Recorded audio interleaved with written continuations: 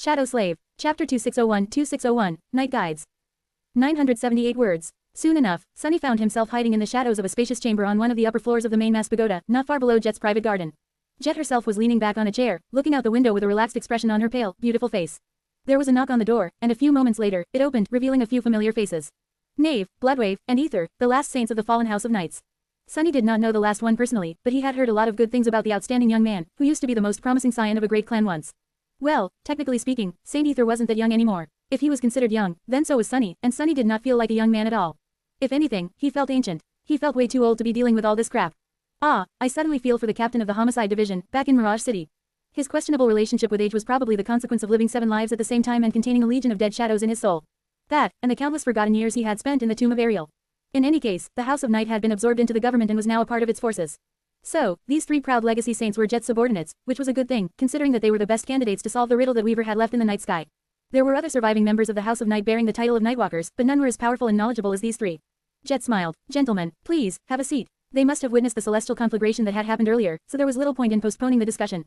Sunny barely suppressed his curiosity. But before Jet could broach the topic, Bloodwave asked in a somber tone. Is it true, Soul Reaper? She looked at him and raised an eyebrow. What, exactly, are you talking about? The 3 saints glanced at each other. Eventually, it was Knave who spoke, his voice just as grim as his uncle's. That monster, Mordred of Nowhere. Are the rumors true? He is a supreme now, and Lady Nephi struck a deal with him. The rumors seemed to have reached the night garden, already. Hidden in the shadows, Sunny sighed. He himself was uncomfortable with the uneasy alliance between the human domain and Mordred. Few people trusted the King of Nothing, but no one had suffered from his wicked ways like the surviving members of the House of Night had. So, it was only natural that they would be unhappy with the news of his ascension to the throne of supremacy, let alone of the deal between him and Changing Star. Jet studied the Saints of Night with a neutral expression, then shrugged. It's true, they were dismayed. Even Ether, who usually maintained nearly flawless decorum, allowed emotion to show on his face. How can this be? The air in the room had turned noticeably chilly and heavy with tension. Jet let out a long sigh, then looked at them with a dark expression. Why, what did you want her to do? She leaned back and crossed her legs. Did you want her to start a new war, perhaps? It has not even been 2 years since the mess in Godgrave, but I guess another war between Supremes is just what we need. Knave frowned. That's a very callous way of looking at things, Jet. You know what that man has done, to us, and to all of humanity as well. Lady Nephis cannot trust him. He must be eradicated. Jet smiled darkly. I know, Knave, but I also know that he is immortal, supreme, wields a divine aspect, and inhabits millions of vessels. Who is going to eradicate him? You, me, or do you want Nephis to kill him, somehow, while we cheer her on from the sidelines? Knave gritted his teeth, unable to find an answer. In that silence, Bloodwave murmured in his deep voice. Is that such a big deal, though? She killed 2 Supremes before, and seemingly without much trouble. It was obvious he was simply venting, so no one took his words seriously. Sunny was a bit hurt, though. Hey, sure, from the sidelines, it must have looked like Nephis finished him off easily. But even if the whole thing had been an act, he still had his pride. Should I have resisted a bit more before being cut down? Sunny shook his head, then assumed a tangible form. Actually, she only killed 1 Supreme. Walking out from the shadows, he offered the Saints of Night a smile and sat down near Jet. Noticing their confusion, he then realized that they probably had no idea who he was. Oh, awkward. After all, very few people had known Master Sunless, and most of them had only seen him from afar on a calamitous battlefield. Well, apart from the regulars of the Eye Candy Cafe, the Brilliant Emporium Cafe. In any case, for most, the Lord of Shadows was associated with his fearsome mask.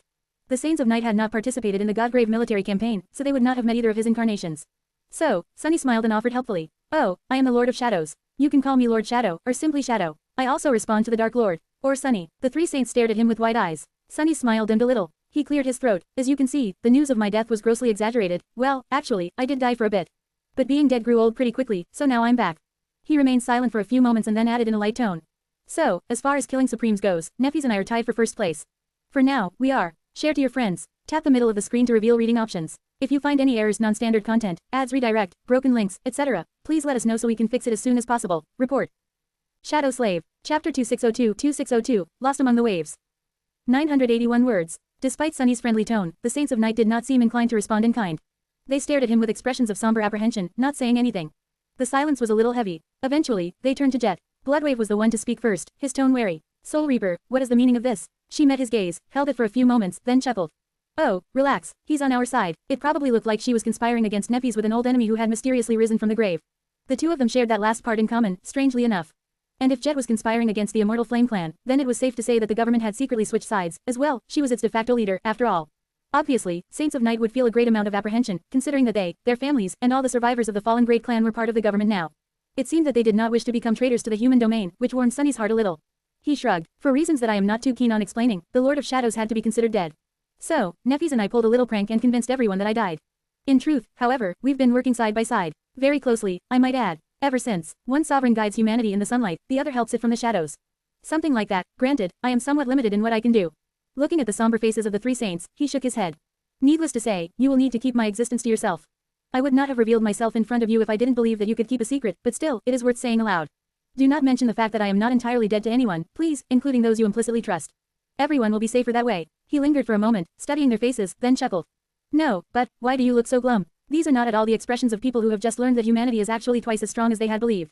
Knave shook his head slowly. I am sorry, Lord Shadow. Sunny, it's just, a lot to take in. Sunny smiled, hiding his bitterness at not being recognized by his old war buddy. He forced himself to think about something else. Now that's a reaction. The daughters of Kisong had been so nonchalant about his stunning resurrection, except for Death Singer, who immediately proposed. I should probably be happy that none of these three is confessing, I guess. He sighed. Regarding that bastard, Mordred, believe me, I'd love to see him gone as well. However, what we want and what reality dictates do not always coincide. I understand your desire to exact revenge, but at the moment, attempting to dispose of him would only invite disaster. You lost family members to his machinations, but you also have family members left to protect. Considering that the world is literally coming undone as we watch, I suggest you concentrate on that. An uneasy silence settled in the meeting chamber. Knave, Bloodwave, and Ether wore grim expressions, but his words seemed to have reminded them what was at stake. Eventually, Ether spoke up, his voice quiet and reserved. Welcome back to the world of the living, Lord Shadow. To what do we owe the honor of hosting you aboard the Night Garden? The youngest of the three saints, at least, seemed to be ready to face reality. Sunny knew that Knave would follow suit, as well, he had his daughter to protect, after all. And if the two of them made peace with the current situation, Bloodwave would follow suit. He smiled faintly. I am glad that you asked. In fact, I am searching for something that I believe will help us weather the storms ahead better. I thought that it would be hidden on the Night Garden, but as it turned out, there was only a clue to where I must go, or rather, a map. You've seen what happened to the sky, right? Knave nodded slowly. Of course, everyone saw. Is that why we were called? He paused for a moment and then smiled bitterly. I guess it makes sense. Who else but us? Jet looked at him with a hint of compassion and said in a neutral tone. Indeed, we think that the stars are showing a path to, somewhere. So, I need your help to read the constellations, to determine if it is indeed a map, as well as where it leads to. The three saints looked at each other. Strangely enough, they kept silent for a long time. Sunny did not think that they had a reason to refuse to help, and on top of that, they seemed to be quite friendly with Jet. Knave's daughter even treated her like an aunt. So, he was surprised at their hesitance. The reason why they had hesitated, however, surprised him even more. After a long while, Knave finally spoke, looking at Jet and Sunny with a complicated expression. It is a star map, without a doubt. As for where it leads to, there's no need to guess. We already know. Sunny and Jet looked at each other, surprise apparent on their faces. You know, Knave nodded slowly. The House of Night used to possess a map just like this one, a long time ago. It was one of the most important relics of our clan. Sadly, it disappeared along with our leader, Nightwalker. Bloodwave's face fell at the mention of the founder of the House of Night. Sunny scratched the tip of his nose. So where do the stars point? Knave inhaled deeply. They point to the Eternal City, a mythical place lost among the waves. That was where the Night Garden was built, and that is where the lineage of Storm God is hidden, as well. Share to your friends. Enjoying this site? Support us via PayPal, Visa, MasterCard or crypto. Your donations help cover site maintenance and hosting costs. Tap the middle of the screen to reveal reading options. If you find any errors, non-standard content, ads redirect, broken links, etc., please let us know so we can fix it as soon as possible. Report. Shadow Slave. Chapter 2603-2603, Immortal Abode.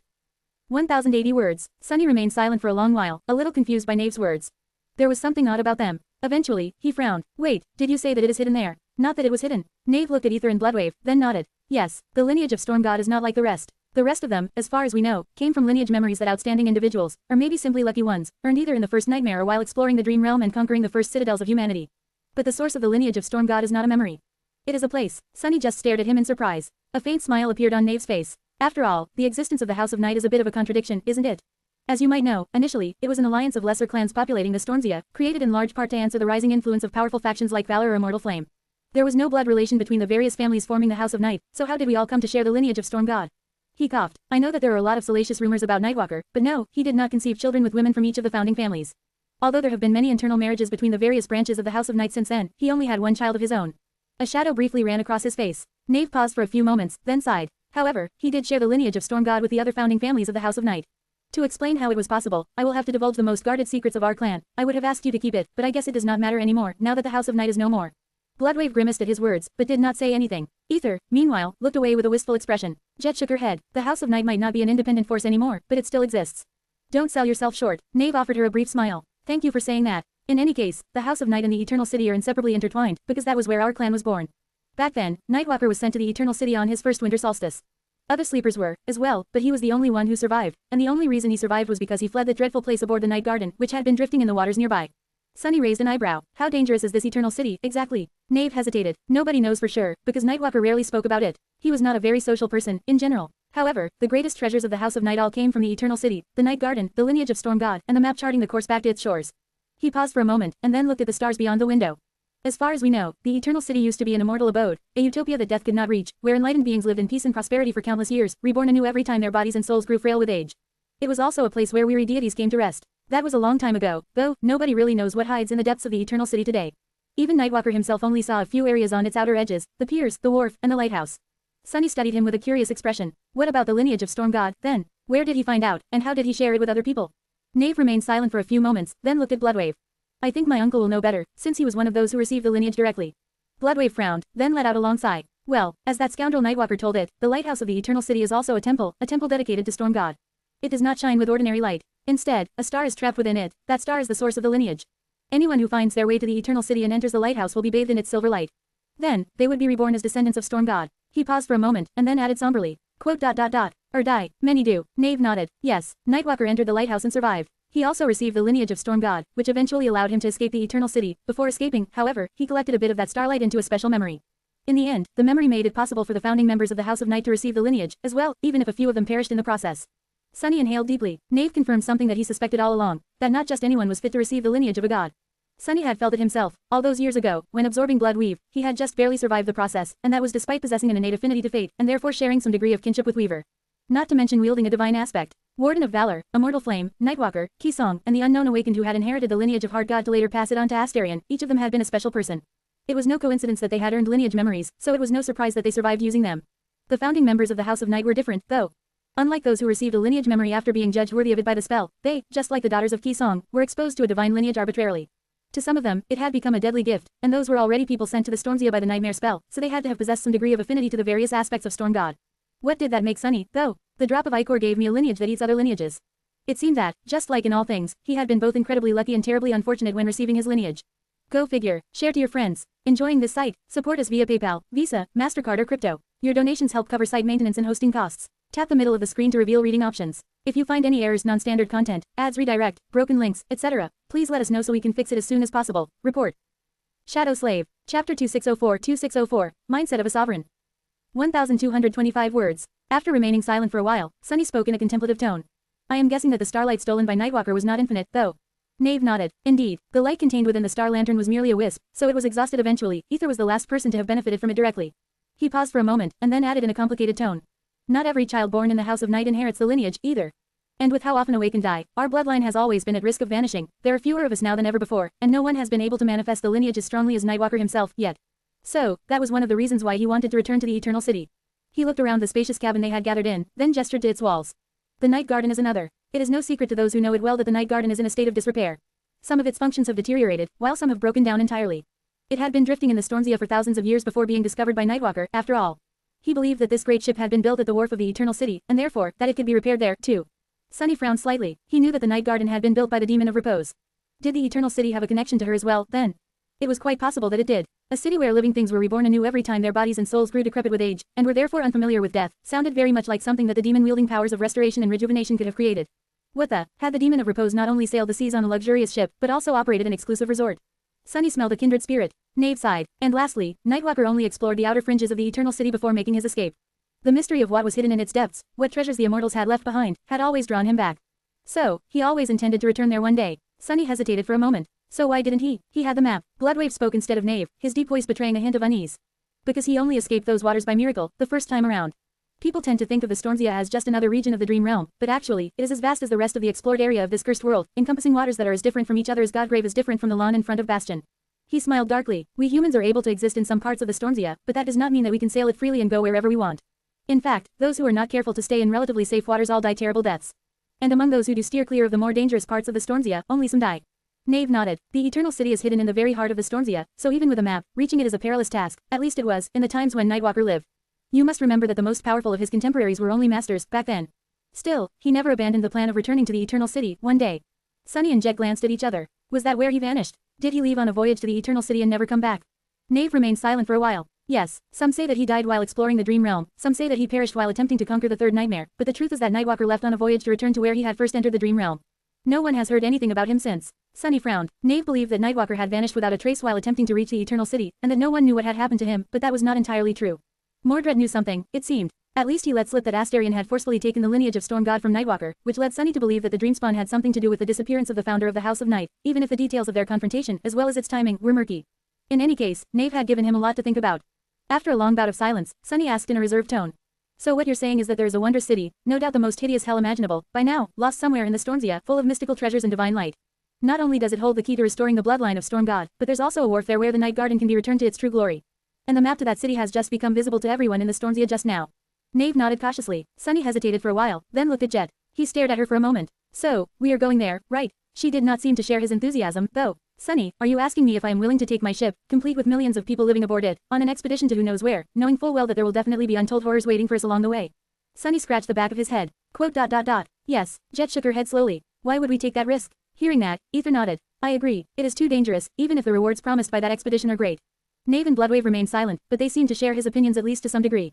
Sunny looked at them with dark amusement. Why? He shook his head with a wry smile. Well, it's simple, really. Actually, I am quite surprised that I, a sovereign, have to spell it out for you.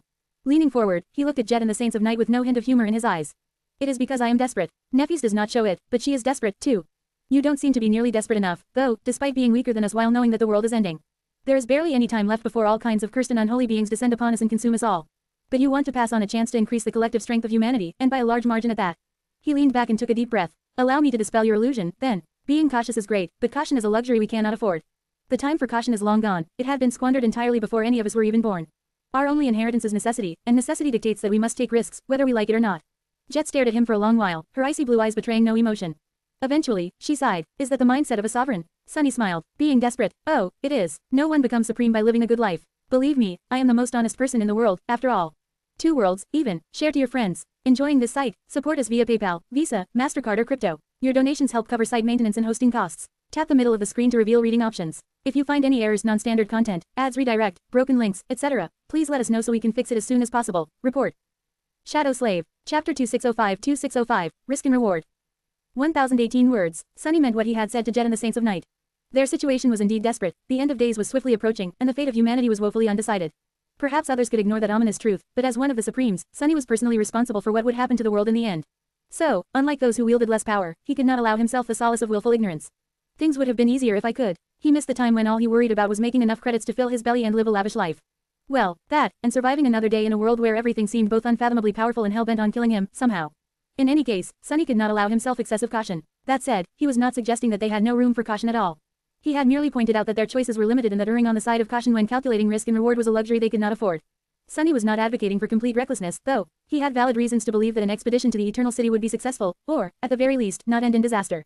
There were several factors mitigating the risk of following the star map. First and foremost, there was the Night Garden itself. The living ship had spent thousands of years drifting in the Stormsia, and nothing had managed to sink it yet, so, Sunny believed that it could weather any danger they would face on the voyage to the Eternal City. Even if they did stumble onto something too dreadful, though, there was one thing that the Night Garden was better at than almost any other citadel, it was escaping danger. Not only was the Titanic ship highly mobile in and of itself, but there was also the ability to open the dream gate between 2 points in the dream realm that it granted Nephies. Should the need arise, the Night Garden would be able to retreat to safer waters almost in an instant, that way, the safety of its passengers could be ensured. Sunny did not want to risk millions of lives, after all. He would not have suggested taking the Night Garden into perilous waters if he was not reasonably certain that they would have a reliable way to protect its passengers. And lastly, there was the fact that Nightwalker had escaped the Eternal City once. Not only that, but he had managed to escape it as a sleeper. Now, an army of seasoned awakened warriors would be heading there, led by 3 saints of the House of Night and Soul Reaper Jet herself. Most importantly of all, there was Sunny. And Sunny alone was the equivalent of having 7 sovereigns, a cohort of supreme shadows, and a vast army of undying shades guarding the Night Garden on its journey. If that was not enough to reap the rewards of the Eternal City, then what was? And those rewards promised to be bountiful, indeed, for Sunny, for the Night Garden, and for humanity at large. So, he judged that the risk presented by the expedition to the Eternal City was more than worth it. Of course, Sunny was not going to make that decision unilaterally.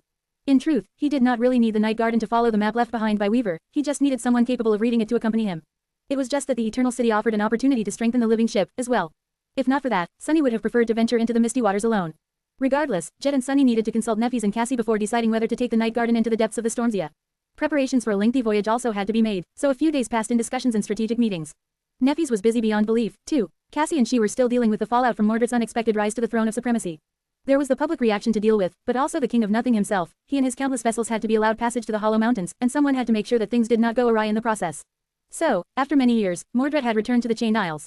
There, the members of the White Feather clan escorted him and Nephies to the northern edges of the region, where the Night Temple had once stood. A new crossing was built to breach the wide divide between the floating islands and the misty slopes of the Hollow Mountains, which Mordred then used to leave the territory of the human domain behind and claim ownership of his own. At the same time, the eastern quadrant had to be salvaged now that the Skinwalker was gone. Troops had to be transported to other flashpoints, and on top of that, powerful nightmare creatures stirred in the death zone south of Godgrave. So, Nephies and the Firekeepers were in the process of preparing for a military expedition, as well. In the end, it was decided that the expedition to the Eternal City had to happen. While the preparations were being made, Sunny pulled the Shadow Legion back from the depths of the burned forest. He wanted to consolidate his position on its southern outskirts and secure his new citadel in case of a potential attack, but more than that, he wanted his army to be free and ready to be deployed on the shores of the Eternal City, if need be. The same went for his other incarnations. After experiencing 2 deadly adventures while not having access to his full power, Sunny was dead set on meeting the dangers of the Eternal City armed to the teeth. About a week after the initial meeting with the Saints of Night, the same people gathered in the private council cabin of the main mass pagoda once again. This time, they had more practical issues to discuss. How bad will this particular adventure turn out, I wonder? Share to your friends. Tap the middle of the screen to reveal reading options. If you find any errors, non-standard content, ads, redirect, broken links, etc., please let us know so we can fix it as soon as possible. Report. Shadow Slave. Chapter 2606-2606, Dreadful Beings. 959 words. We are self-sufficient in many areas, but food production still lags behind the consumption rate, despite the special influence of the night garden on soil and flora. So, the latest shipment of provisions was increased to account for unexpected delays during the journey, not that we know for sure how long sailing to the Eternal City will take. What about those special seeds from Ravenheart? I thought we were supposed to receive one of the first batches. Those are not ready to be planted yet. Apparently, the latest strains are too aggressive, whatever that means.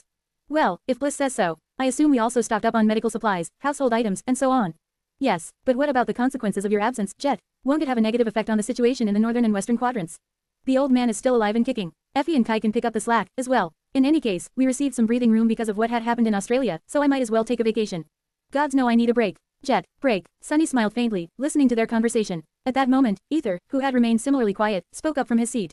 I think we are overlooking an important issue. The rest of them looked at him, somewhat surprised. Sunny raised an eyebrow. What issue is that? Ether considered his words for a few moments, then gestured to the night sky visible through the open window. The stars. The journey to the Eternal City was perilous because of where it is located, but only those who possessed a map knew where to go. Now, however, the stars charting a path to the Eternal City are visible to anyone who can look up at the sky. And anything. Sunny frowned slightly. Are you suggesting what I think you are suggesting? The youngest of the Saints of Night nodded. Yes, Lord Shadow. We are willing to risk the dangers of the Stormzia because of the treasures hidden in the Eternal City, as well as the great secrets that mystical place holds. But will we be the only ones lured by its promise? I don't think so. Sunny blinked a couple of times. So we'll have competition. Ether shrugged. That is what I would assume. After all, why would powerful nightmare creatures not want to get their claws on a city that was once populated by immortals?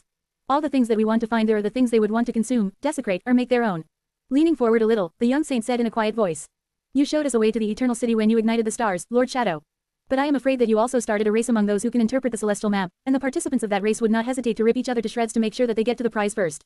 So, this expedition is going to be even more dangerous than it was supposed to be, since we will have to contend against dreadful beings making the same journey. Sunny remained silent for a while, then leaned back with a somber expression. Eventually, he sighed. Ah, but you are forgetting something, Saint Ether. A pale smile split his face apart. I am a dreadful being myself. I just have better manners. Sunny was not boasting, simply stating a fact. If he considered his powers separately from his personality, they painted the picture of quite an eldritch horror. Nephew's was largely the same, if not more frightening. Wait, come to think of it, Sunny's personality was not that great, either. He remained silent for a few moments, staring into the distance with a strange expression. Anyway, moving on. In any case, Sunny was not too worried, which was not to say that he was not taking Ether's theory seriously. Looking around, he lingered a little, then asked in a neutral tone. Does the Night Garden carry some kind of armaments? Light cannons or enchanted siege engines? Jet smiled lazily. The ship itself is a living armament, but no, it does not. In theory, we are its armaments, Knave, Ether, Bloodwave, and I. As well as awakened and ascended warriors stationed aboard. Sunny hummed in contemplation. So, it is more of a carrier than a battleship. It made sense. A saint was far more capable and could deliver far more damage than any siege engine ever could, enchanted or not. So, if there was something that the hull of the living ship could not handle itself, its transcendent passengers were there to solve the problem. With a Supreme aboard, the firepower that the passengers of the Night Garden could unleash would increase tenfold. The problem was that Sunny could not reveal himself openly. He considered his options for a short while, then shook his head. That is good and all, but having a few powerful cannons never hurts. You were in Falcon Scott, weren't you? I hear the railguns on its walls were quite something. Jet's relaxed smile turned a few hues darker. Yes, I was. And yes, mundane armaments were of great help, not that it mattered, in the end. The Saints of Night had guided plenty of naval convoys in the waking world, so they were well acquainted with the benefits of having powerful armaments, as well. Knave gave Sunny a confused look. Where would we find enchanted siege engines, though? Ones worthy of the Night Garden, no less. I don't think those are just laying around, unused. Sunny shrugged with a smile. There's no need to search for them. I'll just forge them. He was currently developing vast defensive spells to reinforce the citadels of humanity, aided by Cassie. Arming the Night Garden was not entirely the same, but it would serve the same purpose. Plus, the idea of making a huge, devastating magical cannon made Sunny excited. His smile widened. Yeah, let me scrounge something up. Share to your friends. Enjoying this site? Support us via PayPal, Visa, MasterCard or crypto. Your donations help cover site maintenance and hosting costs. Tap the middle of the screen to reveal reading options. If you find any errors, non-standard content, ads, redirect, broken links, etc., please let us know so we can fix it as soon as possible. Report. Shadow Slave. Chapter 2607-2607, Naval Engagement. 1024 words. Several weeks later, the battered Night Garden flew across the waves as the sea foamed and boiled around it. Space was unpredictable in the Stormzia, and time was unpredictable as well. Day was sometimes so short that it could be missed in the blink of an eye, while night often overstated its welcome. Most of the time, however, the vast expanse of undulating water was shrouded in twilight, with pale stars shimmering in the distant sky. At the moment, though, the Stormzia was bathed in sunlight, with not a cloud in sight. There was no wind, no storm was coming to unleash its fury on the night garden. Despite that, the sea was turbulent and eerie, the water foaming as it seethed and roiled all around the living ship, as far as the eye could see.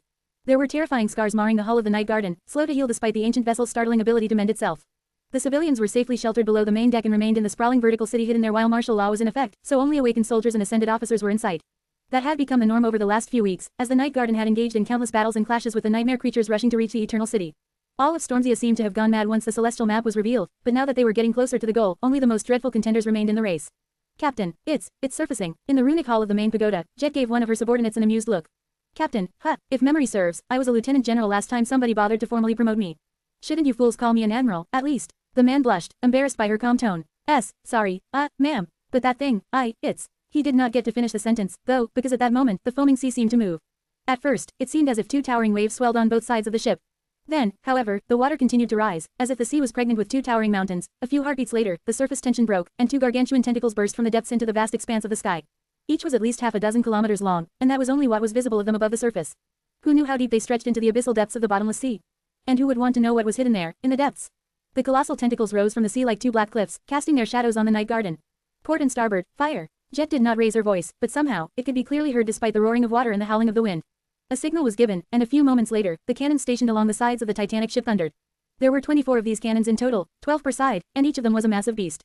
The cannons were 12 meters in length and more than 2 meters in diameter, firing iron balls that were almost as tall as a person and weighed so much that only Ascended could load them into the barrels. The cannons were not cast from metal, but rather carved from seemingly indestructible black stone, their surface engraved with intricate carvings. When Jet asked where that material came from, Sunny simply said that he borrowed some obsidian from the Shadow Realm. She was still not sure whether he was joking or not. And when she asked what function the engravings served, he gave her a strange look and told her that they were there to make the cannons look pretty. That, he seemed to have been deadly serious about. That man. In any case, the cannons were enchanted with simple, but ingenious magic. They were able to absorb soul essence and then convert it into kinetic energy to propel the cannonballs with devastating force. The projectiles themselves were charged with essence, as well. That way, they were able to wound even nightmare creatures of high ranks. Of course, while only the quantity of essence mattered when charging the cannons, which meant that they could be operated by crews of awakened, it was the quality of essence that mattered when infusing the cannonballs. So, if the night garden faced abominations of the corrupted rank or higher, a master had to be in charge of the artillery crew to make the shots count.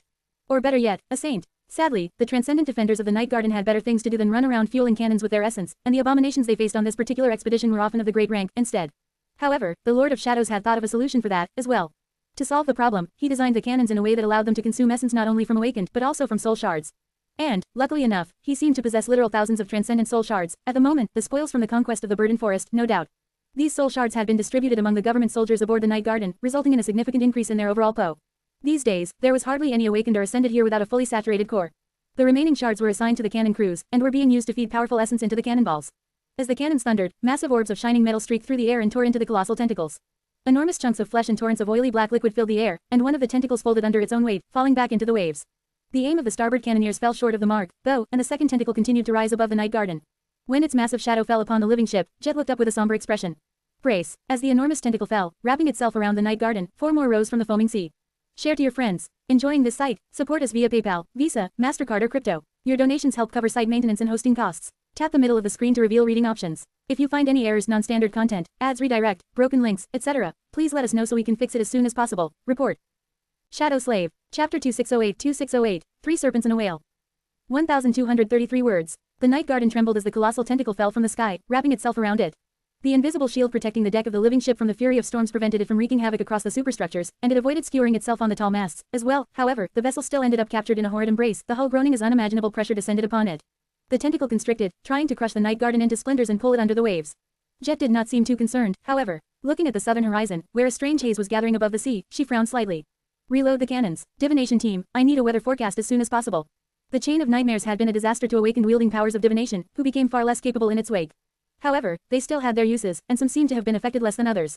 Nightfall is imminent. Jet's frown deepened a little. How imminent? Her question was met with silence. But even those who were affected less were far from precise. The sea boiled as 4 gargantuan tentacles rose from it, and the hull of the Night Garden groaned as the 5th one constricted around it. Jet pursed her lips. I think I am starting to hate water, too. At that moment, 2 human figures plummeted from the great height of the living ship's main deck, flying toward the water. The fall would have undoubtedly killed anyone below the transcendent rank on impact, but these 2 simply dove into the waves. A heartbeat later, 2 massive shadows moved under the water, rushing toward the gargantuan tentacles. They were Knave and Bloodwave, the saints of the fallen House of Night, who had assumed their transcendent forms. Jet glanced at her shadow. She was sure that a subtle presence was hiding in it before, but now, the shadow felt empty. The Sovereign of Death seemed to have departed to join the battle, as well. There, below the waves, he could unleash his power without being seen, so, Jet shuddered to imagine the horror of what would happen in the depths before too long. She looked south. There, far away, the mist was gathering. Far below the night garden, in the murky depths, Sunny was hidden in Nave's shadow. The water was boiling around them, and the colossal shapes of the black tentacles rose from the vast darkness below like long stalks of some abyssal flower, twisting and swaying as they stretched toward the surface. Bloodwave had assumed the shape of a monstrous killer whale, his giant body moving through the water with chilling ferocity. The enormous blue eyes of the great predator suddenly ignited with an ominous red glow. In the next moment, the sea around them was painted in hues of crimson, and the frightening presence of the oldest surviving saint of night became even more daunting. As much as the transcendent form of Bloodwave was enormous, however, Nave almost dwarfed him. Having turned into a colossal sea serpent, he rushed toward a different tentacle with astonishing, terrifying speed. It was not just that the serpent was fast, rather, water itself parted to let him pass and flowed in the direction he chose, supporting his feral charge. Due to his transcendent form and the nature of his aspect, Neve reminded Sunny of the Serpent King sometimes. There were a lot of similarities between their transformations, but there were subtle differences as well. Sunny had not noticed it before, but now that he had observed Nave closer, he realized that the beautiful scales of his transcendent form were actually formed from glacial ice. In fact, he suspected that Neve's entire transcendent form was made not from flesh, but from various shapes of altered and finely controlled water. So, in a sense, the beautiful sea serpent was not a ferocious beast. Instead, it was a hydraulic death machine in the form of a mystical aquatic monster. It did not make Nave any less fearsome, though, just as his maw opened, glistening with a palisade of razor-sharp icy fangs. Sunny judged that they were deep enough for his arrival to remain unnoticed. He allowed himself to slide off Nave's azure scales and then summoned a torrent of shadows from the shadow lantern. In the next moment, a gargantuan serpent forged from onyx and darkness roared under the vast mass of restless water, making the sea ripple and boil. His tenebrous form far surpassed that of both Nave and Bloodwave in size, casting a shadow so deep that it felt darker than the lightless expanse of the abyssal depths. And in that shadow, another titanic shape stirred. As Sunny tore through the mass of water in the shell of the onyx serpent, Soul Serpent separated from him and rushed the other way, moving with chilling grace in the crimson darkness of the Stormzia. Snakes everywhere. Sunny felt a hint of vicious glee as he, Serpent, Nave, and Bloodwave each tore into one of the gargantuan tentacles. The harrowing violence of it all was simply beyond comprehension. The water boiled, rivers of oily black blood spilled into its depths, grotesque pieces of shredded flesh slowly sank into the darkness, and destructive shockwaves rolled through the water, causing towering waves somewhere far above. Well, of course the violence was dreadful. There were two transcendent descendants of Storm God and two supreme titans assaulting the unknown horror of the depths. After all, it was difficult to imagine a calamity on a larger scale than that. The twisting tentacles were too gargantuan and tough to be torn apart, though. Even Sunny, with the prodigious size of his shell, could not bite one in two, far from it. So, instead, he tore into his target, shredding it and ripping huge chunks of flesh out. As black blood clouded the water around him, slowly melting the impregnable barrier of the jade mantle, he felt the tentacle weaken. The goal was to deal enough damage to make it collapse under its own weight. If enough muscle tissue was torn and shredded, the horror of the depths would not be able to control the tentacle anymore, and would therefore be forced to pull it back into the abyssal depths. The problem with that, however, was that it wasn't easy to continuously attack the same spot on the swaying, twisting tentacle, and if they were not careful, they would be caught and crushed by the thing they were meant to hurt. Sunny, Serpent, and the Saints of Night were managing fine, though. After all, it was not the first time the Night Garden was attacked by this particular horror. They had battled it several times before, and each time, they managed to drive it back. The soldiers aboard the living ship had even given the terrifying depth dweller a nickname, calling it Old Tom. Sunny was not sure about the naming sense. Personally, he could have undoubtedly come up with something far superior, but it did not really matter what the terrifying dweller of the depths was called. Today, Sunny wanted to accomplish something more than simply repelling Old Tom back into the depths from which it had come from. As each of the four shredded tentacles retreated into the dark depths, he let out a low growl. And then followed them down into the abyss. Nave, Bloodwave, and Serpent did, as well. Soon, all light disappeared from the vast expanse of cold water around them, and they found themselves in utter darkness. Share to your friends. Tap the middle of the screen to reveal reading options. If you find any errors, non-standard content, ads, redirect, broken links, etc., please let us know so we can fix it as soon as possible. Report. Shadow Slave. Chapter 2609, Deadly Race. 986 words. Back on the surface, the four tentacles plummeted into the water and disappeared from view. The fifth, meanwhile, was still straining to crush the Night Garden in its terrible embrace. The living ship refused to shatter, though. Instead, at the points where the colossal tentacle was wrapped around its hull, Old Tom's flesh seemed to boil, and torrents of oily blood flowed down the surface of the weathered wood, painting it black. But soon enough, the coating of black blood was absorbed into the Night Garden, as well, and it regained its original color. The titanic struggle continued for some time, and then, the dark tentacle shuddered. It tried to extricate itself from the living ship, but the hull of the Night Garden would not let it go. In an eerie change of pace, the previous situation seemed to have been reversed. Instead of trying to crush the ancient vessel, the gargantuan tentacle was now straining in an attempt to escape. Slowly, the revolting flesh of the mysterious horror ripped, and finally, the tentacle tore itself free of the wooden hull, not without leaving enormous chunks of flesh behind, though. With all its underside skinned and stripped of a layer of flesh, the tentacle whipped into the air, raining black blood upon the sea. Convulsing, it then retreated into the surging waves and disappeared from view. A new scar was added to the hull of the Night Garden, with pieces of the colossal tentacle slowly sinking into the surface of the living wood. The ancient vessel was going to consume Old Tom's flesh like it had that of countless abominations before, and use these nutrients to mend whatever damage the horror of the depths dealt it. Granted, the previous scars left on the hull of the Night Garden by Old Tom were slow to heal, still marring its surface. Another tentacle was already rising from the foaming water, but despite that, Jet let out a relieved sigh. Old Tom was one of the most persistent contenders in the race to the Eternal City. Many of the abominations they had clashed with during this perilous voyage had already perished, either slain by humans or torn apart by fellow nightmare creatures, but this terrifying creature continued to follow the Night Garden like a curse, attacking it from the depths from time to time. Hopefully, the Lord of Shadows and the Saints of Night would destroy it today, or, if not, then at least gather information about what Old Tom actually was. No one had seen the source of the terrifying tentacles, since it was hidden too deep. The horror of the depths was not what Jet was worried about, though. The mist is coming. Cursing quietly, she looked south. There, the eerie haze had already turned into a rolling wall of ghostly mist. Cold winds suddenly assaulted the night garden, and the wall of mist moved across the surface of the water, slowly devouring the world. Jet studied it with a tense expression, and so did everyone else in the runic hall. Far below, on the main deck, the soldiers charging the cannon stopped, as well, watching the approaching mist with pale faces. Will it come? As if to answer Jet's question, a massive shadow moved in the mist. A dead silence enveloped the night garden as everyone looked south with wary expressions. Then, the silhouette of an eerie ship slowly revealed itself in the fog. Although not quite as titanic as the night garden, it was still enormous, towering above the sea like a fortress built of rotten wood. Its tattered sails swayed slowly in the ghostly winds, and an eerie glow emanated from its broken, deserted deck. The ship looked almost translucent, as if it was there and not there at the same time. It moved at the edge of the rolling wall of mist, looking like it was guiding it. Dutchman, it's the Dutchman. Just then, the ghostly shapes of smaller vessels revealed themselves from the veil of fog, being drawn by the same ethereal winds that carried the Dutchman. That was what the soldiers had named the flagship of the ghostly fleet. Jet wasn't sure what an old tale from before the dark times had to do with abominable nightmare creatures of the Stormsia, but the nickname stuck. Diviners, nightfall within half an hour, ma'am. Jet closed her eyes for a moment. Half an hour, half an hour, was a long, long time. Move the starboard cannons to port. Pull the awakened soldiers below deck. Send all ascended officers to the battlements. Summon every echo we have. Ether, the bridge is yours. You know what to do. Ether gave her a guardedly worried look, then bowed slightly. Yes, Lady Jet. Jet blinked a few times. Single quote ... Right, I'm a lady now. Smiling crookedly, she raised her arms above her head and stretched like a cat, then let out a long sigh and summoned the mist blade. Commanding it into the shape of a war scythe, Jet then took a step forward and turned into a torrent of mist herself. Descending from the height of the mainmast pagoda, she rushed across the great span of the night garden's main deck and reached its edge. There, the awakened soldiers were already retreating hastily, while the ascended cursed as they pushed the heavy cannons into place. Flowing upward, Jet returned to her corporeal form on top of one of the great cannons, standing at the very edge of its long obsidian barrel. The water foamed and surged far below her. Placing the scythe on her shoulder, Jet looked south, at the eerie shape of the Dutchman. A few moments later, she felt a chill run down her spine. She knew that someone, or something, was looking back at her. She raised a hand with a faint smile and beckoned the captain of the Dutchman with her finger, inviting him to come. In the next moment, the sails of the ghostly flotilla swelled, and dozens of rotting ships tore free of the wall of mist, flying across the waves toward the night garden. Come, you bastards. I was hungry, anyway. Share to your friends. Tap the middle of the screen to reveal reading options. If you find any errors, non-standard content, ads redirect, broken links, etc., please let us know so we can fix it as soon as possible. Report.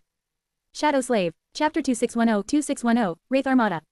985 words. Jet could have sensed the advance of the ghostly armada even with her eyes closed. That was because the moment the captain of the Dutchman commanded his spectral fleet to sail forth, the winds vanished, plunging the world into a dead calm. All around the night garden, the water was restless because of the dreadful battle happening in the depths, but further away, it turned still and glass-like, reflecting the boundless sky like a vast mirror. There was no wind, and yet, the wall of mist continued to roll forward foe from the south, slowly devouring the world.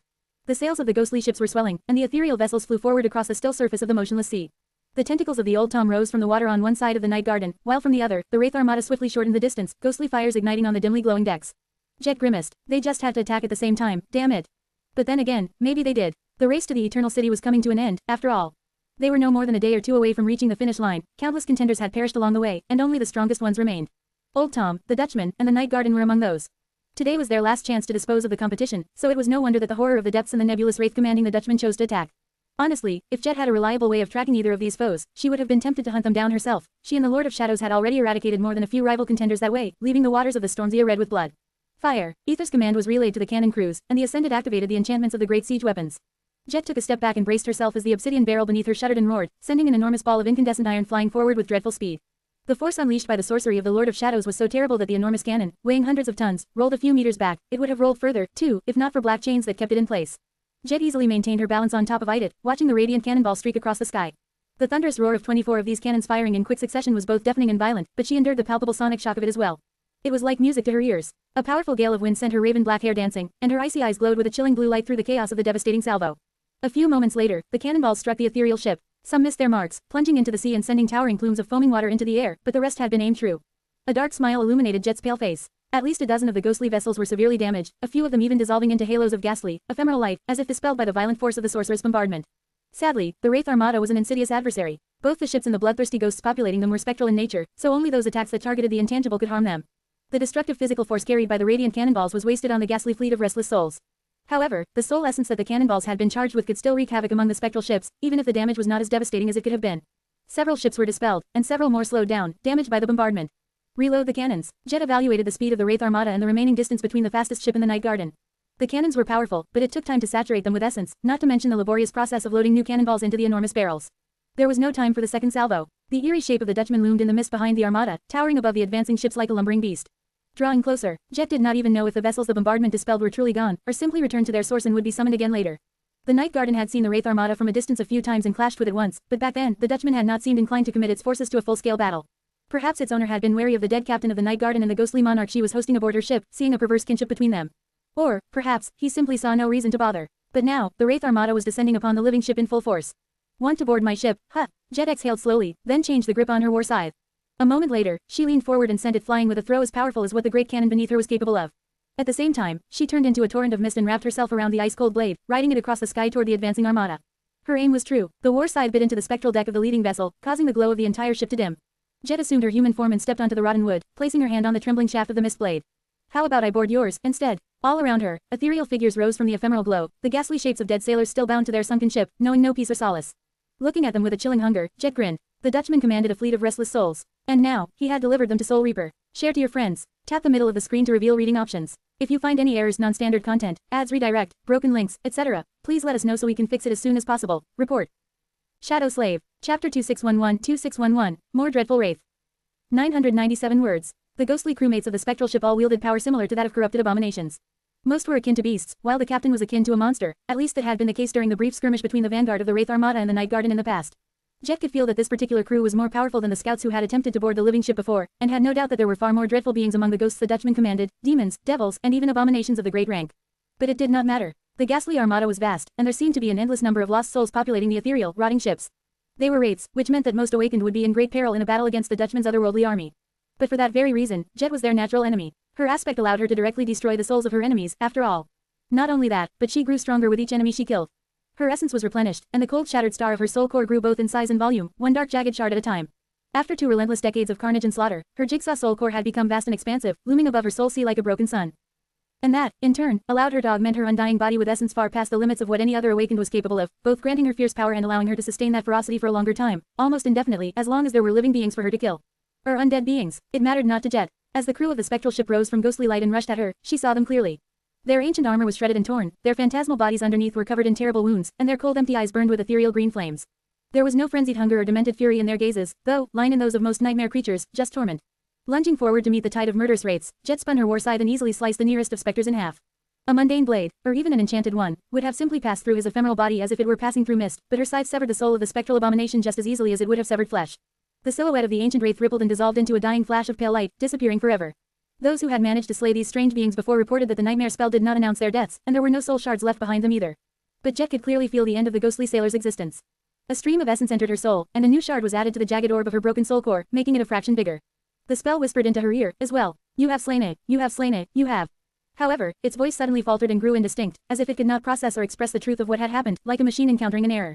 How curious. It seemed that even the nightmare spell did not quite know what the Dutchman and his Wraith Armada were, or at least could not speak it. Jet ignored that information, for now. Continuing the motion, she took a step forward while reversing the grip on her weapon and thrust it forward to pierce the chest of the next wraith. Since their ethereal bodies offered the mist blade no resistance, she then fluidly transitioned from a downward thrust into a spin, beheading the one rushing at her from the back. You have slain. Jet exploded into a hurricane of ice-cold steel, moving across the deck of the ghostly ship like the Grim Reaper. She was a transcendent being, while the spectral sailors were all corrupted, so, in theory, each of them wielded power equal to hers, or at least power that existed in the same realm. Nevertheless, they all fell under her scythe like stalks of wheat, vanishing forever. And whatever essence she burned while harvesting these lost souls was immediately replenished by the streams of essence she received from the kills. The captain of the ship was far more powerful than his subordinates, but he dissolved into ghostly green light in mere moments, as well. In an astonishingly short amount of time, the deck of the rotting ship became empty, with only Jet standing there, bathed in an eerie glow and the echoes of the brutal violence that had just been perpetrated here. Still, she felt like her job here was not finished, yet. So, Jet plunged the blade of her scythe into the deck itself, aiming to destroy the soul of the ship. That, she felt, was the real monster. It took several blows, and just as she suspected, a torrent of essence more potent than all the previous ones flowed into her soul as the shape of the ship dimmed, slowly disappearing into the bright daylight. At the same time, an explosion of radiance escaped from somewhere deep within its hold, accompanied by a litany of otherworldly groans. As if a swarm of tortured souls was suddenly set free, Jet smiled darkly, thinking that she was starting to unravel the secret nature of the sinister Wraith Armada, or at least the nature of its lesser ships. Just before the spectral ship disappeared completely, she pushed herself off its broken deck and soared high into the air, flying across the sky. Reaching hundreds of meters with that single jump, Jet landed on the next ship in a maelstrom of cold steel, wreaking havoc among its crew and harvesting their souls to empower her own.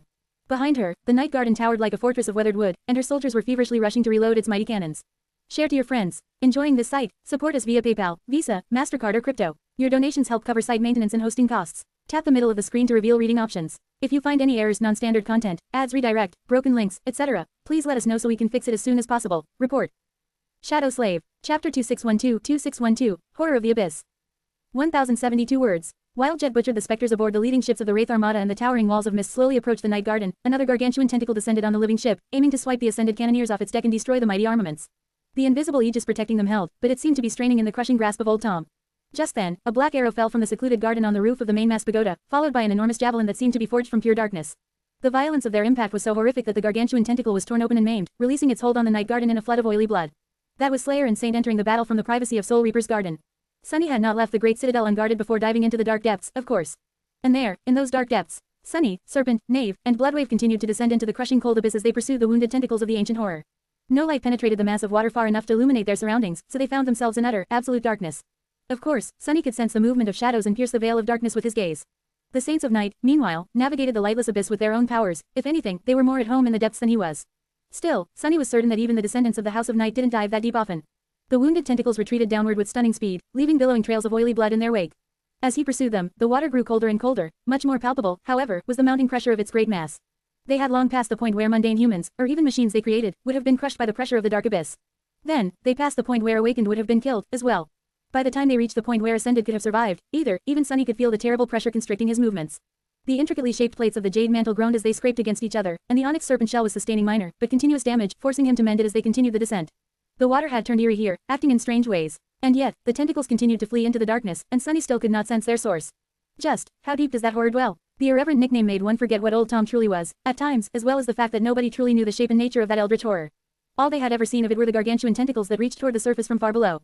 And now, Sunny finally sensed something. It was not the body of Old Tom, though. Instead of it, a swarm of gargantuan tentacles suddenly shot from the dark abyss, rising toward them like a harrowing forest of slithering, colossal vines. Sunny was taken aback for a short moment. During the previous attacks, the dreadful dweller of the depths had never attacked the Night Garden with more than 7 of its long limbs. Now, however, there were dozens of them reaching toward Sunny and his companions, each comparable in size to the gargantuan tentacles that could wrap themselves around the titanic vastness of the Night Garden. It was as if the abyss itself had come alive to destroy them. Now, where the hell has good old Tom been hiding all these? Sunny shook off his bewilderment and pushed his enormous body forward to meet the dark forest of gargantuan tentacles. It seemed that they had underestimated old Tom, a tad. There was no time to regret this failure of imagination, though, because soon, the tentacles were upon them. Sunny was the vanguard of their group, and the most powerful among them as well, so, it was his duty to break the momentum of the harrowing tide of dark flesh. Just before the tentacles reached him, he gritted his teeth and released the defensive barrier of the onyx serpent shell, allowing it to dissolve into the darkness. He released the constraints giving his own shadow a human shape, as well, and let it spread to its true, unfathomable vastness. In the next moment, Sunny turned into a vast cloud of formless darkness. And from that darkness, dozens of long tendrils stretched forward, clashing with those of old Tom. Of course, Sunny was not quite as gargantuan as the horror of the depths, but his will was infused with the essence of death, so his touch was for mode deadly. The monstrous clash tore apart the abyss, forcing the mass of water crushed by the unbearable pressure to flow like a current. Somewhere far above, monstrous waves rose, scattering the ghostly armada and making the Night Garden sway. Serpent, Knave, and Bloodwave swam through the carnage of intertwined tentacles and tendrils of darkness, sinking their fangs into old Tom's flesh.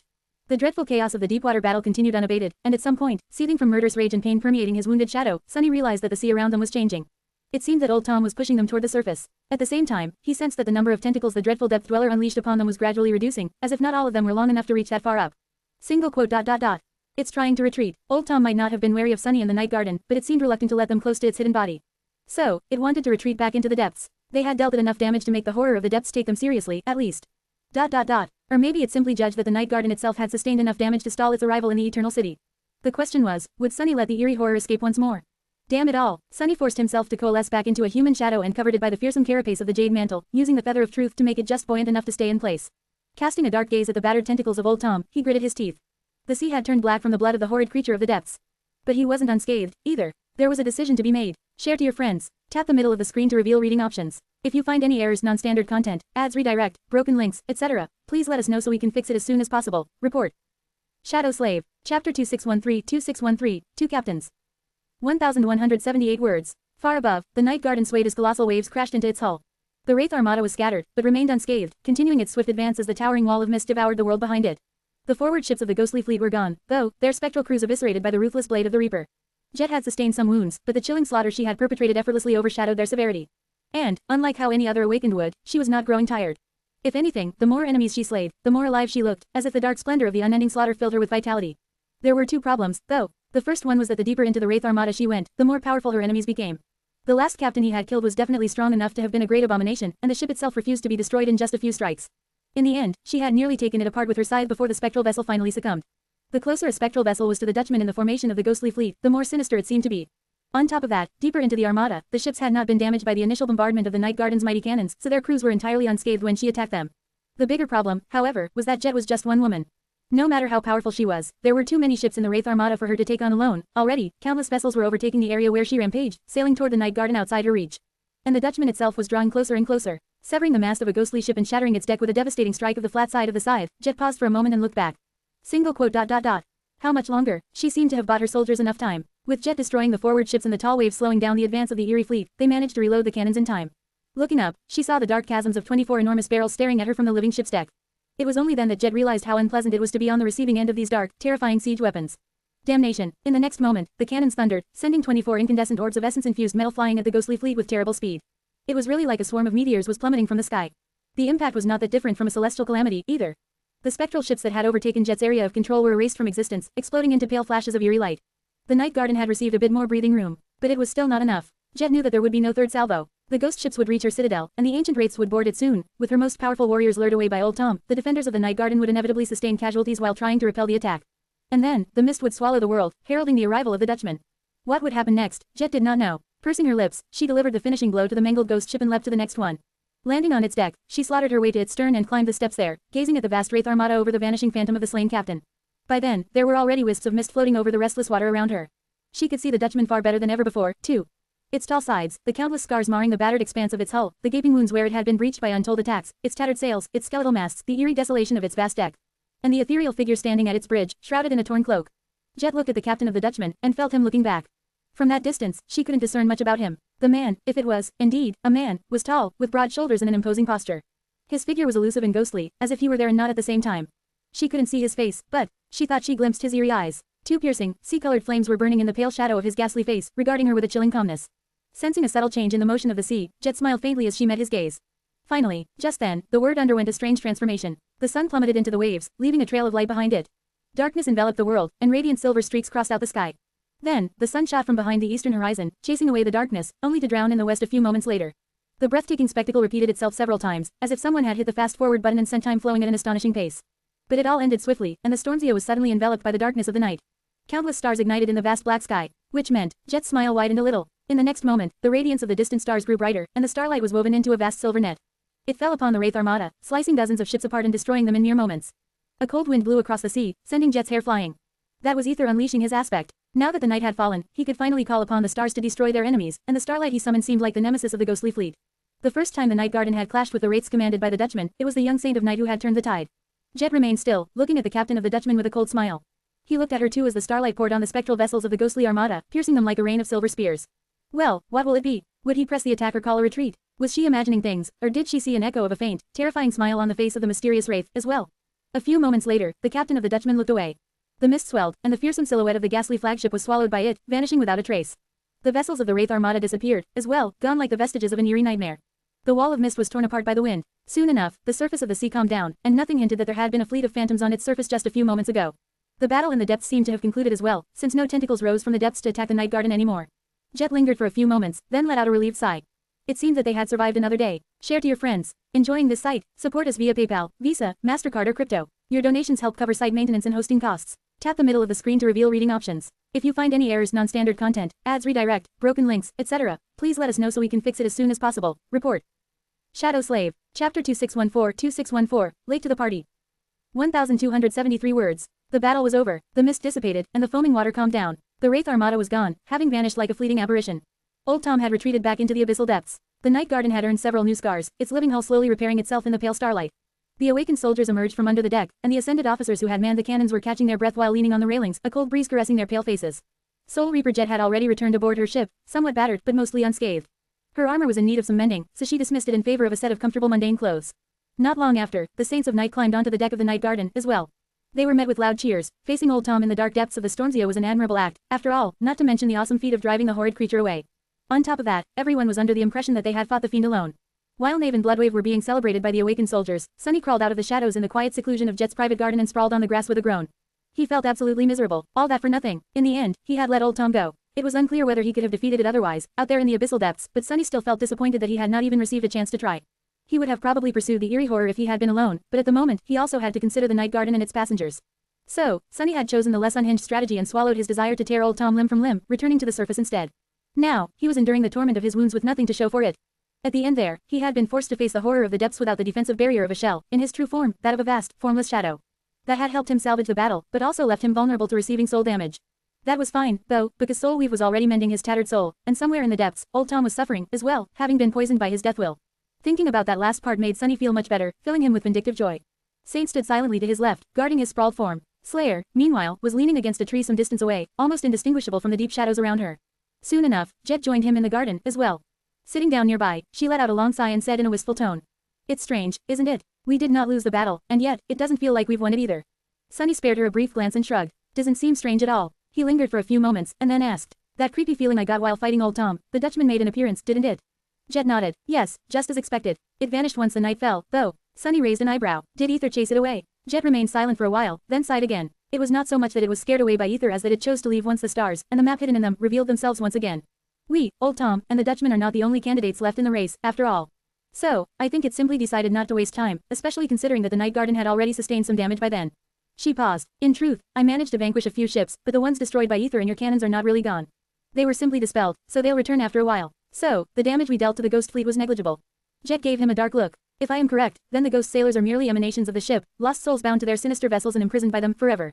Every time the sailors are destroyed, they return into the holds, and then get summoned to man the ships again later, in a never-ending cycle. She exhaled slowly. Well, unless someone like me ends it. The ships themselves are merely emanations of the Dutchman, though, when they are destroyed, the wells of souls contained within them are drawn back into its great hold, in turn, so the Ghost Armada can never really be vanquished unless the Dutchman itself is destroyed. It's like one big cursed nesting doll. That is what I concluded after sinking a few of those creepy ships, at least. Jet sighed and looked at the stars. The only thing I am not clear on is the captain of the Dutchman. Is he just another prisoner of that cursed ship, or is the ship and its cursed manifestations of his power? I do not know. Sunny smiled faintly. I have no idea, either. Jet remained silent for a while. The Dutchman and its ghost fleet remind me of something, though. I've met a similar being before, I think. Sunny chuckled. Well, of course you have. I am right here. Indeed, what Jet described was eerily similar to Sunny's own Shadow Legion.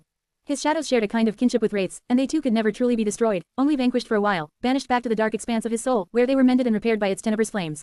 Unless someone like Jet got involved, that was. She shook her head slowly. No, I don't mean you. After considering something for a moment or two, she added. A while back, I killed a great devil, the Heart of Connacht. It commanded a swarm of imprisoned souls, as well. Sunny blinked a few times, thinking about the implications. Eventually, he shrugged. Well, we will inevitably learn more about the Dutchman soon, whether we want or not. The Night Garden was resting now, drifting among the waves, but it would continue the journey to the Eternal City soon. Whatever dangers they had faced along the way would most likely pale in comparison to what was waiting for them there. He hesitated for a few moments, then asked. So, what are we going to do? Chase after Old Tom and the Dutchman in hopes of getting to the Eternal City first? Jet shook her head slowly. The Night Garden is damaged, and you don't look too good either. It is better to wait a couple of days and arrive at the party in top shape. There's no telling what will meet us at the end of the road, after all, but there's definitely going to be a slaughterhouse just shy of it. So, we should give the other contenders a chance to properly greet each other before joining the fun. Sunny smiled lazily. Fun, you say? Aren't you afraid that they will get to the prize before us? Jet chuckled and shook her head. Not at all. He gave her a surprised look. What? Why? Standing up, she glanced at him with pity and shook her head. I mean, the road to the Eternal City is already that bad. Whatever is hidden there is bound to be 10 times worse, though. And that's not something even the likes of Old Tom or the Dutchman can deal with in a day or two. Laughing quietly, Jet nodded at Saint and walked away. Left alone, Sunny turned to the stars and spent some time enjoying the quiet rustle of the leaves in peace. After a while, he murmured. That makes me wonder. Maybe I need to get myself a garden, too. Share to your friends. Enjoying this site? Support us via PayPal, Visa, MasterCard or crypto. Your donations help cover site maintenance and hosting costs. Tap the middle of the screen to reveal reading options. If you find any errors, non-standard content, ads redirect, broken links, etc., please let us know so we can fix it as soon as possible. Report. Shadow Slave. Chapter 2615-2615, No Regrets. 1,436 words. Several days later, the Night Garden had largely repaired itself. There were still marks left on the weathered surface of its hull, but they did not affect its overall durability. Sunny was feeling better, as well, and the soldiers had received a much-needed reprieve from the draining intensity of the perilous voyage. Guided by the stars, the living ship resumed its journey. Sunny and Jet had both turned somber and taciturn, knowing that the Eternal City, and the unknown dangers waiting for them there, were drawing close now. Jet had entrusted the helm of the Night Garden to Ether and walked to the bow of the Titanic ship, looking at the distant horizon with a contemplative expression. Starlight infused the darkness with a pale silver radiance, and the cold breeze was blowing from the west, ruffling her raven black hair. Her icy blue eyes seemed to glow with a chilling shine in the dark expanse of the quiet night. After a while, a black crow landed on her shoulder, waited for a few moments, and then pecked her on the cheek, as if to see if she was alive. Jet pushed the echo off with an irritated scowl. This again, in your dreams, idiot. Pushed off her shoulder, Crow scrambled to take flight and flew up to land on a piece of the ship's rigging a few meters away. There, it opened its wings and stared at her with righteous indignation. Corpse, corpse. It jumped up and down a couple of times, as if wanting to express a complaint. Food, food. Jet gave it an unamused glance. Not this corpse. Then, looking at it darkly, she added in a husky voice. Bird, soup. Crow stared at her silently for a few moments, then folded its wings and took a few hurried hops away, just to be safe. A pale smile appeared on Jet's lips. Not long after that, Sunny emerged from her shadow and leaned on the railing, giving Crow a curious glance. I've always meant to ask, that echo of yours, it's unusually animated, isn't it? Jet remained silent for a bit, then turned to him and shrugged. I guess. She called Crow over and ruffled its feathers. It was a gift from the old man. So, Crow is a bit special. Sunny raised an eyebrow. The old man, wake of ruin. Jet nodded absent-mindedly, then looked at him with a wry smile. Why, is that so surprising? Sunny scratched the back of his head, not sure how to answer. Wake of Ruin was a cantankerous old man, and his personality left a lot to be desired. It was hard to imagine him giving gifts to his subordinates, even if there seemed to be a complicated relationship between him and Jet. No, it's just, he doesn't strike me as a generous man. Jet grinned. You're an astute judge of character, Sunny. Sunny remained silent for a while, remembering the bits and pieces of what he knew about Jet's past. The kind of advice she gave him in his youth spoke volumes about what her own experiences had been, but Jet never mentioned the details directly. Eventually, he asked with a hint of caution in her voice. Your work for the government, it has not always been entirely voluntary, has it? Jet lingered for a few moments, then offered him a noncommittal shrug. Well, as far as relationships go, that one used to be a bit toxic at times. She sighed and looked at the dark expanse of undulating water in front of them. But you are wrong if you think that it was not voluntary. It is true that after discovering my flaw, they put a leash around my neck and exploited me, but I chose to be exploited myself. I needed to kill in order to survive, and I knew that the government would provide me with plenty of prey. So I was using them, as well. It was a mutual relationship, no matter how toxic. Jet fell silent for a bit and then shivered slightly. Gods know it was way better than what would have happened to me in a legacy clan.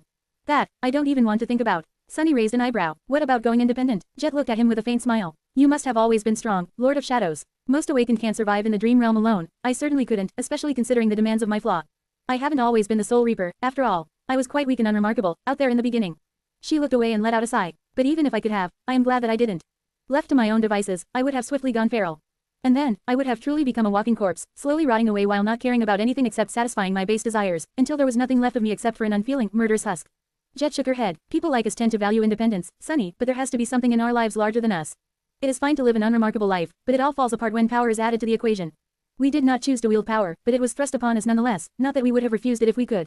No one who had tasted true weakness would ever refuse power, after all. She turned and looked at him, her usual laid-back smile long gone. But power corrupts, Sunny. Its corruption is no less insidious than the corruption of the void, so one needs something greater than themselves to stave it off, just like Neff and her domain stave off corruption from the millions of mundane humans living in the dream realm. It can be principles, conviction, duty, devotion, or faith, anything that keeps you going even when all you want to do is fall down, and reminds you where you were heading in the first place. Jet studied him somberly, then suddenly gave him an easy smile and looked away. Personally, I sort of stumbled on what keeps me going by accident. I joined the government out of necessity, developed a misguided sense of professional pride, and only then found meaning in what I do. So, despite all the ugly things that happened along the way, I consider myself lucky. Oh, and it wasn't all bad. There were nice moments, too, really, if you think about it, I am nothing short of blessed. Sunny remained silent for a long while, looking at her with a subdued expression. Then, inhaling deeply, he asked, so, no regrets? Jet chuckled, life is too short for regret. Plus, look at me. She smiled faintly, wielding fearsome power, ruling a beautiful city, enjoying the respect and adoration of countless people, and living in a fancy palace with a private garden. Who would have thought that a dull, timid girl from the outskirts whom no one cared about would end up that way? For a dead woman, I did pretty well for myself. Don't you think? Sunny smiled. Yes, pretty well, I'd say. He lingered for a bit, the smile slowly draining from his face. So, let me ask you a question. Jet gave him a curious look. Sure, go ahead. Sunny considered his words for a while. He wanted to ask Jet the same thing he had asked Effie and Kai, whether she would discard personal freedom in pursuit of something that demanded complete submission, whether she would surrender herself completely to something that left her no choice but utter devotion. But now, he realized that there was no point in asking. Because Jet had already answered. Her answer remained the same as it had been all those years ago, remaining as firm as her quiet, unassuming determination. Sunny sighed. Well, that place where you are heading to. What does it look like? Jet laughed. Oh, that old thing. She paused for a few moments. Why, it's a world where people can live in peace and prosperity. A world where everyone is afforded the dignity they deserve and doesn't have to suffer bloodshed and strife. A gentle world, a place where kindness trumps cruelty. Saying that, Jet looked away and smiled wistfully. Quote. Funnily enough, it is also a place where someone like me can never exist. Isn't that ironic? There is no space for me in the world I am building. So, in a way, that makes me the architect of my own destruction. Sunny remained silent, not knowing how to answer. Perhaps there was no need to answer, to begin with. They stayed quiet side by side as the night garden sailed across the waves, drawing closer and closer to the mysterious places the path to which was written in the stars. Where untold horrors and dreadful creatures were waiting for them, ready to tear them apart. The stars shone softly, illuminating their thorny path. Share to your friends. Enjoying this site? Support us via PayPal, Visa, MasterCard or crypto. Your donations help cover site maintenance and hosting costs. Tap the middle of the screen to reveal reading options. If you find any errors, non-standard content, ads redirect, broken links, etc., please let us know so we can fix it as soon as possible. Report. Shadow Slave. Chapter 2616-2616, Finish Line. 1,461 words. Carried by invisible winds, the night garden could reach truly astonishing speed. Still, it took the living ship 2 more days to reach the area pointed out by the stars, a measure of time largely meaningless in the Stormsia, where the movement of celestial bodies was odd and unpredictable but was still used by humans both out of habit and out of necessity. Most of that time had been spent battling a calamitous storm, but at the end of the second day, the winds died down, and the unbridled fury of the Stormsia was replaced by an eerie calm. Instead of the blinding radiance of cascading bolts of lightning and an unceasing torrent of rain, wisps of fog drifted above the endless expanse of rolling waves. The stars revealed themselves from behind the cloud just long enough to give the Saints of Night an opportunity to confirm that the night garden had reached its destination, and were then swiftly swallowed by a veil of mist. The world brightened, leaving the cold embrace of darkness in favor of the pale ambivalence of twilight. Not needing the star map anymore, Sunny deactivated the enchantment that had revealed it to the world. The night garden might not have been the first to reach the destination, but that way, it would be the last. The living ship slowed down, drifting cautiously through the mist. Nobody knew what to expect from this place, so both the soldiers and their commanders were tense, staring into the grey vastness of the misty sea with apprehension. Sounds traveled far in the fog, so the measured murmur of waves splashing against the hull of the night garden could be heard even from the great height of its deck. Well, this has gone better than I expected. Jet and Sunny were at the observation deck at the bow of the Titanic ship. No different from the soldiers, they stared into the mist, trying to determine what was awaiting them ahead. The Eternal City was supposed to be here, somewhere, but the map was not exactly rich with detail about what it looked like, and what obstacles approaching it posed. Of course, they were not merely looking. Sunny had cast his shadow sense far and wide, enveloping a vast swath of the Stormzia in a net of his perception. Jet, meanwhile, had sent Crow to scout ahead and report its findings to her. Feeling a little disturbed by what he sensed, Sunny raised an eyebrow. Better than expected. How do you mean? She shrugged with an easy smile. I mean that we reached the destination without suffering catastrophic damage or grievous casualties. The worst that has happened is being beset by a dozen or so of chillingly powerful abominations and an unimaginable horror or two. Smooth sailing, really. Sunny gave her a dubious look, then said in a slightly offended tone.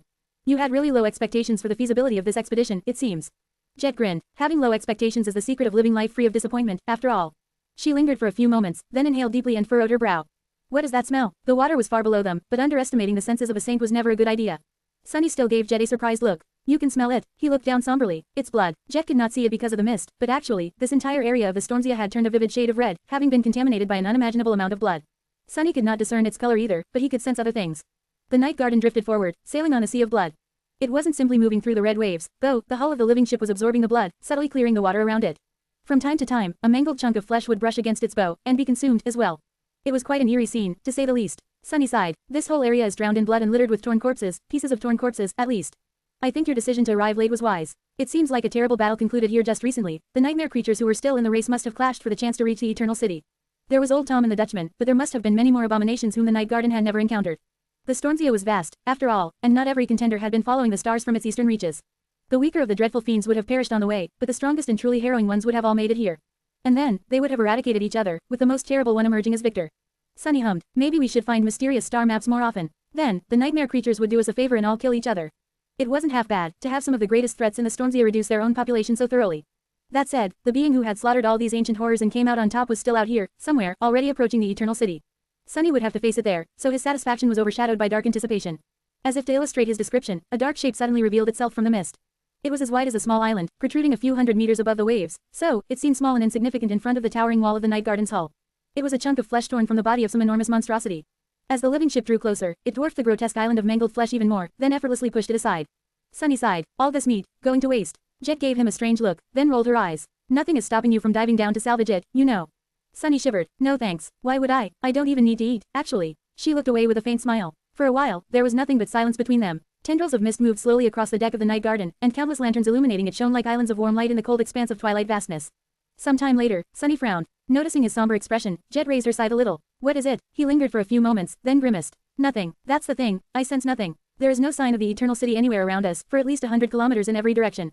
There were no signs of anything that could lead them to it, either, like a stele with runes carved into it or ancient gates that opened a portal to some unknown location. Considering that the Eternal City could not be reached by usual means, Sunny would not be surprised to encounter something like that. But there was nothing except for the vast expanse of the bloody sea, the mist, and the morbid remnants of the terrible battle that had happened here. Not long after, Crow returned from its patrol and landed on Jet's shoulder, cawing loudly. Crow, back. She winced and tilted her head, moving her ear away from the small bird's black beak. Yes, good job. Did you find something in the mist, yes or no? Crow stared at her for a few moments, then fluttered its wings proudly. No.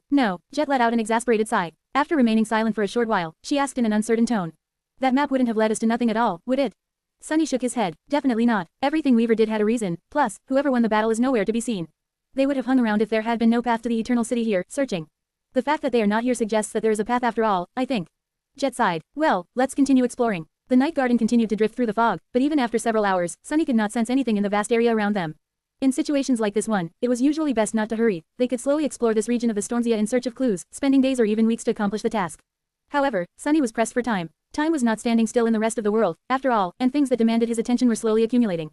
Plus, they had competition. The monster who had triumphed in the dreadful battle was already ahead of them in the race, nearing the finish line or already there, so, Sunny could not wait that long. Luckily, or unfortunately, he had a way to save them quite a bit of time. Grimacing, Sunny summoned Weaver's mask and said as it settled on his face.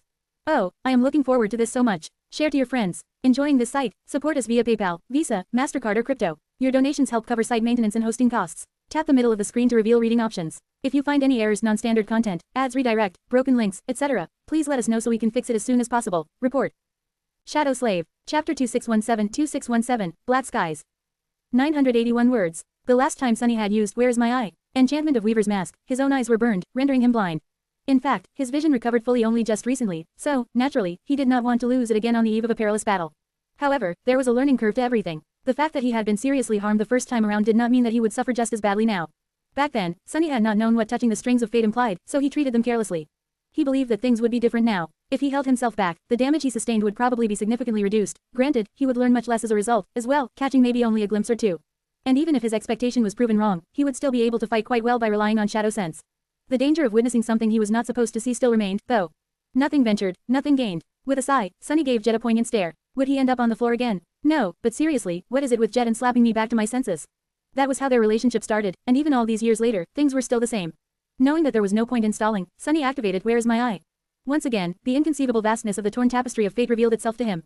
And once again, he was completely overwhelmed by it. This time, however, his experience helped him shut most of it out faster. Following the steps he had taken before, Sunny limited the scope of his perception to only one tiny fraction of the unfathomable infinity of endless threads, concentrating only on those of them that had to do with this area of the Stormsia. He had an easier time searching for a thread having to do with the Eternal City because he knew that the Night Garden was connected to it, had been built there, even. So, the string of fate he was searching for would pass through the living ship, as well. It did not take him long to discover a worthy candidate. Not too far from him, a strange thread extended from the sky into the sea, piercing the deck of the Night Garden. There was an odd duality to it, with the upper reaches of it being woven out of silver starlight, while the lower were woven out of impenetrable darkness. Reaching for the unusual string of fate, Sunny brushed his fingers against it. This time, he was careful to only touch for a brief moment and instantly pull away. That way, he hoped, the truth revealed to him would be modest in scope, and therefore, his eyes and his mind would be spared most of the damage. His hope turned out not to be unfounded. But before Sunny confirmed it, he was assaulted by an astonishing vision. What the hell is this? He was horrified for a moment, because what met him was a boundless, dark void. However, thankfully enough, it was not the void. It was merely a void. An infinite, silent, empty expanse of vacuous darkness where nothing existed, no life, no warmth, not even air. Only deadly rays of cosmic radiation and invisible blossoms of gravity fields. And in that darkness, countless stars burned with beautiful silver light. Sunny was stunned. Holy hell, I'm in space. Indeed, this was the great vacuum of space. But at that moment, he realized something else, as well. That this was also the black skies, the true realm of the goddess of night. And there, among the stars, a beautiful city with tall silver spires bathed in the starlight. Sunny pulled his hand away, and the vision of the eternal city vanished from his straining mind. So it's in space. Sunny remained motionless for what felt like an eternity, but only lasted a brief moment.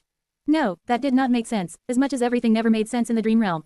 Nightwalker had managed to board the Night Garden and sail away from the Eternal City, and at the moment, the Night Garden could not fly, let alone travel between stars. Sunny hesitated for a while, then tentatively touched the string of fate once more. He saw the Eternal City once again. Only, this time, it was in a state of chaos. It was under attack. A vast presence moved in the darkness beyond the city. Its form and shape were impossible to discern, since it was indistinguishable from the darkness of space. Perhaps it was the darkness itself, and the only way to perceive its existence was by watching the vast swaths of stars be obscured by its passing. The presence was horrifying, unfathomable, and full of cold, indifferent, obliterating intent. Wherever her pale gaze fell, the immortal denizens of the Eternal City were unmade. The silver spires melted and fell, and the very fabric of the celestial abode was consumed by entropy. But then, the city rose from the dust. Its fabric was mended, the spires coalesced from incandescent pools of liquid matter, and the living beings were restored to their pristine youthfulness. Only to be destroyed again. A million cycles of death and restoration, passed in the blink of an eye. It was an eternity of devastation. The immortals screamed in terror as they died, and wept in horror as they were mercilessly brought back to life. Moments flowed into seconds, and seconds flowed into minutes. Minutes turned into hours, and hours turned into days. Days. Sunny pulled his hand away and staggered, horrified. What did I just see? Trembling, he imagined the dreadful scene once more. Slowly, hesitantly, he realized what he had witnessed. It was a battle. It had been a battle between Storm God and the Demon of Repose. Then, there was only one thing he needed to learn. Drawing in a shaky breath, Sunny extended his hand toward the string of fate once more. He saw how the Eternal City fell. Share to your friends. Tap the middle of the screen to reveal reading options. If you find any errors, non-standard content, ads redirect, broken links, etc., please let us know so we can fix it as soon as possible. Report. Shadow Slave. Chapter 2618-2618, Fallen City.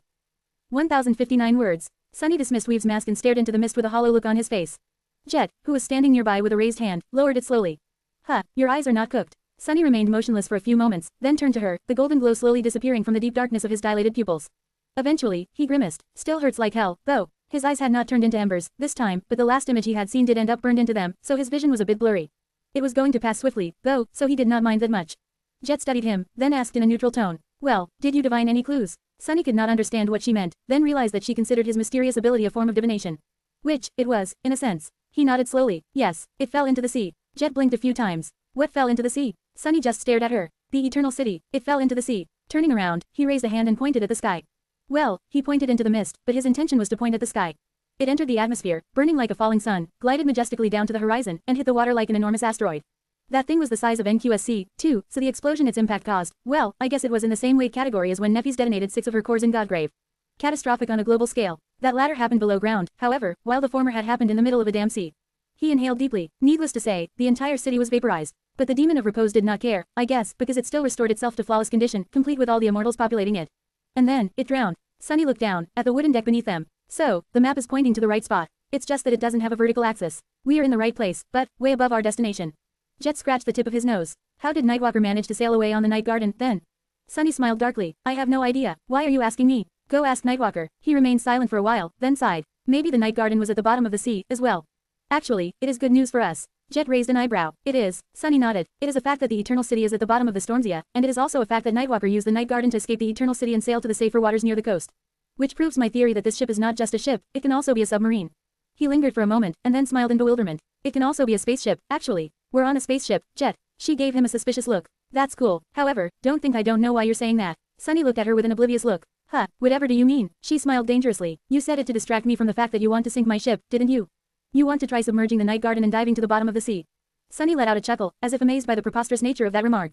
Then, he added in a small tone. Yes, Jet let out a long sigh. I'll give you that we can probably submerge the Night Garden by flooding the freshwater reservoir. However, your theory about the Aegis holding the water at bay is questionable at best, and completely unfounded at worst.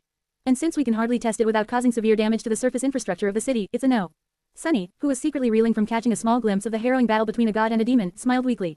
Who says that we can't test it? He commanded the shadows to rise, manifesting them into a miniature model of the Night Garden.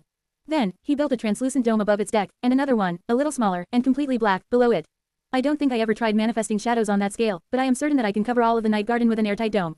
We will submerge the ship until its masts are underwater and see if the Aegis prevents the water from reaching that dome. If it does, we can descend further. If it doesn't, we simply surface again, send the Night Garden back to the coast, and venture to the bottom of the Stormzia by our lonesome, you and I. Jet still had a dubious expression on her face. Why are you so keen on taking the Night Garden to the Eternal City? Sunny hesitated for a few moments, then sighed. Because the dream spawn is on the moon. Jet raised an eyebrow. So oh. She fell silent for a moment, then gave him a calculating look. You're hoping that if we restore the Night Garden to its former glory, we will be able to attack that man before he attacks us. Sunny lingered for a while. It is one of the reasons, yes. I might not seem like it, but I am actually quite nervous about that guy. Ah, don't get me wrong, I am not worried that he'll be able to defeat me and Nefis. However, I am almost entirely certain that if he brings the fight to either the waking world or the dream realm, there will be a lot of collateral damage. A lot of it, if we take the fight to him, though, there are no civilians on the moon.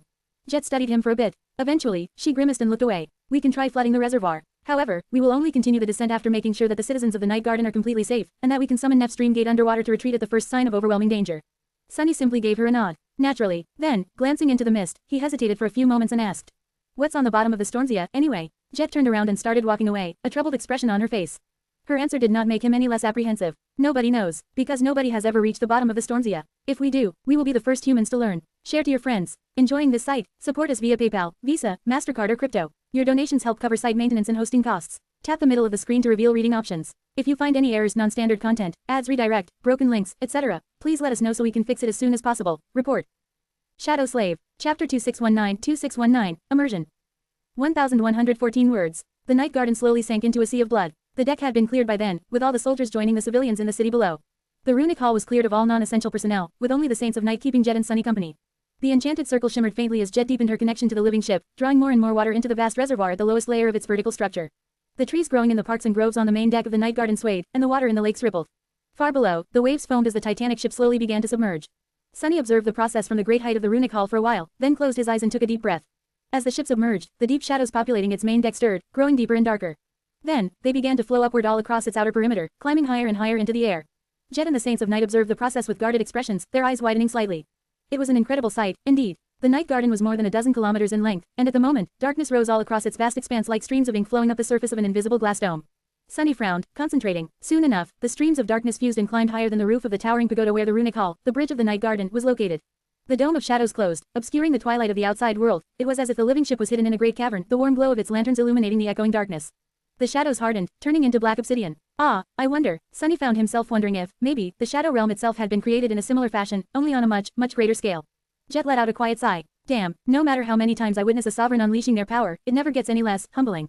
Sunny looked at her, suddenly curious about what Jet's own supreme power would be.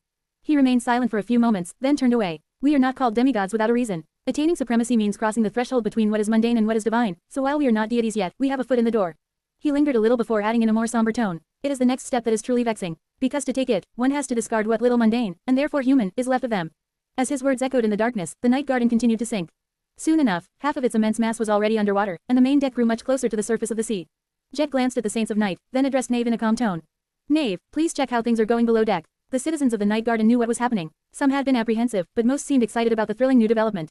Diving into a bottomless ocean full of eldritch abominations. Wasn't that an exciting change of scenery? Perhaps spending time on the indestructible living ship had made them feel too safe, but the denizens of the wandering city were quite a carefree bunch. As far as Sunny was concerned, they rarely showed the level of fear and anxiety one would expect from people living in the perilous waters of the Stormzea. But then again, Sunny could somewhat understand the strangeness of their mentality. After all, most humans were tied to their homes, and therefore to their cities. If danger arrived, they ultimately had no choice but to face it or succumb to it, since escaping was usually not an option. What would a citizen of NQSC do if some unholy abomination descended upon the city? Escaping into the wilderness was hardly an option, since it would mean dying of starvation, contaminated water, poisonous air, or simply the elements. Similarly, nothing but death awaited those who would want to flee Bastion or Ravenheart. But what if their city itself could turn around and flee from danger, taking them with it? That, Sunny thought, was a fundamentally less stressful way of life. So, he mentally patted himself on the shoulder for procuring himself a wonderful moving castle. Good job. Come to think of it, once Sunny became sacred, Mimic would probably be able to turn into something of a similar size to Night Garden. And while it did not possess many of the wondrous abilities that the living ship did, it had its own marvelous qualities. I should feed it well. In any case, many of the passengers of the Night Garden gathered in the sorceress' observation halls below the deck to watch the ship submerge, instead of hiding in their homes and praying to the dead gods. They could not see what was happening on the main deck, and the mist obscured most of the world, but still, once the surface of the sea drew close, they saw red waves breaking against the weathered hull of the living ship. And then, they were below the water. Moment of truth. The Night Garden finally submerged enough for the waves to wash over its main deck. Of course, the Dome of Shadows was protecting it at the moment, but depending on how the situation developed, Sunny would either ride the Night Garden comfortably into the depths or would be forced to dive into the abyssal darkness himself, protected by nothing except the onyx serpent shell. It's a pity I didn't kill old Tom. Summoning its shade would have been quite useful, considering the circumstances. While Sunny shivered at the memory of the gargantuan horror of the depths, the Night Garden fell deeper into the water. Finally, the waves closed above the Shadow Dome, and the tip of the main mast disappeared below the surface of the sea. For a while, tense silence reigned in the runic hall. Eventually, Jet asked in a hushed tone. Well, Sunny smiled, bone dry. The Shadow Dome had been built to be just a little bit smaller than the invisible aegis protecting the main deck of the Night Garden. So, if that mysterious barrier was not capable of holding water at bay, the water would have washed over the manifested shadows. However, not even a single drop touched the surface of the dome. Which meant that Sunny had been right. The aegis was indeed capable of allowing the Night Garden to dive into the sea. Jet let out a quiet sigh. She remained silent for a while, and then said in a neutral tone. I guess that means that we are diving into the abyss. Share to your friends. Enjoying this site? Support us via PayPal, Visa, MasterCard or crypto. Your donations help cover site maintenance and hosting costs. Tap the middle of the screen to reveal reading options. If you find any errors, non-standard content, ads redirect, broken links, etc., please let us know so we can fix it as soon as possible. Report. Shadow Slave. Chapter 2620-2620, Sequest. 1,155 words. The Night Garden continued to descend into the cold waters of the Stormzea. Sunny had allowed the Dome of Shadows to collapse into a torrent of flowing darkness and vanish, thus allowing Jet and the Saints of Night to see what was happening around the Titanic ship. It was a wondrous sight. There did not seem to be anything standing in the way of water, and yet it failed to wash over the decks of the Night Garden, as if pushed away by an invisible barrier. Strangely enough, that made Sunny feel like he was a fish locked in a colossal aquarium. Of course, an aquarium was supposed to keep aquatic forms of life alive on dry land, not the other way around. What is the opposite of an aquarium, though? A terrarium. It was probably a terrarium. His odd thoughts were interrupted by Jet, who looked around with a wary expression on her face and said, We will proceed slowly. Be ready to summon that dome back if the aegis begins leaking. Their initial success did not guarantee safety. After all, there could be a limit to what the invisible barrier isolating the surface decks of the Night Garden from hostile environments could do. Beyond that, they did not only have water to worry about, there was also pressure, oxygen, and a dozen other things that had to be accounted for in order to ensure the safety of all passengers. Personally, Sunny was sure that the Demon of Repose would have built and enchanted her ship properly, but he was all for taking all the necessary precautions. After all, demons were different from people. Who knew if they had even needed to breathe or cared about not the weight of an entire ocean resting on their shoulders? So, there was no harm in keeping a close eye on things. Soon, Ether and Bloodwave departed to perform various checks, leaving Sunny and Jet alone on the bridge. They watched the water flow upward past the Night Garden in silence, both secretly haunted by the memories of the tomb of Ariel. The sea around them was red, but the deeper the Night Garden descended, the paler its morbid hue became. Less and less light could penetrate the great mass of water, as well, so their surroundings were growing dimmer.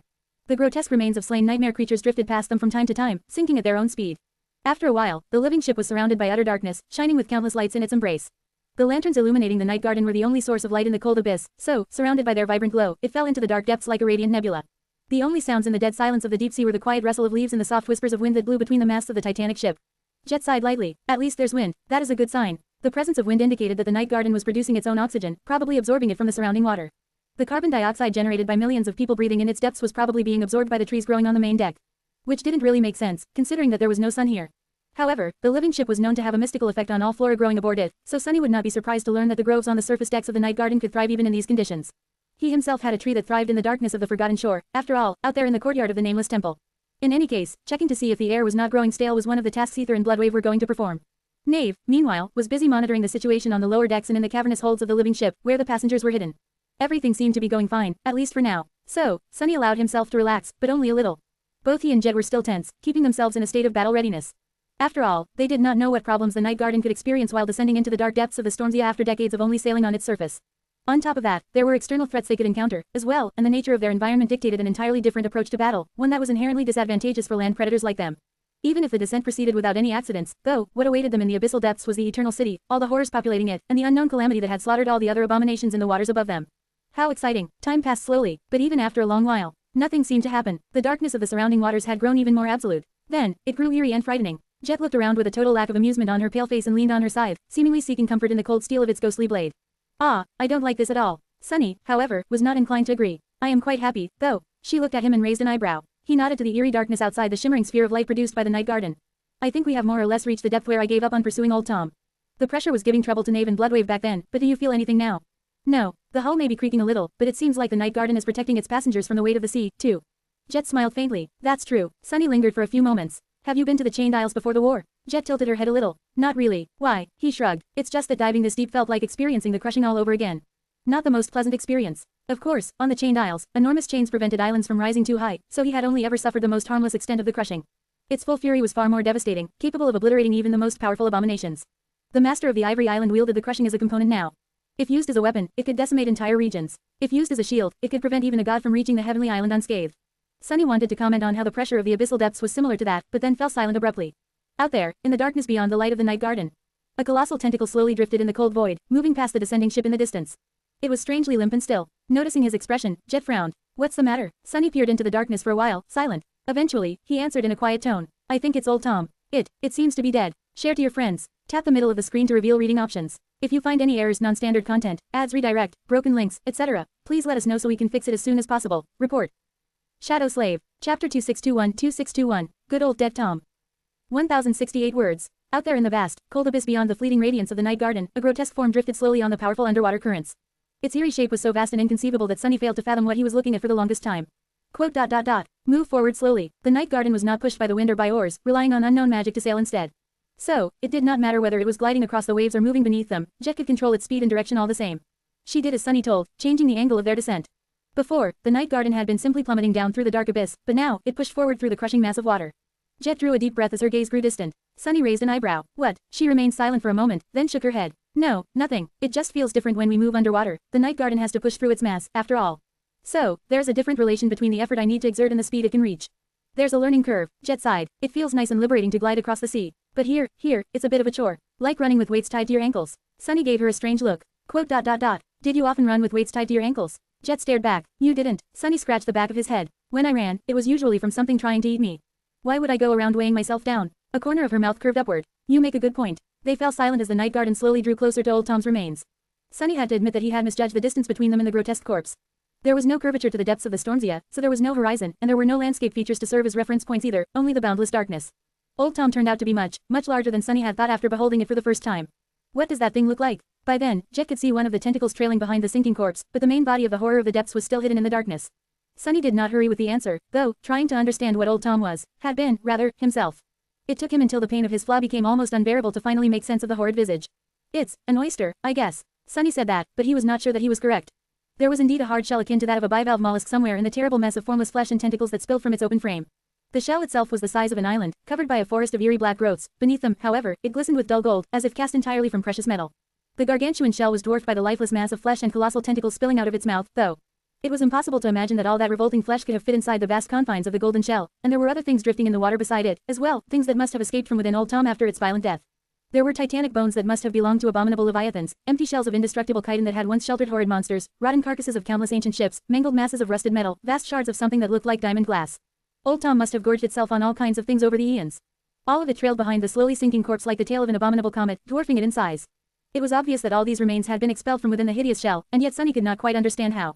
Their volume was far greater than the colossal shell. Eventually, he narrowed his eyes. I think that good old Tom wielded dimensional powers. There must have been a pocket dimension hidden inside its shell, a dark and terrifying hell that nothing could escape after being swallowed by it. Only it was destroyed when Old Tom died, so now its body, as well as everything it had failed to digest over thousands of years, is spilling out. If Old Tom had been able to fold space, Sunny could better understand how its tentacles were so impossibly long, as well. The night garden was close enough to the colossal shell and the vile mass of formless flesh protruding from within it for Jet to catch a glimpse of the trail of debris left in its wake, too. She moved the ship to the side, deftly avoiding a gargantuan tentacle, and then asked in a somber tone. What killed it, though? Sunny studied the unimaginable mess of Old Tom's flesh for a while, and then said quietly. Both halves of its shell are shattered, with jagged holes at the center. Judging by the positioning and the size of the holes, as well as the pattern of cracks spreading from them. He fell silent for a moment, and then added with a hint of unease in his voice. Old Tom was killed in a single strike. Something unimaginably powerful pierced its shell through and destroyed its, whatever it was that had kept it alive. Jet shivered. What the hell could have killed that thing in one blow? Sunny did not answer immediately. Eventually, however, he was forced to. I don't know. I don't think I could have, though. They both remained quiet after that as the night garden slowly sailed past the corpse of the eerie horror of the depths and moved deeper into the abyssal darkness of the Stormsia. Just as they were passing the terrible mass of flesh, Jet suddenly asked. Do you know what I'm thinking about? Sunny raised an eyebrow. No. She hesitated for a moment, then smiled faintly. I was thinking, if Old Tom is a sort of oyster. Do you think there's a pearl somewhere inside its shell? What would that pearl be? Sunny stared at her for a while, then shook his head energetically and looked away. I don't know, and I am sure as hell not climbing inside to find out. Laughing quietly, Jet led the night garden deeper into the abyss. Her laughter, however, did not mask a somber wariness that she felt. Sunny was wary, as well. Share to your friends. Enjoying this site? Support us via PayPal, Visa, MasterCard or crypto. Your donations help cover site maintenance and hosting costs. Tap the middle of the screen to reveal reading options. If you find any errors, non-standard content, ads redirect, broken links, etc., please let us know so we can fix it as soon as possible. Report. Shadow Slave. Chapter 2622-2622, Gaze into the 1,613 words. Although Sunny did not want to admit it, Old Tom's death had disturbed him quite a bit. It was not only because of the fact how vast and terrifying the remains of the ancient horror of the depths looked, and it wasn't even because of the fact that it had been killed. What disturbed him the most was the manner of Old Tom's death. Sunny was not entirely sure that he could have killed the immense creature. What he was sure about, however, was that he would not have been able to finish it off in one blow. But it had been. Old Tom had been crushed like an annoying pest. Knowing that there was something out there capable of doing something like that made him feel uneasy. That creature, whatever it was ahead of them in the race toward the Eternal City, so they would inevitably clash with it, in the end. Sunny could not help but wonder if he could withstand a similar blow. The answer he came up with was not very reassuring. The night garden continued its descent. It plummeted into the dark depths. And then deeper, deeper, and deeper still. The water had long started to behave strangely, and so did the world itself. At times, it felt like the very space was starting to bend and crack, crushed by the terrible pressure exerted by the vast expanse of the Stormsia. But mostly, everything around the living ship seemed terribly still. Sunny was not sure that even his supreme body would survive at this abyssal depth anymore. They did not encounter any nightmare creatures after sailing past the grotesque, enormous corpse of the old time, dead or alive. Perhaps even among the abominable horrors of the depths, very few dwelled in these unfathomable depths. Perhaps there was simply something special about the area where the Eternal City had drowned, repelling the abominations. In any case, the descent of the night garden was eerily quiet. At some point, Sunny and Jet found themselves talking simply to hear the sound of human voices. He shared his knowledge of obscure facts about the dream realm, while she told stories and anecdotes about her days of serving as a government enforcer. Eventually, however, even their voices failed to keep the suffocating silence at bay. Hours passed, slowly flowing into days. It seemed impossible that any body of water could be this deep, and yet the night garden continued to descend at great speed with no sign of the seabed in sight. The soldiers and the civilians were safely hidden below deck, so the only ones who had to face the absolute silence of the black abyss were Sunny, Jet, and the Saints of Night. If not for the rustle of leaves and the glow of the lanterns illuminating the night garden, they would have probably long begun to struggle mentally because of the unnatural lack of anything out there around them, in the darkness. It was easy to imagine people going mad from the mere, eerie absence of everything. Thankfully, they were too busy to lose their minds. Despite the draining monotony of the endless descent, Sunny and his companions had a lot to do. There were countless checks to be performed to ascertain the condition of the ship, as well as other measures to ensure that everything was going according to plan. Taught by the bitter experience of his previous 2 expeditions, Sunny was regularly testing the connection between himself and his other incarnations. He also kept sending mental messages to Cassie at set intervals, to make sure that nothing interfered with their link. As the night garden descended into the unfathomable depths, Cassie's voice slowly began to sound distant in his mind. However, it never disappeared altogether. One of the most complicated tasks they had to perform was to make sure that Neffys could still open her dream gate near the night garden despite the great mass of water separating her from it. Everything seemed to be fine in that regard, too, even if coordinating the tests was growing progressively more difficult because Neffys herself was in the middle of a dangerous expedition. The most persistent threat to Sunny so far was boredom. Leaning on one of the arches of the runic hall, he exhaled slowly and asked in a thoughtful tone. What do you think will happen if Neffys opens a dream gate between the Stormsia and somewhere like the Nightmare Desert, then pulls water in? Ether was controlling the living ship at the moment, while Jet was sitting on the floor and leaning her back against a pillar. She gave him an amused look. Wow, that's a great idea. Actually, that can be used as a weapon of mass destruction. Well, mass irrigation, at least. She fell silent for a few moments, then shrugged. I guess she would quickly run out of essence despite being supreme, considering the great volume of water that would be passing through her gate. A new sea might still appear in the area she decides to flood, though. Sunny whistled, already imagining where he would put a new sea. Jet, meanwhile, sighed. It has little practical use, however, because it would all be seawater. Otherwise, we might have been able to boost agriculture in several desolate regions of the dream realm by now. Ether, who had been silent until then, suddenly spoke. Or she could pour it into a volcano. Both Jet and Sunny looked at him in surprise. What? Why? Ether coughed in embarrassment. Oh, it's just, the explosion would be quite spectacular. I read that was how the Minoan civilization had disappeared. Sunny blinked a few times. He did not know what the Minoan civilization was, and why its supreme had decided to pour a sea into a volcano. But more importantly, you really think that Nephis needs new ways of producing spectacular explosions? Ether blushed. Ah, I did not think about that. He wanted to say something else, but at that moment, Sunny's expression changed. Stop the ship, slow it down, quickly. Jet tensed, while Ether looked at him in surprise. Then, the runic circle shimmered slightly, and the rate of the Night Garden's descent slowly started to decline. Torrents of water were expelled from the reservoir, and for a few brief moments, the living ship was surrounded by small, fleeting flashes of light. Those were bubbles of air bursting from the obliterating pressure. Jet jumped to her feet. Official source's novel fire net. Did you sense something? Sunny remained silent for a while, then nodded. Yes, I think, I sense the bottom of the sea. Indeed, his shadow sense had perceived something solid far below the Night Garden, a vast, never-ending plain of solid ground. In fact, it seemed that the Stormzia did have a bottom, after all. And they were about to reach it. Soon enough, the Night Garden came to a stop, hovering just a few hundred meters above the ground. Knave and Bloodwave had joined them at the bridge by then, and all of them stared down with stunned expressions. Eventually, it was Knave who spoke first. It's flat. Sunny nodded slowly, confirming that it indeed was. Below them, a perfectly flat surface stretched in all directions, with nothing at all rising above it even by a centimeter. There was no seaweed or coral, no dirt, no anything, just an endless expanse of flawlessly smooth, glistening glass. Or at least of something that looked like glass. It was as if they were somehow pulled into a video game where a level failed to render, or maybe had fallen through the map. The bottom of the Stormzia looked like a placeholder excuse of proper geometry. A glaring error in the usual messiness of the natural world. Sunny looked closer and realized that the floor of the vast sea was not actually black. Instead, it was simply perfectly transparent, but this odd glass-like material stretched so far down that there was nothing beneath it except the lack of light. What is this? His voice was full of bewilderment. After a long stretch of silence, Ether answered in a calm tone. It's water. They all looked at him, failing to understand what he meant. Ether hesitated for a moment, then explained. Under extreme pressure, water changes from a liquid to a solid state. And the solid state of water is ice. Only it can't become ordinary ice here, since it can't expand to form its molecular structure due to the pressure. So, it can only become a solid with a denser crystal lattice, a kind of crystal comparable to diamond in hardness. That is what we're looking at. He smiled faintly. So the Stormzia doesn't really have a bottom. It's just that its waters turn solid under their own weight here. Sunny stared at Ether for a few moments, then looked back at the flawlessly flat plane of glass-like surface below them. Eventually, he shook his head. That's creepy. I can't help but feel like something is going to stare at us from below this endlessly vast, infinitely thick, perfectly transparent crystal seal.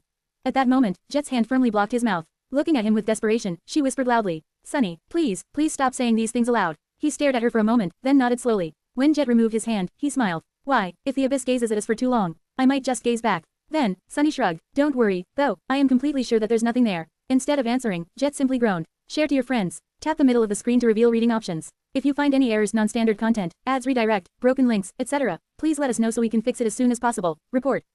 Shadow Slave. Chapter 2623-2623, Light in the Abyss. 1,000 words. The Night Garden glided above the vast expanse of dark glass, pushing through the cold crushing abyss of unfathomable depths. The light of its lanterns glistened in the smooth black surface, and a faint reflection of the living ship traveled below it, as if the Night Garden was being pursued by its ghost. After the first hour or so, the novelty of the flawlessly flat plane of smooth glass had grown old. From time to time, eerie shapes appeared from the darkness and slowly drifted past the living ship. Those were the remains of beings and things that had sunk to the bottom of the Stormzia throughout the eons, and were too durable to be destroyed even by its impossible pressure. There were gargantuan bones, broken frames of ancient ships, and unrecognizable ruins. At some point, the hands of a colossal statue revealed themselves from the lightless void, outstretched toward the distant surface. They were followed by an immense face, its features long erased by the passage of time, and the broken lines of a shattered crown. Sunny and his companions observed the titanic statue in silence. Eventually, he sighed and shook his head. What was it with the people of the dream realm and enormous statues? It's almost impossible to go anywhere here without stumbling on at least 1 or 2, or 7. Knave, who had returned to the bridge, shrugged. Maybe it's because many of those people were giants themselves. Jet, who had been resting by a pillar, opened her eyes and gave them a quiet look. It is simply because they could. They could afford to spend time and resources on creating majestic statues, so they did. They did not need a reason other than that, because they had not been born in a dying world being consumed by an apocalyptic war, like we were. Her calm words ushered in a somber silence, and soon, the colossal statue disappeared into the darkness behind them. The Night Garden moved aimlessly, searching for the eternal city. Sunny had cast his shadow sense as far as he could, trying to find its ruins. Jet and the Saints of Night, meanwhile, were preparing for battle. Where are you? Sunny hated to admit it, but the long period of tense anticipation was starting to negatively affect his mental state. Entire days spent in a state of battle readiness, surrounded by utter darkness and suffocating silence, had tired him. The fact that nothing had happened was only making him more frustrated. And if he felt that way, then Jet and the Saints of Night were probably worse off. Well, maybe not Jet. After all, she had always seemed relaxed and comfortable in any environment, no matter the circumstances. Now, too, it looked like she was taking a nap without a care in the world. One of her eyes opened as soon as Sunny suddenly rose to his feet, though. Looking ahead, he remained silent for a moment and then smiled darkly. Found it. Out there, countless kilometers away, he felt a vast mass of shadows being cast on the bottom of the Stormzia. His perception of them was muddied and unclear, but he perceived at least several towering structures resting on the black glass. Sunny looked at his companions. Quote, We found the Eternal City. The Eternal City had let itself be known long before they could see it. At first, Sunny thought that his eyes were playing a trick on him, but then he had to admit that what he saw was true. Out there, far away in front of them, the absolute darkness of the abyssal depths was chased away by pale light. The distant radiance illuminated the great mass of water, resembling the auroras he had seen in Antarctica. That was the great lighthouse of the Eternal City shining from the bottom of a boundless sea, still intact even thousands of years after the Demon of Repose, its supposed creator, had perished. That radiance had served as a beacon for those traveling through the cold darkness of the black skies. Now, it was a guiding light for those traversing the crushing black abyss of the lightless depths. It's a bit crazy, isn't it? Jet gave him a brief look. What is? Sunny shook his head in bewilderment. That place, the Eternal City, it survived the wrath of Storm God, fell from space, crashed into the ocean, and spent thousands of years enduring the crushing pressure on the bottom of the sea. And yet, it still seems to be intact. He let out a chuckle. That's one hell of a building standard. She smiled, then sent the night garden forward. Gradually, the distant radiance drew closer. The living ship moved toward its source, slowly coming into view of the drowned city. Soon enough, Sunny saw the vast ruin laying on the endless smooth expanse of black glass, illuminated by the light of its silver spires. Only he wasn't sure that the Eternal City could be called a ruin. It seemed to be completely intact and in pristine condition, after all. Beautiful silver spires rose above the endless expanse of black glass, emanating radiant light. Smaller buildings made from stone stood between them, with streets, squares, and vast parks. The Eternal City seemed to be protected by an aegis of its own, similar to the night garden. A colossal dome surrounded it, preventing the water from drowning the streets. The entire city seemed to be separated into dozens of large islands, with roaring rivers flowing between them at great speed. At the heart of it, a magnificent palace, or maybe a temple, towered above the landscape. The Eternal City was vast, easily competing in size with Bastion, Ravenheart, and NQSC, so Sunny could not discern the details of the palace. And that was not what he was paying attention to, anyway. Crazy, it's absolutely crazy. His expression turned somber, because out there, on the streets of the Eternal City, he sensed something else. Countless shadows were moving there, shadows that belonged to living beings. It seemed that just like the buildings, the immortal citizens of the fallen city had been restored to pristine condition as well. Share to your friends. Enjoying this site? Support us via PayPal, Visa, MasterCard or crypto. Your donations help cover site maintenance and hosting costs. Tap the middle of the screen to reveal reading options. If you find any errors, non-standard content, ads redirect, broken links, etc., please let us know so we can fix it as soon as possible. Report. Shadow Slave. Chapter 2624-2624, Eternal City. 988 words. Jet's icy blue eyes turned even colder as she regarded the distant forest of silver spires. She inhaled deeply, and then said in a dark tone, I smell nightmare creatures. Sunny looked at her silently. His shadow sense could not reach deep into the dome surrounding the Eternal City, but he could still perceive some things. After lingering for a few moments, he smiled. Well, I have a bit of news. There's bad news, and worse news. Which do you want to hear first? She looked at him with no amusement in her eyes. Ah, I'll have the bad news first, please. Sunny nodded. The city is full of powerful beings. There are hundreds of thousands, if not millions, of them crawling all over its streets. The Saints of Night looked at each other with unease. Jet, however, remained unperturbed. What's the worst news, then? Sunny sighed and looked at the silver lights of the distant city. Was he imagining it, or were they painted ghostly green in a particular area? He grimaced. It seems like the Dutchman has already made landfall. I think some of those countless living beings are currently engaged in a battle against its wraiths, out there on the outskirts of the city. It was nice to imagine that the civilization of the Eternal City had survived, and was currently repelling the invasion of abominable specters. However, Sunny had little hope of finding a city full of ancient, enlightened immortals. Things never went that way in the dream realm, after all, and Nightwalker had described the Eternal City as nightmarish on top of that. So, it was most likely a situation where one horde of abominable horrors was fighting a different, even more horrifying one. They were going to find out the truth soon enough. There was another anomalous zone on the other side of the city, too. That one, however, was different. If the battle between the Wraith Fleet and the denizens of the Eternal City was expressed through a cacophony of motion, even if ghosts did not cast shadows, the beings fighting them did, that area stood out because of the total lack of movement. As if every living being there had already been obliterated. Sunny could only sense the very outer reaches of the Eternal City, so he could not say more. However, that alone was enough to make a few conclusions. The Dutchman had arrived earlier than they, and its forces had already established a foothold within the dome. Currently, they controlled one of the outer islands and were staging a fierce attack to push deeper into the city. Jet frowned. So, what do you suggest we do? Join the fray? Sunny hesitated for a few moments, then shook his head. Facing the Dutchman is already bad enough, but facing it in a legion of unknown abominations at the same time is even worse. And why should we? This is a large city. We can just as easily land on the other side of it and see who can conquer it faster. Then, we will have far more information and a chance to earn a territorial advantage before clashing with the Dutchman's forces. Ideally, the Wraith Legion would have been wiped out by then, and they would only have to deal with the other eerie horde of horrifying abominations. That, and the unknown being that Sunny suspected of being somewhere out there, inside the dome. The third contender, whatever that thing was, Old Tom's killer, unless it was the captain of the Dutchman who had finished the malevolent oyster off. Sunny looked at the vast expanse of the night garden, then added. Plus, our primary goal right now is to find the wharf that can repair the night garden. It should be somewhere on the outer rim of the Eternal City, so let's sail around it and see. We can make further plans after securing a safe stronghold for our ship. Suppressing a feeling of urgency, they slowly sent the night garden circling the Eternal City from a distance. As the living ship moved through the abyssal depths, Sunny managed to explore the fallen city a bit better. It was strange, his shadow sense could easily pass through the aegis of the night garden, and it seemed to be able to penetrate the dome of the Eternal City as well. But not too far beyond the invisible barrier, his senses betrayed him, as if something else was stopping them. Those things inside the city, what do they look like? Sunny turned his head, remained silent for a few moments, and then answered Jet with a hint of uncertainty. I can't actually see them. I can only sense their shadows. And their shadows, well, outwardly, they seem like human shadows. They had 2 legs, 2 arms, and 1 head, at least. However, there was something profoundly disturbing about the shadows of the immortal denizens of the Eternal City. Sunny could not describe what exactly alarmed him, but he sensed a subtle, unnerving wrongness about them. I think I see the wharf. Eventually, Nave's voice distracted him from his unease. Looking forward, Sunny saw a massive structure protruding from the dome of the Eternal City. Before it, however, a massive steel was forcefully thrust into the black glass just outside the invisible barrier, with a net of jagged cracks marring the smooth surface around it. Sunny did not know what strength one had to possess to actually shatter the bottom of the Stormsia, but the sigh of it made him shiver. What, as the night garden drew closer and its light fell onto the surface of the towering steel, he could vaguely discern runes carved into its surface. They were written on the outward side of the steel, facing the boundless expanse of the Stormsia. The script was strange, but he could still somewhat translate it. Sunny exhaled slowly as he read the words written on the stone steel. As he did, his eyes trembled slightly. The runes read, "I am Darren, the Serpent King. Heed my warning, wanderer. Turn back, there is no salvation from eternity. And no respite from its bond. Beyond this line, lies hell. Share to your friends. Tap the middle of the screen to reveal reading options. If you find any errors, non-standard content, ads redirect, broken links, etc., please let us know so we can fix it as soon as possible. Report." Shadow Slave, Chapter 2625-2625, Titanic Wharf. 1,181 words. Jet and the Saints of Night studied the runes, their expressions turning somber. The spell must have provided them with a better translation than Sunny's own, but he was reasonably confident in his interpretation.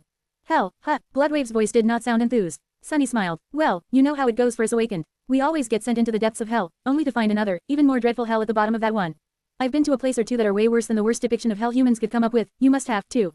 Bloodwave grunted in solidarity. Still, sounds quite ominous. Sunny had no retort to that. He remained silent for a bit, then sighed. So Darren visited the Eternal City as well. Nave was looking at the towering steel with an expression that betrayed a hint of reverence.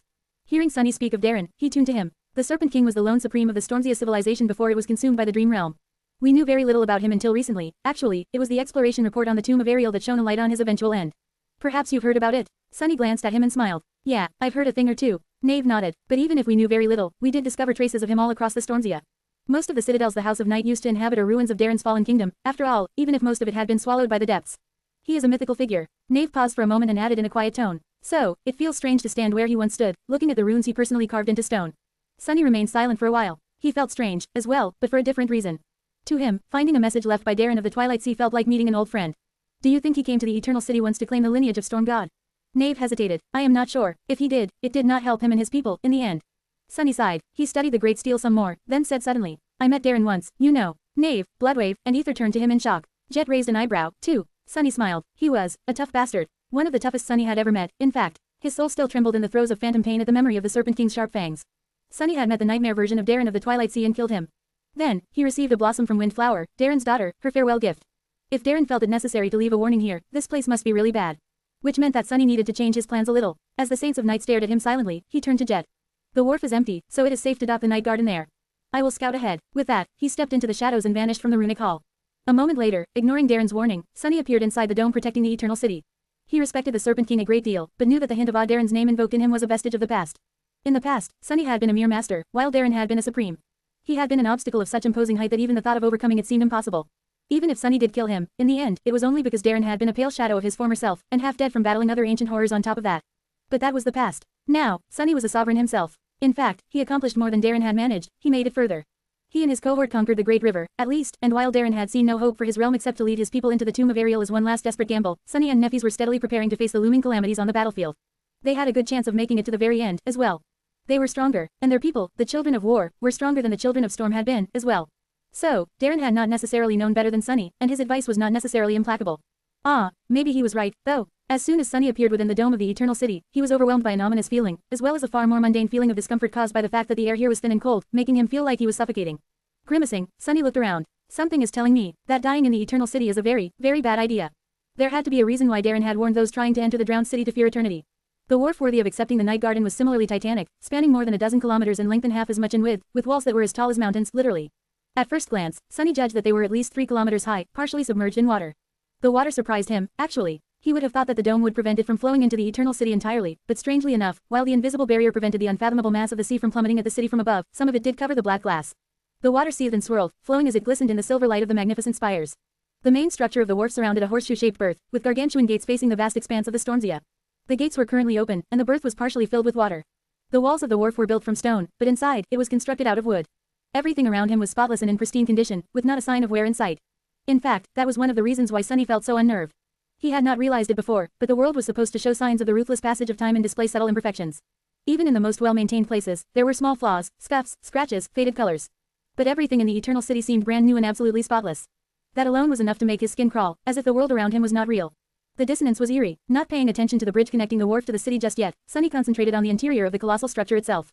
Just as he had perceived before, it was entirely empty, with no movement and no living shadows anywhere in sight, or hidden from view. That's good, I guess. As Sunny turned to face the brilliant lights of the Eternal City, the bow of the night garden pierced the veil of the invisible barrier behind him. After thousands of years, the living ship returned to the place where it had been born. Share to your friends. Enjoying this site? Support us via PayPal, Visa, MasterCard or crypto. Your donations help cover site maintenance and hosting costs. Tap the middle of the screen to reveal reading options. If you find any errors, non-standard content, ads redirect, broken links, etc., please let us know so we can fix it as soon as possible. Report.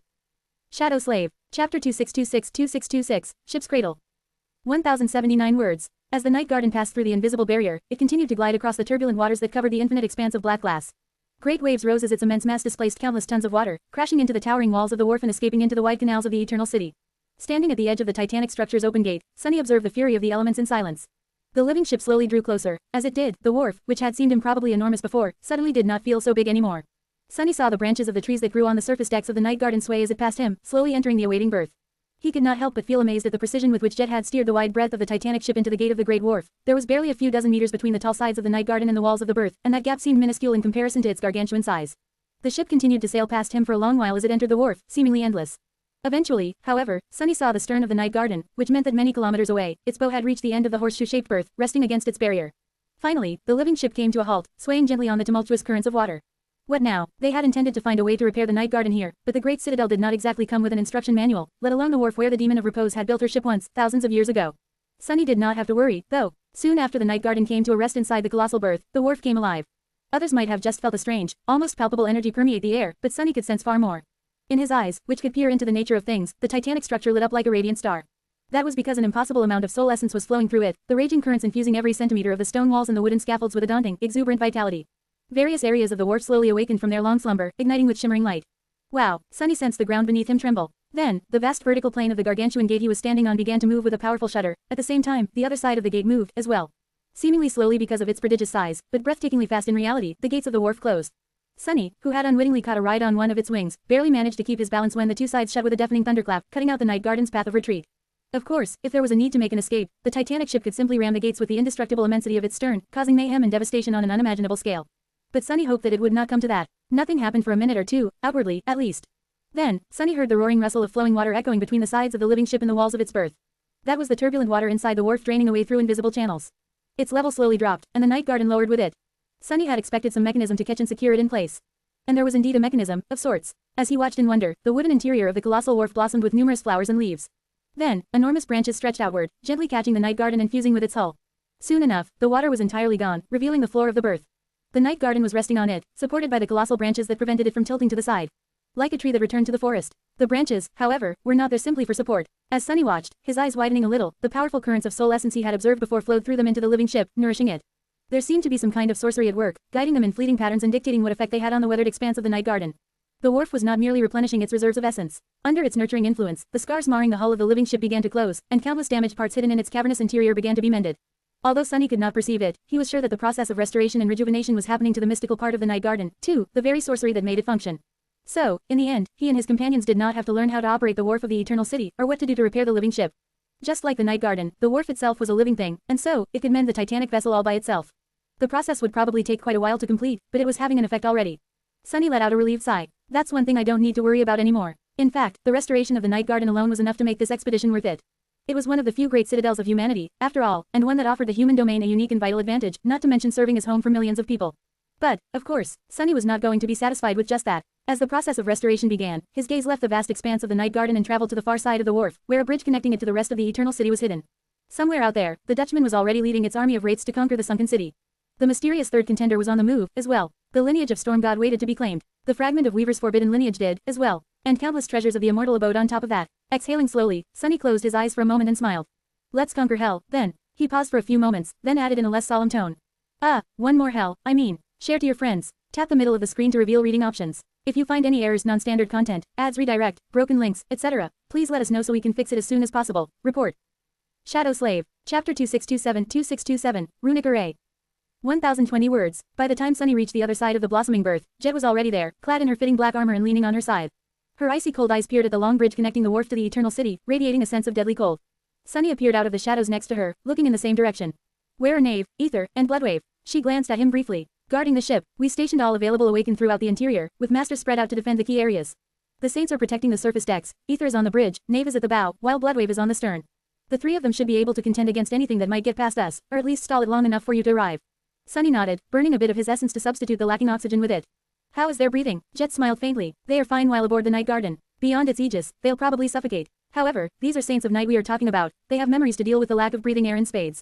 So you don't have to worry about them. Sunny studied her for a moment. What about you? Jet gave him a stare. I am dead. What do I need air for? Sunny coughed. Jet usually breathed like any normal human, when she was not low on essence, at least, and her body metabolized oxygen like any other body would.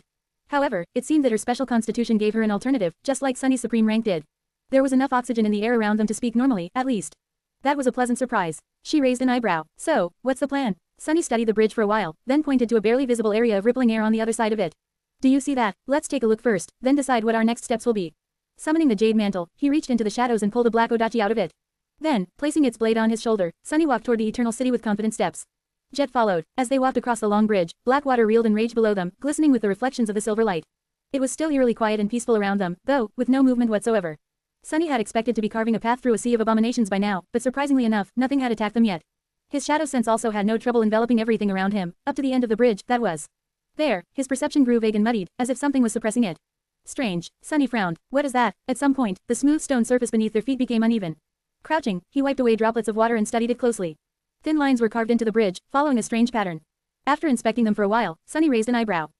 Runic array. Indeed, there were countless runes carved into the stone bridge, forming a complicated enchantment. Sunny was not as knowledgeable about runic sorcery as Cassie was, but he did know the basics. There was no need to test his modest mastery, though, since he could simply ask the master. Cassie. They continued on their way, observing the endless weave of mysterious runes. Eventually, Cassie saw enough to offer her opinion. This is an auxiliary enchantment, way beyond what I could accomplish, but still only a small part of a larger array. Sunny tilted his head a little. What does it do? There was a long pause, and then Cassie's voice resounded in his mind. It was quiet and distorted, as if reaching him from a great distance but still discernible. It maintains the existence of these runes, as well as of the main enchantment that is situated somewhere else. Well, rather, it prevents the innate sorcery of the Eternal City from erasing the runes by restoring the surfaces they are carved into to a pristine condition. Sunny narrowed his eyes. What does the main enchantment do, then? Cassie's quiet, melodious laughter resounded in his head. That I do not know. I would have to read it first, wouldn't I? Sunny sighed. By then, they had almost reached the end of the bridge. Stopping, he remained motionless for a bit and then raised his head to study the anomaly they had noticed from the walls of the wharf. Jet let out a whistle. I'll be damned. Sunny tended to agree. There, in front of them, a subtle rippling of the air betrayed the existence of an invisible barrier. There was another dome inside the aegis protecting the Eternal City, covering most of the city. It was very much like the shadow dome he had created to see if the night garden could submerge into the water, almost as vast as the primary one, but not quite, acting as a second layer of protection. Here, the foundation of the Eternal City was exposed, towering above the restless waters as dark cliffs. And on those cliffs, enormous runes were carved into the stone, extending in both directions as far as the eye could see. Almost as if they encircled the entire city. There was something quite familiar about how those runes were carved into the base of the Eternal City, as well. The way they looked was almost exactly the same as Darren's message on the Great Steel looked, only on a much larger scale. This is the main enchantment. I think I know what its purpose is. Sunny remained silent for a long while, looking at the rippling barrier of the secondary dome. He smiled darkly. I think I know, as well. Jet gave him a questioning look. Looking up at the endless mass of water looming over their heads, Sunny said. The first barrier is created by innate sorcery of the Eternal City, divine sorcery of the Demon of Repose. Its purpose is to keep things out. Then, he looked down at the great runes carved into the ancient stone. The second barrier is a complicated runic array, much like the runic array that protected Twilight. It was created by the Serpent King. His expression darkened, and its purpose is to keep things in. Share to your friends. Tap the middle of the screen to reveal reading options. If you find any errors, non-standard content, ads redirect, broken links, etc., please let us know so we can fix it as soon as possible. Report. Shadow Slave. Chapter 2628-2628, A Warm Welcome. 1,152 words. Jet studied the wall of subtly rippling air in front of them and the pristine streets beyond it, then rested her side on her shoulders in a relaxed pose. Well, that explains why nothing has attacked us yet. She approached the barrier created by the Serpent King, stopping only a few centimeters away from it, then took a few steps along its nearly invisible surface. Seems like he was really wary of what hides inside the city, huh? Sunny shrugged. I guess. Jet remained silent for a few moments, then asked in a calm tone. More importantly, if this barrier prevents things from escaping the Eternal City, wouldn't we get trapped if we pass through it, as well? That was what Sunny was thinking about, too. He frowned. Nightwalker escaped it before, so there must be a way. Or maybe a condition sorting those who can leave, and those who can't. He sighed and shook his head. It does not matter, anyway. Anything that Darren created, I can destroy. It might take some time, though, if we do need to destroy this barrier in order to escape, not to mention that I would not feel right getting rid of it before whatever he was wary of is dealt with, or at least contained in some way. Jet looked at him with dark amusement. Oh, what makes you so confident in your ability? Sunny simply shrugged. The fact that destroying something is always easier than creating it. Both Darren and Sunny were supreme, and both were powerful sorcerers. So, with all other things being equal, he was confident in his ability to dismantle the runic array Darren had created, given time. Jet looked back at the invisible barrier. I guess we are going inside, then. Sunny grimaced. Well, yes, but first, we might want to. Wait, what are you doing? Before he could even finish the sentence, Jet took a step forward and passed through the barrier. Then, she turned around and looked at him with a smile. What? Sunny stared at her, aghast. What do you mean, what? How could you just go and enter a mysterious magic barrier designed to trap living beings for all eternity? She shrugged. Didn't you say that you can easily destroy it? Sunny suppressed the impulse to grab his head. I say a lot of things. She laughed. That you do. She fell silent, studied the surrounding buildings for a few moments, then sighed and took a step back. Sunny tensed, but Jet seemed to pass through the barrier and return to the bridge with no issue. Still resting her arms on the shaft of the scythe, she rolled her shoulders and shook her head. My guess would be that the Serpent King was unwilling to let the immortals who had populated the Eternal City escape into the Twilight Sea. After all, there is no worse combination than immortality and corruption. So, this barrier probably prevents anything that died and was restored by the city from leaving its boundary. Sunny took a few deep breaths. What if your theory turned out to be wrong? Jet shrugged. Then I would have asked you to get me out. Better yet, I'd ask Knave to aim those scary cannons you so graciously crafted for me at the runes carved into the foundation of this place and blast a few dozen of them off the face of the earth. I am pretty sure that would have dealt with this runic array, too. Sunny sighed. I guess that works. With that, he walked past Jet and entered the barrier, too. As he passed it, an unpleasant feeling momentarily overwhelmed his senses. It was as if something cold and unfeeling was inspecting the depths of his being, searching for an unknown sign. Then, it brushed against Weaver's lineage and recoiled, retreating in fright. Sunny found himself standing near the mouth of a wide street. On both sides of him, ornate buildings rose into the darkness, with black water glistening with reflections of silver light as it rolled above him where the sky was supposed to be. The street was clean and empty, with beautiful sculptures lining the facades of the nearest buildings. Jet crossed the barrier for the second time and looked around. It doesn't seem so bad, actually. Sunny took a few steps forward, then frowned and looked at the entrance of one of the buildings. His shadow sense was still somewhat suppressed, but he could feel a presence there. Come out. There were a few moments of silence, and then he heard the sound of light steps. A young man walked out of the buildings, walking toward them unhurriedly. At first glance, he was just barely past the age when one would become a sleeper, wearing a free tunic woven out of flowing, luxurious fabric. His features were soft and harmonious, beautiful enough to mistake him for a saint, and his glistening hair was held in place by an exquisitely decorated band of silver. He did not seem armed, and a faint smile was playing on his lips. Walking to the middle of the street, the beautiful youth stopped and turned, looking at them with a strange, curious expression. Jet quietly removed her scythe from her shoulders, grasping it tightly. Oh, hell, Sunny almost took a step back, because when he peered into the soul of the striking young man, what met him was a vast ocean of vile, boundless darkness. The youth opened his mouth, as if wishing to welcome them to the Eternal City. What escaped his mouth, however, were no words. Instead, it was an avalanche of grotesque, pulsating, hungry flesh. A dozen long tendrils ending with sharp spikes shot toward Sunny with such speed that he barely had time to react. Still, he managed to put his odachi in the path, only to feel it shatter from the impact, not offering the fleshy tendrils any resistance. A split second later, the spikes were about to pierce his head. Sunny dissolved into shadows, leaving them whipping furiously through the air. The stone plates of the wide street exploded into a hurricane of sharp shards, and the nearest facade collapsed into a cloud of dust when one of the tendrils brushed against it in passing. Jet's scythe flashed, severing another. She moved with graceful ease, dodging the deadly attack by a hair's breadth. In the next moment, Sunny stepped from the shadows behind the monstrous youth and calmly beheaded him with the reformed blade of his odachi. Red blood spluttered on the stone rubble, and the corpse of the young man fell to his knees while his head rolled a few steps, dragging the limp tentacles behind it. Curses. Sunny watched as the headless corpse slowly toppled to the ground. Jet did not relax, glancing at him briefly. What's with that expression? He hesitated for a moment. It's because there was no new shade in his soul. See. I don't think that thing is dead. Just as he said those words, the headless body stirred and floated into an upright position. The grotesque tendrils protruding from the mouth of the severed head, meanwhile, twitched and moved, raising it a dozen meters above the ground like long, abominable legs. The youth's eyes peered at Sunny with the same innocent, mild curiosity. He shivered. Damnation. Share to your friends. Tap the middle of the screen to reveal reading options. If you find any errors, non-standard content, ads redirect, broken links, etc., please let us know so we can fix it as soon as possible. Report. Shadow Slave. Chapter 2629, Corrupted Immortal. 1054 words. There were deadly beings out there, in the dreadful reaches of the ruthless and broken world, and then there was the Lord of Shadows, Sunless, the Sovereign of Death. Among those who were just one step behind him, Soul Reaper Jet was perhaps the most lethal. She was definitely the most feared, and for a good reason. Few could survive her insidious aspect and deathly resolve. So, it was no exaggeration to say that when the two of them decided to fight side by side, there was hardly a more deadly duo than the Lord of Shadows and Soul Reaper. And yet, they failed to kill the eerie abomination that had welcomed them to the Eternal City. The battle was swift, but furious. Several blocks of the sunken city had been reduced to rubble as Sunny and Jet fought the monstrous youth, or, rather, the grotesque abomination that wore the exquisite face of a human youth. The ancient buildings toppled, and the stone canvas of the roads exploded into an avalanche of jagged shards. The silence of the empty streets was vanquished by the roaring clamor of a terrifying battle, and the beautiful landscape of the ancient city was replaced by a scene of total devastation.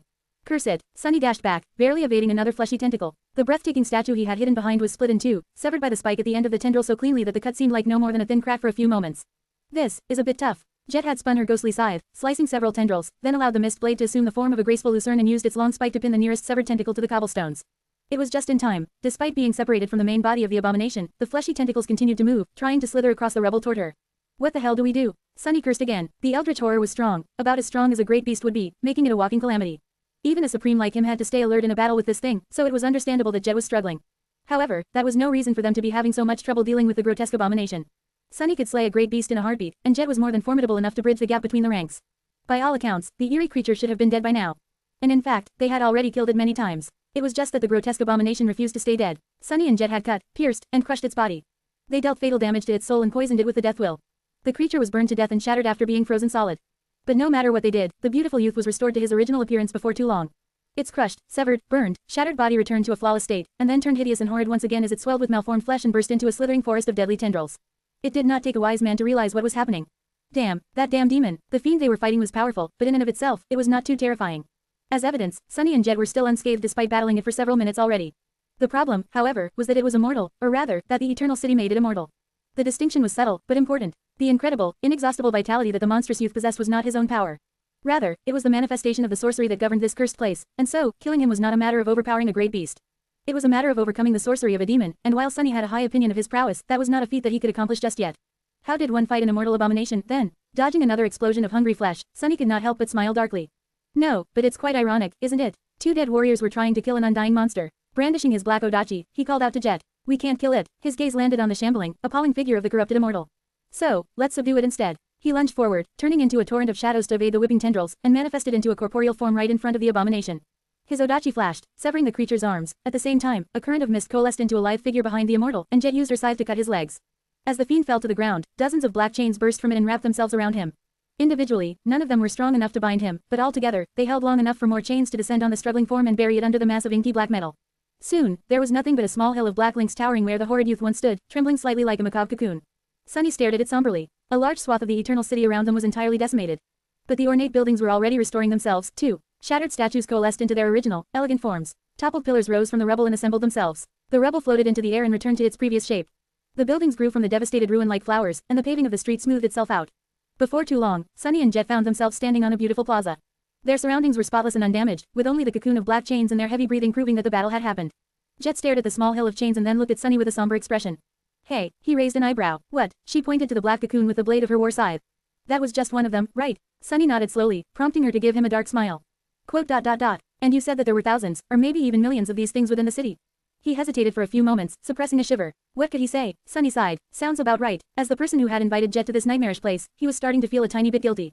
Share to your friends. Enjoying this site? Support us via PayPal, Visa, MasterCard or crypto. Your donations help cover site maintenance and hosting costs. Tap the middle of the screen to reveal reading options. If you find any errors, non-standard content, ads redirect, broken links, etc., please let us know so we can fix it as soon as possible. Report. Shadow Slave. Chapter 2630. This much. 1,133 words. Sunny did not want to admit it, but he was troubled. The battle had been intense, and the enemy was powerful, but that was not the reason for his unease.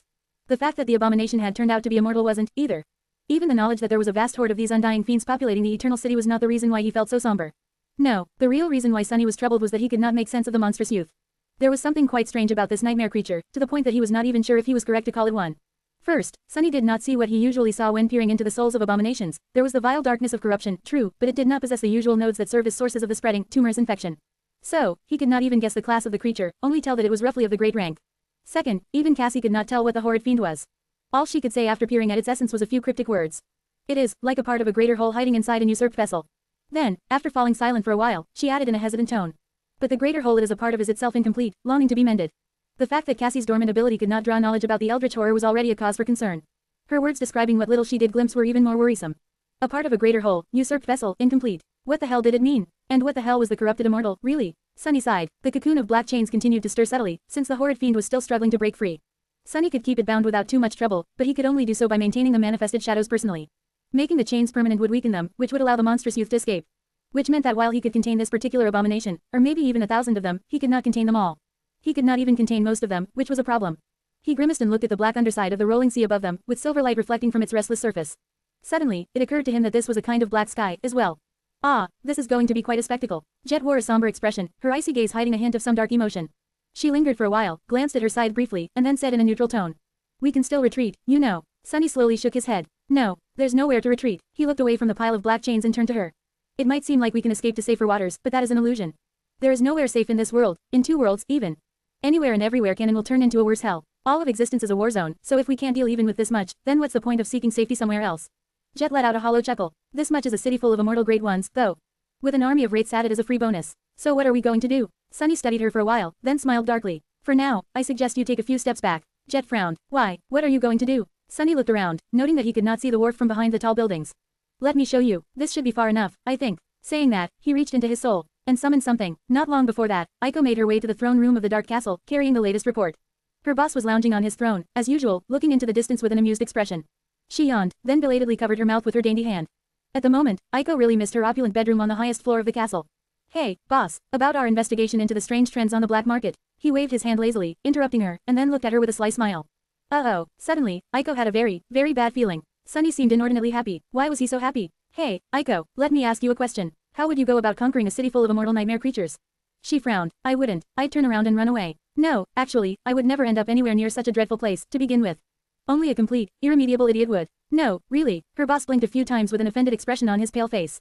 Hey, that's harsh. Aiko suppressed the desire to palm her face. Wait, that was not a hypothetical question. Where the hell did you find a city full of immortal abominations?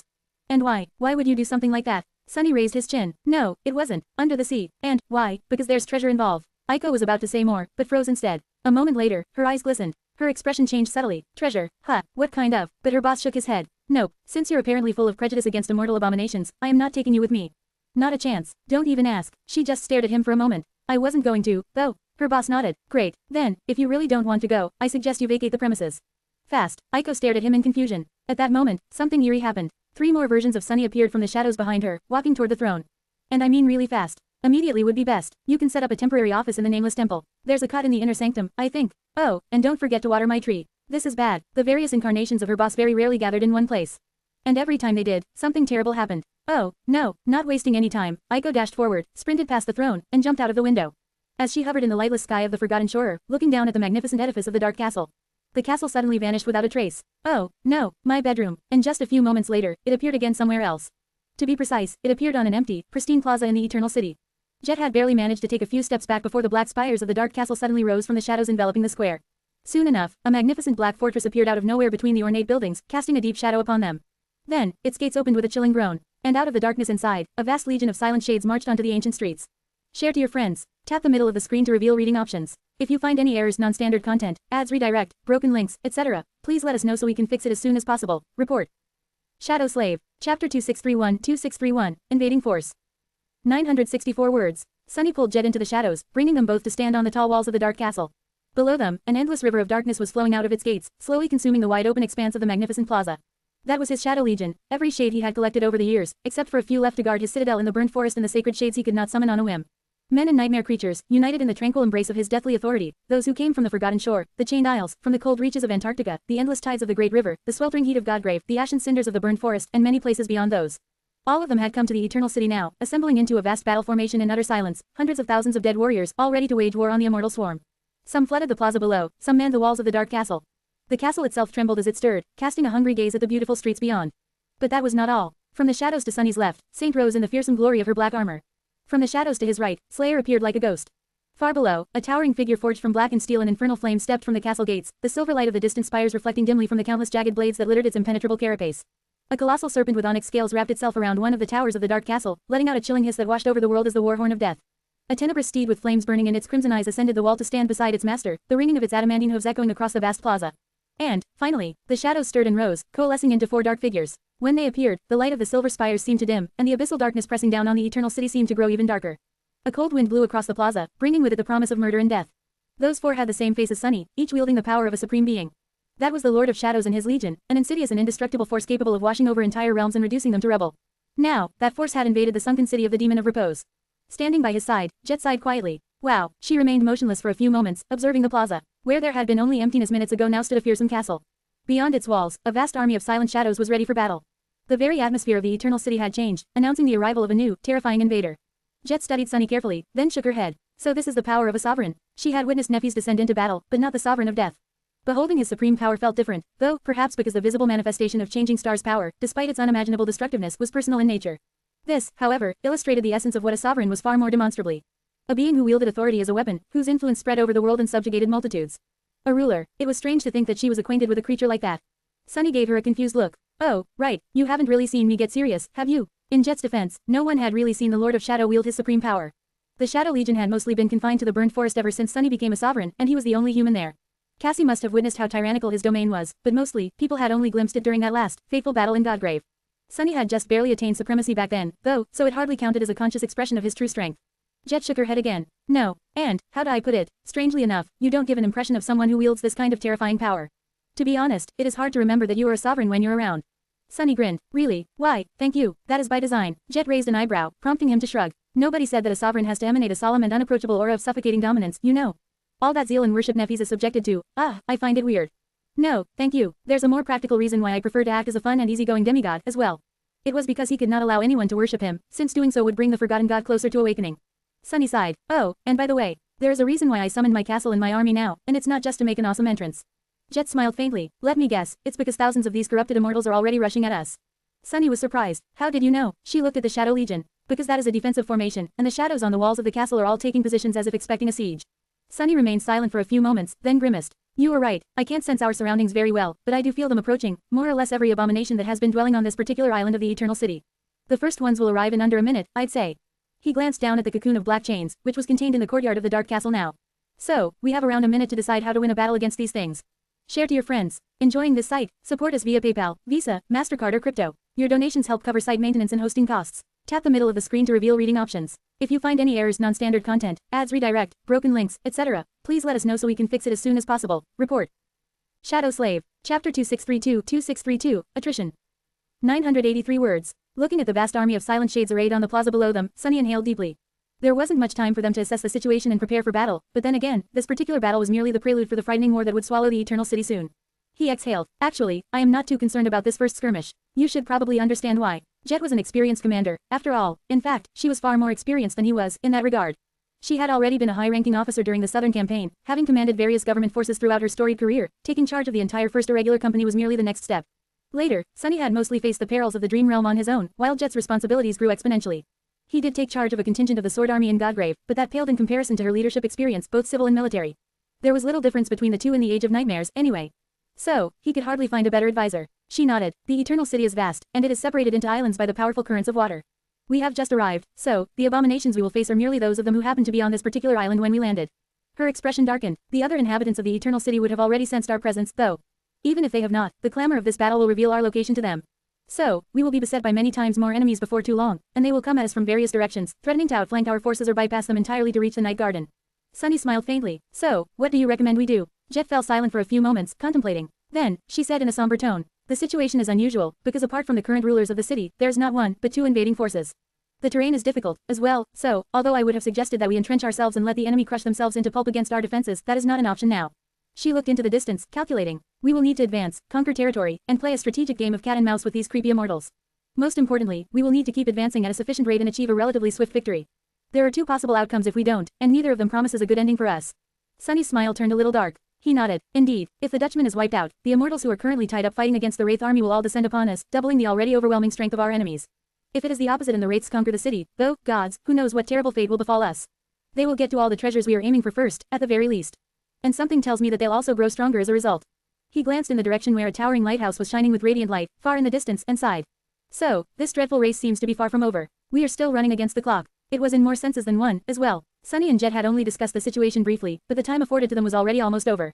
These are issues of strategy, though. Saying those words, Jet gave him an evaluating look. What we need to discuss first is tactics. How do we even battle something that cannot be killed? That was the issue, indeed. Sunny looked down at the black cocoon of shadow chains. He remained silent for a few moments, then said evenly. Actually, my shades cannot be killed, either. Not through usual means, at least, even if they are destroyed, they will eventually come back.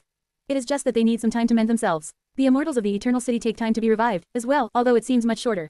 His expression darkened. In that short moment between destruction and restoration, though, they are vulnerable, that is when we can contain them. As long as we come up with a reliable manner of containment, that is. So, at the end, it all comes down to simple math. We need to disable them faster than they vanquish my shades. Sensing movement near the entrances to the plaza, Sunny sighed. Which means that there would be no decisive victory or defeat in this conflict. Instead, it's going to be a war of attrition. What we must do is leverage our advantages and employ strategies to maximize the enemy losses while minimizing our own. Then, we will be able to conquer the Eternal City instead of being devoured by it. Jet flexed, stretching her shoulders, and gave him an amused smile. That was my conclusion, as well. As for the details, she looked at the far side of the plaza, where a wide road and countless smaller alleys opened into it from the depths of the city. Well, I guess we will have to iron them out as we go. Her tone turned a little somber, because there, in the distance, a small silhouette appeared at the mouth of a dark alley. Then, there was another, and another, and another. Soon enough, a crowd had gathered at the edge of the plaza, as if the citizens of the Eternal City had to come to peruse the goods of an open-air market.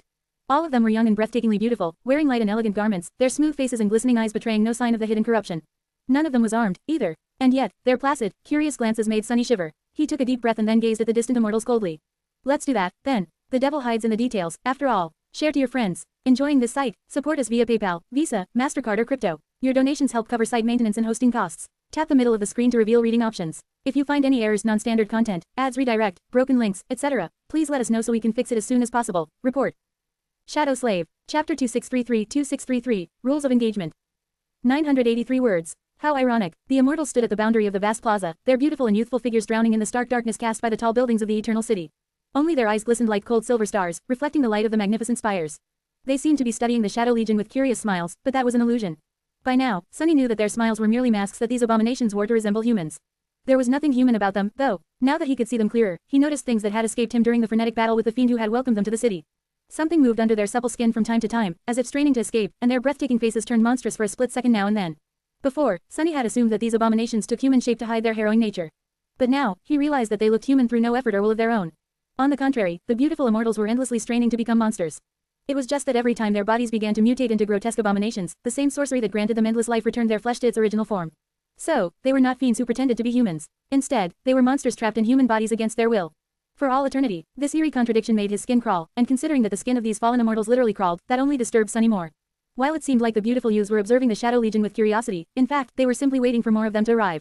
A few figures turned into a crowd, and a crowd turned into a swarm.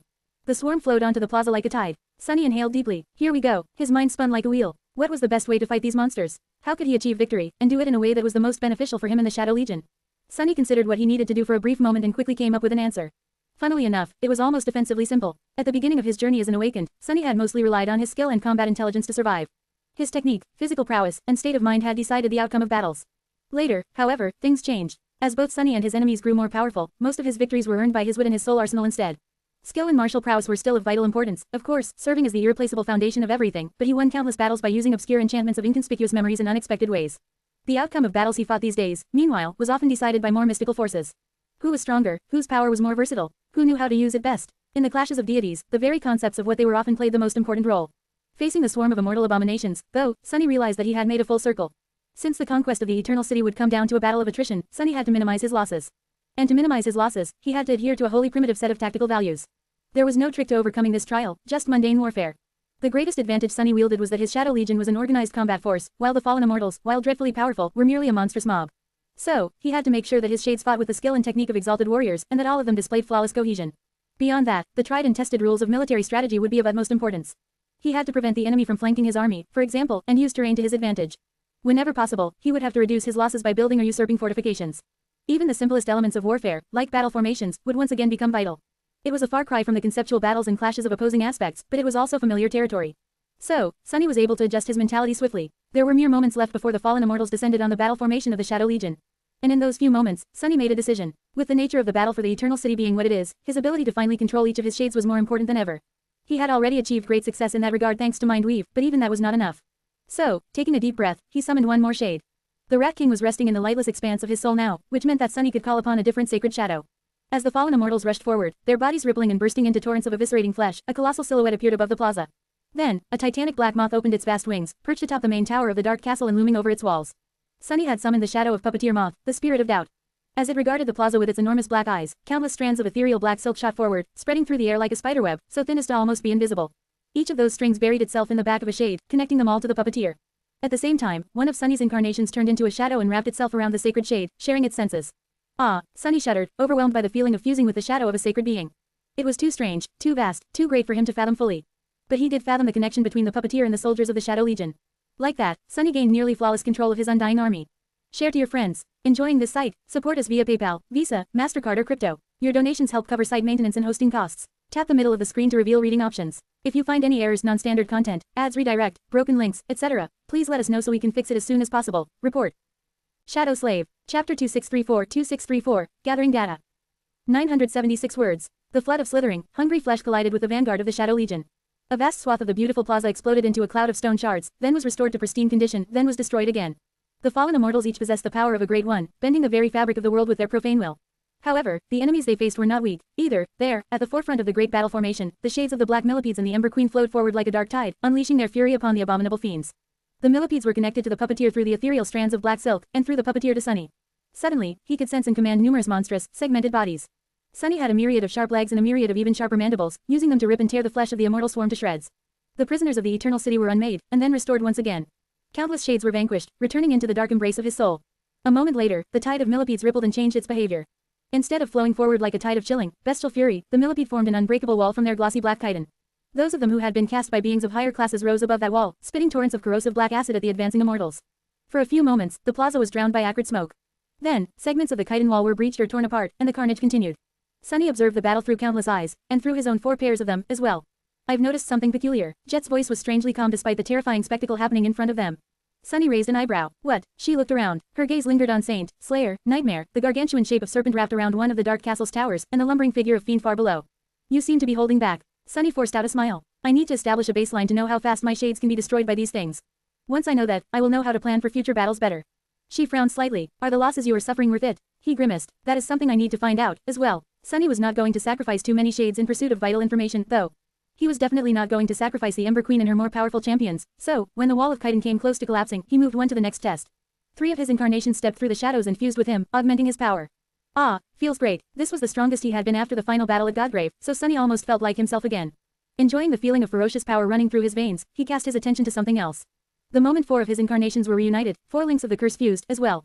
Instantly, its power soared, and his did, too. In fact, it worked so well that Sunny was stunned for a brief moment. Oh, I see what is happening. It was the absence of light enchantment doing its work. That enchantment was supposed to grant Sunny more power when he was surrounded by deep shadows, and where would he find shadows that were deeper than those that dwelled at the bottom of the Stormsia, in the abyssal darkness that had never been touched even by an echo of sunlight? Perhaps only in the shadow realm. Spending a split second to come to terms with his immense potency, Sunny inhaled slowly, and then activated 2 of the 3 core enchantments of the curse, Shadow Flame and Mercy of Shadow. Instantly, the augmentation he was enjoying was transferred to the champion shades of the Black Millipede tribe. At the same time, more of his deathly will was expressed through them, as well. The cadence of the battle changed. Far below, the rate at which his shades were being destroyed increased drastically. At the same time, the rate at which the fallen immortals were obliterated increased.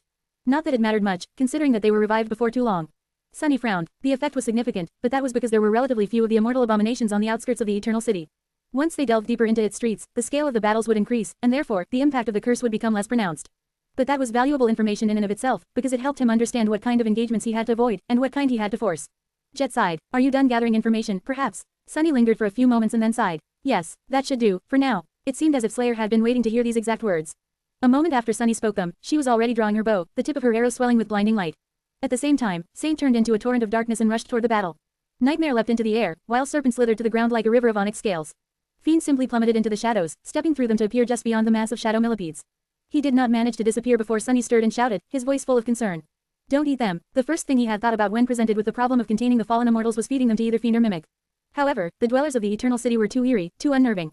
Sunny was worried that swallowing one of these creatures would allow it to infect his shadows. Observing the Shadow Legion stir, Jet asked in a calm tone.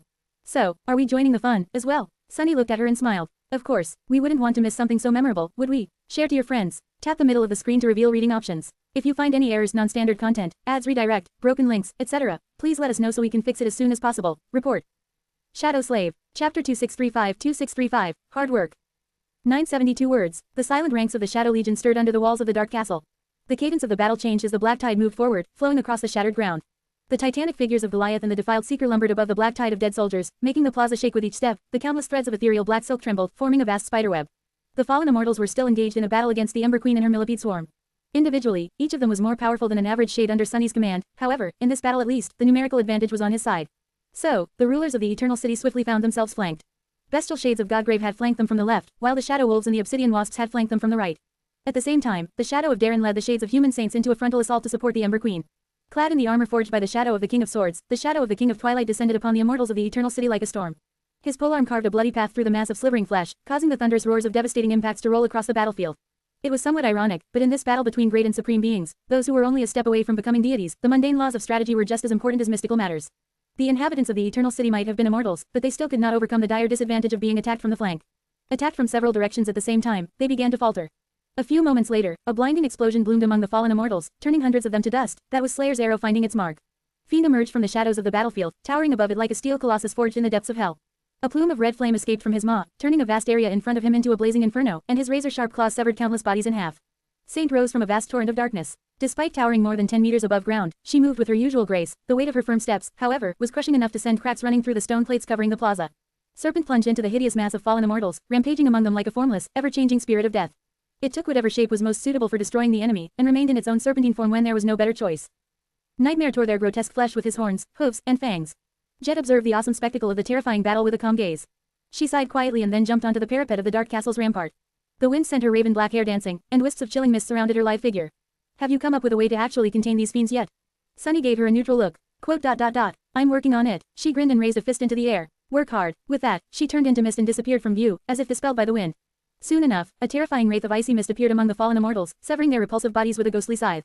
Sunny let out a satisfied sigh. Well then, it's time for me to go, too. He took a few steps back, lowered his body, and then dashed forward. Racing the parapet of the battlements, he jumped and soared into the sky. Half a dozen seconds later, Sunny plummeted to the ground like a dark comet, falling into the very middle of the immortal swarm. His impact made the entire island quake, and a violent explosion tore everything around him to shreds. A devastating shockwave rolled outward, breaking the bodies of undying abominations and sending them to the ground. Those who were near the explosion were simply reduced to ash. When the dust settled, there was a vast crater in the spot where Sunny had landed, surrounded by a wide, empty area. Standing in the middle of that carnage and watching calmly as the swirling flakes of ash slowly coalesced into human bodies, he smiled. See, I am working on it hard. The helmet of the jade mantle hid his face, and a black shield wove itself out of shadows on his arm. Serpent, the gargantuan shadow slithered his way and rippled, then turned into a black sword that fell into his hand. Having suffered from how swift and deadly the flesh tendrils of a fallen immortal were, Sunny had abandoned his usual odachi in favor of a one-handed sword and a shield. He was proficient in this form of combat as well, of course, he just did not use it often. Now that he did, however, Sunny felt a strong and unexplainable impulse to strike the rim of his shield twice.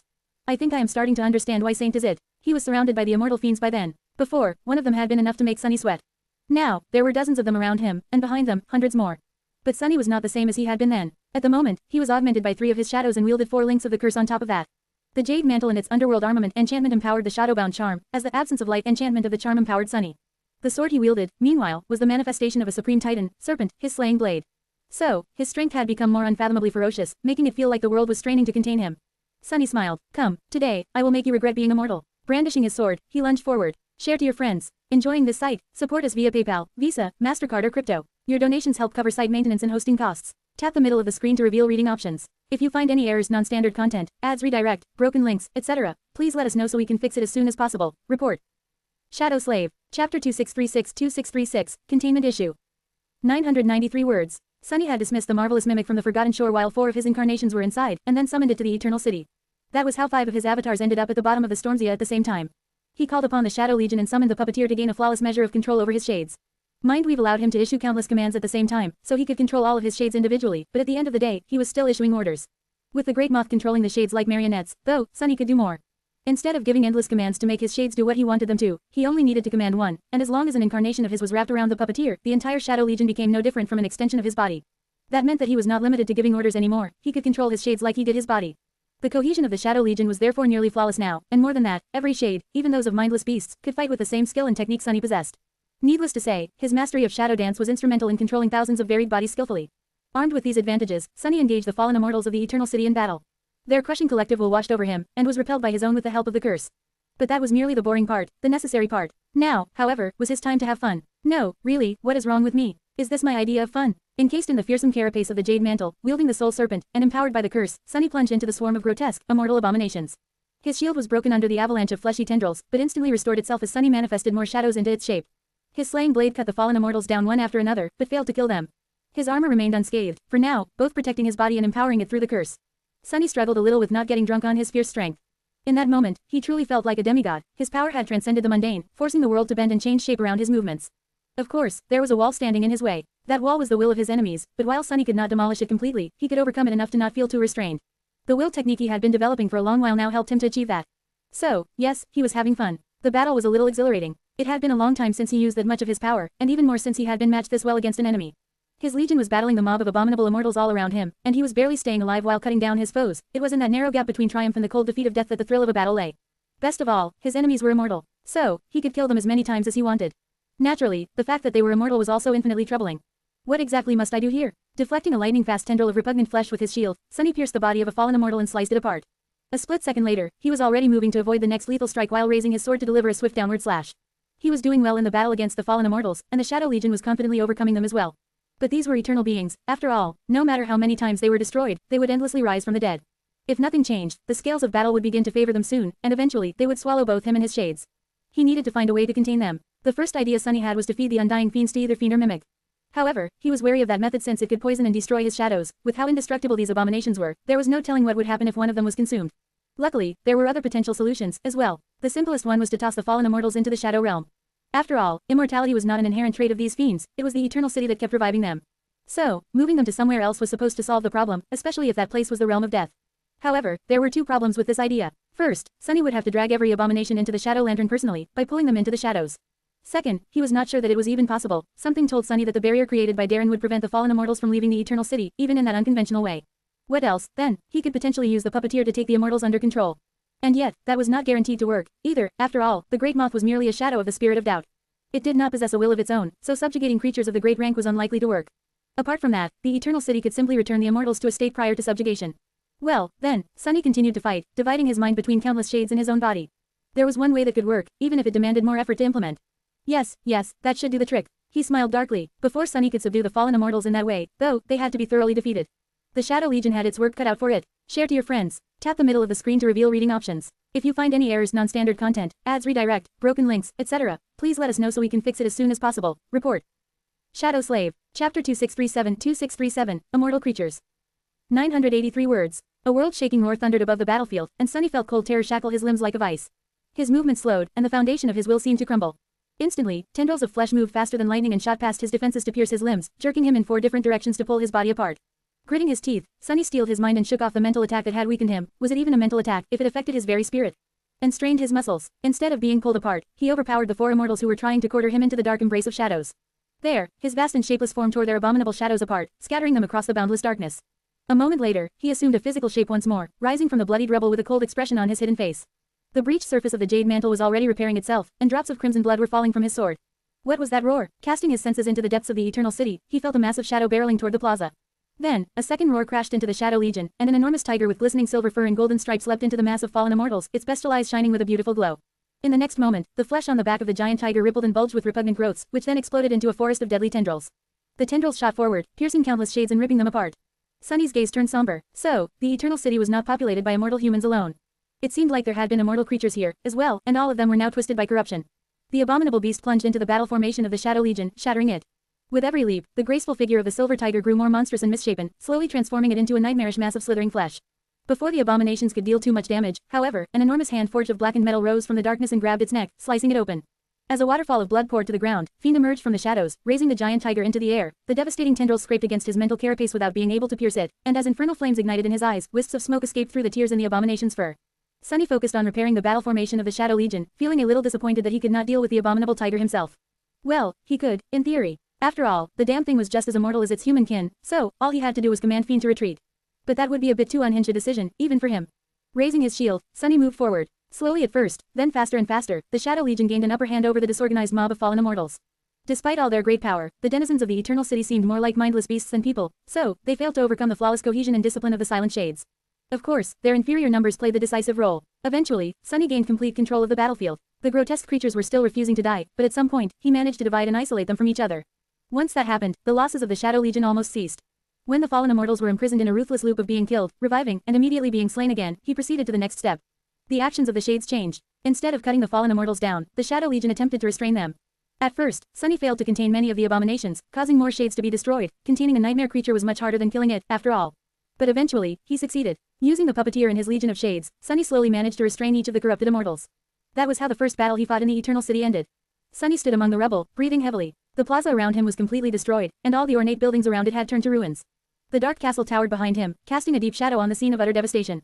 Soon enough, though, the plaza returned to its spotless beauty, and the ornate buildings assembled themselves from the rubble. The black waters of the Stormzea rolled far above his head, glistening with reflected light. Dismissing his helmet, Sunny inhaled deeply and wiped the sweat off his brow. Jet appeared in a gust of cold wind, making him shiver. She seemed unscathed, if a little tired. I am worried. Fighting an immortal opponent was already bad enough, but it was woefully worse for Jet. After all, she needed a constant influx of soul essence to stay alive. Since they could not really kill these abominations, she could not receive any essence either. All she could do was waste it without getting anything back. Would Jet even survive a prolonged confrontation for the Eternal City? Sunny sighed, looking around, at the silent figures of shades who were struggling to hold the abominable immortals down. Jet asked in a somber tone. What now? Sunny hesitated for a short while, then answered evenly. Now, we show these hellspawn creatures a different, far more cruel hell. With that, his shadows flowed off his body to the ground, and then assumed their corporeal forms. The fifth incarnation stepped out of the shadows, as well, having left the puppeteer. There was the sound of adamantine hooves ringing on the stone, and Nightmare approached them, blood dripping from its steel fangs. Sunny inhaled deeply, and then looked at his steed. Sing them a lullaby, Nightmare. With that, all 5 of Sunny's avatars turned into shadows and wrapped themselves around the black stallion.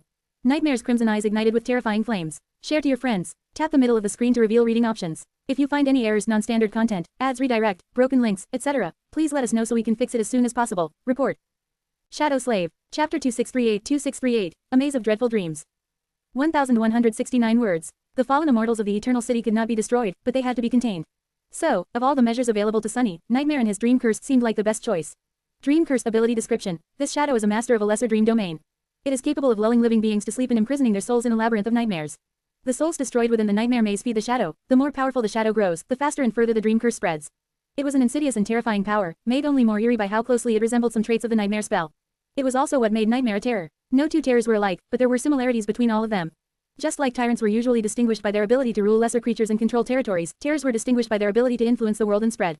They were more akin to dreadful phenomena than singular beings, and it was that escalating nature of their influence that made them so dangerous. Curiously enough, most titans did not seem to possess a similar kind of spreading influence, and while some were followed by swarms of nightmare creatures, they did not really rule or care to rule them. The abominations were simply drawn to them like crows that followed slaughtering armies, while titans usually regarded them with indifferent disinterest. They were aloof and solitary creatures that seemed to exist in a world of their own. Strangely, that seemed like a downgrade compared to the vast swarms of abominable minions that served tyrants or the exponentially expanding influence of terrors, and yet, nobody who had ever faced a titan on a battlefield would think them weaker than beings of a lesser class.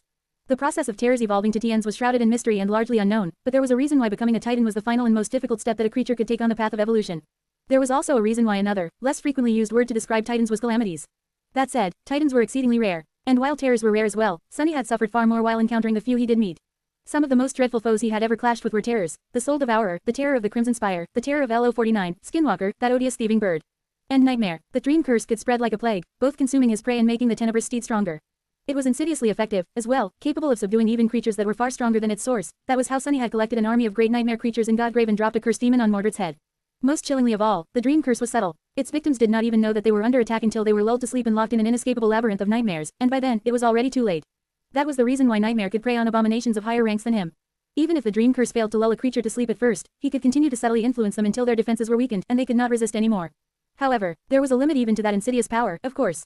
Nightmare was merely a transcendent terror, after all. It had taken Sunny and him close to 2 years to gradually assemble the swarm of great nightmare creatures in Godgrave, and it had not been an easy feat either. The fallen immortals from this district of the Eternal City alone were greater in number than those abominations, and each of them was ferociously powerful. There would be many more before the expedition was over, and Sunny did not have years to slowly subdue them all, so he was not entirely confident that Nightmare would be able to lull them all to sleep.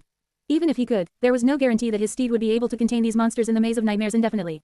Sunny himself had escaped that maze once, after all, shattering its walls during his battle against Nightmare. Those walls were made from the nightmares that served the Black Stallion. Nightmare planted their seeds into the hearts of living beings and then harvested them, turning them into his minions. The fallen immortals would endure quite a few, no doubt, but they would dream their own nightmares as well. In the end, Nightmare would have to subjugate the dreams of ancient immortals faster than his minions were destroyed, building his own legion of nightmares dreadful enough to contain them. Subduing the grotesque abominations and keeping them subdued, these were the two problems facing Sunny, and he was not sure that a transcendent terror could manage both, at least not in a timely manner. But while Nightmare had not evolved to a new rank since Godgrave, Sunny had. He had grown stronger in many aspects apart from rank, as well.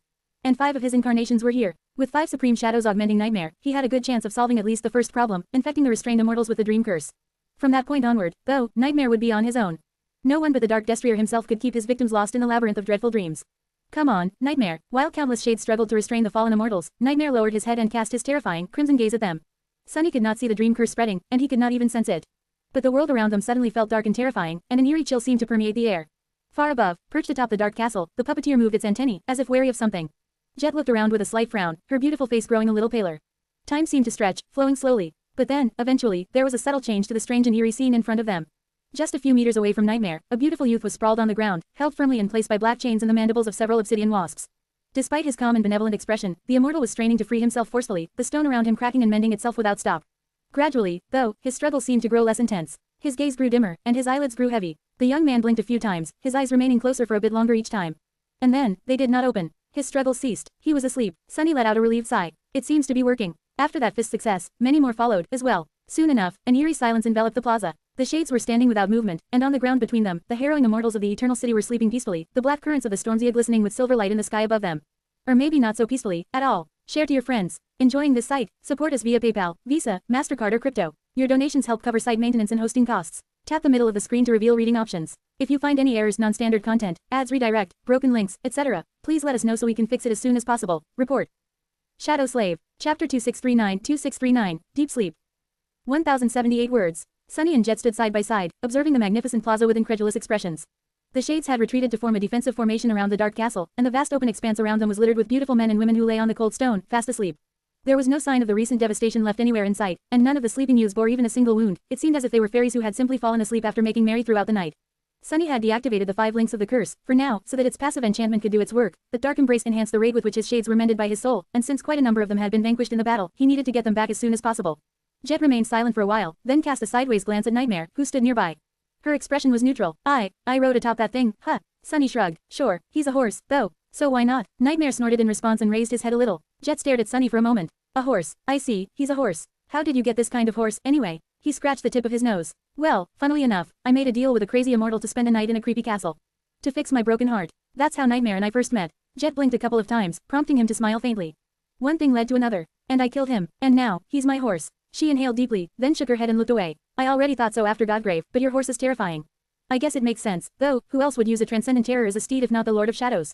Sunny chuckled. Says the dead woman who sails around on a living ship made by a demon from a hard god's branch. And I'd imagine that many people would, it's just that few people can. In truth, he was not in the mood for jokes. Sunny was not particularly tired, but defeating these immortal abominations had not lessened his apprehension one bit. This battle was merely a prelude to the true hardship. Now that they had established a foothold in the Eternal City, the actual conquest would soon begin. Jet studied the sleeping immortals. So, what do we do with them now? I don't suppose we can just leave them to nap here. Sunny was asking himself the same question, as well. He hesitated for a few moments, then commanded Mimic to open its gates. As the massive gates began to move, the shades did, as well. Picking up the motionless bodies of the immortals, they turned around and carried them into the great dark maw of the marvelous Mimic. Jet observed them with a dubious expression. Are you sure that this is a good idea? Sunny hesitated. He was not trying to feed the immortals to Mimic, merely store them in its spacious halls. Still, it could prove dangerous. If Nightmare failed to keep the abominations asleep, they would wake up inside the dark castle, giving it the worst case of indigestion in history. Not to mention opening Sunny to a fatal attack from the rear. It also prevented him from dismissing Mimic, since doing so would carry the sleeping immortals straight to the lightless depths of his souls. Sunny did not know what would happen then, and wasn't particularly interested in finding out. He sighed. I am not sure. However, this is the best terrible idea I've got. It is safer than leaving them in the open, at least. Jet contemplated for a moment, then shrugged. Well, if you say so. While the shades carried the monstrous creatures inside, Sunny and Jet spent some time examining their sleeping enemies. He attempted to carry one into the Shadow Realm, and, just as expected, felt a powerful sorcery preventing the immortal from leaving the boundary of the Eternal City. Darren would not have left any loopholes, I bet. Jet had been studying the immortals as well, in the meantime. After a while, she frowned. Noticing her troubled expression, Sunny asked, did you discover something? She remained silent for a few moments. They don't have soul cores. He tilted his head a little. Indeed, Sunny himself had noted that the vile darkness hiding in the souls of the corrupted immortals did not have the usual nodes. However, he had no idea what that meant, or rather, too many ideas to consider anyone seriously. What do you think that means? Perhaps Jet could come up with a good theory. She did not answer immediately, looking at the sleeping immortal with a somber expression. Then, she asked him an unexpected question. Sunny, do you know when a mushroom dies? He blinked a few times. What kind of question is that? The question seemed preposterous, but, of course, his flaw forced him to give an honest answer.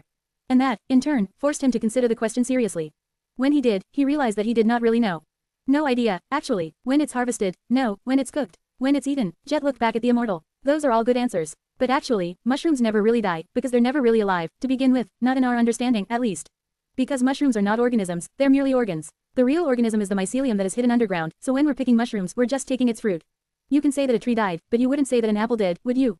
Sunny stared at her with a strange expression. I guess not. But, Jet, are you alright? Is the lack of oxygen getting to your brain, perhaps? Why the hell are you telling me this? Actually, he already had an idea of what she was trying to say. He did not like the implications, though. Jet sighed. This is the impression I get from these abominations. That they're not really abominations, just little parts of a far larger one. That would explain why they don't have soul cores, because there are no souls in their bodies, just fragments of a soul. Sunny remained silent for a long while before answering. First of all, can we move on from the mushroom metaphor, please? It's giving me the creeps. He grimaced and then added reluctantly. So, anyway, if these are merely mushroom fruit, then where's the mushroom tree? Instead of answering, Jet simply turned to the center of the Eternal City.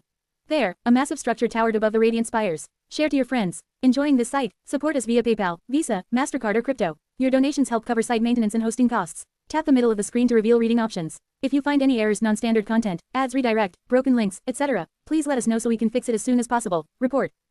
Shadow Slave. Chapter 2640-2640, Battle Plan. 1055 words. The structure at the heart of the Eternal City resembled a soaring, monolithic palace with sharp spires piercing the darkness of the underwater chasm. These spires, however, did not emanate beautiful silver light. Instead, they were black and lifeless, making the palace seem like a jagged mass of darkness. There were several structures in the Eternal City that stood out among the rest. The wharf, the lighthouse, the clock tower, but the palace was the largest of them all, sprawled across an entire island and set under the highest point of the invisible dome protecting the city from the crushing weight of water. Jet looked at the dark spires looming in the distance, then shrugged. I am willing to bet that the most important thing in this city is hidden there.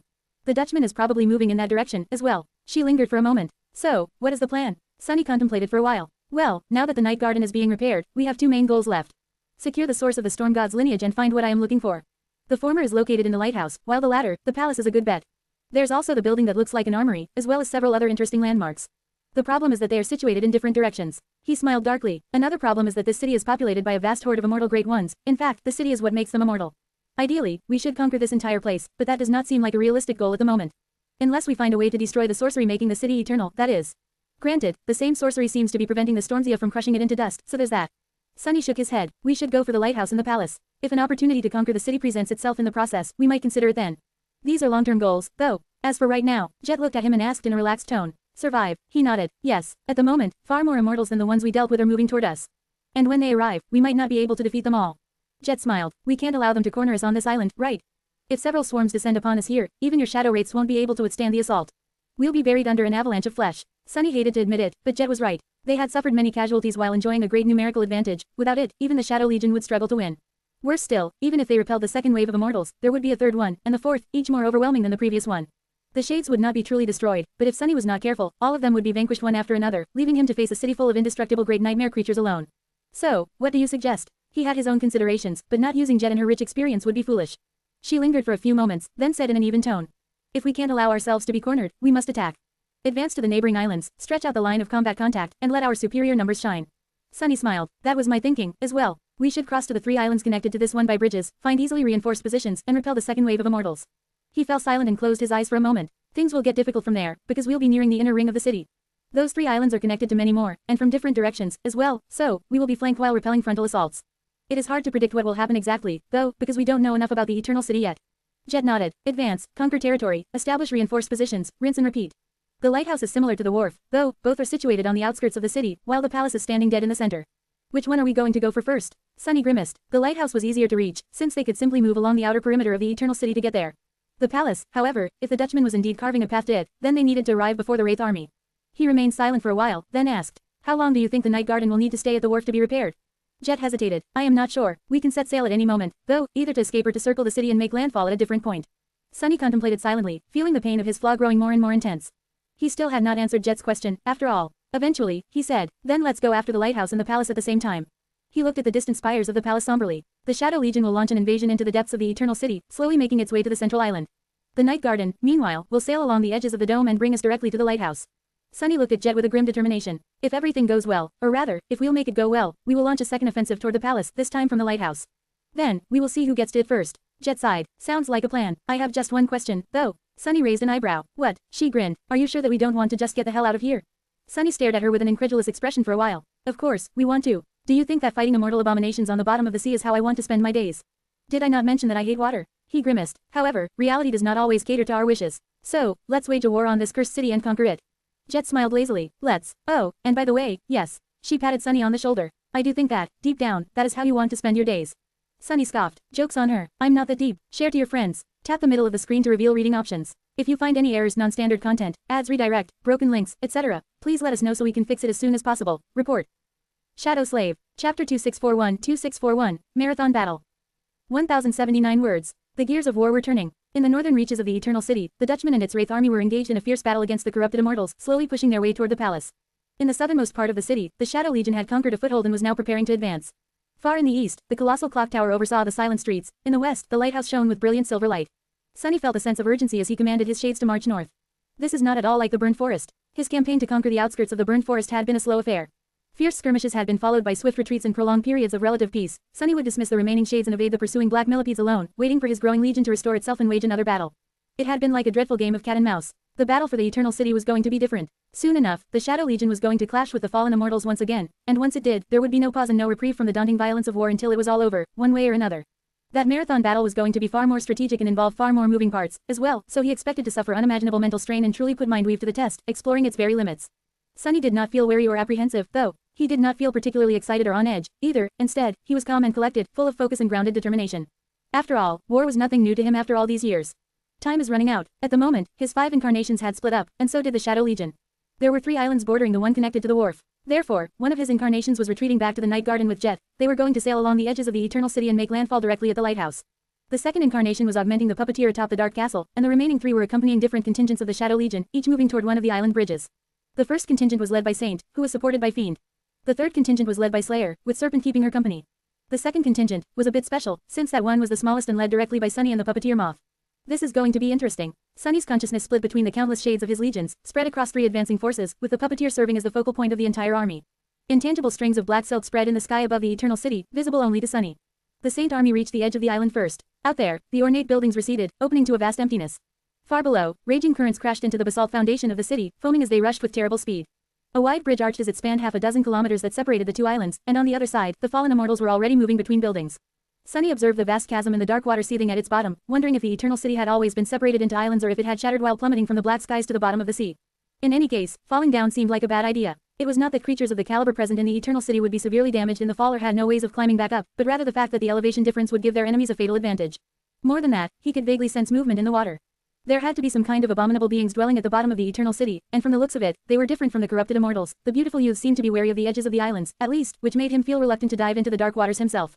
How curious. What could these immortal fiends fear? Sunny hoped to never find out. In any case, that did not matter at the moment. The shape of the bridge itself dictated the nature of the battle. Since it was arched, the side that controlled its crest would possess a minor advantage. It would face the enemy from an elevated position, while the enemy would have to fight on an upward slope. So, Saint and her soldiers had to occupy the crest as soon as possible. That could be accomplished easily enough. As the first of the immortals rushed across the bridge, the massive figure of Fiend dove into the shadows. Usually, using shadow step was a swift ordeal. All one had to do was enter the shadows and step out of them.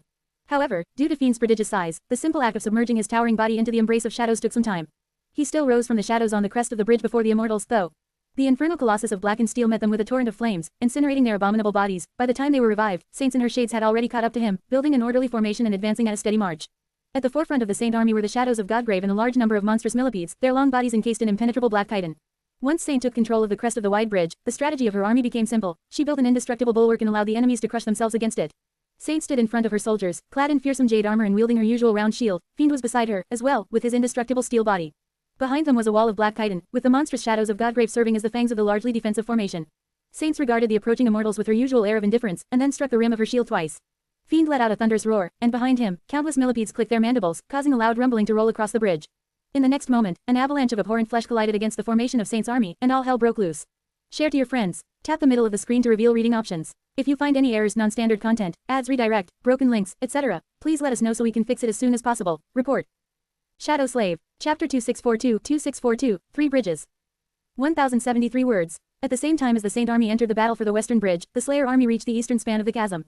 Here, the landscape was rather similar, except for the fact that the great bridge was flat as opposed to arched and not quite as wide. The battle was very different, though. As the torrent of fallen immortals entered the bridge, rushing across its surface like a harrowing tide, a cold wind blew across the chasm.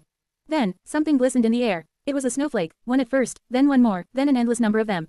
In a strange turn of events, on that day, snow fell at the bottom of the Stormzia. The winds howled, reaching a frightening speed and intensity, and a violent blizzard enveloped the world in its frigid embrace. The temperature plummeted, and the milky white veil of snow obscured everything in sight. The snowstorm, of course, was summoned by the shadow of the winter beast. Somewhat weakened, but largely indifferent to the hurricane winds and the lethal cold, the fallen immortals continued moving forward. One of them had almost reached the middle points of the bridge when a black arrow suddenly fell from above, pinning him to the stone. The fiend struggled to break free, tearing his ghastly flesh in the process. A moment later, another arrow appeared noiselessly from the snow, severing his body in half. And then, as other fallen immortals overtook the bleeding body, massive silhouettes suddenly dove at them from the snow. Those were the shadow wolves, tearing the abhorrent abominations apart with their enormous maws. Drowned by the howling of the wind, a quiet rustle followed them. Soon enough, the figures of the obsidian wasps rushed between the giant wolves, joining the massacre. And then, finally, eerily beautiful ember patterns ignited in the veil of snow, stretching high into the air. They heralded the arrival of the Ember Queen. Slayer was standing on her enormous head, already knocking another arrow, and a great tide of the black millipedes flowed past her to join the fight. Among them was another millipede queen, this one seemingly forged from glistening onyx. It was Serpent, who had assumed that form for the moment.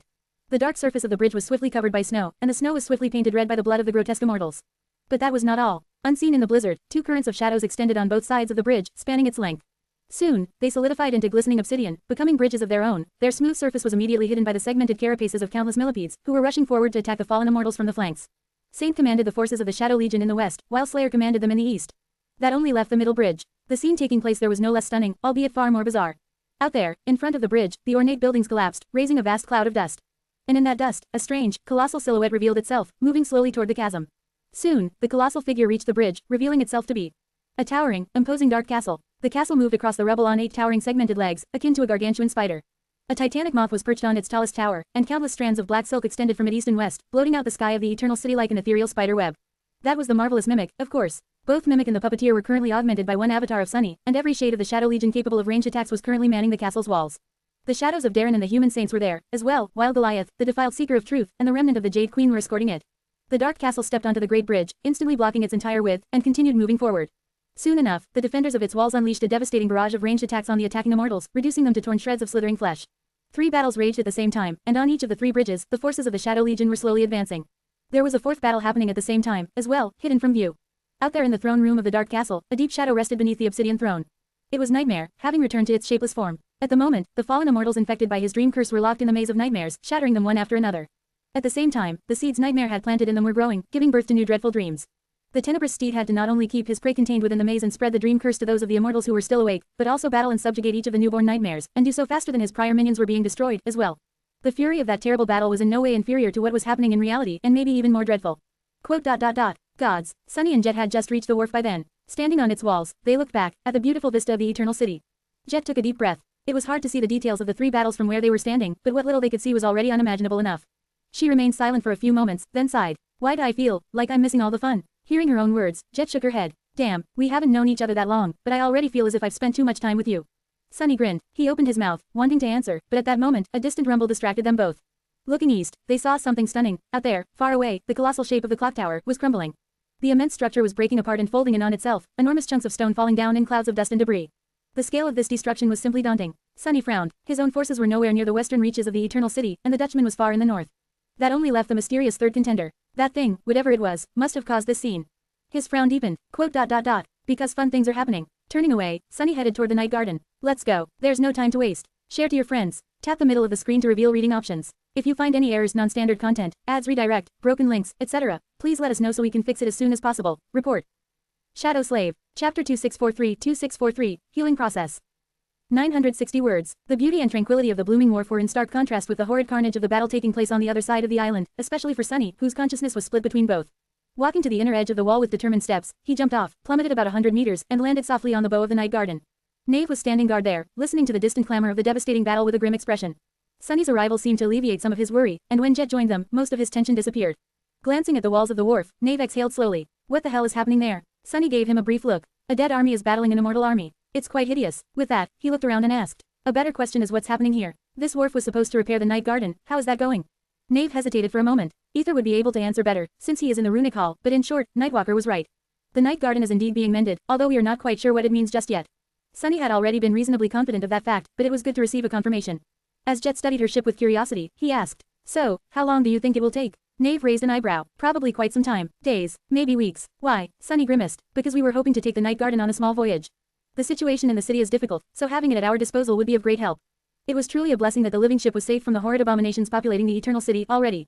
If not for Darren and his runic array, Sunny shuddered to imagine what would have happened once they drew close to the sunken ruin. There was a good reason why the Serpent King had not only built a barrier around the city, but also left a warning to anyone wishing to explore it. Jet smiled. By difficult, he means that there's a myriad of abominable immortals, the Dutchman and its army of wraiths, and also something else entirely, which might be even more dreadful. The Lord of Shadows has unleashed his legion, and there are 3 battles between great and supreme beings happening at the same time. Oh, and that is just the beginning of the end of this expedition. She sighed. We want to take the night garden directly to the lighthouse, though, where the lineage of the storm god is hidden. So, can it sail? And more importantly, should we interrupt the mending process? Nave studied them both silently for a short while, then nodded. It can sail, and it doesn't matter whether we do or not. It was Sunny's turn to be surprised. It doesn't matter. Nave nodded calmly. You must keep in mind that the night garden is not a mundane ship. It is not merely an enchanted ship, either. Instead, it is a living ship. So, the reality of how it is being repaired is different from how we would usually imagine it. He pointed at the deck beneath their feet. The wharf is not literally repairing its broken parts, like one would a mundane vessel. Rather, it is as if the wharf infused the night garden with a great torrent of vitality. That vitality, in turn, fueled the ability of the night garden to mend itself, much like a living being would heal naturally. So although we say that it is being repaired, in truth it is more like it's healing. He shrugged. So it doesn't matter that much if we stay docked or not. The process has already been initiated, so it will continue even if the night garden leaves the wharf. Sunny looked at him for a while, then looked at Jet. Then, he smiled. That's what I want to hear. The process of healing would probably reach its conclusion faster if the night garden remained in the blossoming birth, but it could continue unseen even if the living ship dove back into the crushing darkness of the Stormzia. This was truly great news, not only because it allowed Sunny to use the living ship in the battle for the Eternal City, but also because it gave them an opportunity to retreat without worry. Even if other goals of the expedition ended up not being achieved, the night garden would benefit. So, Sunny did not have to feel too worried anymore. Let us cast off, then. He looked at them with a smile, hesitated for a moment, and then added in a nonchalant tone. How do we do that, by the way? As it turned out, leaving the berth was just as easy as entering it. The night garden was currently connected to the wharf by the branches that supported its weight. Its hull in the berth had become a single hull, and therefore, the sorcery of the living ship expanded to contain the sorcery empowering the titanic wharf, as well. So, the person controlling the night garden could control the wharf, too. Granted, there was no instruction manual on how to do it, nevertheless, Ether had been able to learn how to activate the simplest functions after a short period of experimentation. Soon enough, Sunny heard the sound of rushing water, and saw great waterfalls spilling into the vast reservoir of the berth. The water level rose slowly, and as it did, the wharf slowly retracted its branches one by one, separating itself from the living ship. Finally, the great gates of the colossal wharf opened, and the dark expanse of water revealed itself once more. The night garden slowly glided out of the berth and reached the edges of the dome protecting the eternal city. Then, turning its bow, it took course toward the lighthouse. Share to your friends. Enjoying this site? Support us via PayPal, Visa, MasterCard or crypto. Your donations help cover site maintenance and hosting costs. Tap the middle of the screen to reveal reading options. If you find any errors, non-standard content, ads redirect, broken links, etc., please let us know so we can fix it as soon as possible. Report. Shadow Slave. Chapter 2644-2644, Suffering from Success. 1084 words. The Battle of the Three Bridges had started from a stunning explosion of violence, and as it progressed, the carnage only grew more dreadful. Facing the fallen immortals of the Eternal City, Sunny felt as if he was finally experiencing what it was like to face him and his Shadow Legion. Needless to say, that made him quite uncomfortable. It did not matter, really, how powerful his shades were or how finely he controlled their movements. The personal skill and valor of his shadows did not matter either. No matter how well they fought and how many enemies they killed, the fallen immortals inevitably returned to life and dove back into combat, their grotesque flesh bulging with lethal tendrils and morphing into terrible maws. The shades themselves could not be destroyed, but it took them much longer to return to the battlefield after being vanquished. So, time was not on Sunny's side. With a subtle shudder, he fully realized that his eventual defeat was inevitable. Sooner or later, the citizens of the Eternal City would completely obliterate the Shadow Legion and consume him. There was simply no escape. If he played by the rules, of course, which Sunny had no intention of doing. Why follow the rules and lose when he could cheat and win? It's still a little disturbing, though. His own intent and ability to deal with the immortal prisoners of the Eternal City were a stark reminder that Sunny was not invincible, either. His shades were indestructible, true, but only until he met a being disinclined to follow the rules, as well. Immortality is really a curse. Or at least it could become one. On each of the three bridges, his shades were trying to achieve the same result through different means. Saints and her soldiers had built an impregnable wall and steadily weathered the tide of hungry flesh. Slayer and her beasts hunted down the enemies in the snow, while the defenders of the Dark Castle unleashed a storm of ranged attacks on the ghastly abominations, but their end goal was the same. Minimize their losses and gradually restrain the enemy until the dream curse takes hold. Defense, offense, and a combination of both. On the western bridge, the black millipedes had flanked the fallen immortals, who were now caught between them and Slayer's main force. The murderous Shadow herself had spent her quiver of powerful enchanted arrows and leapt into battle, assuming the form of a bizarre beast whose massive body and long tail were covered by impenetrable scales, and who could turn into an armored ball. The scales turned out to be all but indestructible. The tendrils of the fallen immortals, at least, failed to pierce them, while the immortals themselves were easily crushed by the rolling beast or torn apart by its sharp claws after it unfurled its giant body. Serpent moved in their midst, as well, shifting between various forms. On the middle bridge, the Dark Castle was steadily moving forward. Mimic was merely a transcendent shadow, but it was currently augmented by one of Sunny's incarnations, so, its walls had tuned durable enough to withstand the glancing attacks of the fallen immortals, even if just barely. Most of the abominations were torn to shreds by the ranged attacks of the defenders before reaching the castle, but in the end, many of them inevitably began to scale the walls. Reaching the battlements, they were met by the shadows of Darren and the human saints, cut down, and swallowed by black chains. In front of the marching castle, on the bridge, the defiled seeker of truth expelled clouds of deadly miasma, the remnant of the Jade Queen breathed out torrents of caustic volcanic ash, while Goliath gazed upon the rushing abominations, washing everything it beheld in immolating heat. On the eastern bridge, a wall of black chitin was refusing to buckle under an avalanche of hungry flesh. The Asuras of condemnation and the bestial horrors of Godrave advanced through the breaches in the phalanx of monstrous millipedes, crushing and severing the bodies of the fallen immortals. Fiend rampaged in front of the defensive formation, serving as its vanguard. Saints herself, meanwhile, had carved a bloody path to advance forward. Surrounded by grotesque horrors of the Eternal City from all sides, she calmly activated the Shield of Nothing and descended upon the abominable creatures, moving under a veil of true darkness. Sunny and the puppeteer controlled all three armies, tensely observing the changing currents of the battle. This is a problem. The fallen immortals were powerful, and there were a lot of them. Not all of these abominations had been humans once, either. There were bestial horrors among them, as well, each like a moving abyss of abhorrent, murderous flesh. However, Sunny had managed to bridge the divide between the Shadow Legion and the dwellers of the Eternal City with skill, strategy, and cohesion of his silent troops. The problem, however, was in the nature of this battle. Killing the enemies only slowed them down a little, and to truly deal with them, they had to be restrained and eventually infected by the dream curse. But while temporarily destroying the body of a fallen immortal was a task that an individual shade could accomplish, restraining them required continuous efforts of at least a couple of shades.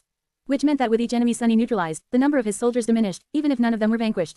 Something had to change, and soon, it did. Just as Saint was finally forced to move back on the eastern bridge, a powerful explosion rocked it, and dozens of immortals in front of her were torn to pieces. A moment later, another explosion bloomed, and a powerful shockwave sent the enemy reeling. That was the Night Garden, sailing at the edge of the invisible barrier that protected the Eternal City while circling it from the east. As they left the wharf and passed the island, a perfect view of the eastern bridge and the battle happening on it opened to the right of the living ship. Which meant that its starboard cannons had a direct line of fire, and could unleash a devastating bombardment on the attacking immortals. There were no firing crews and ascended officers on deck to fuel the cannons with essence and load them, though. So, instead, Sunny loaded and aimed the cannons himself, summoning countless black hands from the shadows, then charged the cannonballs with his own supreme essence. As a series of explosions erased swaths of the advancing abominations from the Great Bridge, Saint and her army advanced swiftly. Share to your friends. Enjoying this site? Support us via PayPal, Visa, MasterCard or crypto. Your donations help cover site maintenance and hosting costs. Tap the middle of the screen to reveal reading options. If you find any errors, non-standard content, ads, redirect, broken links, etc., please let us know so we can fix it as soon as possible. Report. Shadow Slave. Chapter 2645. The more you learn.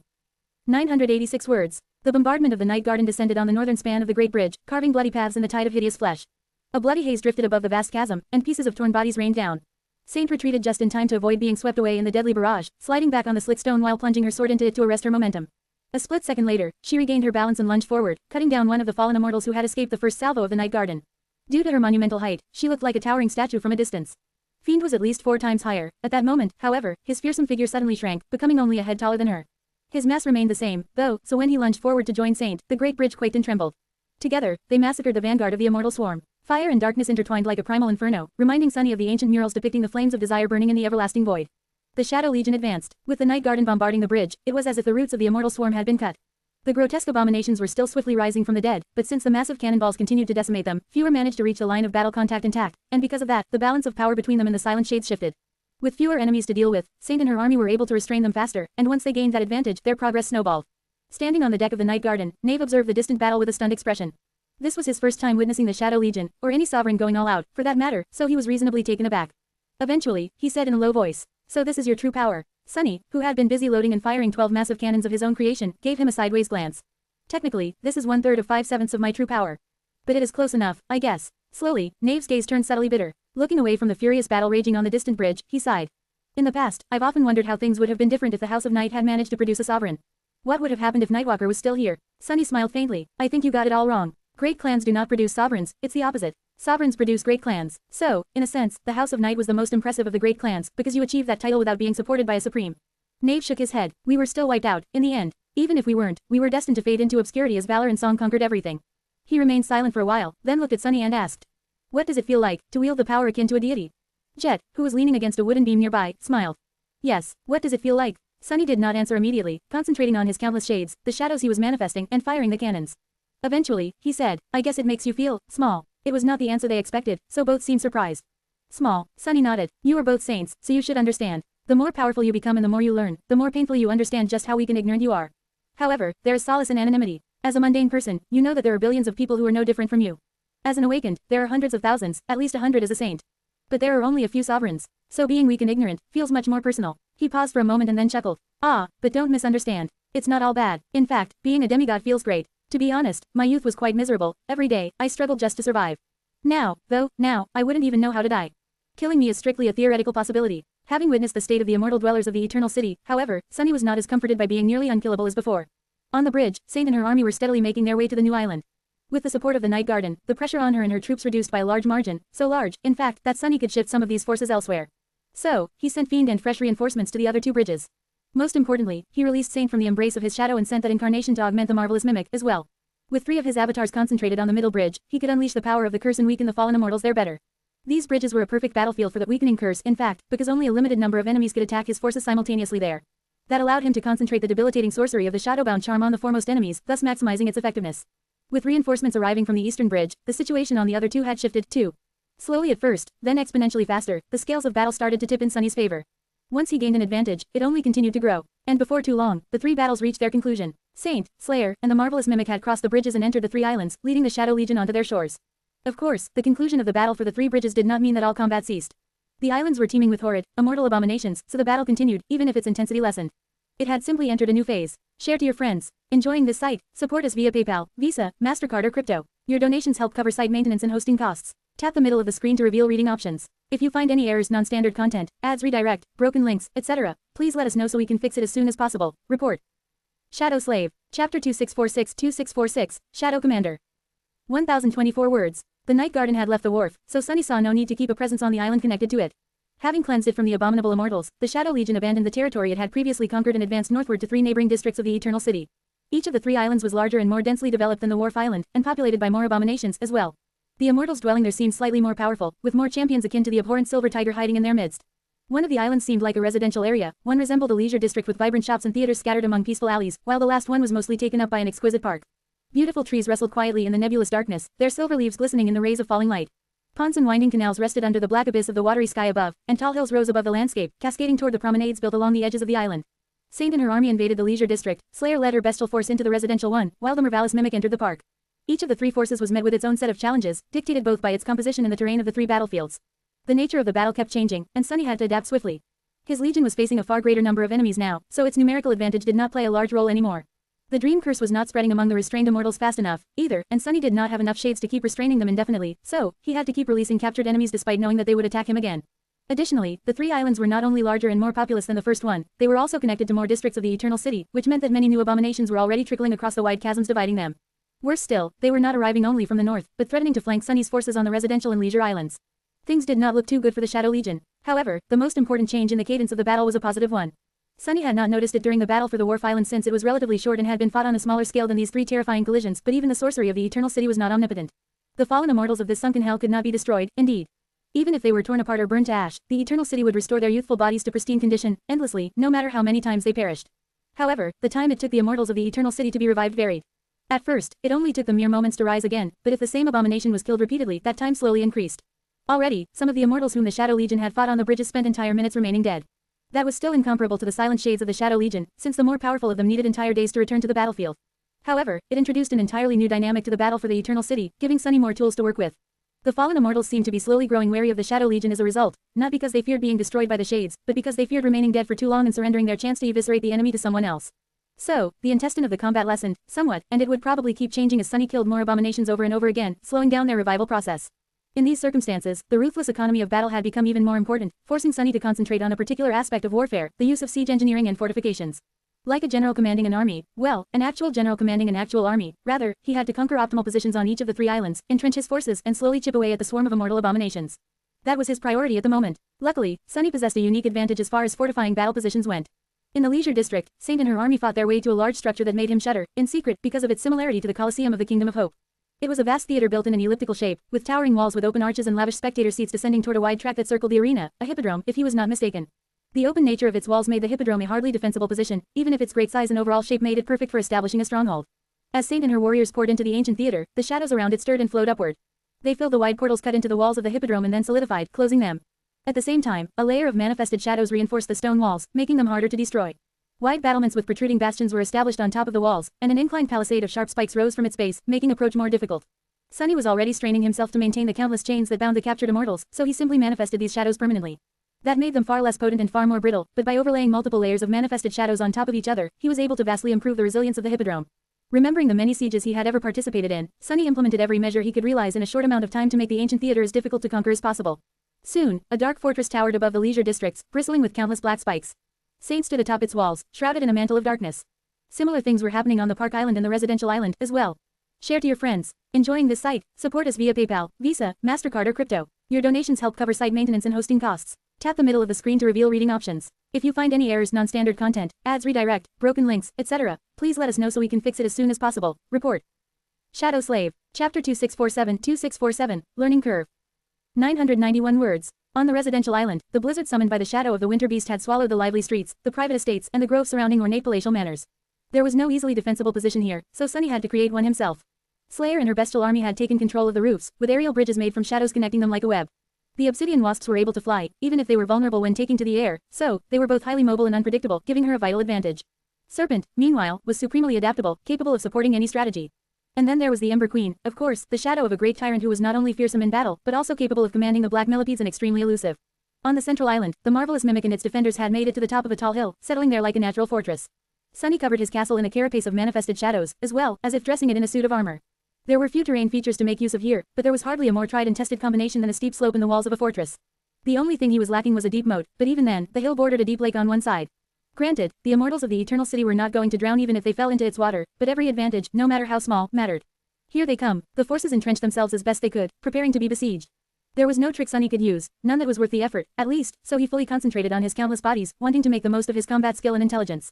It was quite fascinating, really. With the mind weave enhancing his mental prowess and the puppeteer serving as the conduit of his will, Sunny had gained nearly flawless control over his shades. That meant that he could not only take full advantage of the rich legacy of tactical warfare accumulated by humanity over the ages, but also perform strategies that mundane generals had never even dreamed of. After all, Sunny had not simply gained the ability to command his dead warriors with the same level of responsiveness as mundane soldiers would have shown. Instead, he could directly control each of his shades, so, in fact, the level of cohesion he could achieve was far beyond anything mundane armies had even been capable of. On the most basic level, that was expressed in how well the shades supported each other in combat.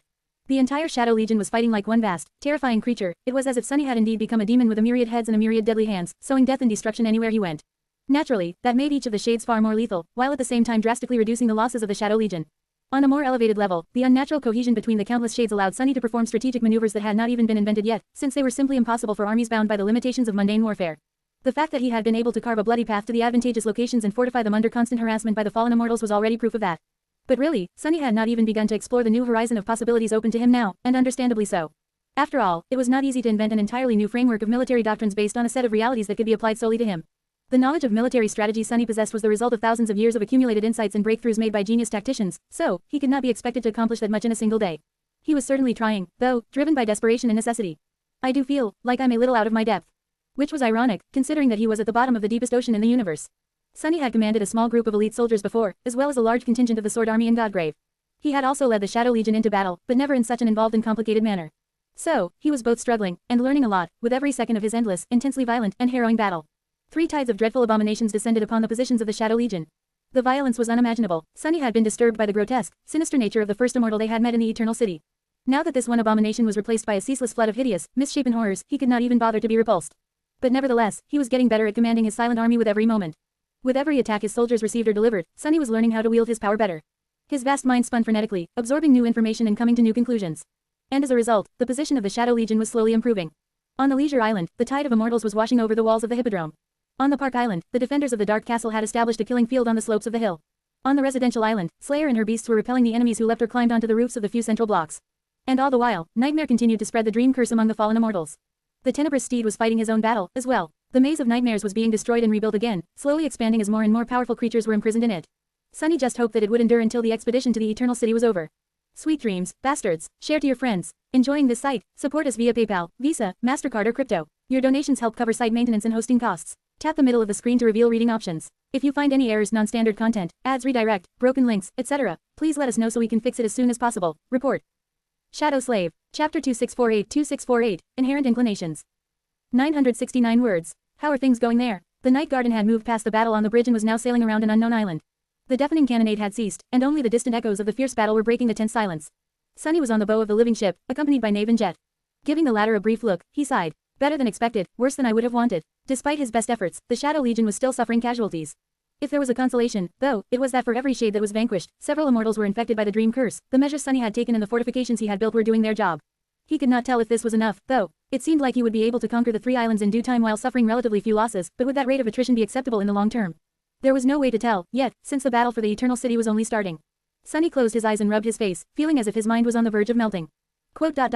As I mentioned already, I have established fortified strongholds on each of the 3 islands for now. Currently, the locals are laying siege to them. Once that chaos subsides a little, I will probably try to accomplish a few secondary goals to gain more advantages. Jet raised an eyebrow. Secondary goals? Like what? He hesitated for a few moments. I was thinking of trying to destroy one of the bridges. I'll need to find out what hides in the water, as well. The Eternal City used to drift in space, too, so I am sure that there is some kind of underground communications here. I'll need to explore them to see if there are tunnels that can be used to move around the island swiftly.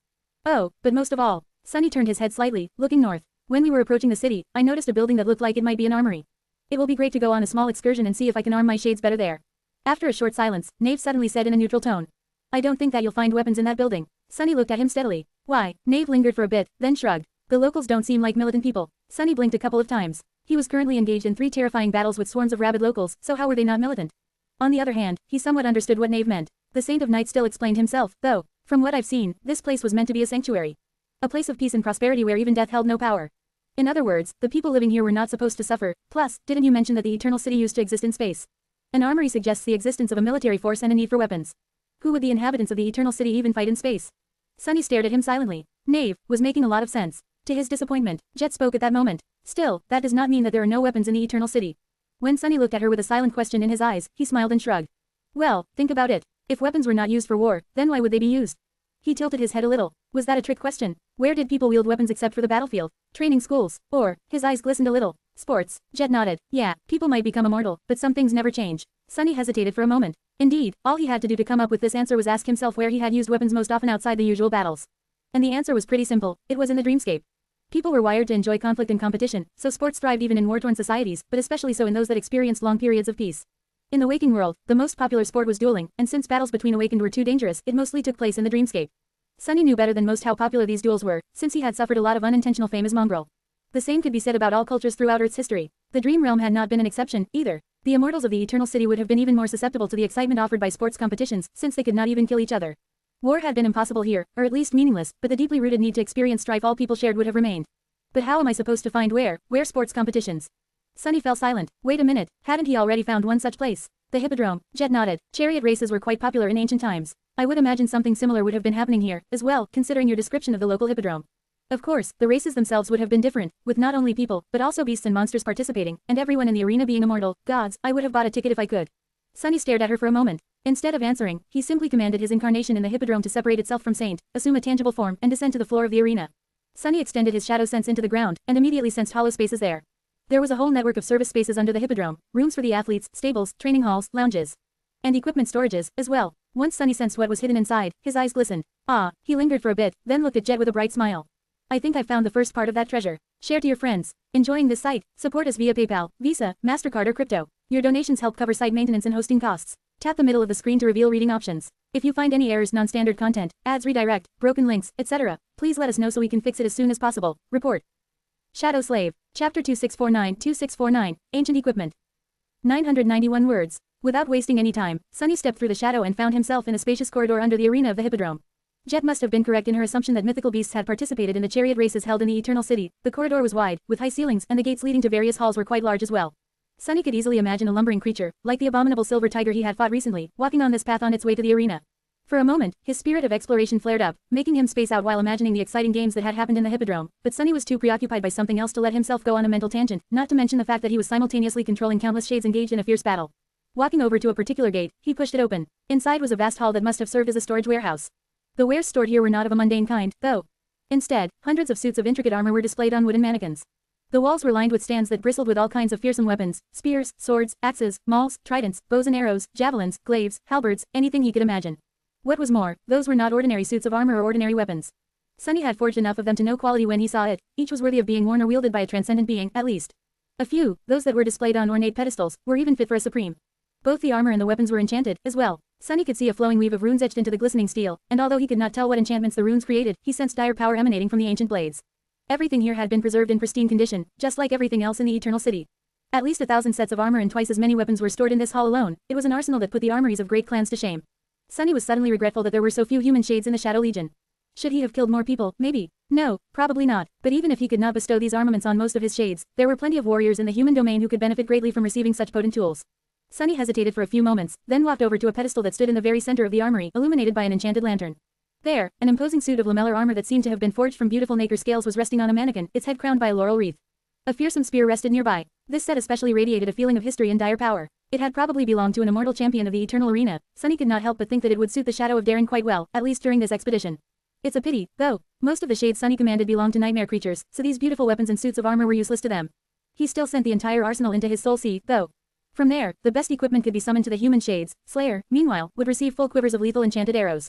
Sunny could not help but think that there had to be a similar arsenal meant for great beasts somewhere in the Hippodrome, too. He searched it with his shadow sense, but did not discover anything that resembled gargantuan suits of armor. There was a different point of interest, though. Stepping through the shadows, Sunny found himself in a different vast hall. There, enormous pools of something that looked like mercury were cut into the stone floor, surrounded by runic circles. Sunny studied the pools for a while, wondering what purpose they served. He looked around the hall, then considered the layout of the underground complex hidden under the arena. Then, he walked over to one of the runic circles and stared at the runes. Form, shape, boundary, hell, I can't make sense of it. He did have a strange suspicion, though, one that he felt had a good chance of reflecting the truth. Eventually, Sunny stepped back and summoned one of the shades that were guarding the battlements into the underground hall. Soon, an enormous leopard appeared in front of him, towering at least a dozen meters above the floor. Unlike some of the shades, this one was not clad in armor forged by the shadow of the King of Swords, so it was a perfect choice to conduct an experiment. Sunny hesitated for a moment, then commanded the leopard to enter one of the pools. The mercury rippled as the massive beast submerged itself into the pool. Shades did not need to breathe, of course, and the liquid metal did not seem dangerous. Still, Sunny called the leopard back before too long. As the giant shade rose from the mercury, torrents of liquid metal flowed down its black fur. However, not all of that metal returned into the pool. Instead, a layer of it solidified around the body of the leopard. Sunny's eyes trembled a little. By the time the giant beast stepped back onto the cold stones, it was encased in polished armor. The mercury did not just solidify around it, instead, it was shaped and guided to turn into an actual suit of armor that was perfectly suited for the body of the bestial shade, protecting all its vital spots while leaving enough open areas not to compromise its mobility. It was incredibly resilient, too, capable of withstanding most of transcendent blades, at least. Or corrupted claws. Great nightmare creatures would not find it easy to break this armor, either. As Sunny looked at the heavily armored black leopard, his eyes glistened. Quote. That's what I'm talking about. Share to your friends. Enjoying this site? Support us via PayPal, Visa, MasterCard or crypto. Your donations help cover site maintenance and hosting costs. Tap the middle of the screen to reveal reading options. If you find any errors, non-standard content, ads, redirect, broken links, etc., please let us know so we can fix it as soon as possible. Report. Shadow Slave. Chapter 2650 Commerce and Culture. 962 words. While the 3 strongholds of the Shadow Legion were besieged by the tide of hideous flesh, the Night Garden continued sailing toward the distant lighthouse. Sunny had already begun arming his shades, but it was going to take some time to exhaust the pools of liquid metal and equip as many of them as he could. He moved the shades that had already received shiny new coats of enchanted armor to the front line, though, so the rate at which the Shadow Legion was suffering casualties was already reducing. It's amazing, really. At the moment, Sunny and Jet were with the Saints of Night on the bridge of the living ship. He was showing them one of the weapons from the arsenal of the Hippodrome. I knew that there would be something of value in the Eternal City, but I might have underestimated just how much of a treasure trove this place is. It was inhabited by truly powerful beings, after all, and unlike most other places in the Dream Realm, everything here had been perfectly preserved. The Hippodrome alone can increase the overall strength of humanity by a noticeable margin. Bloodwave nodded somberly, then said in his low voice, 1,000 sets of transcendent armor, all of House of Night only possessed a tenth of that. Not to mention supreme relics. There were more powerful memories out there now that the number of saints had increased, but it was still an incredible discovery. Even if the artifacts found in the Eternal City were not memories, and were therefore more cumbersome to use, they were a precious commodity. Not only because of their power, but also because of the fact that they were enchanted, and the fact that these enchantments had come from a previously unknown tradition. Just like Ananke's mantle had helped Sunny develop his weaving, the runic enchantments of these ancient relics could help human enchanters learn more about sorcery and therefore push their craft further. Jet whistled, then asked, where else do you think we'll be able to find something valuable? The Hippodrome was an unexpected find, but there were bound to be other similar places in the Eternal City. Knave contemplated for a while, then said tentatively, stores. There had to be stores selling enchanted items. Even immortals would have enjoyed luxury. It would be even better to find workshops where the items were crafted. At that moment, the usually quiet ether suddenly spoke. Museums. He glanced at Sunny and Jet, then added quietly. People who lived in this city were made immortal, but they had all come from somewhere. The wealth of history they had witnessed must have been immeasurable, and they would have brought mementos of that history here. Since they lived lives of opulence and luxury, knowing no need, they would have enjoyed culture more than commerce. He smiled. Who knows what we will find in their museums? Relic of the age of gods, mythical weapons that decided the fate of entire realms, that is what one imagines when thinking about an immortal abode. Sunny blinked a couple of times. Museums, Ether's suggestion was quite plausible, not to mention enticing. Just then, an especially powerful abomination clashed with Slayer, and Sunny got distracted for a while. When the nightmarish horror was finally subdued, he shivered. The more time Sunny spent in the Eternal City, the more a particular question gnawed at him. Glancing at the Saints of Night, he exhaled slowly, and then asked. Now that I've enjoyed the sights of this lovely city, I wanted to ask. How the hell did Nightwalker escape from here as a sleeper? Knave and Ether, in turn, looked at Bloodwave, the oldest of them, as well as the person who seemed to have known the legendary founder of the House of Night personally. Bloodwave remained silent for a while, then sighed. That is Nightwalker you are talking about, the first of the Night Guides. That bastard could find any path and go anywhere he wanted, and nothing could stop him, let alone bar his way. It sounded like Nightwalker had possessed an aspect that had to do with getting places. It also sounded like Bloodwave had not been very fond of the mysterious founder of their clan, for some reason. Ether wore a neutral expression, while Knave's emotions could not be read. Sunny sighed. Well, I'm in no position to judge. Did you know, I once killed a great devil as a sleeper? They chuckled politely, prompting his expression to fall. Ah, it is just not the same without Kai. Soon enough, he winced and raised a hand to shield his eyes. The closer they got to the lighthouse, the brighter their surroundings became. Most of the Eternal City was shrouded in nebulous darkness, with areas bathed in stark silver light. It was a city of endless night, alien to the concept of sunshine. As they approached the lighthouse, however, it was easy to mistake the deep darkness of the undersea for daylight, and Sunny suspected that it would become even brighter as they got closer still. The lighthouse, just like the wharf, was isolated from the rest of the city, standing some distance away from the nearest island. It was a magnificent tower that loomed above the landscape, almost reaching the sloping edge of the invisible dome. Brilliant light spilled from it, suffusing the clouds of vapor surrounding its base with blinding, soft radiance. Sunny had felt nothing when nearing the wharf, but the sight of the lighthouse filled him with awe and dread in equal proportions. He hesitated. I am not sure that we should take the night garden close to the tower. Jet gave him a brief look and nodded. There is no dock, anyway. We will stop at a safe distance away. Knave seemed to agree, as well. How will we get to ground, though? That was indeed a good question. Sunny looked at the turbulent expanse of glistening water and winced. I guess we're going for a swim. Share to your friends. Enjoying this site? Support us via PayPal, Visa, MasterCard or crypto. Your donations help cover site maintenance and hosting costs. Tap the middle of the screen to reveal reading options. If you find any errors, non-standard content, ads, redirect, broken links, etc., please let us know so we can fix it as soon as possible. Report. Shadow Slave. Chapter 2651 Spirit Attack. 1053 words. The lighthouse was a place unlike any Sunny had ever seen, and it made him feel uncomfortable. The reason for his unease was simple. There were no shadows on the small island surrounding the great tower, and none within. There were clouds of vapor swirling around the lighthouse, and that vapor was suffused by the brilliant silver light. Every tiny droplet of water was reflecting the radiance, making the light omnidirectional, which meant that there was nowhere on the island where light was absent, and therefore no place for shadows to nestle. So, Sunny could not use Shadow Step to travel there. This was a new kind of obstacle for him. In fact, Sunny had not even been aware that his powers could be suppressed this way, so he was quite stumped. Luckily, he still possessed the Shadow Lantern, so returning to the Night Garden was not going to be a problem, but they would still have to brave the dark waters washing the shores of the Eternal City to reach the lighthouse. Unlike the wharf, the lighthouse was located inside Darren's barrier. The Night Garden remained at a distance, drifting at the edge of the outer dome. It was decided that Ether would remain on the bridge of the living ship, controlling it, while the rest of them would proceed to the small island. What do you think is in the water? Sunny could not help but sound a little apprehensive. Bloodwave shrugged. Whatever it is, we'll find out soon. A few minutes later, they plunged into the cold water. An onyx serpent, an azure serpent, and a monstrous killer whale dove into the dark depths and rushed toward the radiant light, racing to get to the shore as fast as possible. Jet, meanwhile, had turned into a wraith and hid inside Sunny's maw. Just moments after they plunged into the water, Sunny sensed that something was terribly wrong. Curses, he could feel the indestructible plates of the jade mantle slowly eroding away. Beside him, clouds of blood surrounded the enormous killer whale, and further away, Knave's icy scales were becoming covered by a net of cracks. I see what is going on. There was no single harrowing abomination hiding in the waters of the Eternal City. Instead, there was an incalculable number of tiny fish, each no larger than a fingernail, hiding beneath the tumultuous surface of the dark water. The fish were small, but armed with countless razor-sharp teeth, swarming hungrily around any living thing that entered their hunting grounds. Which was far worse. Sunny could handle a dreadful leviathan or two, but a myriad of tiny monsters. Actually, he could handle that too. Activating the curse, he used that shadow flame and that weakening curse to affect a wide area around him, then channeled his death will while augmenting it with the mercy of shadow. He was empowering the shadowbound charm with the underworld armament and using it as a conduit for his will. As a result, Sunny's killing intent became a lethal force. Considering how many tiny abominations he was affecting, each individual one was not weakened that much by that weakening curse. However, they were all exposed to the same death will, and therefore, they died. Sunny willed it so, and an unimaginable number of tiny abominations were instantly killed. They sustained no wounds, and neither had they been exposed to an attack they could have resisted. The fragile flames of their lives were simply snuffed out. They simply ceased. Of course, it had only been possible because each individual fish was relatively weak. But, still, it was an eerie and indescribable feeling, to be able to decimate a myriad of abominations with a mere thought. I guess this can be called a spirit attack, since it was my will that killed them. For a few moments, Sunny and the Saints of Night received reprieve from being gnawed on by the abominable creatures that populated the waters around the Eternal City. But it was a place foreign to death, after all. Soon enough, the tiny fiend Sunny had destroyed stirred and came back to life, swarming the two great sea serpents and the giant killer whale again. Blood spilled into the cold water once more, and Sunny willed them to die once more. Ah, it was quite straining. Sunny, Knave, and Bloodwave fought their way through the infested waters while being eaten alive. Luckily, Sunny could slow down the rate at which they were devoured, and the distance separating them from the small island was not too vast. Soon enough, they were surrounded by brilliant light, and could sense solid ground close by. Sunny climbed onto the cold stones and swayed, blinded by the radiance. His shadow sense was useless here, and the light was unbearably bright. Groaning, he shielded his eyes with a hand and jumped away from the water. Jet assumed her corporeal form nearby, unperturbed and entirely dry. Knave and Bloodwave joined them a few moments later, having already assumed their human forms. The former looked pale, but relatively unscathed, while the latter was riddled with ghastly wounds and bleeding heavily. Looking down at his shredded armor, Bloodwave grimaced and wiped the blood off his face. His wounds were already closing, and he did not seem bothered by the pain. If anything, the flowing blood seemed to only make him more ferocious. No wonder those immortals are reluctant to fall into the water. His tone was flat. Sunny tended to agree. The waters of the Eternal City were teeming with these abominations, and their teeth were chillingly sharp.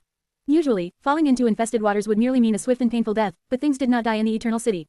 Once someone fell into the water here, they were destined to be devoured eternally, endlessly coming to life only to be pierced by tiny teeth and torn apart again, and again, and again, forever. If there was a fate even nightmare creatures would be wary of, that was it. He shuddered. Stay alert. Stripped of shadow sense and surrounded by soft silver radiance, Sunny felt incredibly vulnerable and exposed. His expression darkened. We are inside the barrier, so there can be immortals here. In fact, let's hope that those fiends are the worst thing hiding in this light. Despite how beautiful the diffused expanse of soft silver light was, Sunny got an eerie feeling from this place. Glancing at his companions, he summoned the shadow lantern and sighed. Let's go. Share to your friends. Tap the middle of the screen to reveal reading options. If you find any errors, non-standard content, ads redirect, broken links, etc., please let us know so we can fix it as soon as possible. Report. Shadow Slave. Chapter 2652, Hidden in the Light. 981 words. The radiant vapor made it hard to see. It was bright enough to be blinding, and without shadows, discerning the shape and size of objects was surprisingly difficult. Jade and the Saints of Night seemed to be doing fine, but Sunny had to summon a small shadow out of the shadow lantern and manifest it into a mesh blindfold. After tying it around his eyes, he finally felt better. Being unable to sense his surroundings still made him uneasy, but at least his vision was not severely impaired. It's better than true darkness, at least. If it had been elemental darkness, he would not have even been able to summon the shadows to help him in a moment of need. Sunny, Jet, and the Saints of Night cautiously advanced forward. The island supporting the lighthouse was not very big, but there was still some distance they had to traverse to reach the base of the tower. The ground gently sloped upward, and there was a set of wide steps they followed. Soon enough, however, Sunny gestured for everyone to stop. What's wrong? He remained motionless for a few minutes, then hissed and took a step back. A strand of his wet hair fell to the ground, cut cleanly by something incredibly sharp. There was also a deep cut on his forehead, just above his brow. Anybody else would have already been bleeding profusely, but of course, Sunny did not bleed. If he had been a bit taller, though, he would have lost an eye.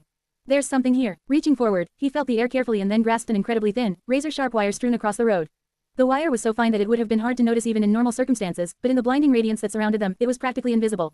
When Sunny pulled on the wire, it glistened subtly, allowing his companions to see. They tensed a little and looked around, searching for other unseen threats. Proceed with caution. There was another wire there, at the level of Sunny's knee. Bending a little, he stepped over it and continued forward with careful steps. Their progress inevitably slowed. There were more wires awaiting them ahead. The density increased gradually, until there was an entire razor-sharp, invisible fence blocking the road. There were also other traps hidden in the blinding radiance, sharp spikes that protruded from the ground, thin blades embedded into the stone, nets that glistened subtly in the air. Sunny and his companions avoided them without much trouble, but anything larger than a human would have had trouble ascending the slopes of the island toward the lighthouse, not that it mattered much, considering that the horrors of the Eternal City were immortal. The wires and traps forced Sunny to search for alternative paths, though. He could have destroyed them, of course, but there was no telling what that would cause. Traps were often triggered by such actions, after all, not to mention primitive alarm systems. In the end, they had to circle almost the entire island before finding a way up. The lighthouse island was eerily quiet and empty, and they did not meet a single enemy while exploring its mysterious shores. However, Sunny stopped once again only a few hundred meters later.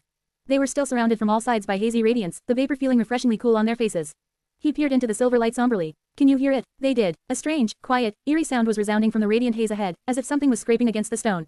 Sunny and his companions advanced cautiously, preparing themselves for battle. They were not prepared for what they found ahead, though. What the hell? Out there, in front of them, a gruesome body was impaled by 6 short, sharp steel spikes. The person had their limbs and head severed, and then arranged on the ground like a macabre display. The torso, the arms, the legs, and the head were each pierced by a spike and held in place by them. The worst part of it all was that the body was still alive. It moved weakly, trying to free itself of the spikes, and thin tendrils of flesh were reaching toward the severed parts, as if wanting to reunite with them. It was the struggles of the severed body that produced the scraping noise. The face was covered by a bloody cloth, but they could see its lips moving under the fabric. Sunny shuddered in revolution. What is this? Nave's voice trembled. Sunny remained silent for a few long moments, then said in a subdued tone. This is the danger of immortality. Indeed, the grotesque body laying on the ground in front of them belonged to one of the fallen immortals of the Eternal City. Someone had left the abomination here, severed and immobilized, perhaps to restrain them, perhaps as a punishment. In any case, Sunny had no desire to free that monstrosity from the spikes. After studying the impaled immortal for a bit, they carefully moved around the ghastly body and continued forward. As Sunny and his companions ascended higher, they witnessed a few more similar scenes. Here and there, the fallen immortals were displayed like trophies, weakly trying to set themselves free. Some were nailed to the ground like the first one, some were impaled on tall spikes, some crucified or suspended in nets of razor-sharp wide. Some still looked like humans, while some were no more than abhorrent masses of slithering flesh. There was even a head of a giant bull that was held in place by thick silver chains, its enormous glassy eyes staring at them with hunger and fury. The tongue of the ghastly creature was moving, but its body was nowhere to be seen. The further Sunny went, the darker his mood became. Just what has happened on this island? After circling the lighthouse a few more times and discovering half a dozen cruelly restrained immortals, they approached the great tower. And there, on its steps, they finally found an immortal who was not restrained. Share to your friends. Enjoying this site? Support us via PayPal, Visa, MasterCard or crypto. Your donations help cover site maintenance and hosting costs. Tap the middle of the screen to reveal reading options. If you find any errors, non-standard content, ads redirect, broken links, etc., please let us know so we can fix it as soon as possible. Report. Shadow Slave. Chapter 2653-2653, Modern History. 1,000 words. Stone steps revealed themselves from the blinding radiance, with tall pillars framing their flawless surface. They ascended steeply into the silver haze, disappearing into the brilliant light like the pathway to heaven. There was nothing heavenly about them, though, because not 100 meters lower down the slope, a horrid mass of vivisected flesh was slithering and straining as it tried to escape the wires that bound it and the spikes that impaled it. The lighthouse was obscured by the radiance, but it was near, looming in the haze. A young man was sitting on the steps, staring at the ground. As Sunny and his companions approached, he slowly raised his head and peered at them with his strange, nebulous silver eyes. The youth looked barely old enough to be called an adult, with beautiful features and dark, flawless skin. He wore a tunic woven out of flowing, luxurious fabric, and his long hair was tied neatly by a piece of metal wire. As he regarded them with a hollow look, a strange, ominous smile twisted his lips. Hearing the nauseating sounds of rippling flesh behind them, Sunny tensed and readied himself. The youth opened his mouth. What escaped it were not revolting tendrils of flesh, however. They were the familiar sounds of the human language, instead. Kid, is that you? Gods, you look old. Sunny froze. Jet seemed stunned and confused, too. Nave's expression was hard to read, while Bloodwave remained his usual grim, nonchalant self. Staring at the young man somberly, he pursed his lips, and then said in his low voice. So you're alive after all, scoundrel. The youth studied Bloodwave for a while, not saying anything, then looked behind him. Where is Gnosis? Where is Typhaon? Wait a minute. Sunny blinked and then peered into the soul of the young man. To his surprise, there was no darkness inside it, just the pure, radiant light of a transcendent soul core. Bloodwave shrugged. Dead. The youth fell silent. A few moments passed, and then he chuckled. What kind of nightmare creature managed to do those two in? Nave spoke at that moment, his voice sounding a little hoarse. It wasn't a nightmare creature. It was the Prince of Nothing. The young man frowned slightly. Who the hell is the Prince of Nothing? Nave sighed. Mordred of Nowhere, the banished son of the King of Swords. The young man blinked a couple of times. Who the hell is, wait, Anvil? Warden's boy. Nave nodded silently. The youth studied him for a bit, and then raised an eyebrow. I see. And who might you be? Nave stared at him somberly, not saying anything. Sunny, who had been listening to their conversation silently, chose that moment to speak. He already suspected who the strange youth was, but wanted to confirm it, so, glancing between Nave and the young man, he asked in a bewildered tone. Is someone going to do the introductions? Nave smiled slightly. Sure, these are Soul Reaper and the Lord of Shadows. He gestured to the youth. And this is Nightwalker, the founder of our fallen clan. I am glad to see you too, father. Sunny was still digesting the fact that Nightwalker, the legendary and mysterious founder of the House of Night, was not only alive but also his buddy Nave's absent dad. The fact that Nightwalker looked a couple of decades younger than his son was not helping him come to terms with that information either. At least I know why Bloodwave doesn't like his clan's founder very much. Now, the bastard got his older sister pregnant. For all the talk about how the House of Night was not a single family, but an alliance of prominent legacy clans of the Stormsia instead, their familial relationship seemed quite complicated. Sunny sighed. After the brief introduction, Nightwalker rose and invited them to follow him. They walked up the stone steps, heading for the lighthouse, or one of the buildings surrounding it, at least. So, can someone catch me up on what has been happening in the world? I am quite curious. Sunny gave him a long look, and, since no one volunteered to speak, said in a neutral tone. Let's see, when was it that Nightwalker had gone missing, again? Actually, nobody outside the House of Night really knew. A Category 5 nightmare gate opened in America, so he lost that side of the planet. Immortal Flame and his daughter died there, as well. Broken Sword and his cohort conquered the third nightmare. Then, they conquered the fourth nightmare and became supremes. Then, Broken Sword was killed by his companions, and they divvied up the world. Nightwalker whistled quietly. So they are supremes now, huh? Actually, so there are supremes now, huh? Sunny glanced at him. There are 7 supremes, although 3 of them are already dead. Well, 4, technically. Anyway, Valor, Song, and the House of Night established themselves as the great clans. Broken Sword's daughter got lost in the dream realm for a couple of years, then conquered the second nightmare as a sleeper. Antarctica got swallowed by nightmare gates. That's one less continent, again. Your son was there, by the way, risking his life to evacuate the civilians. Jet smiled lazily. I was there, as well. Nightwalker studied her with interest. No, actually, why is that bastard leering at Jet? Nightwalker smiled. I assume that you are the Soul Reaper. Nice to meet you, young lady. Jet chuckled pleasantly. Please call me Jet, mister. Sunny stared at them, appalled. He coughed. As I was saying, millions of mundane people settled in the dream realm. A few years later, Valor and Song went to war. The House of Night attempted to maintain neutrality, but in the end, most of its elders were killed by Mordred, and all of its citadels were usurped. Nightwalker's smile dimmed. Quote. One man defeated my entire house. He turned to Knave and Bloodwave with a somber expression. Knave gritted his teeth. That thing can hardly be called a man. Nightwalker remained silent for a long while, then sighed and looked away. Ah, I remember now. That boy was given to the Dreamspawn. It makes sense, then. His voice sounded neither somber nor cheerful, just distant, as if he was talking about the past he had left behind. Sunny shifted slightly. The Dreamspawn again, so Mordred had not lied. Nightwalker and Astarion really did have a history. Share to your friends. Enjoying this site? Support us via PayPal, Visa, MasterCard or crypto. Your donations help cover site maintenance and hosting costs. Tap the middle of the screen to reveal reading options. If you find any errors, non-standard content, ads redirect, broken links, etc., please let us know so we can fix it as soon as possible. Report. Shadow Slave. Chapter 2654 Family Reunion. 1044 words. Sunny studied the back of the young man who was old enough to be his grandfather, wondering what had happened between Nightwalker and Astarion, and when. He was full of questions, but knew that it was not the time to ask them yet. The questions still struggled to climb onto his tongue, though, which made him feel itchy. Sunny was also controlling the besieged Shadow Legion, repelling the harrowing onslaught of the grotesque army of immortals, so there was that as well. He squinted. Weren't you a master? Nightwalker looked at him, then smiled wryly. I found a seed of nightmare here in the Eternal City. Took me a few tries, but I conquered it eventually. A few tries. Overwhelmed by the implications of these simple words, Sunny briefly wondered who had done it first, Broken Sword and his cohort or Nightwalker. Perhaps it did not matter, in the end. He sighed. Anyway, in the war between Valor and Song, neither Valor nor Song won. Broken Sword's daughter won, instead, killing both Anvil and Key Song, with the help of an extremely dashing sellsword. Who then betrayed her and was promptly killed, as well. They're dating now. Nightwalker slowed down and turned, giving him an incredulous look. Strangely enough, Knave and Bloodwave stared at him with wide eyes, too. Wait, you and Lady Nepes are together. Sunny gave them a dark look. Oh, did I not mention it? There's no need to sound so shocked, you know. Yes, we are, he grinned. We're like two sides of the same coin, she and I. Nightwalker stared at him for a moment, then looked at Jet. Then, he smiled. Good for you. Sunny tilted his head, suddenly feeling his smile growing strained. Nephews of the Immortal Flame clan, Changing Star, attained supremacy and became the ruler of humanity. Earth is being slowly devoured by the Dream Realm, so hundreds of millions of people are being resettled to the Dream Realm ahead of the apocalypse. We almost lost the Eastern Quadrant to a great terror recently, but a new Supreme ascended and took care of it. That pretty much covers everything. Oh, the remains of the House of Night were absorbed into the government. Saint Jet is the de facto leader of the government, as well as the new captain of the Night Garden. Nightwalker looked at Jet once again, then glanced at Knave and Bloodwave. His expression grew distant for a short while, but cleared eventually. Good to know. He studied Sunny silently. Knave and Bloodwave are members of the House of Night, while the beautiful young lady is the captain of the Night Garden. But who are you, kid? Did someone find Shadow God's lineage, after all? Sunny smiled. Quote. Someone did. He paused for a moment. I am Supreme Sunless, the demigod in charge of conquering this city. I am also thousands of years old, so please refrain from calling me kid, young man. Nightwalker stared at him with no particular expression on his youthful face, then looked away and sighed. The world has changed a lot since I've been gone. He walked forward without saying anything else until a wall built of large stone blocks revealed itself from the radiance. Opening the door, Nightwalker walked inside and invited them in. The space inside might have been a storage area once, but it had been turned into a makeshift living space now. There was a luxurious bed, paintings and statuettes decorating the haphazard collection of furniture, and several braziers with cold coals in them. There were also weapons and various tools littering the floor, with large spools of metal wire and long spikes leaning against the walls. It seemed like Nightwalker both lived and prepared his traps here. If anything, this place resembled Sunny's room in the ruined cathedral of the Dark City more than anything else. Most importantly, though, was that there were shadows here. Bright light spilled through the small window near the roof, but most of the storage space was mercifully dark, soothing Sunny's strained eyes. Walking inside, he let out a relieved sigh and pulled the blindfold off. He felt like a fish thrown back into the water. Curiously enough, Sunny had not sensed these shadows from the outside. It was only when he crossed the threshold that he felt their presence, hinting that this building, and maybe the lighthouse, as well, were able to suppress anyone from peering through their walls. Make yourself at home. Nightwalker walked over to one of the braziers and made fire. Then, he looked around with a slightly lost expression. Sorry, I don't think I have any food or beverages to offer you. I don't actually remember the last time I ate something. In the silence that followed, Knave sighed and asked the question that had been on all of their minds from the moment they met the miraculously surviving founder of the House of Night. You are one of those immortals now, aren't you? Nightwalker regarded him with a neutral expression. Aren't we all immortal here, in the Eternal City? He shrugged, and then sat down in a decadently opulent chair.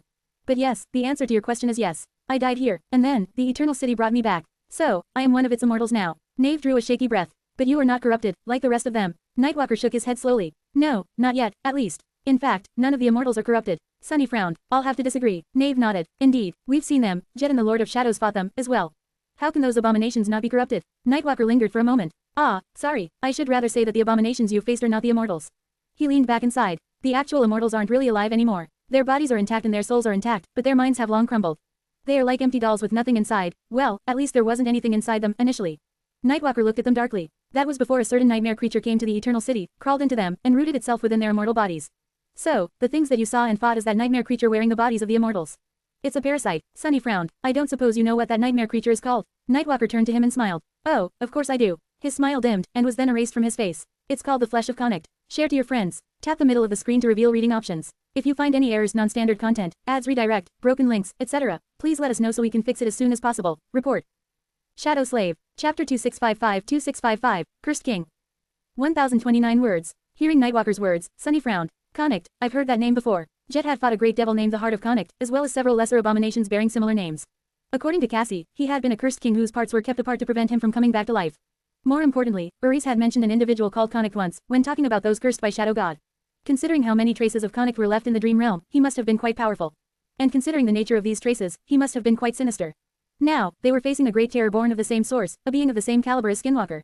Who the hell is Connacht, though? Nightwalker smiled wryly. Just an old myth. He hesitated for a short while, then sighed. He was supposedly one of the first humans, born at the dawn of the Age of Gods.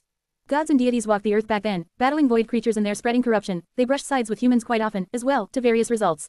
Most of those encounters were benign in nature, but not all of them. Connacht in particular managed to anger Shadow God. Somehow, so Shadow God took his shadow away, and with it, his ability to die.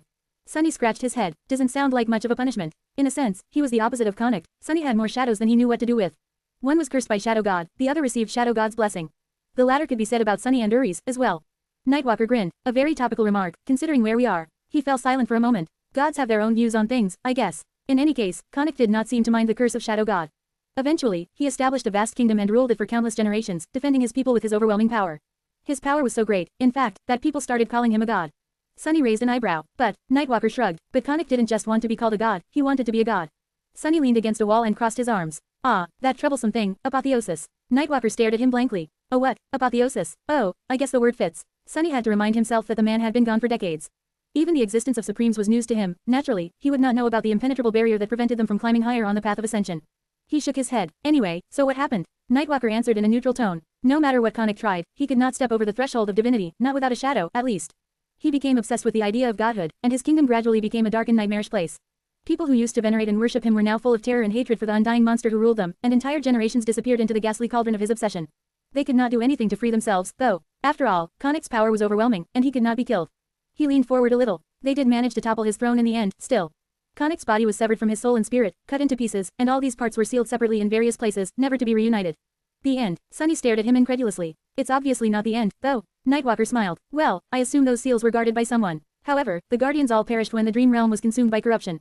The seals weakened after a while, and the same corruption took hold of the severed remains of Connacht. Those pieces eventually became horrid abominations. He fell silent for a while, then added in a somber tone. I only know about this because I had the misfortune of visiting the kingdom of Connacht in one of my nightmares. The interesting part, however, is not what he did to earn the curse of Shadow God, and not what happened to his severed parts. It is not even what will happen if those parts fuse back together one day.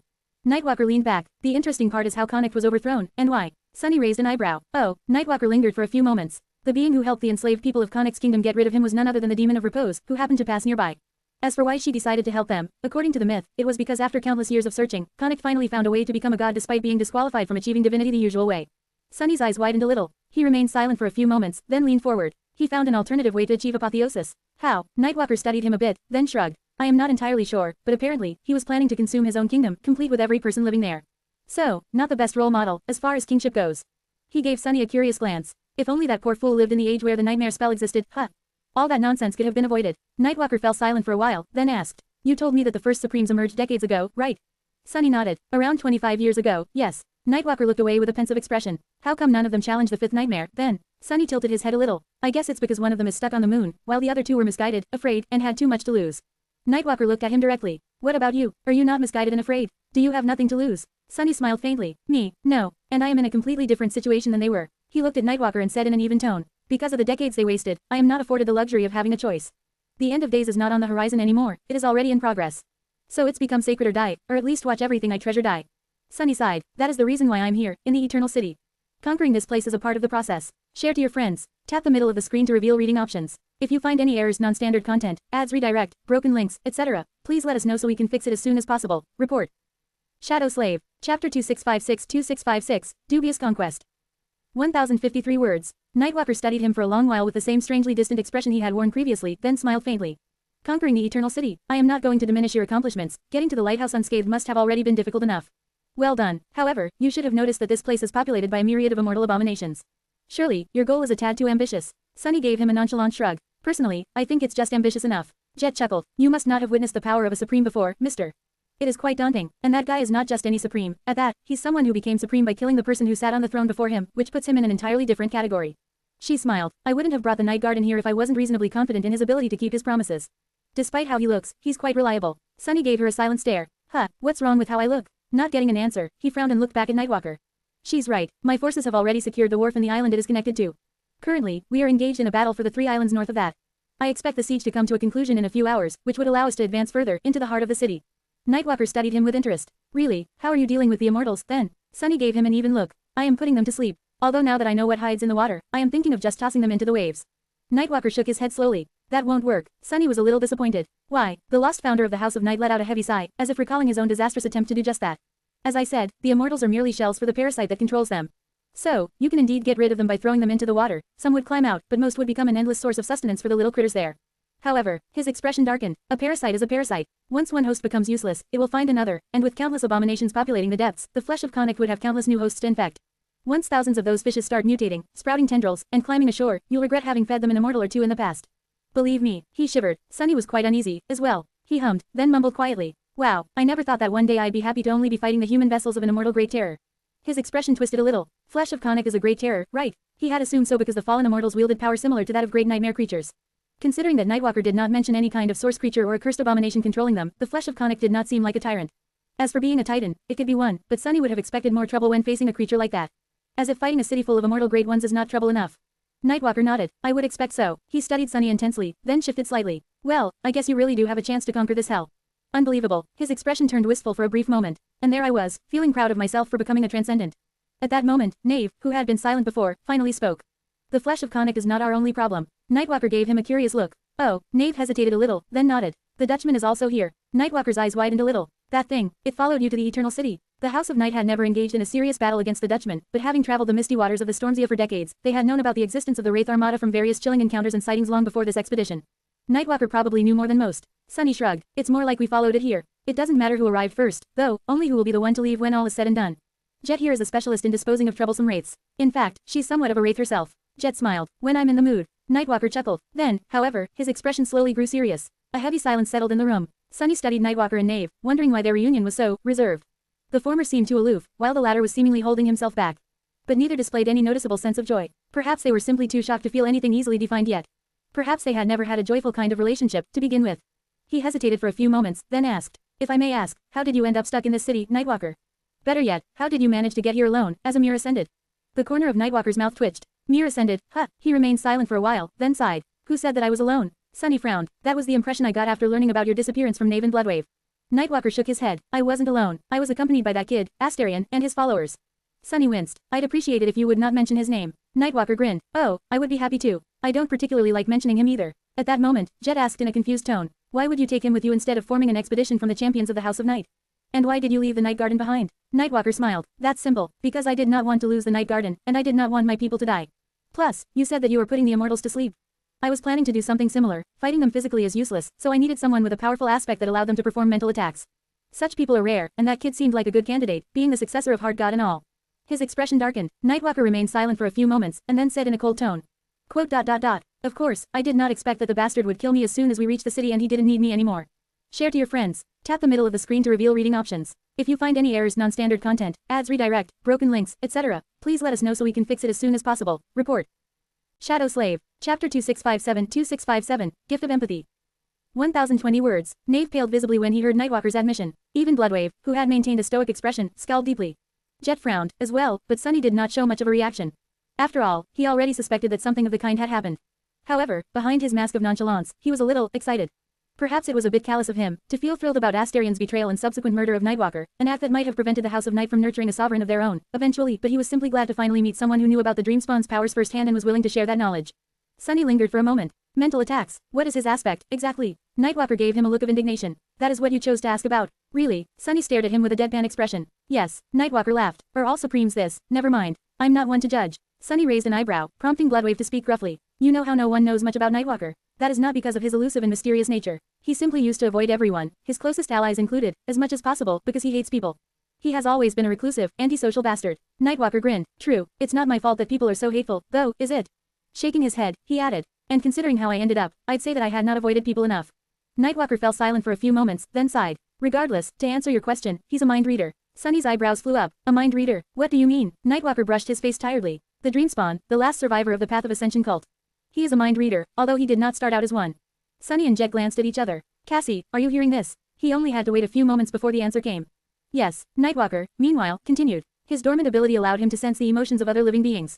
He was an empath, of sorts. His awakened ability is a bit sinister. It allows him to feed on the powerful emotions of others, consuming them. It was his ascended ability that made me take him to the Eternal City, however. That one allowed him to influence the emotions of others with his own. His expression grew somber. His abilities underwent a bit of an evolution when he ascended, though. The scope of his dormant ability increased to include not only emotions, but also the thoughts of others. And his ascended ability was the same. It allowed him to put his thoughts into other people's heads. Nightwalker grimaced. He had always been a creepy kid, and these three powers made being in his company even creepier. Because even with fearsome mental defenses, you never could be quite sure that your thoughts and emotions were your own. Even if they were, you knew that he could read you like an open book. That made being around him uncomfortable, or it would have, if he did not know just the right words to say to put people at ease. Nightwalker chuckled bitterly. He was capable, effortlessly charming, devilishly smart, and strong. Really strong, but despite all that, you could not help but feel a little uneasy around him, from time to time. Because once in a while, for a brief moment, it felt like there was something deeply wrong about him, hiding in the depths of his eyes. Ah, but of course, that feeling was easy to explain by the prejudice everyone had about him. Nightwalker shrugged. After all, he was a stranger. Someone from outside the bounds of the world we were familiar with. Those Path of Ascension zealots had always been a weird bunch, and nobody knew what happened to them in the dream realm. So, it was difficult not to feel distrustful of that kid. That's how others felt, at least. Personally, I didn't care too much. His smile turned a little bitter. Maybe I should have. Sunny, meanwhile, was thinking about Astarion's aspect. Empath, mind reader, mental manipulator, and what does it mean? He consumed other people's emotions. Was he like an energy vampire? He remained silent for a while, then could not help but ask a senseless question. What about his transcendent ability? What about his domain? Nightwalker gave him a confused look. How should I know? He was a mere ascended the last time I saw him. Sunny grimaced. Right. After pausing for a moment, he asked. So what did he want to find here, in the Eternal City? And why did he turn on you? Nightwalker scratched the back of his head. What he wanted to find here, I am not sure, since everything he had told me turned out to be a lie. No matter what it was, though, he must have failed to find it. You see, we were too weak, he and I. All we knew about this place was what I had seen here as a sleeper, so we might have overestimated ourselves and underestimated the Eternal City. What could two masters do here, really? He was already lucky to escape alive. Nightwalker looked at Sunny with a dark expression. As to why he turned on me, perhaps that was his main goal all along. I did not think that it was possible, but he wanted to absorb the lineage of Storm God. Divine lineages can't coexist with each other, but when it comes to the Dreamspawn, they somehow can, even if I learned it too late. His silver eyes glistened dangerously. He could have entered the lighthouse and attempted to receive the lineage like I had done once, a long time ago, but he chose to stab me in the back instead. To his credit, I don't think that he was aiming to kill me. But I was too stubborn to surrender, so in the end, he did. Nightwalker sighed. It was a hollow end, to survive all the horrors of the nightmare spell only to die by a human's hand. Saying that, he looked away and added in a distant tone. And it was a bitter beginning, to come back to life in this cursed city, knowing that I am destined to die here thousands of times more. Share to your friends. Tap the middle of the screen to reveal reading options. If you find any errors, non-standard content, ads redirect, broken links, etc., please let us know so we can fix it as soon as possible. Report. Shadow Slave. Chapter 2658-2658, Tempered Blade. 1008 words. Sunny looked around, noting the spools of razor-sharp wire and steel spikes. Remembering the grotesque scenes hiding in the beautiful radiance of the lighthouse island, he felt a chill running down his spine and asked in a neutral tone. So that is how you spent these decades? Escaping the immortals and building traps to keep them away from your hideout? Nightwalker regarded him silently for a long while, then smiled. I don't remember. Sunny raised an eyebrow. You don't remember? Nightwalker chuckled. Well, I remember this and that. In the beginning, I was an ascended, life was hard. Those abominations were simply too overwhelming, so I died a lot. Sometimes, I managed to escape. Most times, I did not. And eventually, I went mad. I don't recall what happened after that clearly. Relaxing in his chair, he shrugged. But I regained my senses after a while. And then, I lost my mind again, and then, I found it again. Time lost all meaning. I would not have known that I have been here for decades instead of centuries or thousands of years if you had not told me. His expression grew distant and detached. At some point, I found a seed of nightmare. There's a few here, in the Eternal City, but I could only get close to one. I challenged it and died. The city brought me back to life, so I challenged it again. Eventually, I conquered it and became a transcendent. Things did not get easy after that, but they did become easier. At least I could fight the immortals, finally. Nightwalker smiled, and something dark and dangerous gleamed in his eyes. So that was what I've been doing for the last 10 years, I guess. Fighting great nightmare creatures all day, every day, to kill time. It was at this point that Sunny realized two chilling facts. The first fact was that the amicable youth in front of him was not just a legendary figure from the early years of the nightmare spell, an outstanding but antiquated person whose achievements had been swallowed by the passage of time.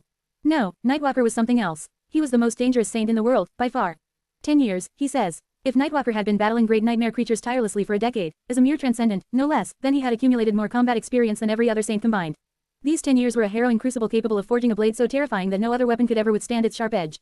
Nightwalker had already been one of the most accomplished warriors of the most ill-fated generation in history before returning to the Eternal City and transcending.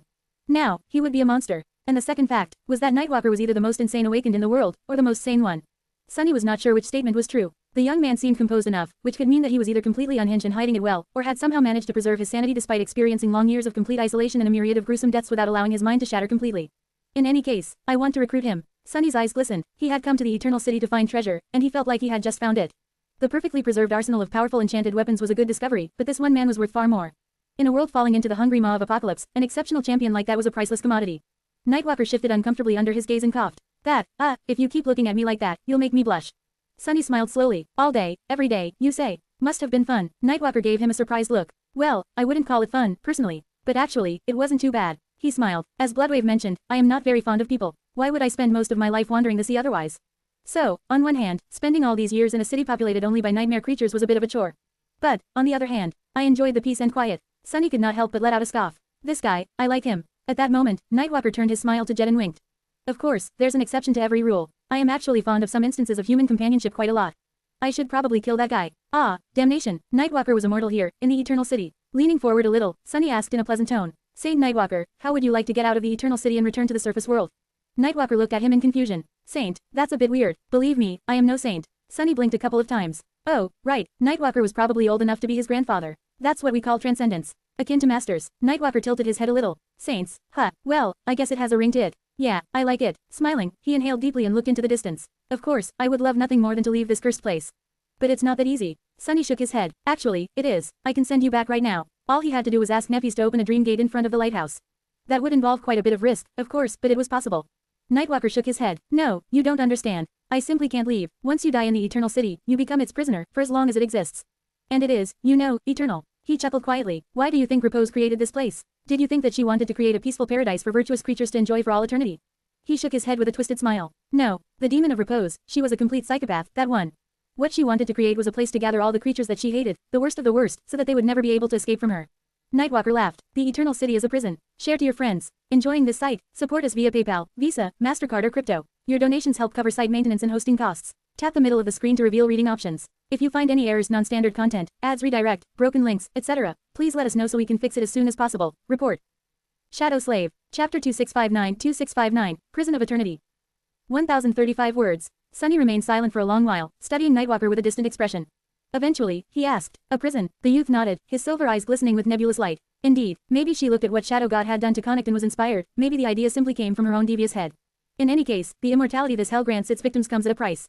And that price is having to stay here forever. Sunny frowned subtly. Nightwalker knew that those who were made immortal by the Eternal City could never leave their beautiful cage for as long as the Eternal City existed. However, his guess at what had motivated the Demon of Repose to build it seemed to be based mostly on his own perception of what this place was. In truth, Sunny suspected that the real reason was not that unambiguous. None of them knew what motivated the mysterious demon, but he did know a few things about her kind. For example, he knew that all other demons had wrestled with the unconditional taboo placed upon them by the gods and the loneliness that resulted from adhering to that prohibition. So, had the Demon of Repose truly wanted to torment the prisoners of the Eternal City forever? Or had she simply been unwilling to part with those who won her favor? The answer to that question was now lost, erased by the currents of time. Even if she had intended to build a paradise for those who were weary, she would have had to find a way to avoid their gratitude. Because if she had not, the Eternal City would have been destroyed, just like the Kingdom of Hope had been destroyed. Maybe that was why the Demon of Repose had wandered the world on her living ship instead of residing in the paradise of her creation. Maybe being unwilling to part with those who settled in the Eternal City and tormenting them eternally were not two conflicting possibilities but cause and effect instead.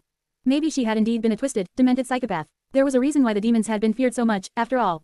In any case, as much as the secrets of the Eternal City tantalized Sunny, satisfying his curiosity was not his main concern. His main concern was benefiting from the expedition to the Eternal City as much as possible. They had already initiated the restoration of the Night Garden and reached the lighthouse. At the very least, the Saints of Night would be able to use the memory Nightwalker had used all those years ago and capture some of the starlight trapped within, thus ensuring the continuation of their bloodline.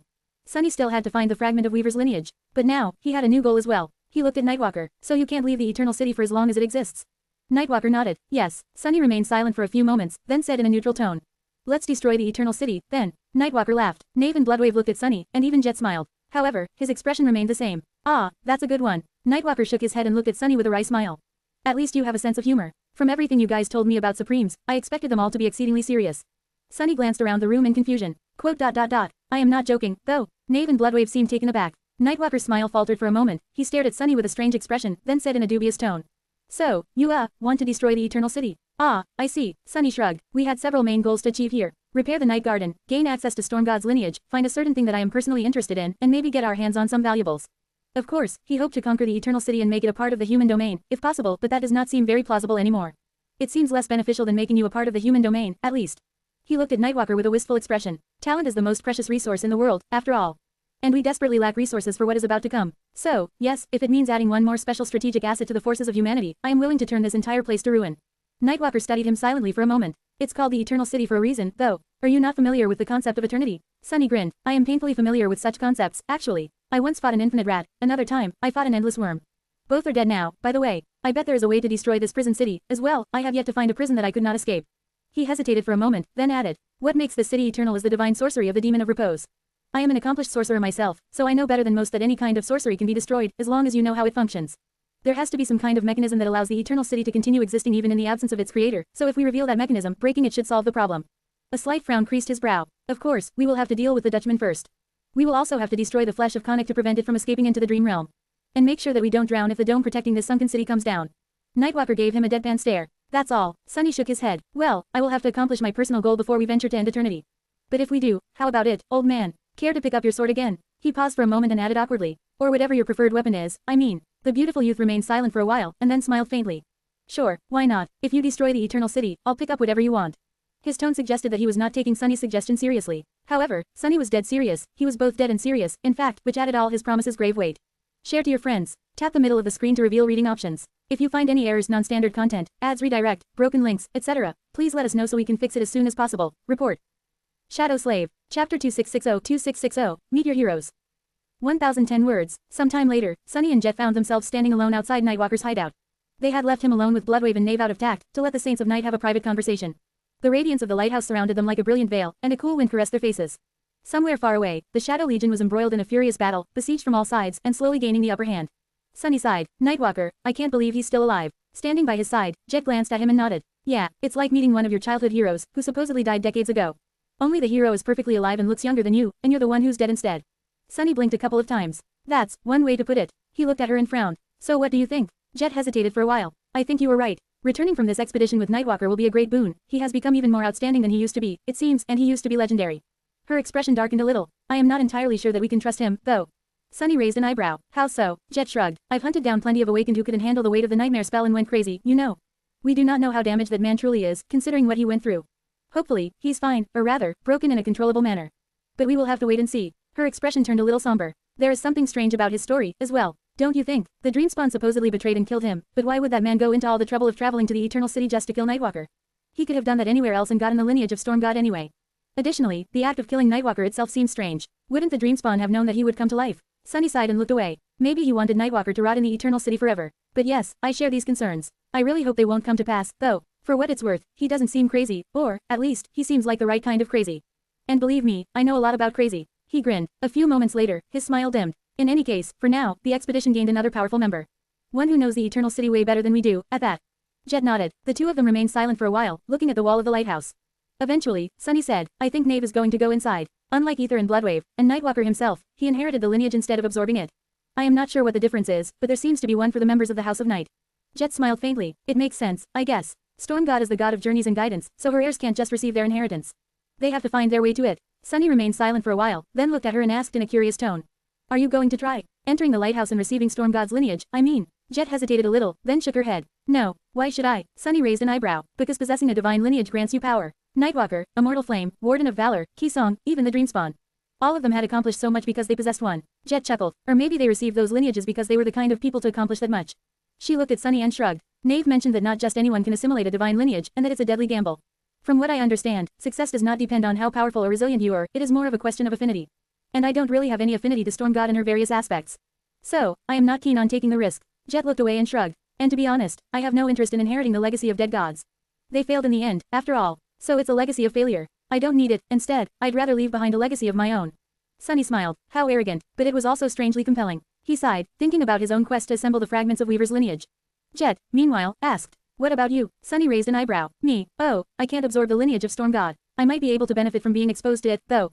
Blood Weave had swallowed the lineage of Storm God and grown stronger from it. Granted, Sunny had an inherent affinity to shadows, and that lineage had been received from an aspect legacy, in other words, it had been presented to him by the spell. So, there was a chance that he would be able to swallow the lineage of Storm God, as well. But Sunny was not sure that the risk was worth it. After all, if he was incapacitated even for a short while, the Shadow Legion would be decimated, and their expedition would come to an abrupt end. He sighed. I feel like it's a little irresponsible for me to enter the lighthouse now.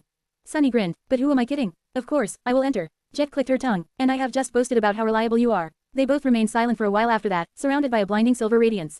Eventually, Jet asked, are you really going to try and destroy the Eternal City? Sunny smiled. Sure, despite all my accomplishments, I have yet to destroy a single city, you know. And something like that will look really good on my resume. Share to your friends. Enjoying this site? Support us via PayPal, Visa, MasterCard or crypto. Your donations help cover site maintenance and hosting costs. Tap the middle of the screen to reveal reading options. If you find any errors, non-standard content, ads redirect, broken links, etc., please let us know so we can fix it as soon as possible. Report. Shadow Slave. Chapter 2661-2661, Shrine of Storm. 1015 words. Sunny walked up the last few steps leading to the gates of the lighthouse while shielding his eyes from the blinding light. He found Nave there. His old buddy was sitting on the cold stones with a distant expression on his face. His indigo eyes reflected the brilliant silver radiance, coming to resemble those of his father. Sunny paused for a few moments, then glanced at the gates of the lighthouse and asked in a neutral tone.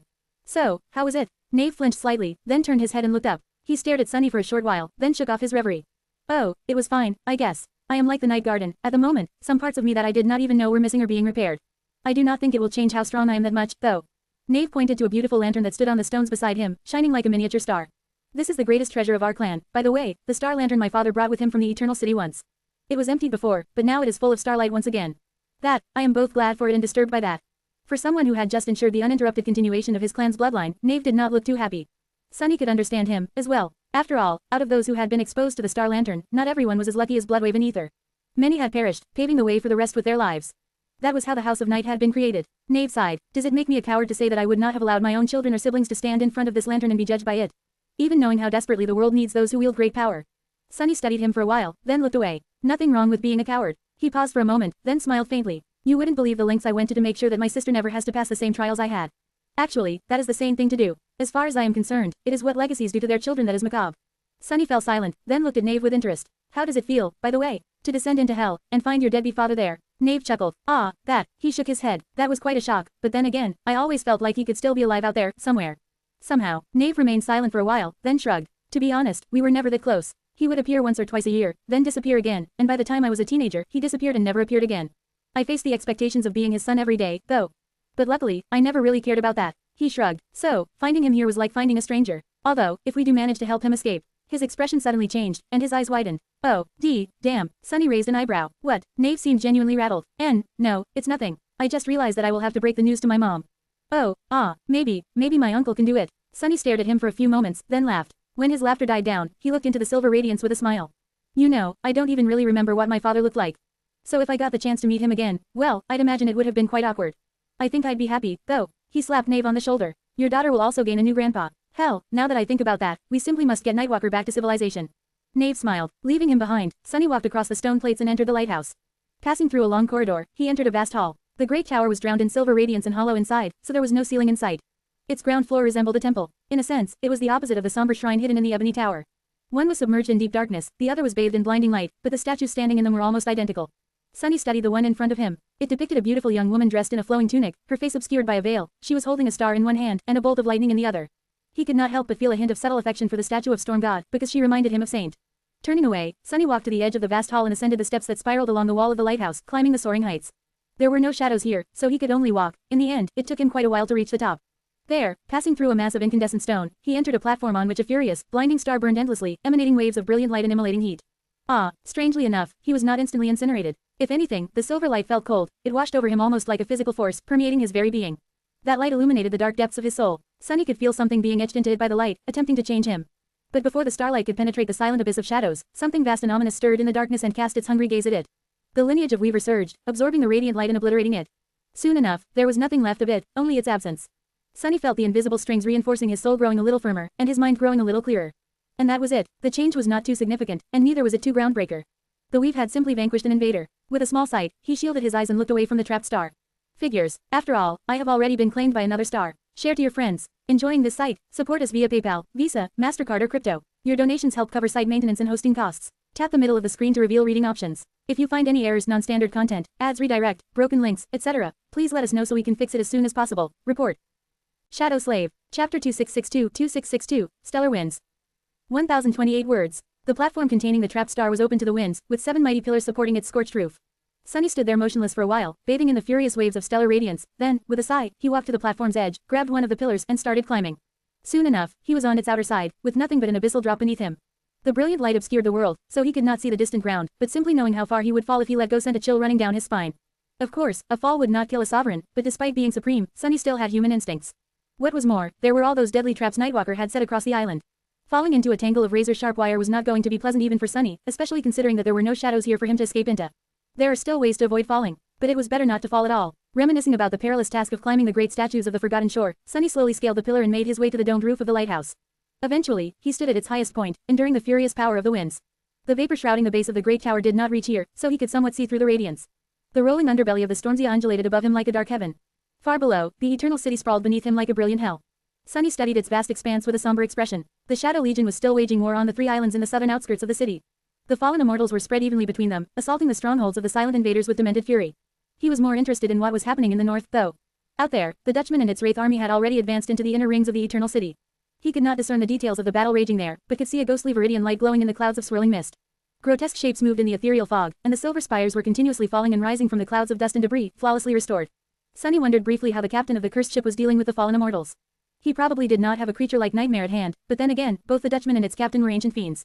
Surely, they had plenty of profane means to contain the tendrils of the flesh of Connacht, as well. They were far ahead of the Shadow Legion, which meant that he had to hurry. Worse than that, the mysterious creature who had landed in the eastern parts of the Eternal City was even closer to the goal than the other 2 contenders.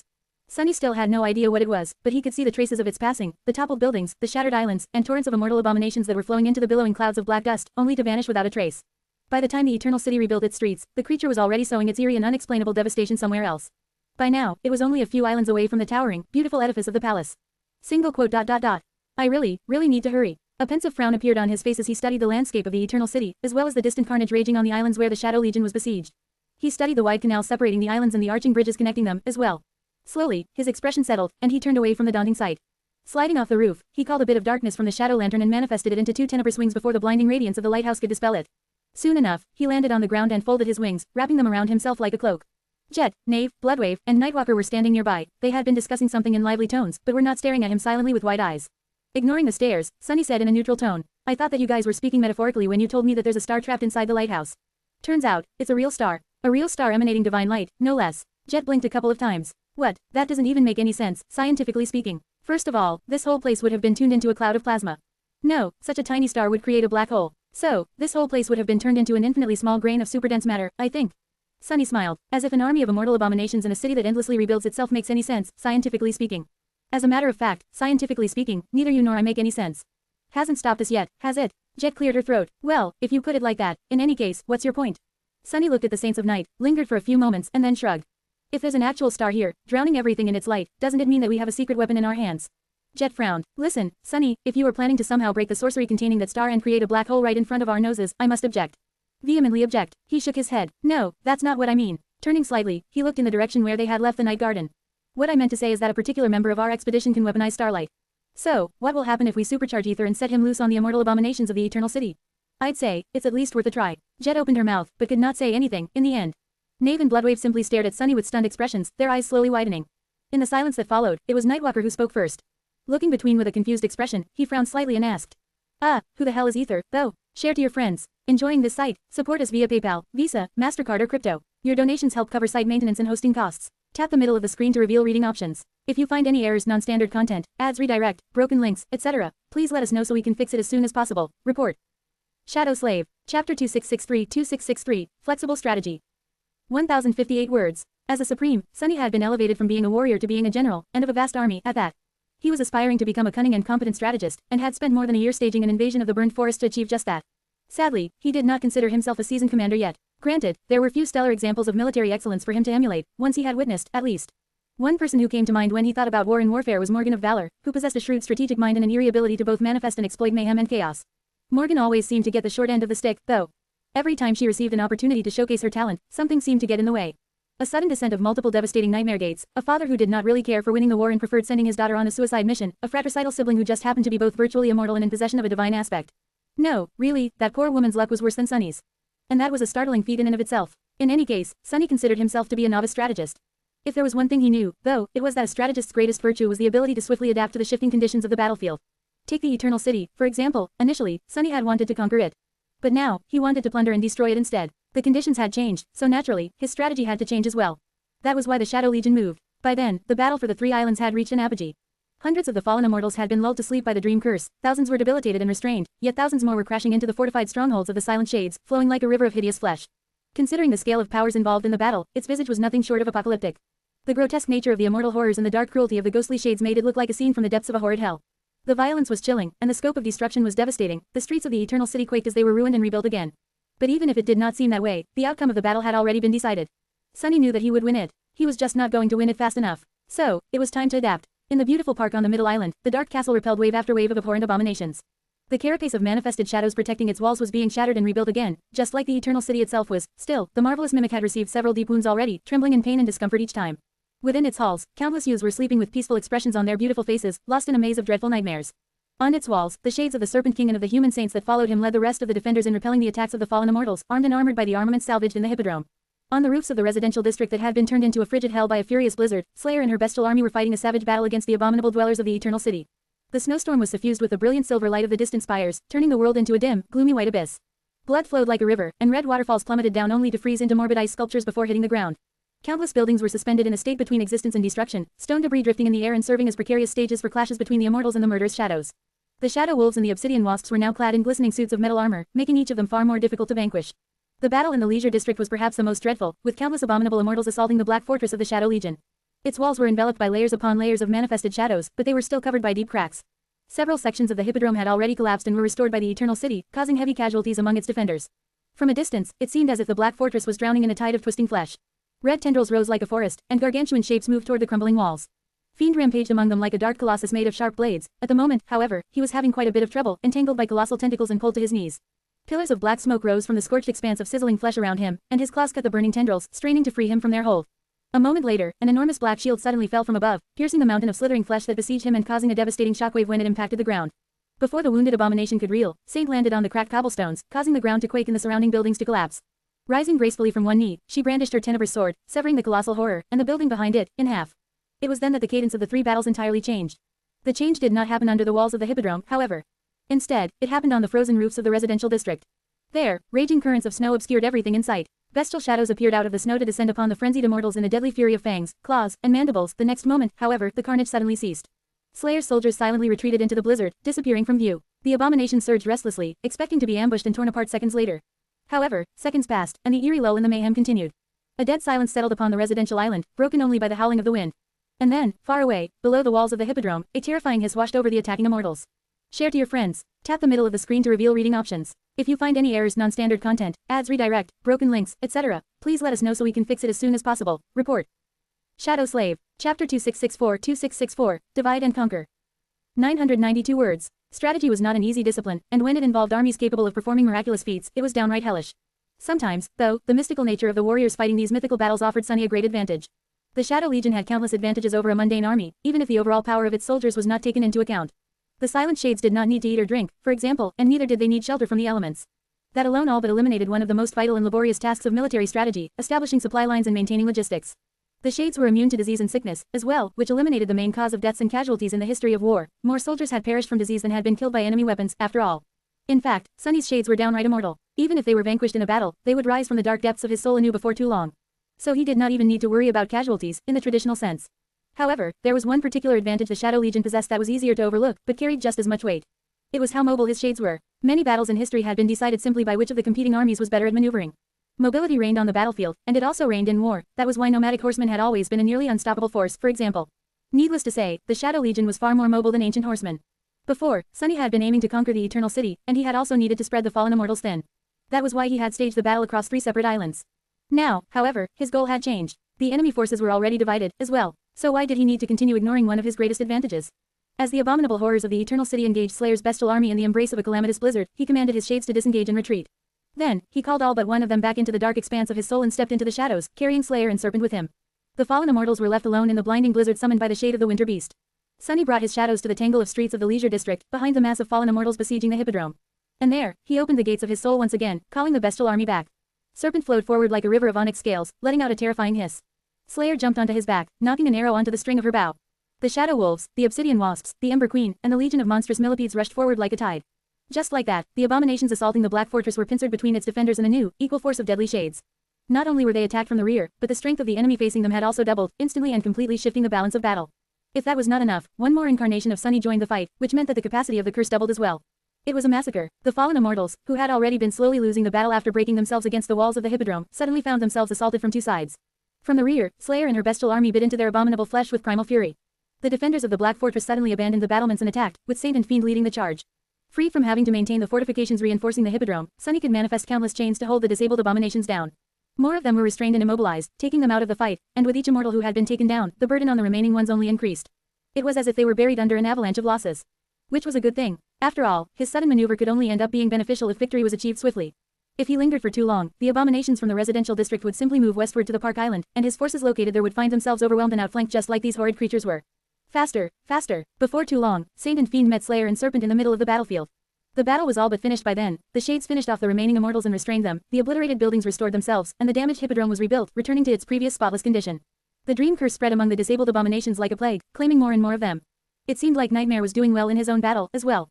Sunny would have liked to celebrate his victory, but there was no time. Instead of resting, he stepped through the shadows once again. Soon, the 4 shadows, Saint, Slayer, Fiend, and Serpent, as well as both armies, appeared among the silver trees of the beautiful park, encircling the forces attacking the dark castle. The immortals who had been left in the dreadful blizzard on the residential island had just started crossing the bridge by then, with most of them still lost in the raging snow. The shadow of the puppet shifted slightly on its perch atop the tallest tower of the dark castle, casting the eerie gaze of its enormous black eyes onto the bloody battlefield below. Now, there were 4 of Sunny's incarnations present here. As the reinforcements attacked the immortals from the flanks, the shadow of Darren leapt down from the tall walls of the marvelous mimic. The mighty spear salvaged in the hippodrome flashed like lightning, causing havoc among the hideous abominations. In the next moment, the mimic itself stirred. Show them hell. Even though Sunny did not speak his command aloud, his shadows seemed to have heard him. And so, they did. Share to your friends. Tap the middle of the screen to reveal reading options. If you find any errors, non-standard content, ads redirect, broken links, etc., please let us know so we can fix it as soon as possible. Report. Shadow Slave. Chapter 2665-2665, Ingredients of War. 966 words. As an accomplished cook, Sunny knew that countless dishes could be made from the same ingredients. War was no different. In this battle, for example, 3 contingents of the Shadow Legion had initially faced 3 swarms of corrupted immortals. Their strength was roughly equal, so neither side could crush the other. Once he moved the ingredients around, however, the situation changed completely. Slayer moved to reinforce Saint, vanquishing one of the swarms. Then, both of them descended upon the abominations besieging the dark castle. It did not take long to subdue them. The immortals whom Slayer had abandoned in the frigid embrace of the dreadful blizzard had crossed the bridge and entered the park by the time the battle exhausted itself. But by then, the full force of the Shadow Legion and 4 incarnations of its malevolent commander were facing the remaining 1/3 of the enemy swarm. More were crossing from the north, attracted by the bloodshed of battle, but their number was not sufficient to change anything. Wipe them out. Saint, Slayer, Serpent, Fiend, and the shadow of Darren led the sea of silent shadows into an all-out attack. For a short while, the beautiful park turned into a shattered, broken wasteland where a furious battle was seething and roiling under the undulating black sky. But soon enough, it was pristine and beautiful again. The battle was over. The fallen immortals were defeated and subdued, slowly succumbing to the dream curse. Their bodies were being carried into the great maw of the dark castle, disappearing from view. Those shades that were not restraining the abominations or moving them assembled into a defensive formation facing north, ready to repel the stragglers wandering into the park from the next island over. The Wharf Island, the Park Island, the Leisure Island, the Residential Island, and the Lighthouse Island, as well. All of them belonged to Sunny now. Not that it mattered anymore. Turning into a human atop the walls of the dark castle, Sunny inhaled deeply and looked north, at the distant silhouette of the palace. There is only one place that matters, now. His expression turned somber. Even if he cut a straight line from his current territory to the heart of the Eternal City, he would have to conquer 3 or 4 more islands. Of course, going in a straight line was impossible. The immortals from the neighboring island would flank and surround the Shadow Legion, swiftly reducing its numbers to 0. So, if he wanted to reach the palace in full force, he would have to slowly and methodically lay siege to at least a dozen more islands, taking the entire southern half of the Eternal City under control. Naturally, there was no time for that. Damn it, it seemed like he was not destined to lead a conventional military campaign, after all. He would have to pull off a trick once again, only on a much larger scale than usual this time. His 3 incarnations appeared on the wall near him, each wearing a dark expression. That, really is unfortunate. Not having to wage an endless battle against a myriad of eternal abominations is unfortunate. Well, when you put it like that, who has time to fight myriads of eternal abominations when there are myriads of murderous ghosts to fight instead, anyway? Right. Does it seem like a good time to have a chat, fools? Sunny looked at the various vessels of himself and grinned. Hurry up and go, try to find a museum, or something. 3 of his incarnations grinned, as well, and dissolved into the shadows. Using Shadow Step to move as fast as possible, they each went to one of the 3 neighboring islands. One jumped between various shops and establishments on the leisure island, one searched the most opulent manors on the residential island, and the last one searched the warehouses and offices of the wharf island. Anything that looked remotely valuable was immediately pulled into his soul sea. Sunny smiled faintly and let out a satisfied sigh. Ah, pillaging, it really is the best. Then, the smile drained slowly from his face. Looking down, he said, "Move." Far below, the Shadow Legion marched forward. At the same time, the dark castle stirred and abandoned the hill it had been standing on. Following the orderly rows of silent shades, it crawled north, as well. As they advanced north, toward the distant edge of the island, more immortals coming from the inner islands attacked them. Of course, there were far too few of them to pose a threat to the Shadow Legion. In fact, most of them were taken down by Sunny's shadows before even reaching the vanguard of his eerily quiet army. The main mass of the corrupted immortals had not left the islands where they dwelled. More importantly, a great number of them had migrated north to fight the Wraith army of the Dutchmen and east to fight the mysterious abomination. Because Sunny arrived last, the pressure on him and his forces was lessened. That was why he had not been swarmed and buried under a tidal wave of abominable flesh yet. Still, by the time the Shadow Legion reached the northern edge of the island, the series of brief skirmishes it had been fighting turned into an uninterrupted stream of attacks. There were still too few of the fallen immortals to pose a serious risk to the silent shades, but already enough to make Sunny return to augmenting the puppeteer. And there were even more of them crossing the bridge, which promised nothing but trouble. That was before something collided with the surface bridge at terrible speed, of course, causing a devastating shockwave to roll in all directions. A moment later, the second cannonball impacted against the bridge, turning a dozen abominations into a crimson haze. The puppeteer, and Sunny as well, cast his gaze west. There, the edges of the park island were suddenly illuminated by brilliant starlight. Sunny smiled mentally. Our boat has arrived. Share to your friends. Enjoying this site? Support us via PayPal, Visa, MasterCard or crypto. Your donations help cover site maintenance and hosting costs. Tap the middle of the screen to reveal reading options. If you find any errors, non-standard content, ads redirect, broken links, etc., please let us know so we can fix it as soon as possible. Report. Shadow Slave. Chapter 2666-2666, First Helmsman. 1039 words. The turbulent water far below surged and rose. A massive wave rushed across the canal, carrying an incalculable number of tiny abominations with it. In the distance, a halo of silver radiance illuminated the shores of both islands. A moment later, the wind brought the sounds of a furious cannonade and of an eerie, echoing cacophony of roars. The night garden was approaching. The canals separating the islands of the Eternal City were truly vast, some spanning several kilometers across, but they were still hardly wide enough to navigate a titanic ship through them. Unless a truly exceptional helmsman steered it. And at the moment, the living ship was being guided by one such man. Nightwalker's face had betrayed a wistful expression when he stepped aboard his former home and stronghold. Looking around, he remained silent for a long while, and then smiled bitterly. Love what you've done to the place. His gaze stopped at the imposing black edifice of an obsidian cannon, and he tilted his head with a strange expression. Are those cannons? Sunny nodded. Yes, I forged them. Nightwalker's eyes suddenly glistened, the trace of bitterness disappearing from them. By the dead gods, what a great idea. I always wanted to get myself some cannons. Sunny coughed. Right, what kind of ship did not have cannons? A sad one. Nightwalker marveled at the ferocious cannons for a few more moments, then looked down, at the deck of the living ship. His expression slowly turned strange. Did you say, that there are millions of people living aboard the garden now? Jet nodded. It's a bit crowded, but because of how vertical the nature of the ship is, everyone has enough space to live. Nightwalker remained silent for a while, then sighed. I used to live on this enormous ship alone in the beginning, you know. Ah, those were the days. Despite the words he spoke, his voice did not sound too cheerful. Well, regardless, I assume the bridge is where it used to be, so let's go. It was strange, but despite the astonishing and dreadful events happening around the living ship, the people sheltered on its lower decks and in its cavernous holds had no idea about what was transpiring outside. At most, they felt slight tremors and heard muffled echoes of the firing cannons. The mood among the denizens of the floating city was not festive. In fact, it was somewhat subdued and a little somber. However, they did not seem very tense, and neither did they seem particularly frightened. Perhaps it was because of the awakened and ascended warriors patrolling the streets, who instilled a feeling of safety in the mundane citizens, or perhaps it was because of Jet. Maybe it was simply because most of these people either worked for the government, were family members of government workers, or had belonged to the House of Night. In any case, Knave and Bloodwave descended below deck to check on things and inform the officers about what was about to happen, so that they would be better prepared to pacify the civilians. Sunny, Jet, and Nightwalker, meanwhile, proceed to the bridge. Ether's reaction to suddenly meeting the legendary founder of his clan was quite a sight to behold. His reaction to hearing what Sunny wanted him to do, however, was even more intense. He did agree to try, though. When Nightwalker stepped into the runic circle, it flashed and came to life. Perhaps Sunny imagined it, but the intensity of the ethereal glow seemed greater than when Jet or Ether did the same. Nightwalker brushed his hand across the polished wood, then smiled faintly. It's like riding a bicycle. Sunny stared at him for a bit, then asked in a lively tone. Oh, you know what a bicycle is. Actually, I own a bicycle workshop. The best, most premier, affordable bicycles in the dream realm. We even have a line of luxury models enchanted by the former spellsmiths of valor. You must have buried tons of treasure somewhere, right? Come find me in Bastion when we get out of here, I'll give you a discount. He was not one to miss a chance to peddle his goods, so he gave Nightwalker a wink. When Sunny first heard the word, bicycle, he had assumed that it was some kind of nightmare creature with 2 sickles instead of hands. But as it turned out, it was one of Aiko's most genius business ideas instead. Nightwalker gave him a strange look. Bicycles in the dream realm, why does it surprise me more than a bunch of Supremes running around, killing each other? Sunny scratched the back of his head, struggling to find an answer. Soon enough, the night garden moved, sailing toward the lighthouse. The abominable fish populating the dark waters rushed to sink their razor-sharp teeth into its hull, only to be swallowed by it instead. They were inexplicably restored outside the living ship in a few moments, though, only to attack it in demented frenzy again. The water boiled around the night garden. And now, it had reached the Park Island after navigating the narrow passageways of the twisting canals. The living ship was bathed in blinding starlight, because it was surrounded by a cage of annihilating rays that were like a net that caught the abominations lunging themselves on the ancient vessel. The canals of the Eternal City might have been wide, but when the Titanic ship sailed through them, they seemed narrow. There was not enough space between its sides and the islands to prevent the fallen immortals, at least some of them, from trying to leap across or extend their long tendrils toward it. The deck of the night garden was almost level with the surface of the islands, as well, so those standing on it could clearly see the harrowing visage of two ghastly rivers of abominable flesh flowing on both sides of the living ship, rushing along the edges of the islands it passed. The fallen immortals had been stirred and lured by the passage of the night garden, congregating around it in great numbers. The only thing that protected it from their fury was the obliterating cage of starlight surrounding it, the saints defending its deck, and the 24 cannons that Sunny single-handedly charged with supreme essence, aimed, and fired at the undulating mass of abominations. The Park Island was free of immortals, at least. So, he could concentrate his fire on only one terrifying river of flesh. Share to your friends. Enjoying this site? Support us via PayPal, Visa, MasterCard or crypto. Your donations help cover site maintenance and hosting costs. Tap the middle of the screen to reveal reading options. If you find any errors, non-standard content, ads redirect, broken links, etc., please let us know so we can fix it as soon as possible. Report. Shadow Slave. Chapter 2667, Boarding Party.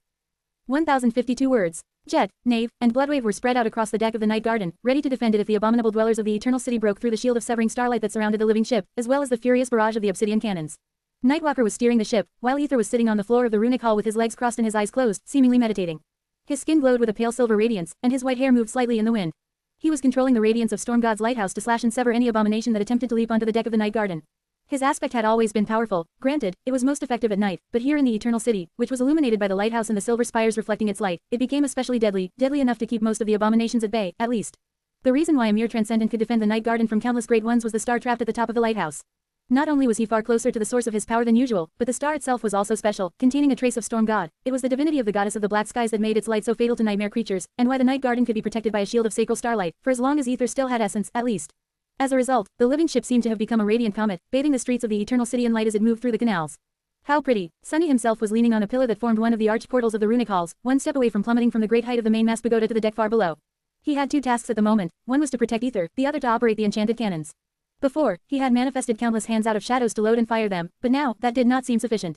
So, he manifested crude human figures instead, controlling them like golems to maintain a ceaseless barrage. At the moment, the 12 quart cannons were firing at the mass of abominable flesh pursuing the night garden along the edge of the nameless island to the north. The starboard cannons, meanwhile, were being moved. 6 of them would join the port cannons, while the remaining 6 would face forward, since they were needed to accomplish a different task. Soon enough, the devastating hail of charged cannonballs grew even more intense, causing bloody carnage among the abominable immortals. The thunderous roaring of the cannonade fused into an echoing, deafening howl, traveling along the canal in both directions. The abominations torn apart by the bombardment swiftly mended their pulverized bodies, of course, but they remained dead enough to slow the tide of hideous flesh down. More importantly, they could not leap toward the night garden, since the cannons created an iron curtain around it. Well, it was more of a shadow curtain, really, since the cannonballs Sunny used to load the cannons were made out of manifested shadows. Surrounded by starlight and devastation, the night garden sailed through the canal. Soon enough, the bridge connecting the Park Island to the Nameless One came into view. The 6 cannons moved to the bow of the living ship opened fire then, decimating the immortals trying to cross it. But that first salvo was merely to help Sunny adjust aim. By the time he reloaded the cannons, he could see the Shadow Legion assembled at the edge of the Park Island, as well. The vast sea of monstrous shades stood in neat rows, with gargantuan figures of dead titans among them, the dark castle towering above it all, and the colossal moth perched atop it. Nightwalker looked at the eerie sight with a stunned expression. What the hell is this? Leaning on the pillar with an aloof expression, Sunny smiled faintly. This is the rest of me. He turned his head and looked at Nightwalker. It's time to stop. The night garden slowed down. It continued moving forward due to inertia for a while, but eventually came to a halt near the formation of the Shadow Legion. The precision with which Nightwalker managed to park the Titanic ship was nothing short of stunning, actually. He stared at Sunny for a moment, then looked away and mumbled under his nose. The rest of me, what is that even supposed to mean? Sunny looked away and gazed at the great mass of his silent shades. He sighed. Death swallows all. With that, bridges made of shadows extended from the island, connecting it to the deck of the night garden. And the silent shades marched forward, crossing them to board the living ship. The shadows wolves, the obsidian wasps, the Asuras of condemnation, the black millipedes and their queen, the spawns of the chain of nightmares, the shadows of the human saints, Darren, Goliath, Winter Beast, Defiled Seeker, and countless more. They flooded the surface decks of the night garden like a dark tide, spreading along the great length of the living ship to defend it. Saint, Slayer, Fiend, and Serpent were there, as well. A few moments later, the absent incarnations of Sunny joined them, having returned from pillaging the conquered islands. Finally, the colossal moth sitting atop the dark castle shifted subtly and then spread its vast wings. The puppeteer raised a hurricane when it flapped them and leapt off the tall tower, soaring through the air, and finding a new perch atop the main mast of the night garden. It was as if a piece of the night sky itself had moved. All that was left was the dark castle. It crossed the gap between the edge of the island and the living ship last, settling in an open space near the bow of the night garden. The ancient vessel swayed lightly as it accommodated Mimic's weight. Nightwalker observed all that with a strange expression. I guess, you really are a being of the same caliber as the Serpent King. Sunny suppressed a smile. He remained silent for a moment, and then said, Oh, I am. Actually, I killed the Serpent King once. He's here somewhere, by the way, among my shadows. Share to your friends. Enjoying this site? Support us via PayPal, Visa, MasterCard or crypto. Your donations help cover site maintenance and hosting costs. Tap the middle of the screen to reveal reading options. If you find any errors, non-standard content, ads, redirect, broken links, etc., please let us know so we can fix it as soon as possible. Report. Shadow Slave. Chapter 2668-2668, Bridge Issue. 1,106 words. With the vast sea of silent shadows scattered across the night garden, the ship looked almost crowded. Far more people lived here, of course, but people were human-sized, while many warriors of the Shadow Legion weren't, so it seemed as if the main deck was drowning in darkness. The dark figures of the shades contrasted sharply against that stark silver starlight, and it almost seemed as if the night garden had become an eerie black and white reviewer. The living ship looked like the boat of Karen, the sole guide, drifting on dark waters to deliver the shadows of the dead to hell. It was quite ironic, then, that what surrounded them instead were the sunken streets of the Eternal City, a place devoid of death, one that had been meant to be a paradise but became no different from hell instead. Hey, your lordship, why is there a giant moth sitting on my ship? Nightwalker's voice sounded a little subdued. Sunny gave him a long look. Quote. It's not your ship, it's Jet's ship. He was very happy to have found Nightwalker, a legendary figure among the fearsome awakened of the first generation, but he was not going to let Jet be displaced as a result. The House of Night had lost their citadel to Mordred, and Mordred lost it to Soul Reaper, so, as far as Sunny was concerned, it was hers for as long as she wanted it. Nightwalker had not shown signs of wanting to get his past citadel back. In fact, he seemed generally aloof and devoid of any strong desires, but it was better to set the record straight early on. Indeed, it was definitely not because Sunny was outraged and aghast at the fact that this deadbeat bum of an old Mad had the audacity to flirt with Jet, who was so out of his league in all regards that it was not even funny. No, definitely not. Nightwalker cleared his throat. Right, of course. Sunny looked away with a satisfied smirk. And this moth is here because it's very helpful. No doubt about it. He looked ahead. Anyway, we should continue onward, unless we want for those abominations to catch up to us. Nightwalker stared at his back for a few moments, then shrugged. You'd better load those cannons, then. More and more immortals joined the frenzied torrent of hideous flesh that reached over the chasm of the canal toward the night garden. It was as if a disgusting red forest was growing on the edge of the island, twisting and slithering while individual abominations leapt across. Looking at that nightmarish sight, Sunny could not help but remember the labyrinth of crimson coral that had once covered the forgotten shore. Even though the deadly maze would offer little threat to him now, he still could not help but shiver as an unpleasant coldness grasped his heart. That fear was ingrained into it. Quote.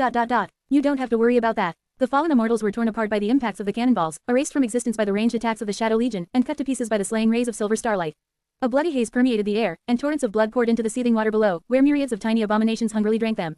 No enemy had reached the deck of the night garden yet, but if the swarm grew enough while the living ship remained static, the situation could change. The living ship was already moving, though. Slowly at first, then faster and faster, the night garden moved forward through the narrow canal. Sadly, they were facing a peculiar problem. The canal was just wide enough for an incredibly skilled helmsman to navigate the Titanic ship through it, and the surface of the islands was almost level with its deck. However, the tall masts of the night garden extended far into the sky, just as tall as the distant spires.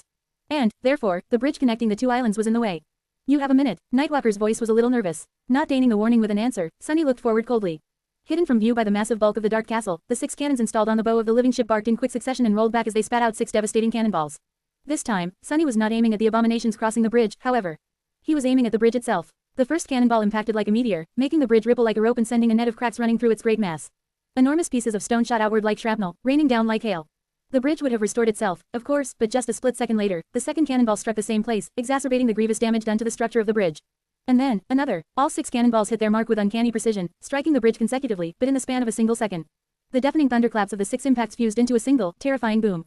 That was a level of coordination and accuracy that 6 cannon crews would have never been able to achieve, but since Sunny was operating the cannons personally, he could pull off the improbable firing sequence himself. Those first shots had not been wasted futilely, allowing him to correct his aim. Shattered and broken, the great bridge let out a low, rumbling groan. And collapsed. Countless tons of stone poured into the canal, taking dozens of fallen immortals with them. Before the sorcery of the Eternal City could reverse the destruction and pull the pieces back together, gargantuan tendrils of shadow suddenly rose from the bow of the night garden and wrapped themselves around the largest chunks of shattered stone, holding them in place. It was as if the living ship was merely a shell hiding the body of a vast, formless, dark monster. Sunny grunted quietly. Oh, that was far more difficult than he had expected. The power with which the Eternal City was pulling the fragments of the broken bridge back was truly horrifying. So, resisting it, even temporarily, felt similarly dreadful. The tendrils of shadows rooted themselves in the night garden, and as a result, the living ship actually rose a few meters higher above the water. Accelerate a little, damn it. Beads of cold sweat appeared on Sunny's face. He did not have to endure long, though. Soon enough, the night garden sailed beneath the shattered bridge, its masts passing freely between the suspended fragments. Dismissing the tendrils of shadows, Sunny let out a relieved sigh and leaned heavily on the pillar. Behind him, the bridge was already restoring itself, but it did not matter. Having passed it, the night garden rushed forward. Their daring voyage to the heart of the Eternal City had begun. Share to your friends. Enjoying this site? Support us via PayPal, Visa, MasterCard or crypto. Your donations help cover site maintenance and hosting costs. Tap the middle of the screen to reveal reading options. If you find any errors, non-standard content, ads, redirect, broken links, etc., please let us know so we can fix it as soon as possible. Report. Shadow Slave. Chapter 2669-2669, Coastal Pursuit. 954 words. The night garden moved through the canals of the Eternal City, surrounded by starlight and enveloped by the thunderous roaring of its cannons.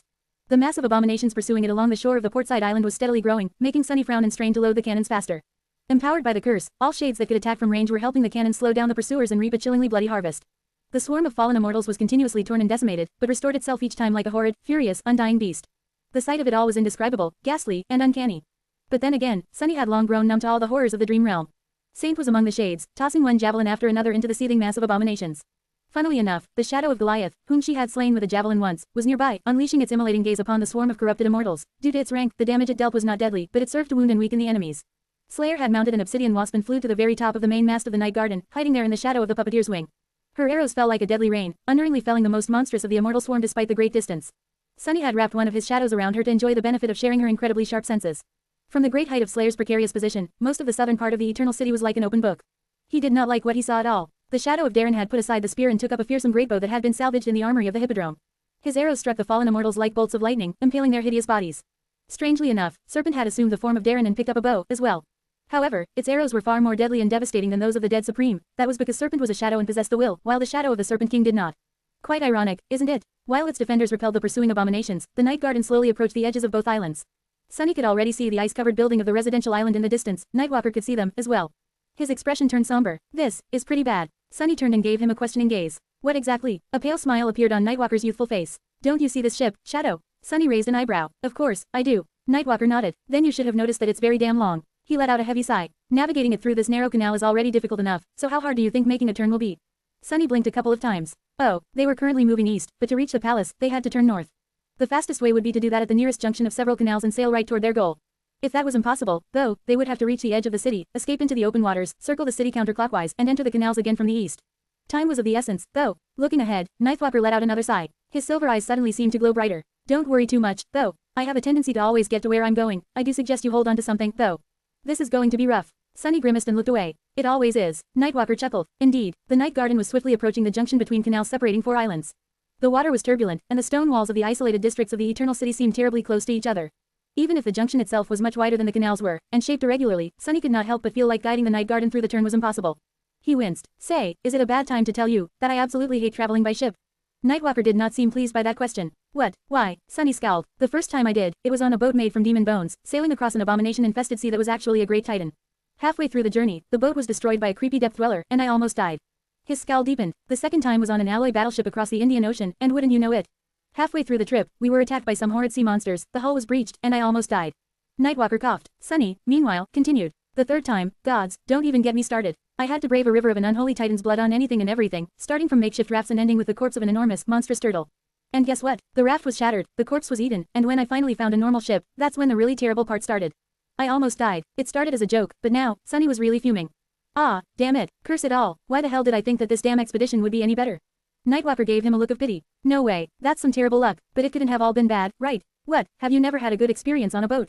Sunny opened his mouth to offer an angry retort, but then closed it. A strange expression appeared on his face. Eventually, his frown was replaced by a faint, absent-minded smile. Well, come to think of it, I did go boating on a date once. That was nice. He lingered for a moment, and then nodded. I take it back. Boats are great. Share to your friends. Enjoying this site? Support us via PayPal, Visa, MasterCard or crypto. Your donations help cover site maintenance and hosting costs. Tap the middle of the screen to reveal reading options. If you find any errors, non-standard content, ads redirect, broken links, etc., please let us know so we can fix it as soon as possible. Report. Shadow Slave. Chapter 2670-2670, Broken Navigation. 954 words. In the end, Nightwalker did manage to make the turn. Sunny had not been sure how he was going to, since it seemed physically impossible, but the founder of the House of Night was not considered to be the greatest and most daring seafarer in history without a reason. Pull more of your creepy shadows to the bow. The colossal ship moved like a nimble gondola in his steady hands. The night garden turned slightly in the canal, its stern nearly scraping the Park Island while its bow came mere meters away from the shore of the opposite one, and the frenzied mass of abhorrent abominations seething on its edge. Nightwalker's warning had been timely, but shades alone were not enough to prevent the fallen immortals from pouring onto the deck of the ship. Even the simultaneous discharge of the 6 cannons installed on the bow was not enough, so Sunny sent Saint and Fiend there, augmenting each of them with one of his incarnations. Luckily, the fierce confrontation did not last long. Soon enough, the night garden reached the termination point of the island, escaping into the wider waters of the canal junction. There was one problem, though. There was still not quite enough space there to allow the Titanic ship to pass. How is he going to do it? Nightwalker remained calm, so Sunny assumed that he was confident. He was probably relying on some mystical quality of his aspect or his divine lineage, or so Sunny thought. He turned out to be wrong, though, since Nightwalker used a far more mundane solution to push the living ship through the impossibly tight turn. Grab something. Sunny took a few steps away from the pillar he had been leaning on and grabbed Ether. He was not afraid for himself, since even falling over the edge of the runic hall would not pose him any danger. Ether, however, could very well be hurt by the fall from the great height of the main pagoda, not to mention that his concentration could be broken, thus weakening the shield of starlight protecting the ship. In the next moment, the night garden rammed into the side of the island at great speed. The immense weight of the living ship was already astronomical, and with countless shades, including giants like Goliath and the puppeteer, not to mention the great bulk of the dark castle, aboard, it had become simply terrifying. The resulting impact was so violent and dire that an entire section of the island collapsed, crumbling into the foaming water. Colossal chunks of stone were sent barreling through the air like shells. Bastard! Sunny barely prevented Ether from being thrown over the edge of the runic hall. You lunatic! Nightwalker laughed loudly, piercing through the cloud of dust and stone debris. The bow of the night garden emerged from it and entered the northward canal. Its port side scraped against the jagged surface of the shattered stone, leaving deep scars on the living hull. However, it did not slow down much, continuing to move forward. Ah, that's better. The demented youth grinned brightly while steering the ship into the canal. Sunny looked forward and then cursed loudly, noticing the wall of another island swiftly approaching the bow of the living ship at an angle. Soon enough, the night garden collided with it with its starboard side. This time, the impact was only glancing, sending cracks running through the ancient stone and helping the living ship complete its turn.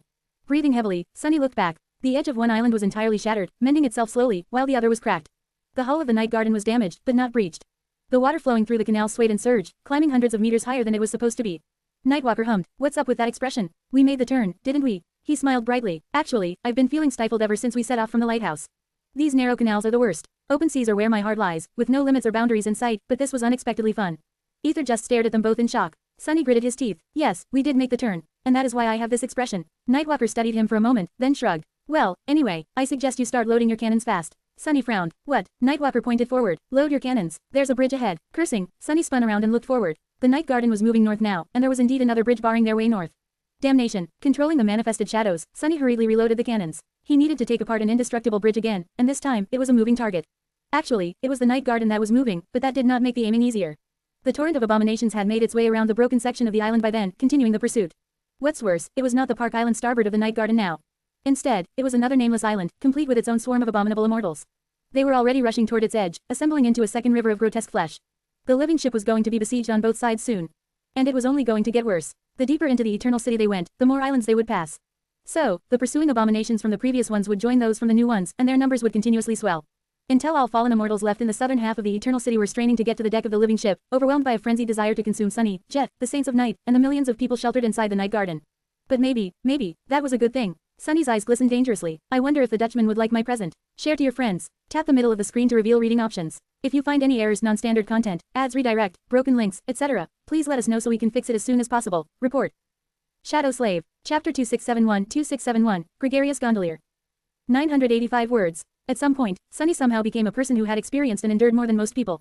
So much so that bewildering people with honest retellings of his many misadventures was one of his favorite pastimes, in fact. In other words, he considered himself to be quite a veteran. Nothing really rattled him anymore, let alone scared him. However, as the night garden navigated the narrow maze of the Eternal City's canals, he had to admit that this was quite possibly the most dreadful situation he had ever found himself in. Godgrave, the burned forest, Ariel's game, nothing could compete with the horrors of the sunken city of the Demon of Repose in scope and scale of their sheer dreadfulness. Perhaps only the tomb of Ariel could compare, not the endlessly flowing waters of the great river or its nebulous estuary, but the inner walls of the ancient pyramid, where a myriad of dark butterflies rested on the cold black stone. He had only glimpsed those abominable creatures from afar, though. The hideous legion of corrupted immortals, on the contrary, the hosts of the flesh of Connacht, was right in his face. Goddammit, that's a little bit too much. One of these damn things was already creepy and disgusting enough to make even Effie lose her appetite. But with thousands of them pursuing the night garden like two grotesque, slithering rivers of flesh, Sunny felt like he would never be able to enjoy a meal again. By now, the living ship was surrounded on both sides and besieged. The canals differed in width, but there was never more than a few hundred meters between its hull and the weathered foundations of the islands, a negligent distance for great nightmare creatures. The cannons roared without pause, and the barrier of slaying starlight still surrounded the night garden like a brilliant shield. However, that alone was not enough to prevent the immortal abominations from invading its deck, and so most of the pressure fell on the Shadow Legion, which Sunny controlled. It had been fine at first, but as more and more immortals joined the pursuit, the dreadful battle had become frenetic and feverish. Sunny was barely keeping it together as he commanded the shades and manned the cannons to push the abominations back. On top of that, he also needed to destroy any bridge that appeared in the path of the living ship and prevent its pieces from fusing back together until the ship passed. His head was starting to ache. The noise of it all was unbearable, and the sight of it all was terrifying enough to give even the most seasoned veterans of the Dream Realm nightmares. All the shades of the Shadow Legion, all of his shadows, and most of his incarnations were engaged in the fierce battle against countless undying great nightmare creatures. That was indeed a battle unlike any Sunny had fought before. Needless to say, its carnage and mayhem were peerless. The pristine expanse of the Eternal City shone with a beautiful silver light, and the cold waters of the Stormzea rolled above the besieged night garden like a dark sky. Damn Weaver, why couldn't that nasty demon just put pieces of themselves somewhere nice and easily accessible? Huh, what are you mumbling about? Sunny looked at Nightwalker and pursed his lips. Just cursing out a dead demon. The youthful founder of the House of Night stared at him silently for a moment, then nodded. Ah, I see, been there, done that. At that moment, the air of the runic hall suddenly turned cold, and Jet appeared out of torrents of mist. She looked around warily, then dismissed her scythe and found herself a chair to sit down. Despite the dreadful violence happening all around the living ship, she seemed entirely at ease. In fact, she languidly stretched her legs and leaned back in the chair, letting out a satisfied sigh. Sunny raised an eyebrow. Tired. Jet looked at him evenly. Dead tired. Then, she chuckled and leaned her head back, closing her eyes. Sunny smiled, as well, and turned his attention back to the battle. Only Nightwalker seemed surprised. Aren't you going to help defend the ship? From what I see, it's an all-hands-on-deck situation. Jet sighed and spoke without opening her eyes. Nobody likes to fight an immortal abomination, but in my case, they are simply the absolute worst kind of enemy. Sunny nodded quietly. Jet's soul could not generate essence, so she relied on her aspect to exist. That aspect allowed her to absorb a portion of soul essence of those she killed. The fallen immortals of the Eternal City never died, however, which meant that fighting them was harmful to her. Not only could she not replenish her broken soul, but she had to actively drain its reserves. Worst still, there were no other nightmare creatures in this part of the Eternal City, so she could not hunt at all. Jet opened one eye and looked at Nightwalker. Don't worry, though, I am simply saving my strength for the Dutchman. He studied her with interest. Oh, Jet nodded. Do you know why they call me Soul Reaper? It's because my aspect allows me to directly attack the soul. Among other things, that means that I am custom-made to slay spectral abominations and wraiths of all kinds. She smiled darkly. The last time we met the Dutchman, I sank a few of his ships. I never got to the flagship, though, maybe I will this time. Looking away, Jet sighed. I am not sure if that's a good thing or a bad thing, though. After all, no one knows a lot about the Dutchman, what it is, where it comes from, and what it's capable of.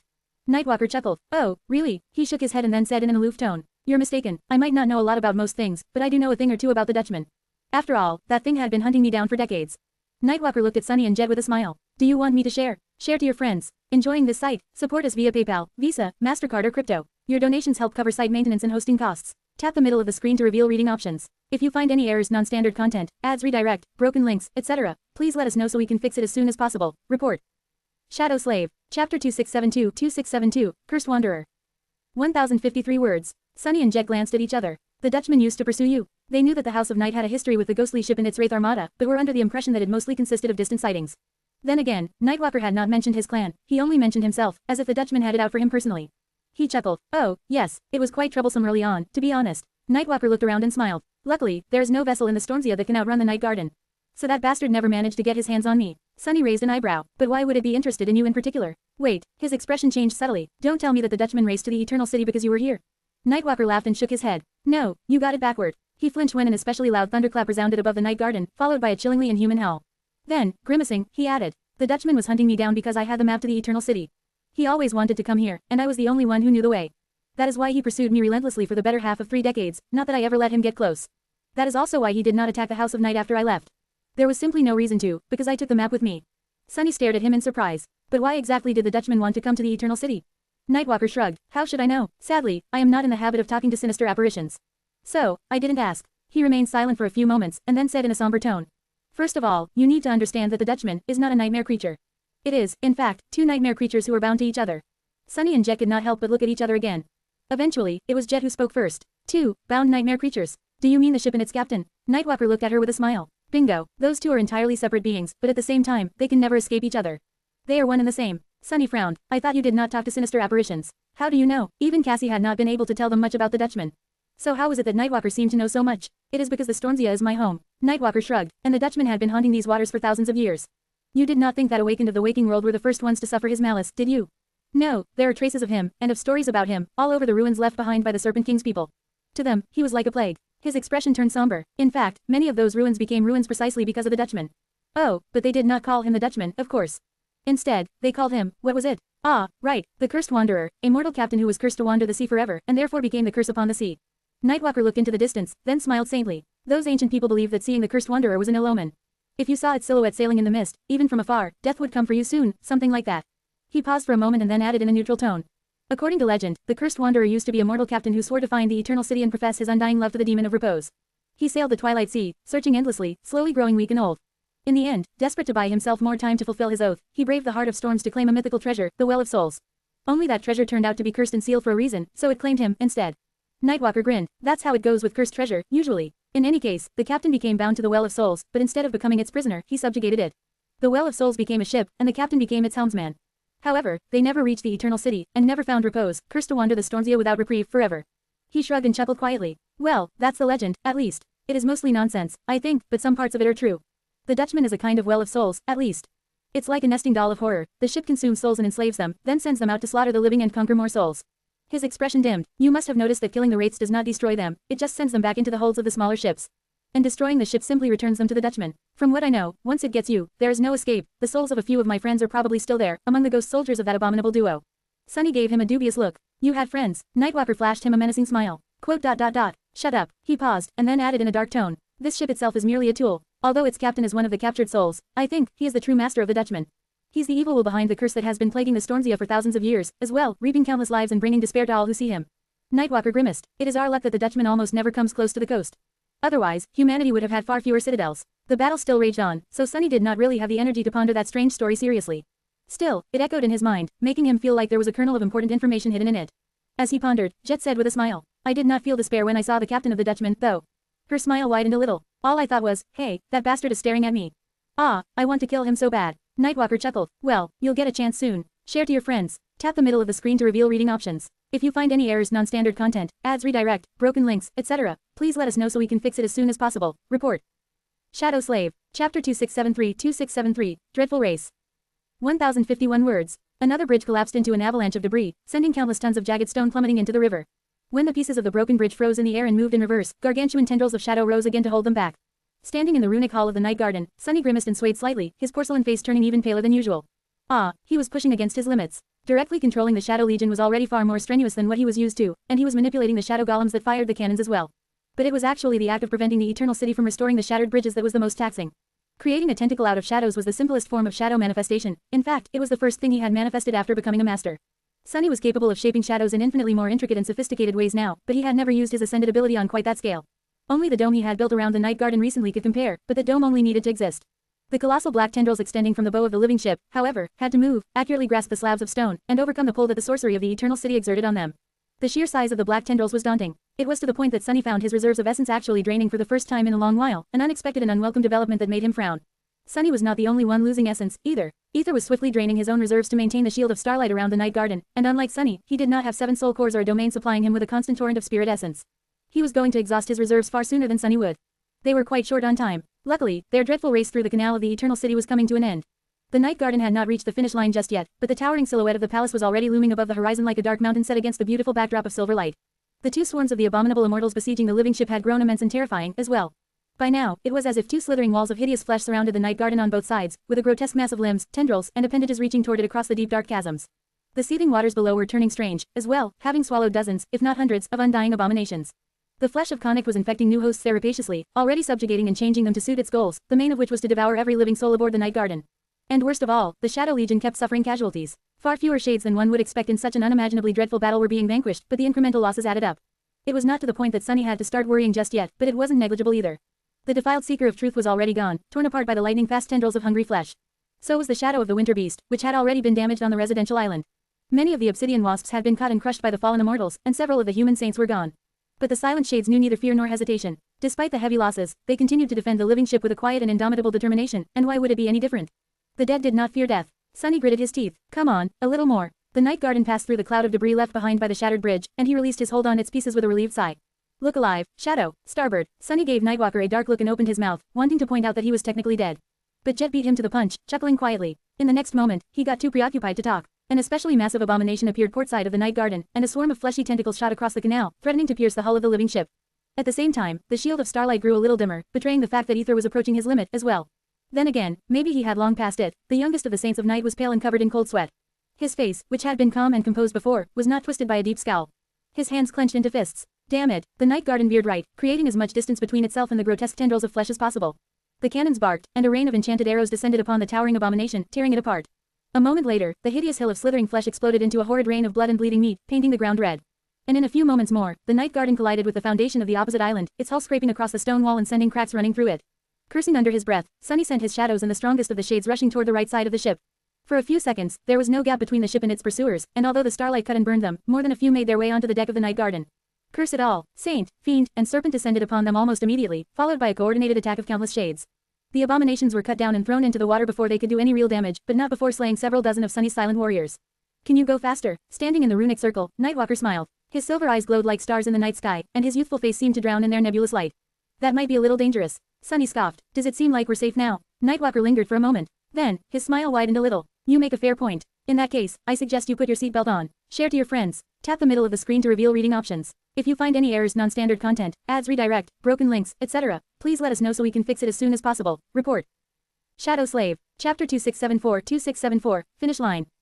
1016 words. This is a little thrilling. The night garden flew through the canals of the Eternal City at a terrible speed, conquering their twisting perils with chilling recklessness. With each subtle turn it made, colossal waves crashed into the walls of the surrounding islands, and the thunderous roar of the firing cannons was almost drowned out by the howling winds. The manner in which the living ship navigated the treacherous expanse of setting water seemed almost suicidal, and yet, it had not been shattered yet. Each turn was made just at the right time, at just the right angle, and just at the right speed. Inertia and acceleration fused into a smooth flow, and the night garden appeared light and nimble despite its dauntingly terrifying mass. The living ship advanced through the maze of canals while leaving scars on them. Its helmsman wasn't shy about using the walls of weathered stone to guide his vessel in the right direction, leaving them cracked and crumbling. At times, he simply crashed through obstacles, making the entire city quake. A little thrilling. Sunny was forcefully preventing himself from clutching a nearby pillar. Jet was looking at Nightwalker with a strange expression. She almost seemed flustered, sheepishly contemplating her own skill as a helmsman, or if she even had the right to call herself that. Nightwalker himself, meanwhile, his beautiful face was illuminated by an easy smile. The runic circle blazed around him, shining with the same light as his silver eyes. His voice, meanwhile, had assumed a strange quality, sounding far more penetrating and vast than any human's voice had the right to be. It was as if the night garden itself was speaking through him.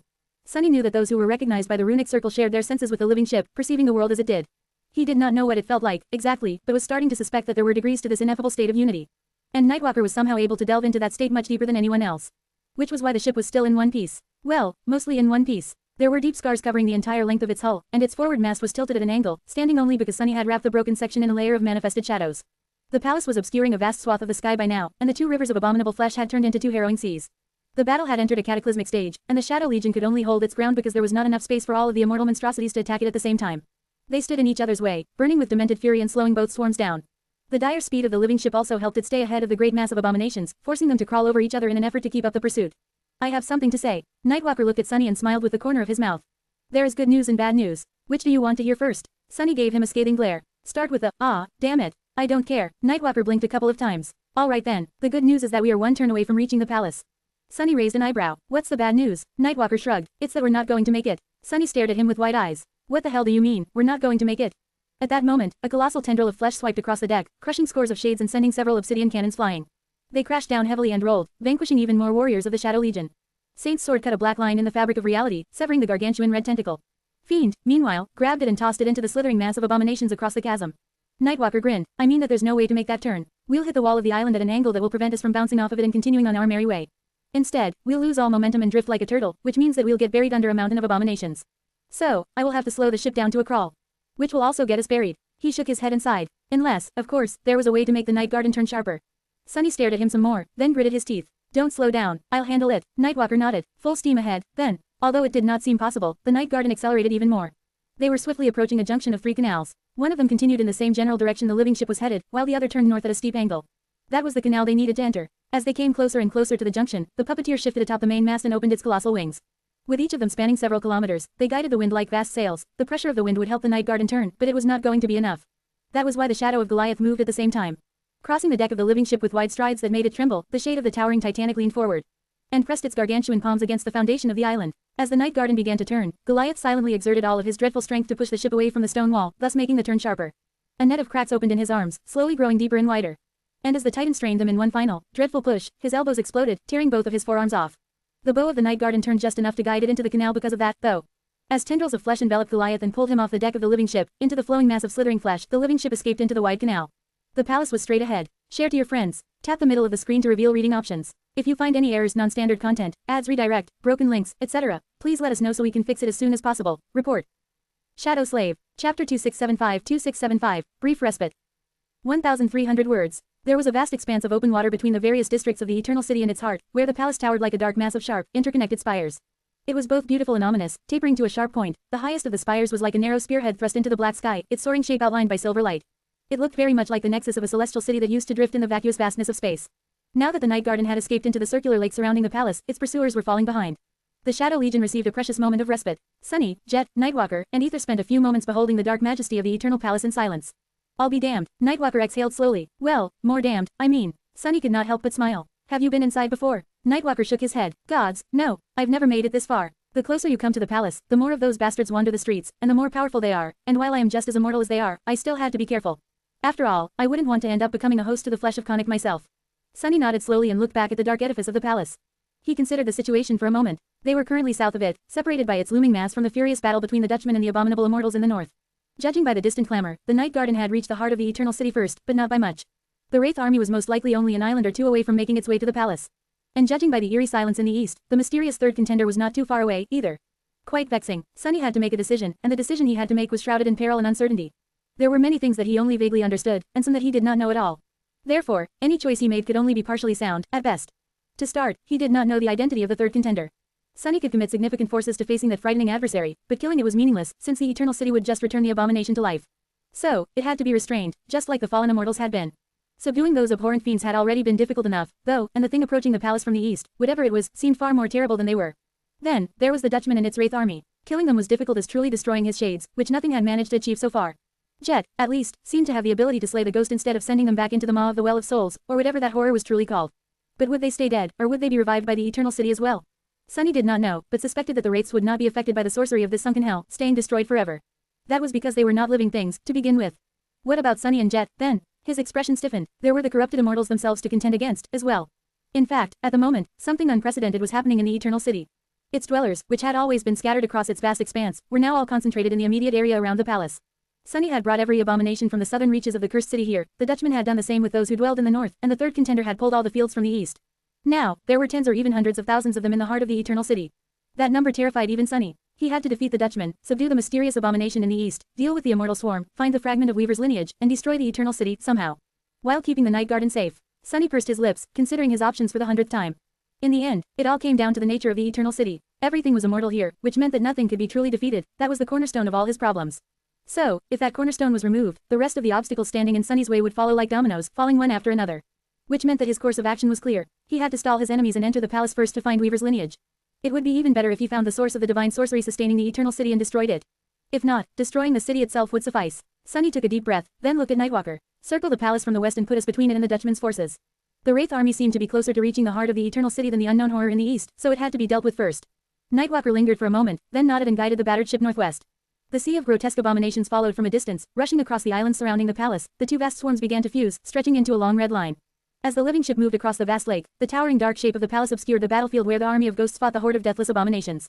However, Sunny could already see wisps of mist drifting above the water and felt an eerie chill permeating the air. Soon enough, they were going to escape from the shadow of the towering structure that served as the beating heart of the Eternal City and behold the scene of the dreadful battle. But before that happened, Ether suddenly let out a groan and fell to one knee. The shield of starlight illuminating the night garden flickered and was then snuffed out, plunging the living ship into a sudden darkness. The light of countless lanterns, which usually seemed bright and vibrant, felt dim and inadequate in the wake of the brilliant silver radiance. Ether covered his mouth with a hand, blood trickling between his fingers. I'm sorry, I can't. He was suffering from symptoms of essence exhaustion. Sunny looked at him with a somber exhaustion, then sighed and put a hand on his shoulder. It's all right, you got us this far. At that moment, Jet spoke from her chair. I agree, I am pulling the plug, though. Her voice was even. We had our fun, Sunny, but the night garden has no business remaining in these waters anymore. Now, we need to think about the safety of our people and bring them away from this mess. Sunny looked at her with a frown and remained silent for a while. Finally, he grimaced and turned away. I see your point. I agree, I guess. His tone was bitter. A good strategist had to know how to adapt to the shifting circumstances. And sometimes, being adaptable meant knowing when to cut your losses. So, as much as it pained him, Nightwalker looked at them with a surprised expression. Wait, that's it, you're giving up on this battle, on destroying the Eternal City, and all that. That would mean that they were giving up on him, as well, but his tone was aloof, betraying no anger or disappointment. Sunny and Jet both looked at him in confusion. After a few moments, Sunny scoffed. What, who said anything about giving up? He shook his head and smiled faintly. No, of course not. We're just switching to plan B. The Eternal City is still getting destroyed. If anything, my main concern now is to keep it in one piece long enough to get what I came here for. Share to your friends. Enjoying this site? Support us via PayPal, Visa, MasterCard or crypto. Your donations help cover site maintenance and hosting costs. Tap the middle of the screen to reveal reading options. If you find any errors, non-standard content, ads redirect, broken links, etc., please let us know so we can fix it as soon as possible. Report. Shadow Slave. Chapter 2676-2676, Palace Lake. 991 words. Saying that, Sunny inhaled deeply and looked at Jet. Jet, she nodded and rose to her feet, walking over to the edge of the runic hall. I'm on it. I'll need some time to set everything up, though, if we want to do it properly. Below her, the surface decks of the night garden sprawled into the distance, with the silent shades slowly repairing their battered formations. The dark castle towered at the bow, and the colossal, eerily motionless shape of the puppeteer loomed above it all like an eldritch deity. She looked at the dark skies above the Eternal City, her icy blue eyes reflecting their unfathomable splendor.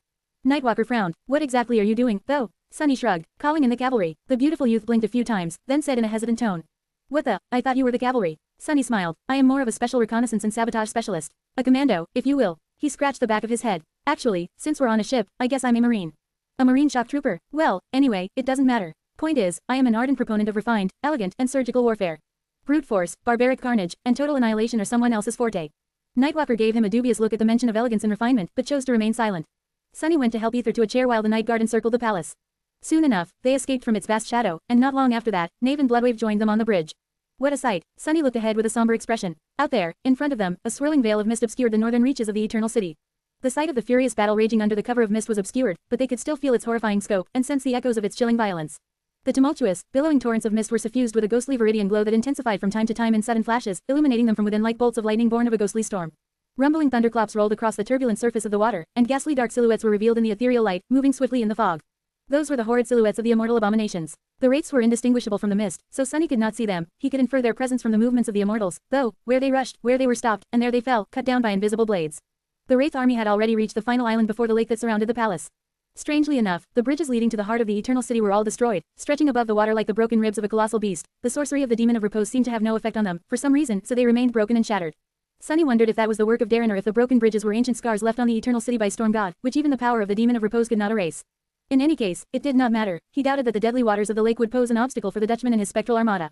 The malevolent ship itself was looming in the mist behind its army, half hidden from view by the deep chasms of the canal it was sailing. Looking at it, Sunny could not help but feel a sudden chill. He did not know what means the Dutchman was using to subdue the immortal abominations, but the wraiths seemed to be steadily pushing the enemy back. There was an ocean of them washing over the islands of the eternal city, and the battlefront was stretched across multiple districts, slowly forming a crescent shape around the shores of the palace lake. The night garden moved across the water until it reached the northern face of the palace. There, it gradually slowed down and drifted forward at a crawl, standing like a fortress wall between the wraith army and the heart of the eternal city.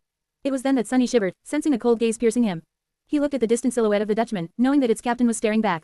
Forcing out a smile, Sunny gave the ancient abomination a half-hearted bow. Take a good look. I am the person who will send your sinister hide to the Shadow Realm. There was not much time left before the flood of wraiths reached them, though.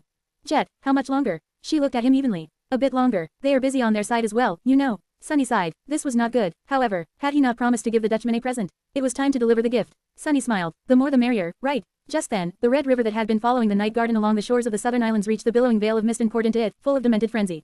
All the immortal abominations of the southern part of the eternal city collided with the right flank of the wraith army, joining the undying fiends that had already been fighting there.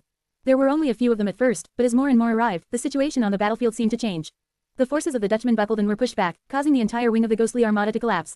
The mist swirled, and the viridian glow bleeding into it grew much brighter. Sunny's smile turned into a grin. Deal with them before you come bother me, you bastard. The Dutchman surged forward, and at the same time, its forces seemed to shift. More wraiths poured toward the collapsing flank, which in turn slowed down the advance of the rest of his forces. It did not stall the wraith army for long, but it did stall the wraiths just long enough, because at some point, a cold wind blew across the lake. And a radiant line suddenly split the fabric of the world above it. Share to your friends. Enjoying this site? Support us via PayPal, Visa, MasterCard or crypto. Your donations help cover site maintenance and hosting costs. Tap the middle of the screen to reveal reading options. If you find any errors, non-standard content, ads redirect, broken links, etc., please let us know so we can fix it as soon as possible. Report. Shadow Slave. Chapter 2677-2677, Light in the Depths. 1011 words. In an instant, a thin white line seemed to cut the fabric of reality. Starting in the air above the highest spire of the palace, it plummeted down and plunged into the dark waters. A cold wind blew across the eternal city, and the lake rippled. For a moment, silence enveloped the world. Then, the radiant line burst open, expanding into a vast, towering dream gate. For the first time in thousands of years, pure sunshine illuminated the vast expanse of the eternal city.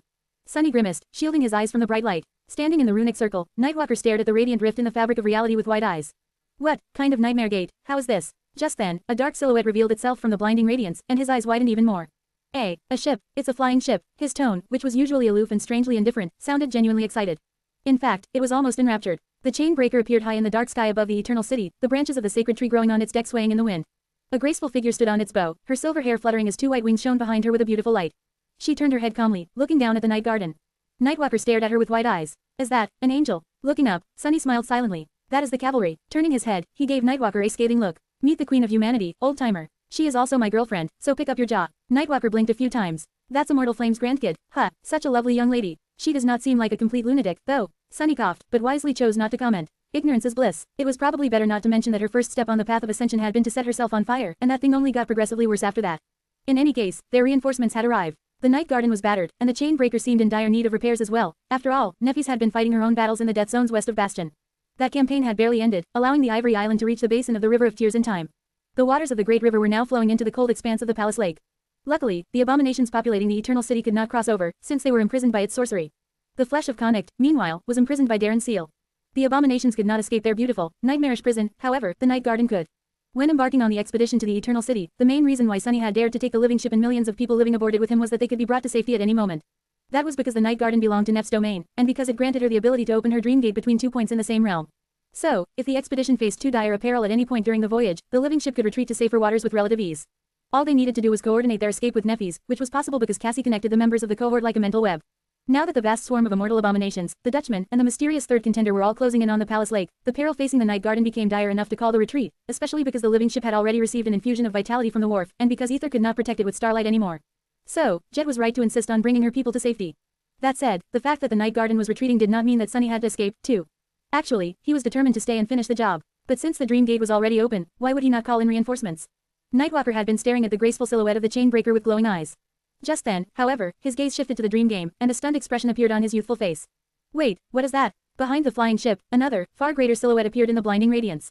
Then, slowly, the majestic shape of the Tower of Hope in the Ivory Island revealed itself from the light. It's a flying island. Nightwalker studied it for a while, then let out a sigh. I once read a report about a deadly region of the Dream Realm that supposedly exists somewhere far north, and is made up entirely of flying islands. I guess somebody reached it, after all. The Chained Isles had only been conquered by humanity during the Crusades led by Anvil and Matic, so he would have only heard rumors about them before vanishing in the Eternal City. Seeing the Ivory Island must have been a bitter reminder of how the time had passed him by.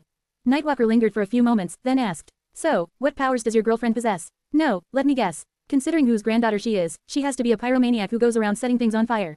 "Right." Sunny shook his head. "No." Nightwalker let out a relieved sigh. He did not let Sunny finish the sentence, though. Actually, she mostly just blows things up. The beautiful youth paled. High above the palace lake, Neffys regarded the dreadful vista of the sunken city and then turned her head slightly. Sunny could not see, but he somehow felt that she was looking directly at him. Neffys was indeed fond of solving problems with annihilating explosions. Of course, she was also a powerful healer and someone who could instill her allies with profound strength. Her supreme power alone was not going to solve the particular problem facing Sunny and his companions, though, at least not in a decisive way. Instead, Sunny put his hopes on something else. There was a moment of silence as the Ivory Island came to a halt, hanging directly above the central spire of the palace.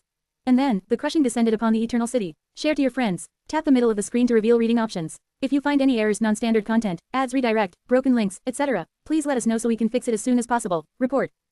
Shadow Slave. Chapter 2678-2678, Weight of Hope. 1,117 words. The Eternal City was truly vast, not losing in sheer size to sprawling human cities like NQSC, Bastion, or Ravenheart.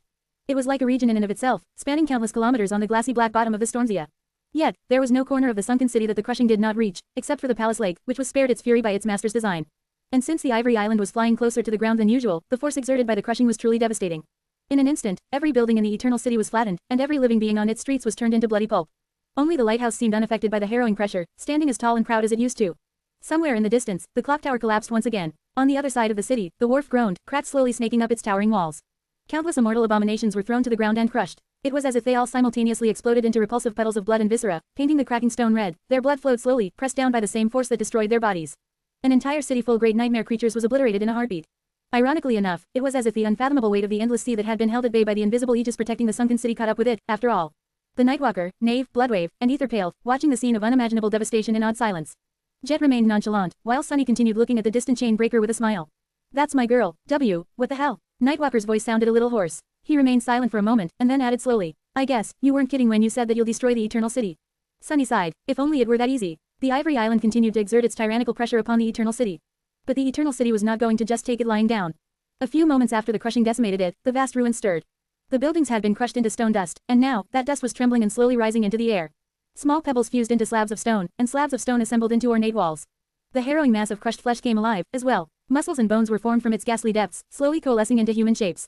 Still half complete, the bleeding bodies strained to rise from the ground, pressing against it with raw hands. But then, it was as if another pulse of the crushing descended upon the city, breaking their bones and throwing them down again. A few moments later, the abominable immortals were turned into a sea of bleeding flesh once more, and the half-restored buildings were turned into rubble.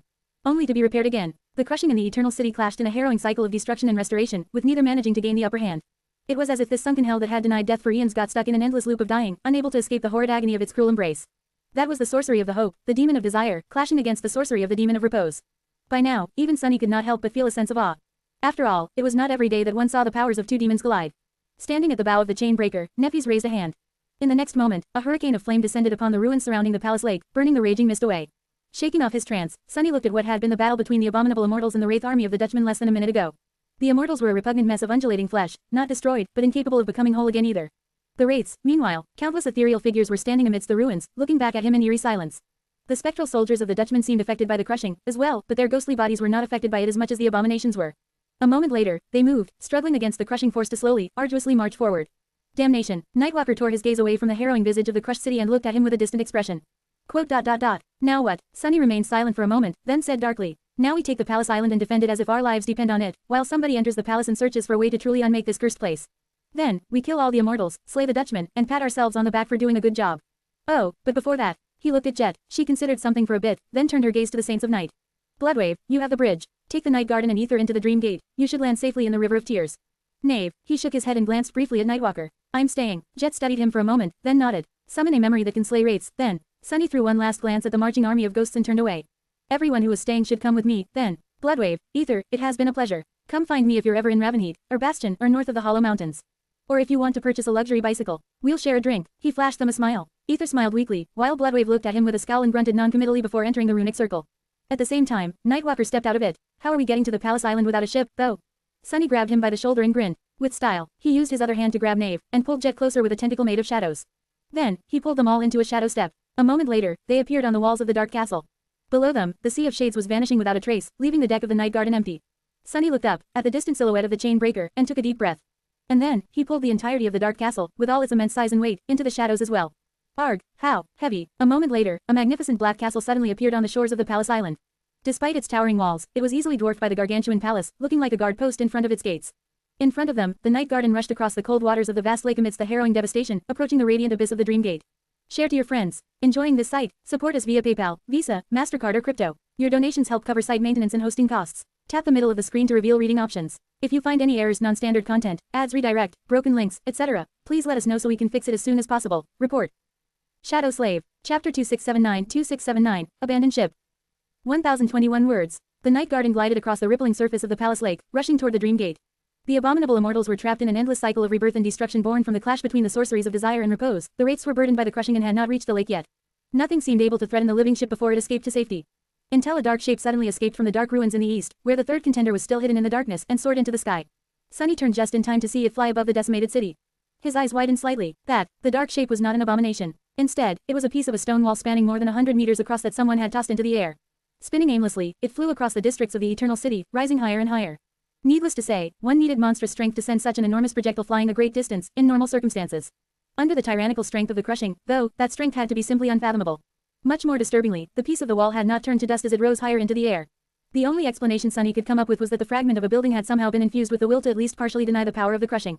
It had been aimed quite well, too. Traveling dozens of kilometers, the giant projectile reached the crest of its trajectory and plummeted down toward the deck of the night garden. Before it could strike, however, Neffys pointed at it with her palm.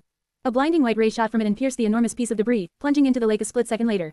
The makeshift projectile exploded into a cloud of stone dust and rubble. The lake boiled, as well. Sunny looked east. It seemed that the third contender was still some distance away, and it wasn't happy about being late to the party. Troubling, he frowned, unleashing the Shadow Legion onto the shores of the Palace Island. That was where the Silent Shades were going to take their last stand, repelling the Dutchman and his army of sinister wraiths. The only things standing between the two dead armies now were the lake, the Radiant Dream Gate, and the Night Garden. Saved from the giant projectile, the living ship reached the remaining distance to the Dream Gate and plunged into its radiant vastness, slowly disappearing from view. It was as if it dissolved into the light, and Sunny was glad that it did.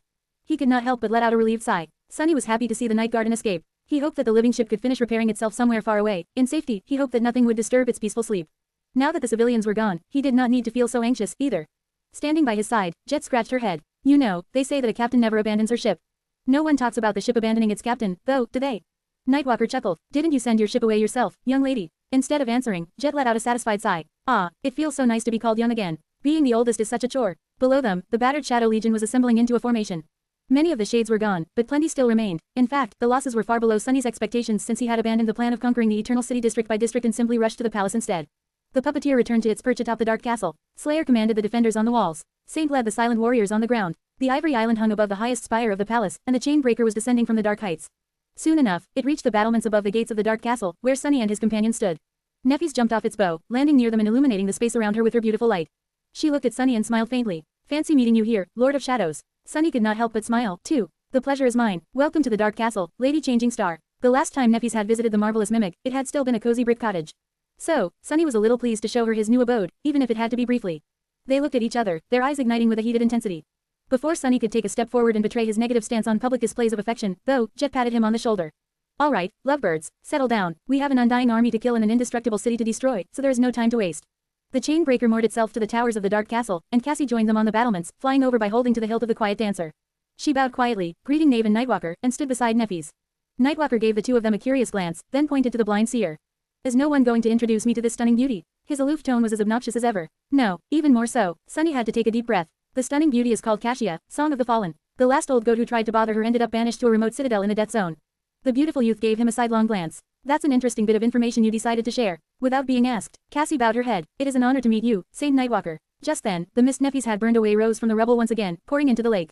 The first of the wraiths reached its shore and froze there, looking across the dark expanse at the rows of silent shades on the other side. The sinister silhouette of the Dutchman advanced slowly through the canal, nearing the open waters of the lake. Sunny frowned. I guess there really is no time for a touching reunion. He sighed. What a pity. Share to your friends. Tap the middle of the screen to reveal reading options. If you find any errors, non-standard content, ads redirect, broken links, etc., please let us know so we can fix it as soon as possible. Report. Shadow Slave. Chapter 2680-2680, Last Stand. 939 words. One of Sunny's incarnations had remained with Nephi's in Bastion. However, Nephi's left the city and led the Fire Keepers to a death zone in the west, where powerful abominations were stirring, driven into a frenzy by the scent of human souls. His avatar remained near the Mirror Lake, though, both to protect the city from the shadows and to watch over Rain. After all, Nephi's could protect herself, while Rain could not. There were members of the Shadow Clan guarding her, yes, but Sunny was too paranoid to feel confident just because of that. As far as he was concerned, there was no telling when an unholy titan would decide to suddenly appear in the middle of Bastion. In fact, judging by how the world usually operated, something like that was only a matter of time. Because of that, he and Nephi's had spent these weeks apart. He had missed her a lot. How funny. Sunny used to spend years alone wandering the deadly reaches of the dream realm and getting himself into all kinds of trouble. But after becoming Neff's lover in Godgrave, he swiftly became domesticated.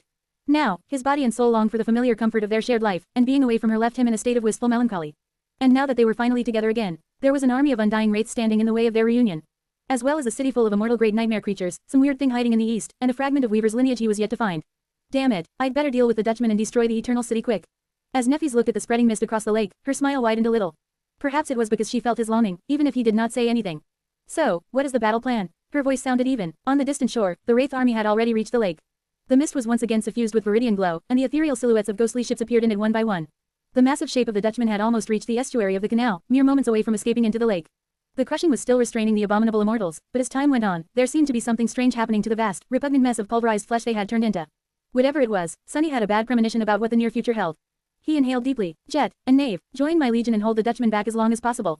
Jet leaned on her side and nodded lazily. Sure, don't sell us short, though. I'm not planning on simply holding the Dutchman back. I am planning to kill him. Sunny studied her for a moment, then shrugged. Sure, go wild. Oh, but not too wild. He gave Jet a poignant look, trying to relay a message. Do as I say, not as I do. With that, Sunny turned to Nephi's. Neff, the creature in the east. Whatever it is, I need you to prevent it from reaching the palace. She simply summoned the blessing. It won't cross the lake. Finally, Sunny looked at Cassie. Saws, you will have to be our eyes. We still don't know much about the Dutchman, its captain, the thing in the east, and the flesh of Connacht. Try to glean as much about their powers and weaknesses as possible. Now that you are here in person, your powers might be able to tell you more. Cassie nodded. I'll try. Exhaling slowly, Sunny looked at his companions and smiled darkly. I'll leave most of my incarnations to reinforce the Shadow Legion, and send one inside the palace. Hopefully, I'll be able to dispel the sorcery of the Eternal City there. If not, Jet chuckled. Don't tell me, we'll die. Sunny looked at her in confusion. What? No, of course not. I'll steal what I came here to steal, and we'll run away as fast and as far from here as possible. She grinned. Oh, I like that plan better. Sunny remained silent for a few moments, then nodded. All right, then, good luck to us all. It was a solemn moment. Sadly, the mood was ruined by Nightwalker, who cleared his throat loudly. Huh, and me, what about me? Sunny pulled him to follow and said, you're coming with me into the palace. Don't tell me that you're not dying to know what's inside after spending 2 decades in this godforsaken city. Nightwalker let out a quiet laugh. Dying to know, huh, well, you aren't wrong. A few moments later, Sunny and his companions split up. Nephi's pushed herself off the ground and flew toward the eastern shore of the palace island. Jet and Knave jumped down, joining the formation of the Shadow Legion. Cassie stayed in place, gripping the quiet dancer somberly. Sunny and Nightwalker, meanwhile, rushed to reach the gates of the palace. As they did, the flesh of the crushed immortals all across the Eternal City stirred, and then moved, flowing forward like a viscous red river. Slowly converging on the lake. Noticing that, Nightwalker shivered. What do you think it's doing? Sunny hesitated with the answer. I am not sure. It's definitely nothing good, though. As they descended from the battlements of the dark castle and stepped onto the soil of the palace island, Nightwalker sighed. Do you think he's going to be okay? Sunny raised an eyebrow. Who? The beautiful youth lingered for a moment. Knave, my son. Sunny spared him a brief glance. Yes, he looked up, at the towering dark edifice of the palace, and added in a somber tone. Because he has someone to return to. Because Knave was bound to the world, and to those precious to him, by chains far more firm and inescapable than the strings of fate. Although, perhaps, the two were one and the same. Sunny gritted his teeth. Let's go. Share to your friends. Tap the middle of the screen to reveal reading options. If you find any errors, non-standard content, ads redirect, broken links, etc., please let us know so we can fix it as soon as possible. Report. Shadow Slave. Chapter 2681-2681, Palace Gates. 977 words. The gate of the palace resembled the gate of the Awakened Academy more than it did that of the Dark Castle. It was a single, colossal plate of a strange metal with no visible locking mechanism. However, while the Academy gate was simply an unadorned plate of reinforced alloy, this one was decorated by countless engravings that made it seem like a work of art. A destroyed work of art, that was, considering that the titanic plate of metal had been viciously torn and bent, opening into the cold darkness of the palace island like a grotesque, jagged flower. Sunny and Nightwalker paused in front of it for a few moments, studying the sharp edges of torn metal with pensive expressions. Nightwalker looked up somberly. The jagged expanse of the breached gate towered above them, dwarfing the distant silhouette of the dark castle. Why does it feel like? Sunny finished his sentence in a dark tone. Like something broke through this enormous gate from the inside. Nightwalker nodded. Sunny remained silent for a few moments, then shrugged. Well, if something did, it's good news for us. isn't it? After all, that would mean that it is not inside anymore. Nightwalker nodded again, then looked around with a frown. Sure, but, did you notice it? Sunny raised an eyebrow. Noticed what, exactly? Nightwalker's frown deepened. There are no nightmare creatures on the palace island. It's eerily quiet. Sunny had indeed noted that strange discrepancy. Up until now, they had encountered immortal abominations on every island within the inner dome. So, he had expected to enter battle immediately after pulling the Dark Castle to the palace island. However, nothing attacked them once they arrived. Even now that the Shadow Legion spread across the entire northern shore of the island, the Shades had not encountered a single immortal. The only threat they faced was the approaching Wraith army. He hesitated for a moment. It is a bit weird, true. But then again, the bridges are broken. Nightwalker grimaced. Yeah, it makes sense that the immortals would not have been able to get here. At the same time, this damn silence makes you feel like something extra terrible will be waiting for us inside, doesn't it? Sunny sighed. We've already met something extra terrible. He lingered for a moment, then shrugged. It is pretty obvious what broke this gate and where it went, is it not? Turning, he looked at the vast expanse of crushed flesh flowing like a river in the distance. It was the flesh of Connacht. Connacht was cut into pieces, and each of the pieces was sealed. So, to me, it seems like one of those pieces was sealed right here, in the palace. In fact, it might have been the first prisoner of the Eternal City. But after the city fell, it escaped. His expression brightened a little, which must have been a disaster for the immortals who live here, but good news for us. Because it means that we already met the worst this place has to offer. And it was pretty damn terrible. Pulling a black odachi from the shadows, Sunny took a step forward. In any case, though, I am more terrible. So even if there's something hiding in the palace, it should be wary of me, not the other way around. The darkness of the palace swallowed him. A moment later, Nightwalker followed with a quiet chuckle. While Sunny and Nightwalker delved into the palace, Jet was preparing to face the Dutchman and its Wraith army on the shore of the lake. The rows of shades had assembled into a defensive formation, ready to repel the assault of the spectral warriors. It felt both eerie and reassuring to be among the silent soldiers of the Lord of Shadows. They were a little creepy, to be honest. There was something deeply unnerving about these creatures, who moved and acted like living beings, but lacked the spark of life. The shades did not seem to possess a sense of self, and neither did they seem to possess a will of their own. But, at the same time, there was hardly a more reliable army in the world. After all, the Shadow Warriors did not know fear, were indifferent to pain, and never failed to follow orders. So, Jet could hardly imagine better battle companions. It was quite ironic that she felt at home in the company of the Shadows. A dead woman was going into battle with dead soldiers, fighting against an army of ghosts in a city of immortals. There had to be some kind of poetry in that. Can we even withstand those wraiths? Knave's voice sounded somber. Jet smiled. Of course, any other army would have been wiped out in moments, but luckily for us, the main advantage of those bastards, their phantasmal nature, is meaningless when facing the Lord of Shadows. Each of these shadows is a kind of ghost itself, and on top of that, they carry his will. So, the Dutchman could not have chosen a worse enemy. Oh, that includes me, as well. She looked ahead. A little more, and we can welcome them with ranged attacks. Knave inhaled deeply. You seem tense, though. Jet gave him a curious look. If there was one thing she was good at, it was appearing nonchalant. That was because, in most cases, she simply could not be bothered to worry about things. However, she and Knave had spent enough time together for him to learn how to read her expressions. Jet sighed. Indeed, I am a little nervous. Not because of the wraiths, though. Even if there were a myriad of them, the Shadow Legion would withstand their assault for a while. Nephews was here, as well, so if things went south, they would have reinforcements. There was something that made her anxious, though. It is the Dutchman and its captain themselves. That is what worries me. She looked at the looming silhouette of the cursed ship darkly. Once the Dutchman joins the battle, that was when the real trouble would begin. Jet was sure of it. She was also anticipating it. Share to your friends. Tap the middle of the screen to reveal reading options. If you find any errors, non-standard content, ads redirect, broken links, etc., please let us know so we can fix it as soon as possible. Report. Shadow Slave. Chapter 2682-2682, Fellow Slayers. 1115 words. The Wraith Armada advanced across the Palace Lake, followed by a swirling veil of mist. On the opposite shore, the Shades waited for their enemy in cold silence, aloof and indifferent to the eerie horror of the vast expanse of viridian glow converging upon them. Behind the ethereal fleet, covered by mist, rivers of mangled flesh were flowing and swelling like a sea on the eve of a terrible storm. The battle for the heart of the Eternal City was about to begin. Jet looked back, at the creepy silhouette of the titanic black moth sitting atop the magnificent castle. She could not see it, but felt the presence of countless strings connecting the dead deity to the silent warriors of the Shadow Army. From what she understood, Sunny was somehow using the moth to control his legion, therefore, it was their true commander. Jet found herself playing the role of a simple foot soldier instead of a general.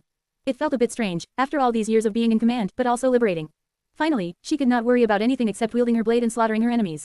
Like in the good old times. How nice. She smiled faintly, casting an icy gaze at the approaching armada. Her blue eyes seemed to glow coldly in the darkness of the palace island as she beheld its dreadful visage. If it were me, I'd begin peppering them with arrows right about now. As if reading her mind, a black arrow suddenly streaked across the sky, coming from somewhere on the walls of the dark castle. It breached the distance to the Wraith Armada in an instant and bloomed into a blinding flash of a strange, radiant, silent explosion.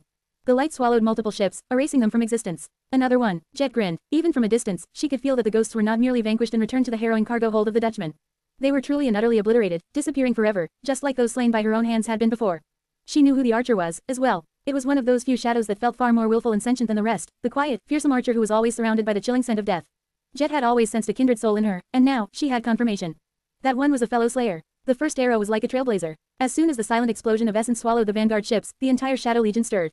Soon, a dark cloud of projectiles rose into the air, raining down on the Wraith Armada from the black sky. Sadly, none of them was as deadly as Slayer's arrow. The silent legion of the Lord of Shadows mostly consisted of the nightmare creature shadows, and while there were some of them capable of ranged attacks, most abominations only excelled in melee. So, the Shadow Legion was most formidable in a direct clash. It was probably a good thing, too. It was not difficult to realize that all of these shadows belonged to beings whom the Lord of Shadows, Sunny, had killed. His domain was built on slaughter and death, so it was a relief to see that most of the shadows he subjugated belonged to nightmare creatures. There were some humans, as well, but not too many. Jet still remembered the chill she had felt when she saw the shadows of her former acquaintances standing among the silent shades, though. She had not been close to those people, but she knew them, even if most belonged to the legacy clans. There had been too few powerful awakened before for them not to brush sides at least a few times over the years. Watching the Wraith Armada shrug off the bombardment and continue its advance without ever slowing down, Jet looked at the Shadow Legion with a complicated expression. In fact, the shadows of people were not the only ones she had recognized. There were others, as well. There was Goliath, there was an eerie thing hidden in the veil of snow, too. Jet had never gotten the chance to witness what the winter beast looked like, but she was almost certain that it was now dead and a member of the Shadow Army. Too bad, I wanted to kill it myself. There were various abominations of the Chain of Nightmares, those who must have come from the Tomb of Ariel, and many more. Which posed the question, how had the Lord of Shadows come to possess these shadows? He had been veiled in secrets and mystery from the very start. No one knew where he had come from, or how he came to be as powerful as he was. Nephews and Cassie seemed to trust him, so Jet put his trust in him, too. Plus, the man was quite likable once he took off his mask. There was something about him that put Jet at ease, a hint of familiarity that made her feel a strange sense of comfort when he was around, as well as a subtle note of unexplainable wistfulness. Maybe it was because he was a fellow outskirt rat, or maybe it was simply because he was immensely powerful and on their side, while possessing a down-to-earth and easygoing personality. Even if, deep down, Sunny was definitely completely and utterly mad. Still, the vexing mystery of his existence gnawed at Jet from time to time. But whenever she tried to think about it deeply, her thoughts seemed to wander in some other direction. Most of the time, she did not even realize that there was something amiss with her thought process. Actually, the very fact that she only wondered about his past occasionally was an abnormality. But there were plenty of anomalies in the world of the nightmare spell. There were all kinds of bizarre aspects, powers, and flaws. Take Effie's husband, for example. Not even Jet could remember his name, despite how close she was to their family. Maybe Sunny suffered from something similar. In any case, it was good to have the Lord of Shadows on their side. Jet had wanted to get to know him better for a while now, driven by an inexplicable impulse that was more than simply curiosity, so she jumped at the chance to participate in an expedition with him. Granted, she had not expected to find herself facing an undying army in the middle of a sunken hell. Well, no, that was not really true. Actually, she had expected something exactly like that to happen. Watching the first wisps of mist reach the palace island, Jet smiled darkly. I guess it's time to prove once and for all which one of us is the more terrible wraith. Despite it all, the expedition to the Eternal City promised to be worth it. Share to your friends. Enjoying this site? Support us via PayPal, Visa, MasterCard or crypto. Your donations help cover site maintenance and hosting costs. Tap the middle of the screen to reveal reading options. If you find any errors, non-standard content, ads redirect, broken links, etc., please let us know so we can fix it as soon as possible. Report. Shadow Slave. Chapter 2683-2683, Master of her craft. 1077 words. Just before the wraith ships reached the shore of the palace island, Nave summoned a strange memory that looked like a mass of translucent fabric. Taking a step forward, he spun and tossed the fabric into the air in one smooth, practiced motion. The memory soared high, unfolding into a vast net woven out of thin opalescent strings as it did. It glimmered with a shimmering light and expanded like an effervescent spiderweb. The beautiful net was hundreds of meters across, but as Nave tensed, it grew even more, covering a vast swath of the sky. Then, it fell on the ghostly ships and blazed with multicolored flames, dimming their ethereal glow. In an instant, the core of the advancing armada was suddenly swallowed by a beautiful, iridescent inferno. The opaline flames burned above the water and reflected on its surface. It was as if an explosion of vibrant colors suddenly invaded the black and silver majesty of the Eternal City, brightening the somber expanse of the lake. Of course, what mattered most was not the beauty of the shimmering flames. It was the fact that the spectral ships and the phantoms caught under the net melted in the colorful blaze, dissolving into its radiance. Compared to the great size of the ghostly armada, these losses were minor, but the opaline net broke the momentum of the first assault wave, buying the Shadow Legion some time. Looking at the colorful wall of fire burning above the water, Nave Winston bent down to pick up his harpoon. His indigo eyes seemed to shine with a dark radiance for a moment. Jet smiled lazily. Where have you been hiding that memory? He sighed. It's my mother's aspect legacy. It is a powerful memory, and could be exponentially so, but it consumes too much essence. There's no point in being frugal anymore, though, this is do or die, after all. Jet chuckled. Don't forget to thank your mother when we get out of this hellhole. Personally, she was in the exact opposite situation. Nave had been rationing his essence and was now prepared to burn it all in a final confrontation. However, she had exhausted most of hers and was now hoping to replenish her reserves in the battle against the Dutchman. Jet had even resorted to consuming the souls trapped in the mist blade in order to survive the horrors of the Eternal City, all but one, that was. The soul of the heart of Connacht was too valuable to be wasted that way, so she had chosen to retreat and find safety on the bridge of the Night Garden in order to preserve it. So, at the moment, Jet felt hungry. Looking at the approaching ships, she grinned. Stay alive, Nave. The mist blade assumed the form of a ghostly war scythe. In the next moment, the dreadful armada was upon them. Countless wraiths poured from the decks of the spectral ships, landing on the soil of the palace island. They seemed to be acting with some kind of strategy in mind, but whatever their goal was, the Shadow Legion did not give them a chance to implement it. The silent shades advanced, aiming to push the enemy back into the water, where myriads of hungry abominations awaited, even if they would never be able to satisfy their hunger by devouring ghosts. As it had happened before, the champions of the Shadow Legion led the assault, causing havoc and devastation among the ethereal wraiths. The beautiful statue of a female knight, the towering fiend forged from blackened metal, the formless creature who constantly changed shapes, sometimes turning into a colossal serpent. I suppose I am an honorary champion of the Shadow Legion too, today. Even if she was of a lower rank than most of these immensely powerful creatures. The thought was amusing. Taking a deep breath, Jet lunged herself into the furious crucible of battle. Her aspect was not at all flashy, and her powers were quite simple. Jet could absorb the essence of those she killed, bypass flesh to attack one's soul directly, and augment her body with more essence than an ordinary awakened could. She could also turn into mist or assume the form of a wraith, and her shattered soul core always continued to grow, one jagged fragment at a time. After decades of strife and slaughter, it had become quite imposing. Her enemies in this battle were phantoms, though, so her awakened ability, one that had made her the infamous Soul Reaper, was meaningless. So was the Transcendent one, meaning that Jet only had two things going for her. She was far more powerful than a Transcendent was supposed to be, almost reaching the level of physical prowess one would expect from a Supreme. And she would remain inexhaustible for as long as she kept killing her enemies. That is fine, people like to tell tall tales about combat and warfare. There was no end to sophisticated philosophies and profound musings dedicated to the supposed art of battle, making it all seem far more complicated than it truly was. That was because people like to feel enlightened and elegant even while doing something as barbaric as perpetuating ruthless violence. But, in fact, there was no art to battle. It was at best a craft, and a very simple one at that, fit for a butcher, not an artist. And Jet excelled in her craft. Her craftsmanship was beyond compare, even. Instantly overtaking the foremost shades, Jet descended upon the disembarking wraiths like a hurricane of ghostly steel. Her war scythe flashed, causing the mist to part before it. The curved blade pierced the chest of a spectral warrior, obliterating it, then slashed in a wide arc to cut another one apart.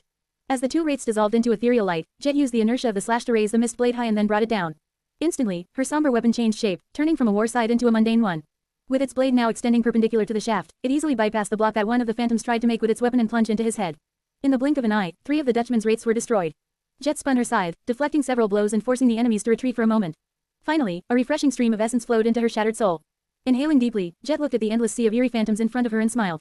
Her icy blue eyes glowed with a chilling killing intent. Goodness gracious, there's so many. It was a real feast. Share to your friends. Tap the middle of the screen to reveal reading options. If you find any errors, non-standard content, ads redirect, broken links, etc., please let us know so we can fix it as soon as possible. Report. Shadow Slave. Chapter 2684-2684, more bad news. 1,252 words. The Shadow Legion engaged the vanguard of the Wraith army on the Palace Island, making the ground quake and the lake swell with towering waves. The Dutchman loomed in the distance, drawing closer and closer. On the eastern shore, Nephis landed gently at the very edge of water and leaned on the blessing, looking across the lake at the ruined vista of the Eternal City. The mysterious being hiding somewhere among the rubble had not revealed itself yet, slowed down by the crushing, but it was going to arrive soon. Cassie stood on the wall above the gates of the dark castle, resting her head on the hilt of the quiet dancer.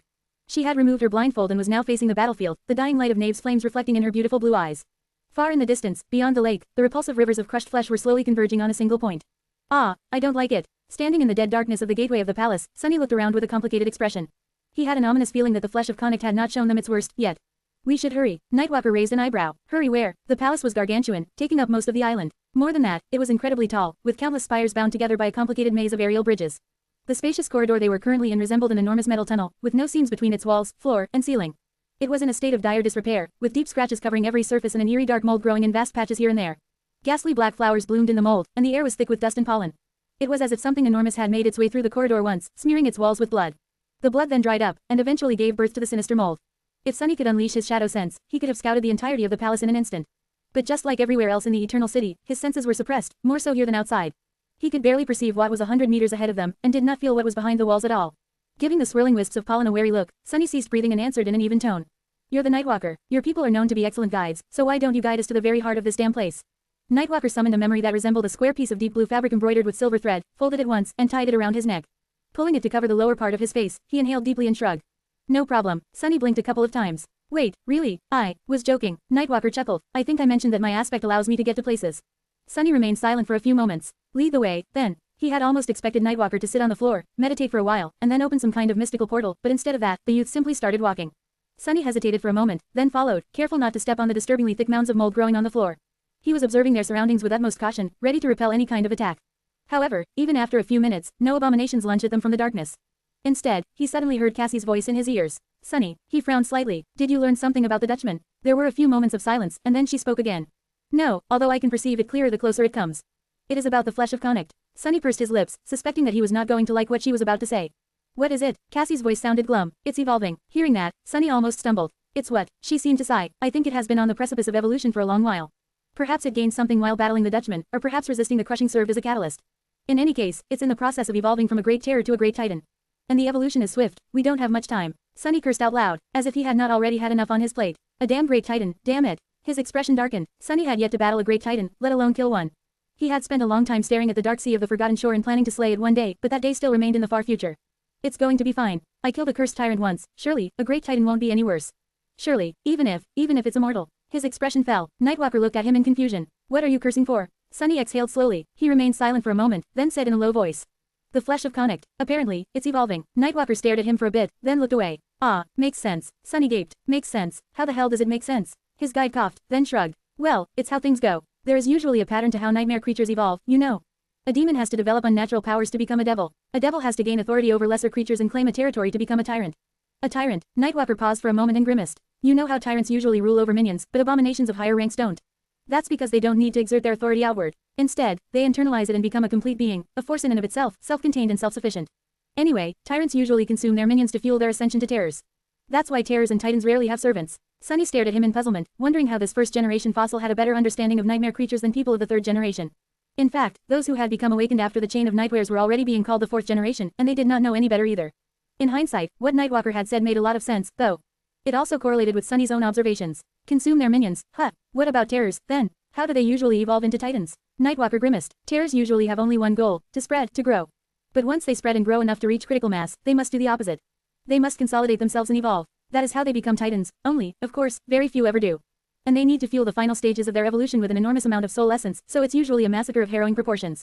Sunny tilted his head a little. Consolidate themselves. Strangely enough, it reminded him of how stars were born. Diffused clouds of gas and dust, of matter, had to reach a threshold of density to initiate gravity collapse. Then, in a terrible conflagration of heat and light, a star was formed by nuclear fusion. As Sunny pondered that, Nightwalker grimaced. The flesh of Conic spread to the entire population of the Eternal City thousands of years ago. I think it only lacked fuel to evolve, and the Dutchman delivered just that to this damn place.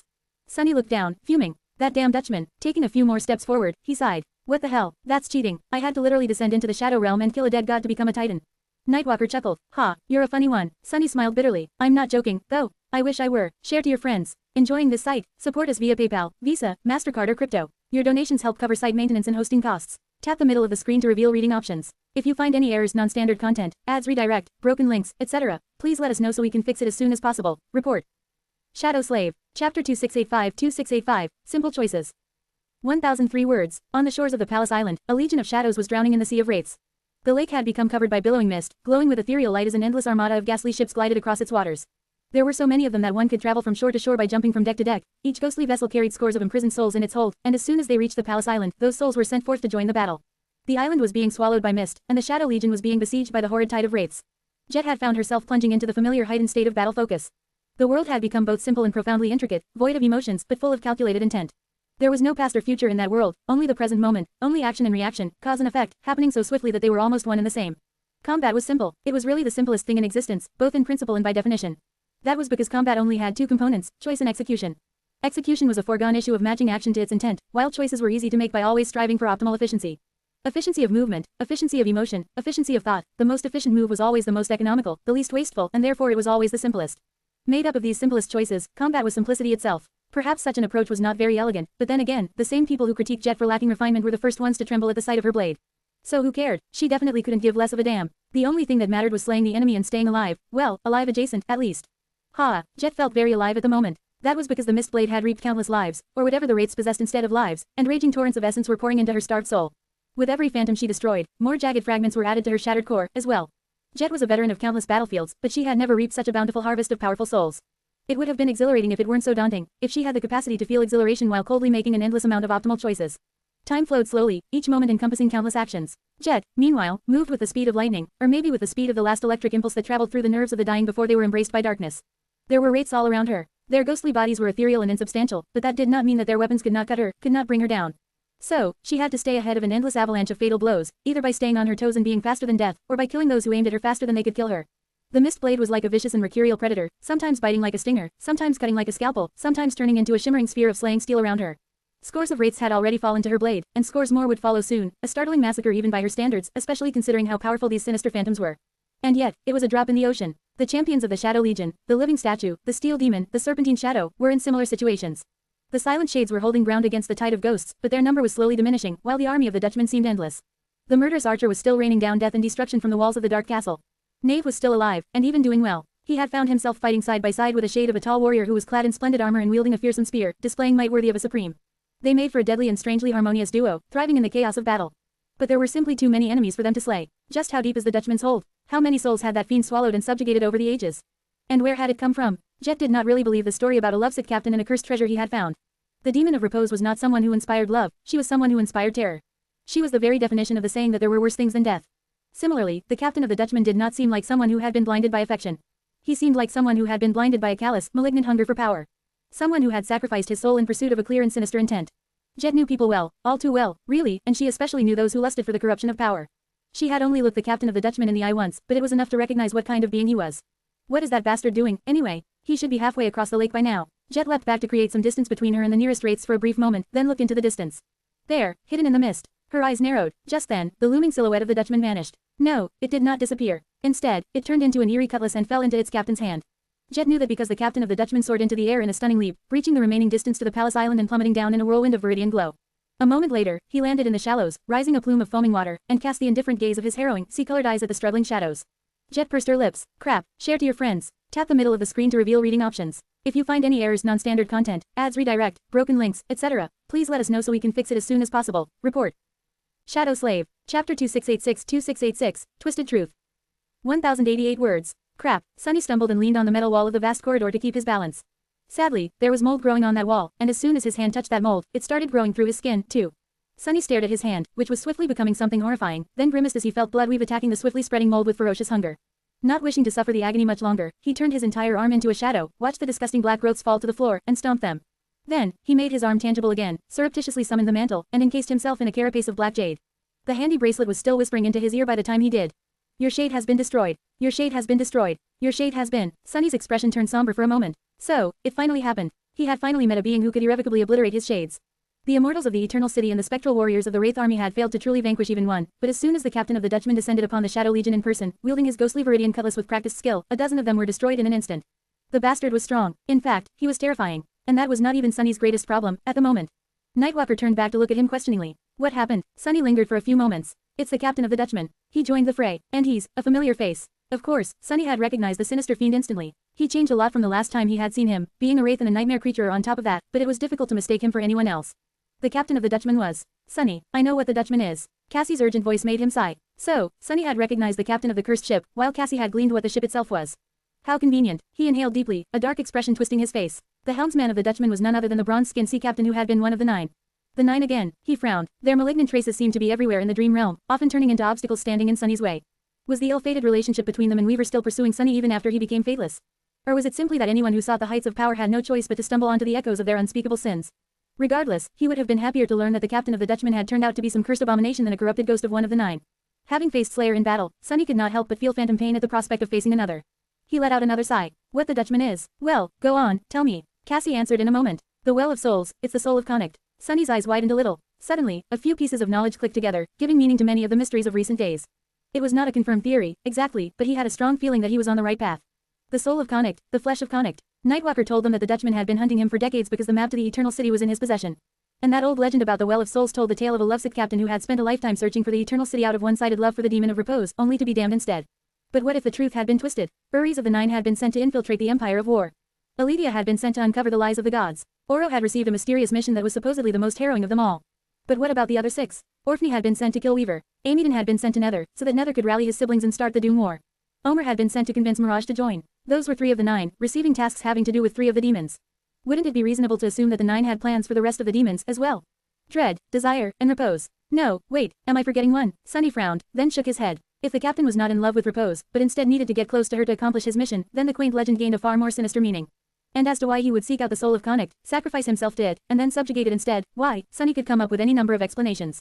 The simplest of them was a desperate need to gain power. After all, the 9 had been meant to help the demons win the Doom War, and for that, they needed to walk far on the path of ascension. And while they were all fated, not all of them were Orphney, who had become someone who managed to kill the demon of fate twice out of sheer grit and determination. Some would have needed to seek out shortcuts to might and power. Fusing with the soul of a supreme cursed to immortality by Shadow God would have been one such shortcut. It had worked so well, in fact, that the Dutchman and its captain survived the Doom War, while neither the gods nor the demons did. However, they had not survived it unscathed. They had both fallen into the vile depths of corruption. Sunny scowled. How much of that man is even left by now, after thousands of years of being corrupted? It wouldn't be much, which posed the question of why that fiend was still so obsessed with the Eternal City.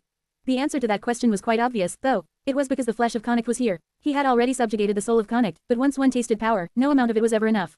So, maybe the captain of the Dutchman had grown dissatisfied with being a dreadful wraith. Maybe he wanted to gain a dreadful body, too. Ah, damn it all. Sunny cursed under his breath. Suddenly, a chill ran down his spine. No, wait, no way. The flesh of Connacht and the soul of Connacht were currently here, in the Eternal City. But wasn't the heart of Connacht here, as well? Slain and trapped within Jet's mist blade. And if 3 of the ancient fiend's parts were here, then Sunny had a suspicion about what the mysterious abomination in the east was, as well. Share to your friends. Tap the middle of the screen to reveal reading options. If you find any errors, non-standard content, ads, redirect, broken links, etc., please let us know so we can fix it as soon as possible. Report. Shadow Slave. Chapter 2687 Mist Front. 1048 words. The captain of the Dutchman cleaved the formation of the Shadow Legion apart in an instant. The silent shades, which had seemed indomitable before, fell to his ghostly blade like autumn leaves. A moment later, the wraiths followed their commander into the breach, causing the dark phalanx to buckle. Not good. Ordinary shades had no chance in a clash against the sinister apparition. The champions of the Shadow Legion, meanwhile, were either too far away or preventing other sections of the formation from falling. Jet was the closest. Cassie was already whispering into her ear, relaying the new information about the Dutchman and its captain. Much stranger, though, was the fact that she heard the voice of the Lord of Shadows resounding in her other ear at the same time. He said, "You need to buy me time." Jet regarded the captain of the Dutchman for a split second. Gods, somehow, it felt like he was coming directly for her. Sure, no problem. Her voice was even. Hearing its nonchalant tone, the Lord of Shadows let out a nervous laugh. At least one of us is calm, I guess. In any case, 4 of my incarnations are spread out around the battlefield. They are augmenting my warriors while suppressing the enemy. The Shadow Legion might be wiped out without them, but if you need me, I'll manifest them as avatars and come after the bastard myself. Jet smiled darkly. So, he was offering his help. How caring. No need. She paused for a moment, and then added in something that almost resembled hurry. I mean, no need for now. Let's see how things go fist. If you see me getting absolutely destroyed by that thing, do come rescue me post-haste. She could not see Sunny, whose voice seemed to be resounding from the shadows, but suspected that there was a grin on his needlessly handsome face at that moment. Deal. Cassie had finished talking, as well, which meant there was no more time to waste. To hell with it. Jet tuned into mist. Flowing between the silent shades like a torrent, she enveloped the battlefield and surrounded the great wraith from all sides. His cutlass glowed in the fog like an ethereal beacon, drowning the world with its ghostly chill. Then, 2 icy blue lights ignited in the mist. That was Jet assuming her human form. Taking a step forward, she lowered her war scythe and looked the cursed wanderer directly in the eye. She smiled faintly. I am the captain of the Night Garden, Soul Reaper Jet. I was told to hold you off. The captain of the Soul of Conic looked quite like a man up close, well, a ghost of a man, at least. He wore the tattered remnants of a lavish robe and a spectral chainmail underneath. His long hair was swept back and tied into a careless knot, revealing a narrow forehead. His skin would have been bronze if it weren't ethereal and translucent, suffused with a pale glow. No one would have mistaken him for a human, though, because of the monstrous madness burning in the depths of his cold, inhuman eyes. Jet's smile widened a little. But where's the fun in that? I think I'll just kill you instead. With that, she lunged forward. The captain of the Dutchman, the cursed wanderer, was not particularly powerful. In fact, he was a mere corrupted devil, or so Cassie had told. However, he had conquered and subjugated the great tyrant, Soul of Conic, and stole its power. It was a strange situation where a minion of a powerful tyrant had come to rule his master.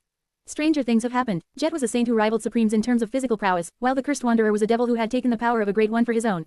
They were supposed to be, if not equal, then at least existing in the same realm. However, practice was woefully different from theory. As soon as Jet attacked, she could feel a terrifying wrongness to it all. The timing felt off, and the space seemed twisted subtly. Her body was not responding to her commands as flawlessly as it should have, and her aim was slightly off. She was moving slower than she had expected, her attack was weaker. It was as if the world itself was resisting her and aiding the abomination. That felt suffocating. Jet could only compare it to how it had felt to be in the presence of powerful saints as a mere awakened.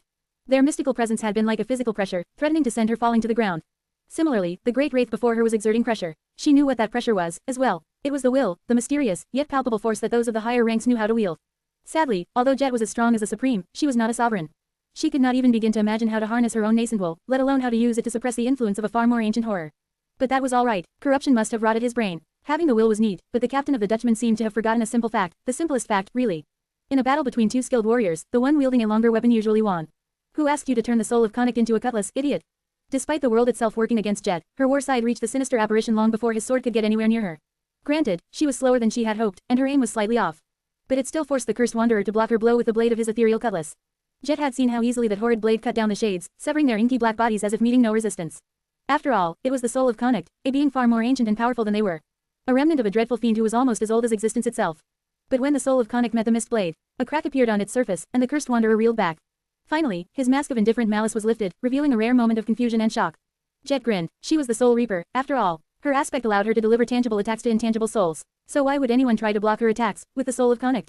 Share to your friends. Enjoying this site? Support us via PayPal, Visa, MasterCard or crypto. Your donations help cover site maintenance and hosting costs. Tap the middle of the screen to reveal reading options. If you find any errors, non-standard content, ads, redirect, broken links, etc., please let us know so we can fix it as soon as possible. Report. Shadow Slave. Chapter 2688, 3rd Contender. 997 words. The cursed wanderer had not remained rattled for long. In fact, his shock only lasted a split second, then, he coldly pulled his cutlass away and moved forward, aiming to slip past the mist blade.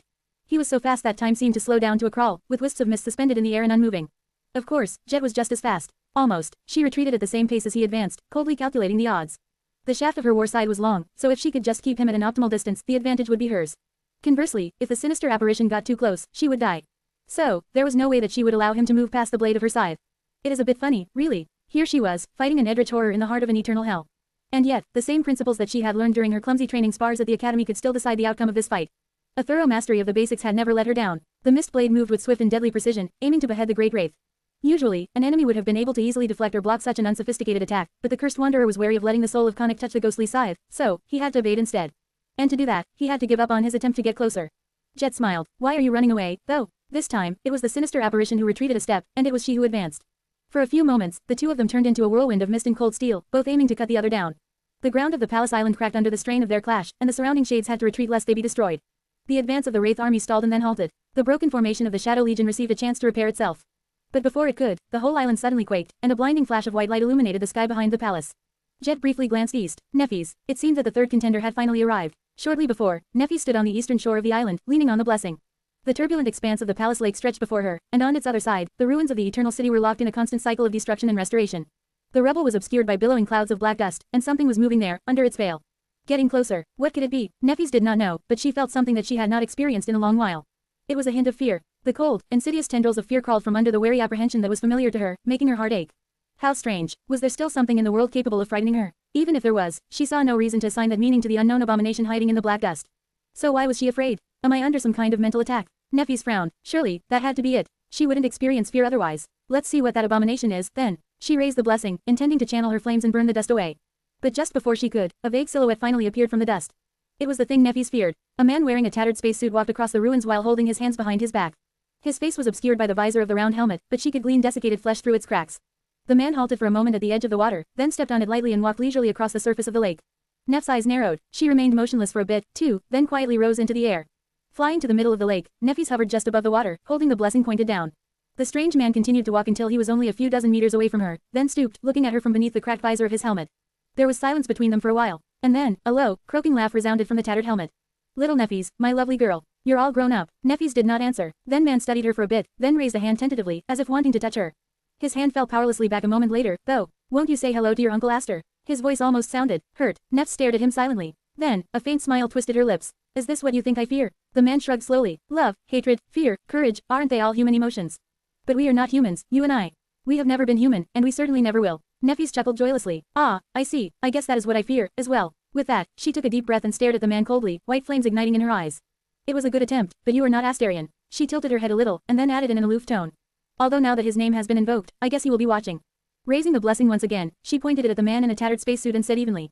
Let him see, then. So, what are you, really? The mind of Connacht, the thoughts of Connacht, the folly of Connacht, maybe. The man laughed. Ah, a Nephilim, of all the creatures in the world, why did I have to meet one of your vile kind? Taking a step forward, he suddenly seemed to lose shape, becoming vast and unfathomable. What am I? Oh, the madness of Connacht. That's what they called me. Nephis nodded somberly. I see. Well, then, the blade of the blessing shone with a blinding radiance, and the water of the lake boiled under the immolating heat. Get the hell out of my head. In the next moment, the world exploded into a harrowing, pure, merciless white inferno. Share to your friends. Tap the middle of the screen to reveal reading options. If you find any errors, non-standard content, ads redirect, broken links, etc., please let us know so we can fix it as soon as possible. Report. Shadow Slave. Chapter 2689-2689, Eternal Engine. 990 words. The palace was an eerie and inhospitable place. The smooth metal corridors stretched endlessly, filled with nothing but destruction, eerie black growths of mold and spores. Nightwalker seemed quite confident as he navigated their complicated maze, but it almost felt like he was choosing directions at random. Sometimes, they would go up, and sometimes, they would go down. Some corridors were angled at a steep incline, some opened into bottomless wells. Some were filled with unrecognizable debris, some were empty. In any case, the longer they spent inside the palace, the less Sunny was convinced that it was a place where a demon had lived. The unidentifiable debris could have been furniture, true, but it looked more like broken pieces of esoteric machinery. There were no spaces fit for mundane activities. The layout was inexplicable. It felt like they were traveling the metal bowels of a giant, dead beast.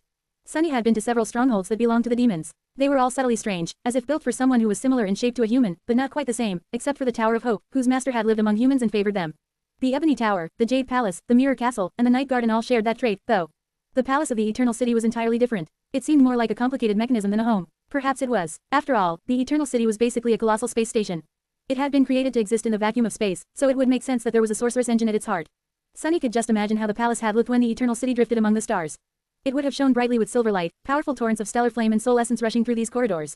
The palace was dark and lifeless now, though. Still, that did not mean that its sorcery was gone. What is happening out there? Nightwalker's voice sounded a little glum. Sunny hesitated for a moment, then allowed himself to take a breath and use the air he inhaled to answer. The wraiths are pushing my shadows back. Jet is fighting the Dutchman and its captor. Oh, the Dutchman is the soul of Connacht, as it turns out. Nephis is fighting the madness of Connacht. Nightwalker stared at him silently, which prompted Sunny to add. Knave is still in one piece. His guide turned away and grunted quietly. Well, everything seems to be under control. Sunny sighed and shook his head. Does it? I guess it is, for now. Sadly, one guest is yet to arrive. The Shadow Legion was holding back the wraiths, Jet was holding back the soul of Connacht, and Nephews was holding back his madness. All three battles were precarious, hanging in a delicate balance, but that was fine.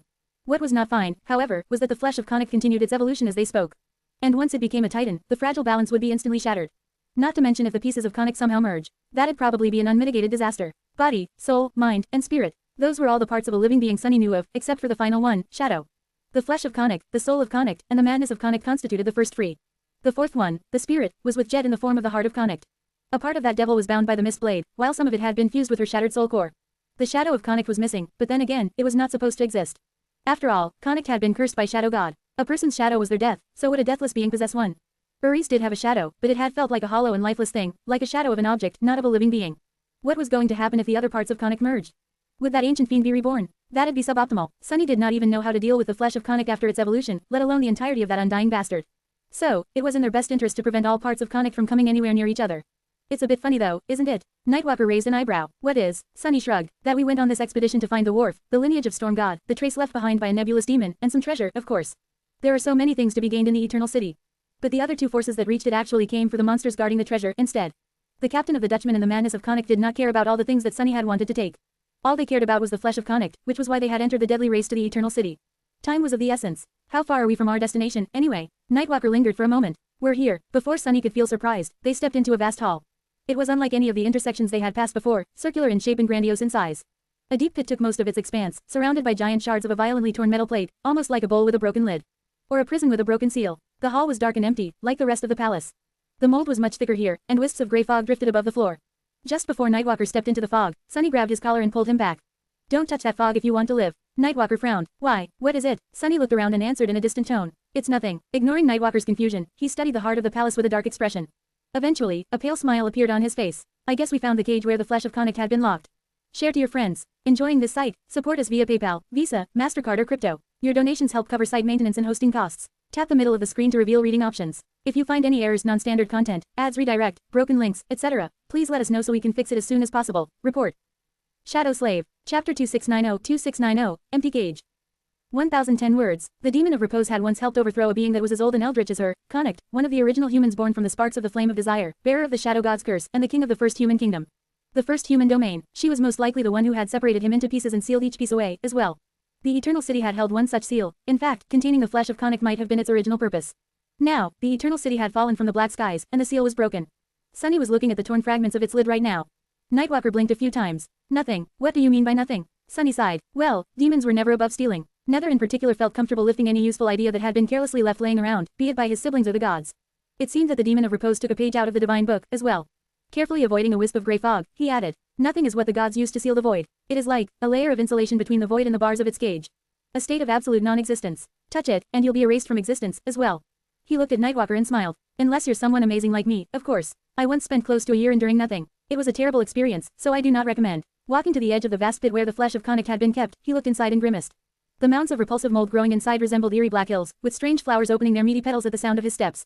A deep frown slowly settled onto his face. Nightwalker remained silent for a while, then asked, now what? Sunny looked at him darkly. Are you sure that this is the heart of the palace? His youthful guide nodded. Quite sure. Sunny looked away and scratched his head. Then I have no idea. Yet, the battle was raging outside. Jet was barely staying alive, and Nephews was fighting an ancient fiend proficient in mind attacks. No matter how formidable her mental defenses were, that made Sunny nervous. He had to solve this puzzle quickly. Nightwalker stared at him with disbelief. That's it. You had no plan. Sunny frowned. How was I supposed to concoct a plan without knowing anything about what sorcery Repose used to create the Eternal City? I had reasons to believe that I'll be able to dismantle it, okay. He paused for a moment, and then added. A long time ago, I taught myself Weaver's sorcery to interfere with the sorcery of hope. I was merely an awakened back then, knew close to nothing, and was sitting alone in a cage. Needless to say, I am vastly more powerful now. I know far more, can do far more, and have become a far better sorcerer. I also have the counsel of others like me. So, I should be able to at least break whatever sorcery the Demon of Repose left behind. Sunny threw another glance into the pit and sighed heavily. The problem is that I need to lay my eyes on the inner workings of that sorcery first.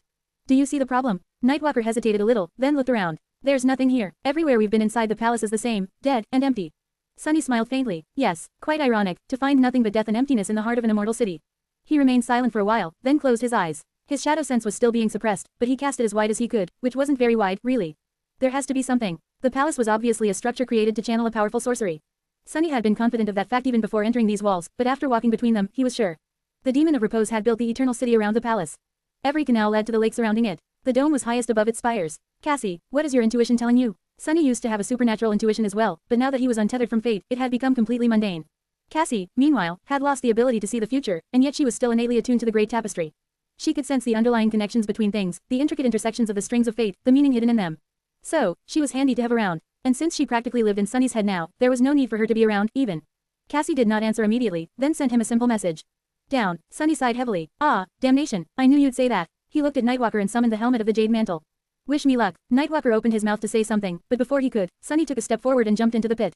He landed into the mold, feeling it squelch and part under his weight. A black cloud of spores rose into the air, obscuring everything in sight, and the repulsive flowers moved, trying to envelop him with their petals. Sharp thorns scraped against his armor, leaving shallow scratches on it. Arg, it was disgusting. Breaking free of their hold, Sunny waded through the slithering mold, slowly making his way to the bottom of the pit. It was as if he was diving into an abhorrent mire. He had hoped to find what he was looking for there, buried under the mold. But to his disappointment, the bottom of the pit where the flesh of Connacht had been sealed was no different from the rest of the palace. There was nothing there, no runes etched into the metal, no diamond strings, no streams of essence, no strings plucked from the tapestry of fate and twisting onto each other, just a vast expanse of bent, corroded metal. However, Sunny's eyes widened a little. There was something beneath the pit. Out there, on the very edge of his shadow sense. What the hell? He could sense shadows. Thousands of them, motionless, still, silent. They were shadows that belonged to living beings. Share to your friends. Tap the middle of the screen to reveal reading options. If you find any errors, non-standard content, ads redirect, broken links, etc., please let us know so we can fix it as soon as possible. Report. Shadow Slave. Chapter 2691-2691, Red Lake. 988 words. Lord of Shadows. Sunny, how much longer do you need? Jet's voice sounded strained. The battle was still raging around her, and the Shadow Legion was slowly losing ground. The Silent Shades had already vanquished countless wraiths, but no matter how many enemies they destroyed, more and more revealed themselves from the mist. What was worse, torrents of ethereal light sometimes escaped from the Cursed Wanderer's ghostly cutlass, infusing the mist with viridian glow. That meant that there were more wraiths still contained within the soul of Connacht, myriads of them, perhaps, and that the ranks of the Undying Army were constantly being replenished. Jet herself was barely holding on. Her battle with the captain of the Dutchman was furious, but at the same time strange. The Great Wraith was evading and dodging all of her attacks instead of facing them directly, while she did everything in her power to keep him at a distance. Despite the dreadful forces unleashed by their clash, neither had received a single wound yet. That was because one strike of the Viridian Cutlass was all it would take to kill Jet. The Cursed Wanderer, meanwhile, was simply too powerful and diabolical to allow her scythe to touch him. Jet had managed to build a solid defense through arduous effort. However, she could not mount an effective offense no matter how hard she tried, and she was trying truly hard, fighting both against the world itself and against her own limits. On the surface, this state of things was beneficial to her. After all, she did not really need to kill the sinister apparition, her task was merely to hold him back. But in reality, the future looked more and more bleak with each passing moment. That was because battles of such intensity usually did not last this long. When a transcendent poured so much of themselves into the battle, going above and beyond to match the power of a superior enemy, the outcome was more likely than not decided in a matter of moments. Jet, however, had been locked in a furious melee with the Cursed Wanderer for, gods, she did not even know how long. The body and soul might have been unscathed, but her reserves of essence were slowly diminishing. Worse than that, she was growing tired. The encroaching exhaustion was not of the physical kind, but rather a mental one. It took a lot to maintain her mind in a state of utmost focus, and by now, her intense concentration was showing signs of decay. She had not made a mistake yet, but at this rate, one was inevitable. And one mistake was all it took to lose one's life in the world of the nightmare spell. Which was why Jay was trying to find out how much longer she needed to hold. This time, Sunny's voice did not resound from the shadows around her. Instead, Cassie whispered softly into her ear. He found a thread. Now, he just needs to pull on it. There's no telling how long that will take, though. Keep fighting for a little more. Jet gritted her teeth. That's what she said the last time. At that moment, the Cursed Wanderer finally managed to get past her defenses. The mist blade was just a split second late, but that allowed the Great Wraith to dodge it and lunge forward with chilling malice. Jet barely managed to position the shaft of her weapon in a way that prevented her enemy from impaling her with his sword. He did not try, though. Instead, the captain of the Dutchman took a swift step and reached for Jet with his hand. The moment his palm touched the black leather of her armor, Jet screamed. No, it was her body that opened her mouth, threw her head back, and let out a terrifying wail. She had no say in it. In the next moment, it was as if an invisible wall slammed into her. Jet was tossed far back, collided with the Silent Shades, and fell to the ground. She spat a mouthful of blood and weakly rose to her feet. As she looked in the direction of the Cursed Wanderer, her expression darkened. What the hell is this thing? Out there, on the other side of the palace lake. Something massive and dreadful was rising in the mist. Jet cursed quietly. I guess we've run out of luck, after all. The rivers of mangled flesh that had been converging from all across the Eternal City under the terrible weight of the crushing finally fused together, forming a second lake, a viscous, red lake of blood and pulverized tissue. The red lake was made up from the obliterated bodies of all the corrupted immortals. It swallowed an entire island, drowning the ruins. Its surface seethed and rippled, enduring the pressure of the crushing. And then, it began to swell. An enormous lump grew in its middle, rising high into the air. From afar, it looked as if a red mountain was growing in the heart of the Eternal City. Then, the mountain burst, and a colossal arm rose into the dark sky of this sunken hell. Jet paled. The bones were formed first, growing at a startling speed. Bloody marrow seeped down, escaping through swiftly disappearing seams. Then, tendons wrapped themselves around the bones, followed by colossal ropes of firm muscle. Patches of skin grew atop the muscles, but then, something went wrong. Instead of covering the gargantuan arm entirely, the patches of skin blackened and shrank instead. The muscles contorted and spasmed in a revolting display of deformation, and the bones were twisted. In the end, the colossal arm remained incomplete, or maybe simply different, towering above the ruins like a profane monument. Blood flowed down its immense length, and a rot was spreading through its tissue. The gargantuan arm resembled that of someone who had recently been flayed. Then, it fell, allowing its palm to press against the ruins. And another one was unleashed. Together, they started to pull the body of the flesh of Connacht out of the red lake slowly. Share to your friends. Tap the middle of the screen to reveal reading options. If you find any errors, non-standard content, ads redirect, broken links, etc., please let us know so we can fix it as soon as possible. Report. Shadow Slave. Chapter 2692-2692, Birth of a Titan. 960 words. An enormous being slowly rose from the red lake, absorbing it. After the two colossal arms, a back with a bent spine showed itself next. Then, the top of a bloody skull, uneven shoulders, and an endlessly stretching torso. Finally, two towering legs were formed from the last remains of the lake, ending in stumped feet. The being crawled across the ruins, pressed into them by the crushing, then opened its maw and let out a chilling, deafening, tortured wail. The twitching muscles on the creature's gigantic arms contracted once again, and it slowly pushed itself off the ground. Hell, in the next moment, Jet had no more time to study the titanic figure of the newly evolved flesh of Connacht. The captain of the Dutchman appeared from the mist, and a split second later, his cutlass was already flying through the air to cut off her head. Jet felt like she was drowning in her own blood, but she still managed to evade, mumbling curses as she struggled to draw a breath. She had to dedicate her entire focus to battling the great wraith once more. And yet, the image of the newborn titan remained in her mind, as if burned into it. That thing looked like a colossal human, or rather, like a failed attempt to create a human. Its titanic body was horrid and misshapen and covered in patches of disgusting rot. The creature's skin was entirely missing, revealing contorting muscles that were constantly seeping blood. Its deformed skull was half buried in slithering flesh, with a lower jaw that hung askew, barely attached to the rest of its face with rotting cartilage. There was no intelligence in the deep dark pits of its missing eyes, just bestial and hungry lights. Jet did not know whether the ghastly state of the flesh of Connacht was due to the crushing or simply due to the rot of corruption that permeated it. What she did know, however, was that the abhorrent thing was, without a doubt, a titan. As she fought the cursed wanderer, the flesh of Connacht slowly rose to its feet and straightened. Its size was so enormous that its head almost reached the roof of the invisible dome, the same size as the monumental edifice of the palace. Damn it, things were not looking good for them. Out there across the lake, the flesh of Connacht let out another groan of agony and took an earth-shattering step forward. At the same time, the cursed wanderer landed another blow, sending Jet flying back. She fell on the ground and rolled, feeling blood streaming down her face. Her vision turned blurry as the blood got into one of her eyes, burning it. Not too far away, Knave's harpoon shattered, leaving him unarmed. The dark castle warily moved back as the wraith army advanced up the shore of the palace island. The Shadow Legion was dwindling, and with every shade it lost, its eventual defeat seemed more and more cemented. In the east, hidden from view by the soaring mass of the palace, flashes of blinding white light were getting closer and closer to the shore. Nephis was being pushed back, as well. Jet winced and spat out blood, turning into a wraith and shifting away to avoid the fatal blow of the Viridian cutlass. Assuming her human form again, she raised the mist blade and pointed it at the cursed wanderer tiredly. She wasn't feeling too well. Sonny, are you perhaps about done? There was a moment of silence, and then Cassie's voice resounded in her head once again.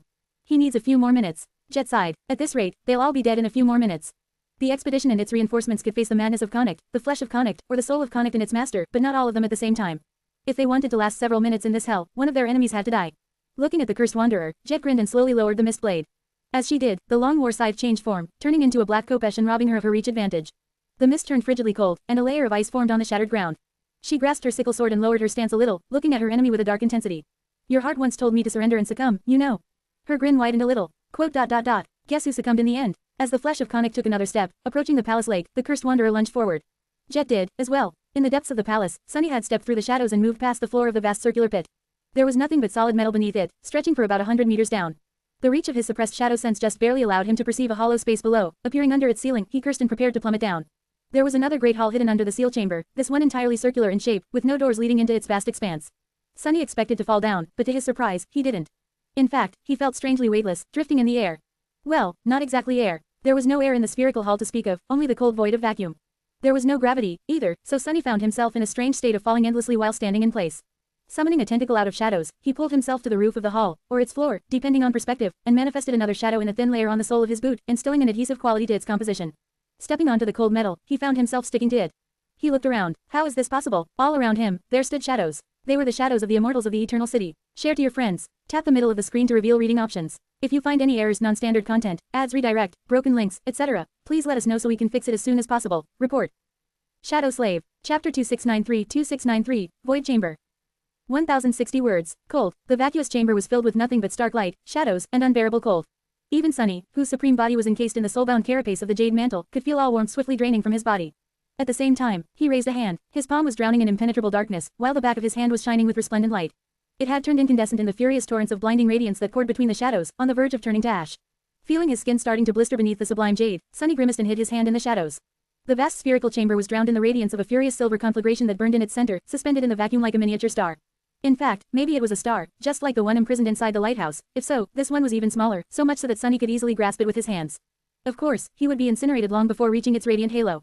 The vast emptiness of the chamber, the deep shadows, the brilliant flame burning in the center of the dark void like a beating heart. It was like a miniature model of the void and the flame of desire, almost. The shadows of the immortals stood silently on the concave walls of the chamber, bathed in starlight, lonesome and lost. Most of them belonged to humans, but some resembled beasts. Some were small, others were vast. Some, Sunny recognized, the rest of them were unfamiliar. Ha, he wanted to chuckle, but no sound escaped from his lips. After all, there was no air in the chamber, so nothing could carry his voice. So the old man was right, after all. Back at the lighthouse, Nightwalker joked that the demon of repose drew inspiration from the cursed shadow god had placed upon Konnik when designing the eternal city. He turned out to be more right than any of them had imagined. This is her sorcery. Konnik had been denied death, cursed to exist forever devoid of its final embrace, therefore, he did not have a shadow. Shadow god had taken it away. So, this was how the demon of repose had created her immortals, as well. She had separated them from their shadows and then sealed the shadows in the heart of the palace, preventing them from both returning to their owners and making the journey to the shadow realm.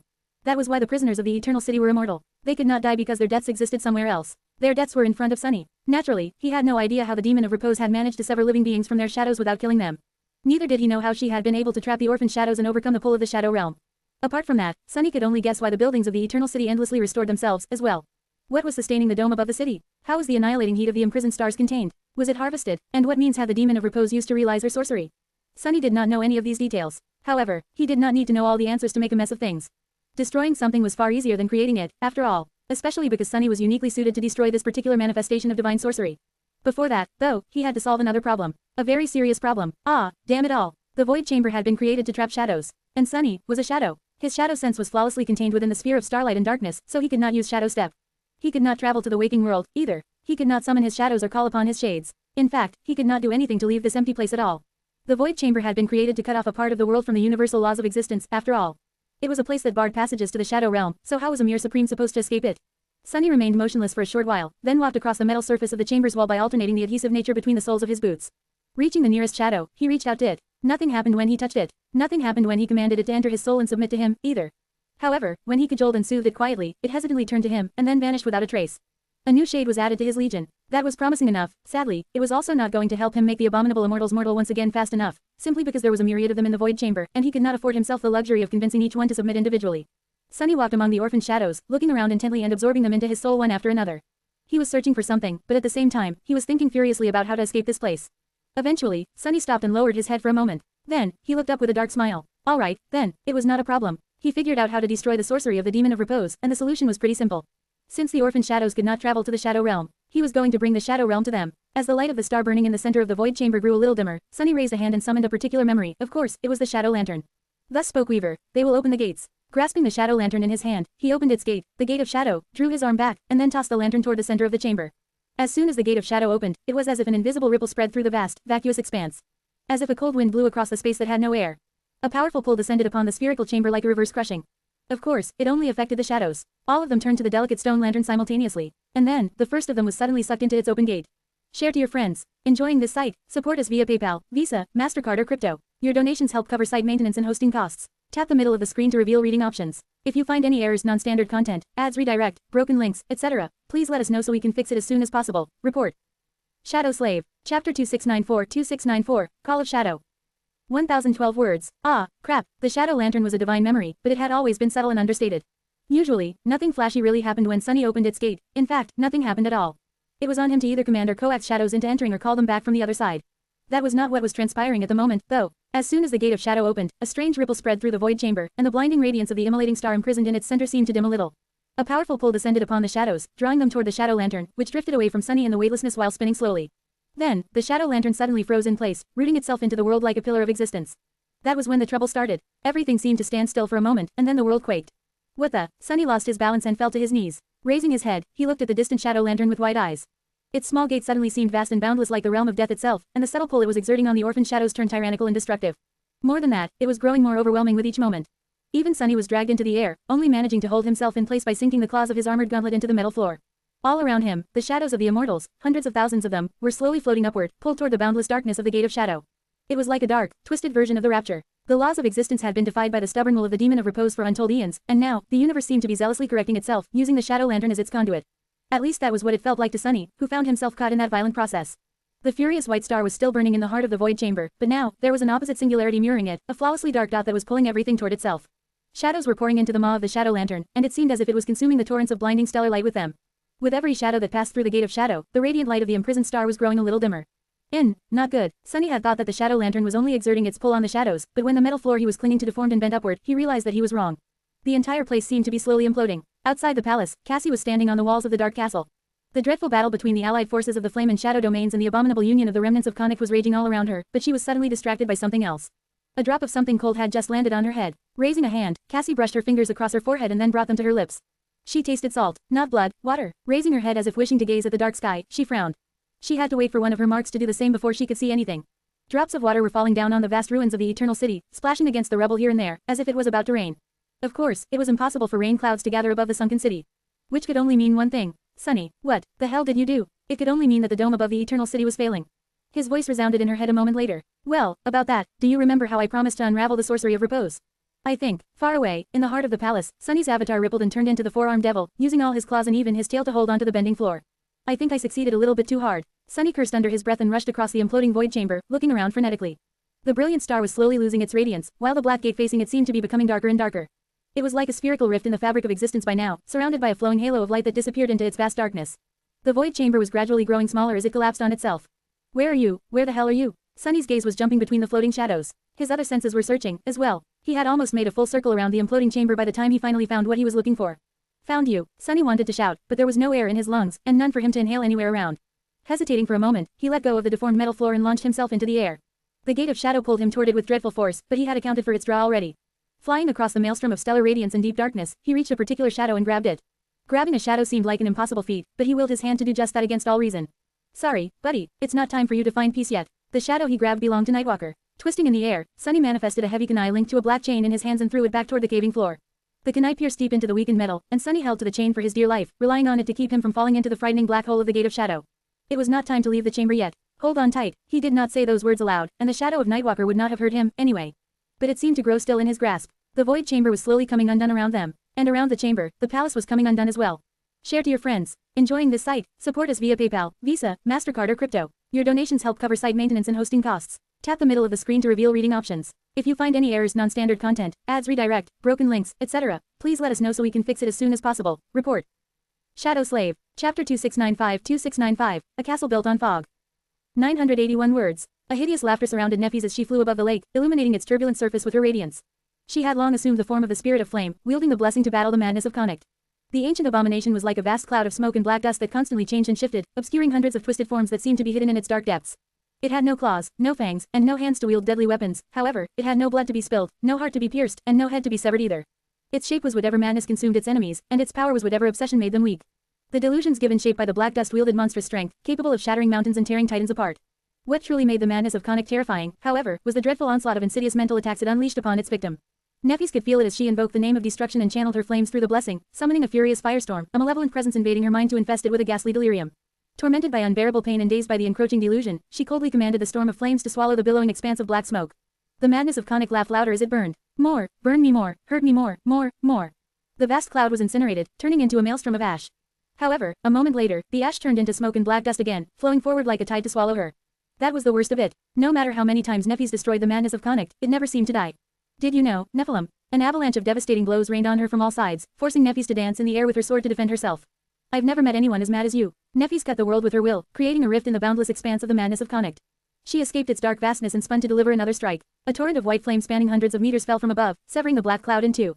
As soon as it touched the water, a deafening explosion rang, and everything became enveloped in steam. I draw power from madness, and your mind, ah, what a delicacy, what a feast. A moment later, the madness of Conic was already mended and rushed forward to push her closer to the shore. Neffis suppressed a groan, disoriented by the blinding pain of her flaw. She was usually better at enduring it, but her mind was weakened by the constant assault of the vile delirium. Ah, I made a mistake. They had assumed that the delirium consuming her mind was strictly an attack meant to infect and debilitate her, but as it turned out, its main purpose was the opposite. It used her own mind to strengthen the madness of Conic. Neffis knew that she was not the most normal person. Her desires had always bordered on obsession, and her resolve had always been far more extreme than that of most people, all people, really, as far as she could tell. On top of that, she was supreme, and all supremes had to be a little mad to sustain the heavy weight of their unreasonable defiance. So, if the madness of Conic drew power from the derangement of its victims, it could gain quite a lot from her. But Neffis had invoked the name of passion at the start of their battle, adding fuel to her already scathing desires. That was a way to empower her will, but it had also inadvertently granted her enemy a far greater boon. No wonder the fiend was so dreadfully strong. It is strange, though. The madness of Conic descended upon her like a swarm of horrors, making the lake boil. There is so much of you missing. Your mind is a ruin already, through no effort of my own. Who made you that way? Neffis measured the remaining distance to the palace island and frowned. How was she going to win this battle? What do you mean? Despite her torment and mental anguish, her voice remained even. A sinister growl resounded from within the harrowing black cloud, washing over her like a wave. There are holes everywhere here. There are things missing. It is as if someone tore out half of your heart and replaced it with fog. How can a castle stand on fog? Ah, I've never seen such a strange creature before. Neffys hesitated for a split second. Was he talking about the gaps left in her memory after the tomb of Ariel? How did it know? And what did it know? No, what had that thing said? It had seemed important. That split second of hesitation was enough for a crushing blow to land on her radiant body, infecting the white flames with swirls of darkness. She let out a scream, which drowned in the hideous laughter of the madness of Connacht. You and I are not that different, are we? Burning the infection out of herself, Neffys allowed the pain to cleanse her mind and unfolded her wings. The black dust around her melted, and the smoke was immolated. Air itself combusted, causing a destructive chain reaction and creating a bubble of cold vacuum. Embraced by the deadly cold, Neffys raised the blessing. At this point, the wisest choice was to release the name of passion and rob her enemy of some of its power. Her radiant figure blazed with merciless light as the air, the smoke, and the black dust rushed into the vacuum. You feed on madness, she smiled. Let's see how much you can eat, then. With that, she invoked the names. The name of hatred, the name of love, the name of despair, the name of courage, the name of wrath. She called upon every passion in its every shade, drowning herself in unbearable, overwhelming emotions. She let herself be consumed by madness. The madness of Connacht reeled. Share to your friends. Tap the middle of the screen to reveal reading options. If you find any errors, non-standard content, ads redirect, broken links, etc., please let us know so we can fix it as soon as possible. Report. Shadow Slave. Chapter 2696-2696, Cog in the Machine. 976 words. What the hell? Why is it raining? A heavy downpour was descending on the ruins of the Eternal City. The drops of water seemed to move slowly as Jet staggered back, barely keeping her balance. Her face was smeared with blood, and her body was broken, and yet, she was still full of fight. Now that the mist blade had assumed the form of a khopesh, she did not have the advantage of reach anymore. The cursed wanderer was still avoiding letting their blades cross, which held him back, but he had managed to land far more blows with his fists and feet now, as well as his elbows, knees, shoulders, and forehead. The bastard really knew his hand-to-hand combat. It was as if he had spent thousands of years doing nothing but participating in fistfights. How come? Groaning quietly, Jet turned her torso to avoid the ghostly cutlass and counterattack, trying to sink her sword into the ethereal body of the great wraith. The rain made it harder to see. In front of her, the flesh of Connacht had already reached the palace lake and stepped into it. The water barely reached its knees, and the enormous monstrosity waded through it, painting the lake red. Now that it was not slowed down by the crushing anymore, it was advancing faster. Around Jet, the Shadow Legion was being pushed back by the endless tide of wraiths. Worse than that, the army of silent shadows was also shrinking. There were barely half of them left, by now. Behind Jet, meanwhile, was she imagining things, or were the walls of the palace slightly bending inward? What did he do? She could not be sure, but was pretty much convinced that the Lord of Shadows had done something crazy. Not that it mattered to her, at the moment. All that mattered was defeating the soul of Connacht and its master. Jet forced out a smile as she dove under the whistling cutlass and tried to strike it with the mist blade from below. The cursed wanderer pulled his sword back with impossible speed, easily avoiding her trap, and slammed his palm into her abdomen. Arg! This time, something vital ruptured inside of her. A torrent of blood flowed from her mouth, and Jet staggered back once again. Can you give me a moment? She grinned through the pain. The sinister apparition did not wait until she recovered, of course. He moved forward, intending to use her wounded state and finish her off. If one thought about it, getting beaten that badly but somehow failing to die was quite an achievement. Then again, she had been dead this whole time. The cursed wanderer was making a mistake if he thought he could cut her down that easily, though. He must have made a judgment about the power of his enemies based on what the silent shadows and the champions of the Shadow Legion could do, but Jet was neither. Jet was a proud subject of the human domain. So, just as her body was about to fail her, a soft glow suffused her skin, and a pleasant warmth permeated her body.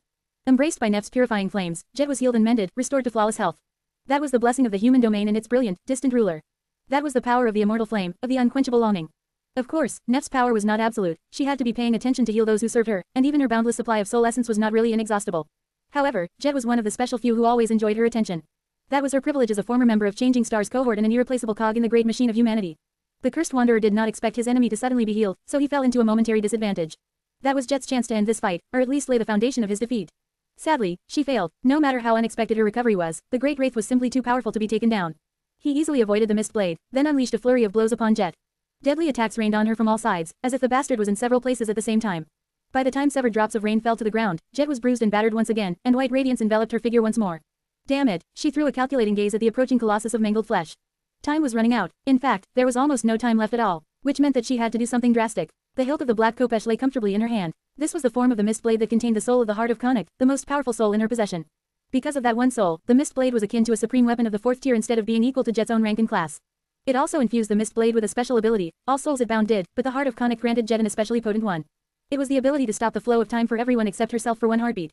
Needless to say, such an ability was incredibly deadly. However, it was not without drawbacks, the main being that it consumed pretty much all of her essence. For somebody else, that might have been merely inconvenient, but for Jet, it was fatally dangerous. It meant that she had to be certain that she would be able to kill something in that single heartbeat. If she did, their death would nourish her arid soul. If not, she would die instead. The risk was real and palpable. The situation, however, was similarly desperate. And since Jet had known that it would become desperate, she transformed the mist blade into a khopesh in advance. Can I kill that fiend instantly? Jet wasn't sure, but she was willing to find out. Share to your friends. Enjoying this site? Support us via PayPal, Visa, MasterCard or crypto. Your donations help cover site maintenance and hosting costs. Tap the middle of the screen to reveal reading options. If you find any errors, non-standard content, ads redirect, broken links, etc., please let us know so we can fix it as soon as possible. Report. Shadow Slave. Chapter 2697, Wraith Gambit. 1026 words. Cassie, that thing is getting closer. Out there beyond the calamitous battle, the flesh of Connacht had already reached the middle of the lake. The dream gate had long vanished, and nothing stood between it and the shattered shore. The titanic horror gazed down, an eerie malice emanating from the dark, bleeding chasms of its empty eye sockets. Its dislocated jaw swayed, putting strain on the elastic bands of muscle holding it in place. What the hell, damn, why is this thing so creepy? Jet retreated from the ghostly blade of the cursed wanderer, knowing that she could not escape it much longer. The dwindling formation of the Shadow Legion had been pushed back, retreating all the way to the walls of the dark castle. If she took another step back, their defeat would become inevitable. Don't worry about the Titan, Jet. You have enough on your plate. Jet smiled. Cassie was undoubtedly right. Torrential rain was falling onto the ruins of the Eternal City. The Ivory Island was frozen in the dark sky above the palace, surrounded by cascading waterfalls. The palace itself was slowly collapsing in on itself, its metal walls groaning as they bent inward. Just then, another blinding white flash illuminated the world. This time, however, it did not dim, only growing brighter. It was as if a sun was rising from behind the crumbling palace. The Eternal City was welcoming day for the first time since it sank to the bottom of the Stormzia. It seemed like Nephis was getting serious. It's now or never, I suppose. Jet looked at the cursed wanderer with cold, calculating malevolence. Could she do it? Could she not? The bound soul of the heart of Connacht granted her the ability to freeze time for a single heartbeat, at least that was how the spell described it. A heartbeat was an unreliable measure of time, though. Different hearts beat at different rates depending on the circumstances, after all. Jet's heart, for example, did not beat at all at times. So, it would be more accurate to say that she would be able to move in the frozen time for a single moment. Could Jet slay the sinister apparition in a single moment? She did not know. Worse than that, she did not know if the cursed wanderer would remain still when she froze time. He had usurped the power of the soul of Connacht, which meant that he had also usurped its will. And those who wielded the will could often resist the powers of those who did not. As Jet looked at the cursed wanderer, her gaze kept being drawn to the ghostly cutlass glowing with an ethereal viridian glow in his hand. The soul of Connacht. Just then, it flashed with a cold halo of viridian light. The light drowned in the mist, and countless spectral figures suddenly became visible in it, ready to join the Wraith army's assault. Ah, to hell with this. She lunged forward. What's the worst that can happen? I'll die. Jet could not help but smile at her own joke as she delivered a recklessly powerful downward cut with the mist blade. The great Wraith avoided it easily by taking a step back. A moment later, he would regain solid footing and use the opening created by her reckless attack to launch his own, probably delivering her a fatal blow. But, Jet reached into the mist blade and activated the ability granted by the heart of Connacht. That fatal blow would have to come in 2 moments, no one. The flow of time around her came to an abrupt halt. The colossal, hideous figure of the flesh of Connacht stopped mid-step. Drops of rain froze in the air. The mist ceased its swirling advance, suffused with ethereal light. The tide of eerie wraiths became a motionless canvas. The crumbling phalanx of black shades became a still painting drawn against its background with ink. The soul of Connacht was slowly swelling with another flash of viridian light. In the frozen time, only one thing moved, Jet. She pulled her sword back up, aiming to pierce the cursed wanderer's chest. But then, the sinister apparition suddenly moved, as well. Slowly, he shifted his gaze and stared directly at Jet. His torso began to turn, and the hand holding the ghostly cutlass began to move forward. Bastard. Jet tried to calculate if she would be able to hit him, still. Would one strike be enough? The cursed wanderer was a corrupted devil, which meant that he had 4 soul cores. Souls usually collapse long before all of their cores were destroyed, but would the same hold true for a wraith, a naked soul infused with malevolent will? Can I cut him 4 times in one heartbeat? Jet felt that she could, even if she was not entirely confident. But her gaze kept turning to the soul of Connacht. In the end, she wasted her heartbeat to consider it silently, and then turned into a wraith herself. Time resumed its flow. The flesh of Connacht took a step. Drops of rain fell to the ground. The mist swirled as it washed over the furious violence of the battle between the Shadow Legion and the Wraith army. The ghostly cutlass shot toward Jet's heart. However, it never pierced it, because as soon as time resumed its flow, the mist blade slashed across the cursed wanderer's wrist, severing it. The sinister apparition's hand, as well as the soul of Connacht grasped in it, soared into the air. Reaching forward, Jet grabbed the hilt of the ghostly cutlass. As soon as it was in her grasp, she dashed back while holding both swords in her hands. The mist blade in one, the soul of Connacht in the other. Jet created some distance between herself and the cursed wanderer, then landed on the ground and looked at him with a dark smile. You did not like that, did you? The great wraith silently lunged forward. He was a little bit late, though. Jet looked down, at the hand that held the soul of Connacht. Somehow, her hand looked even less substantial than usual. It was swiftly growing blurred, like a wisp of mist being dispelled by the wind. And drawn into the ominous viridian cutlass. Jet's smile dimmed a little. Crap. In the next moment, she vanished in a flash of ethereal light. The ghostly cutlass clattered to the broken ground. Share to your friends. Tap the middle of the screen to reveal reading options. If you find any errors, non-standard content, ads redirect, broken links, etc., please let us know so we can fix it as soon as possible. Report. Shadow Slave. Chapter 2698, Metal Coffin. 969 words. In the void chamber of the palace, what used to be the void chamber, Sunny let out a silent scream as the vast space around him was slowly turning into a narrow metal coffin. It felt like the fabric of reality itself was coming undone around him as the shadows, the light, and the world itself were being drawn into the impenetrable black maw of the Gate of Shadow. The star that used to burn in the center of the chamber was barely giving off any light by now, having turned into an incandescent sphere of liquid flame. With every moment, it was growing dimmer and dimmer. The chamber itself, meanwhile, had long lost its spherical shape. Its walls bent inward in jagged mounds of folded metal, coming closer and closer together. He was still clinging to a black chain, holding to it with all his supreme strength. However, the smaller the void chamber grew, the closer he came to the halo of flowing light that surrounded the shadow lantern. Sunny had no faith in the strength of the chain, either, even though he had manifested it himself. Damnation. Throwing a tense look at the terrifying black rift of the Gate of Shadow, Sunny gritted his teeth. In truth, he did not have to fear the Shadow Lantern. He could simply let go of the chain and fall into its gate, traveling to the Shadow Realm with the rest of the shadows. In fact, that would even be beneficial to him. It was going to take a bit of time for the Shadow Realm to destroy all these orphan shadows, so in the meantime, he could draw more of them into his soul and establish a new contingent within the Shadow Legion. But there were two reasons why Sunny was stubbornly refusing to let go. One of them was the shadow of Nightwalker that he was holding in one of his 4 hands. He was still hellbent on bringing the legendary hero of the first generation back from the dead, and the shadow was most likely Nightwalker's ticket home. So, Sunny refused to sacrifice him to the final mercy of the Shadow Realm. The second reason was the subtle, but familiar sensations he started to feel once the walls of the void chamber began to cave. It was the feeling of his blood responding to something that was hidden nearby. Sunny could not be sure, but he was quite confident that the fragment of Weaver's lineage was somewhere here, in the crumbling chamber. The problem was that he could see no obvious place where the fragment would be hidden. After all, the void chamber was simply a hollow sphere of metal with smooth walls. Unless Weaver had placed a piece of his lineage into one of the shadows, there was seemingly nowhere here to hide it. Damn demon, that damn demon. Struggling against the irresistible pull of the Gate of Shadow, Sunny strained his muscles and grasped the black chain with 2 more of his found hands. Then, muttering silent curses, he arduously pulled him up its length. The walls continued to collapse as he did. Hold there, buddy. The shadow of Nightwalker dangled from his 4th hand, seemingly indifferent to what was happening around it. The Gate of Shadow was drawing it into the darkness nonetheless, so Sunny had to endure twice the attraction. Sunny climbed the chain slowly, reached the deformed mess of metal that used to be smooth once, and sank all his claws into it. The shadow spawn form was perfect for hanging from the ceiling, so he managed to brace himself against it and hold on. Must hold. The void chamber used to be vast, but now, the formless chaos of its bent walls was drawing close to each other. The ancient metal seemed to be rippling and flowing like a current as it was drawn closer and closer to the Shadow Lantern, losing integrity in the process. Sunny could already feel weaknesses in the metal, jagged rifts that led into the depths of the palace, away from the collapsing chamber. He was not ready to try to escape into one of those rifts yet. It was growing darker around him. Soon enough, the entire palace was quaking. Feeling its death throes and observing the deluge of rain outside its breaking walls, Sunny came to a curious conclusion.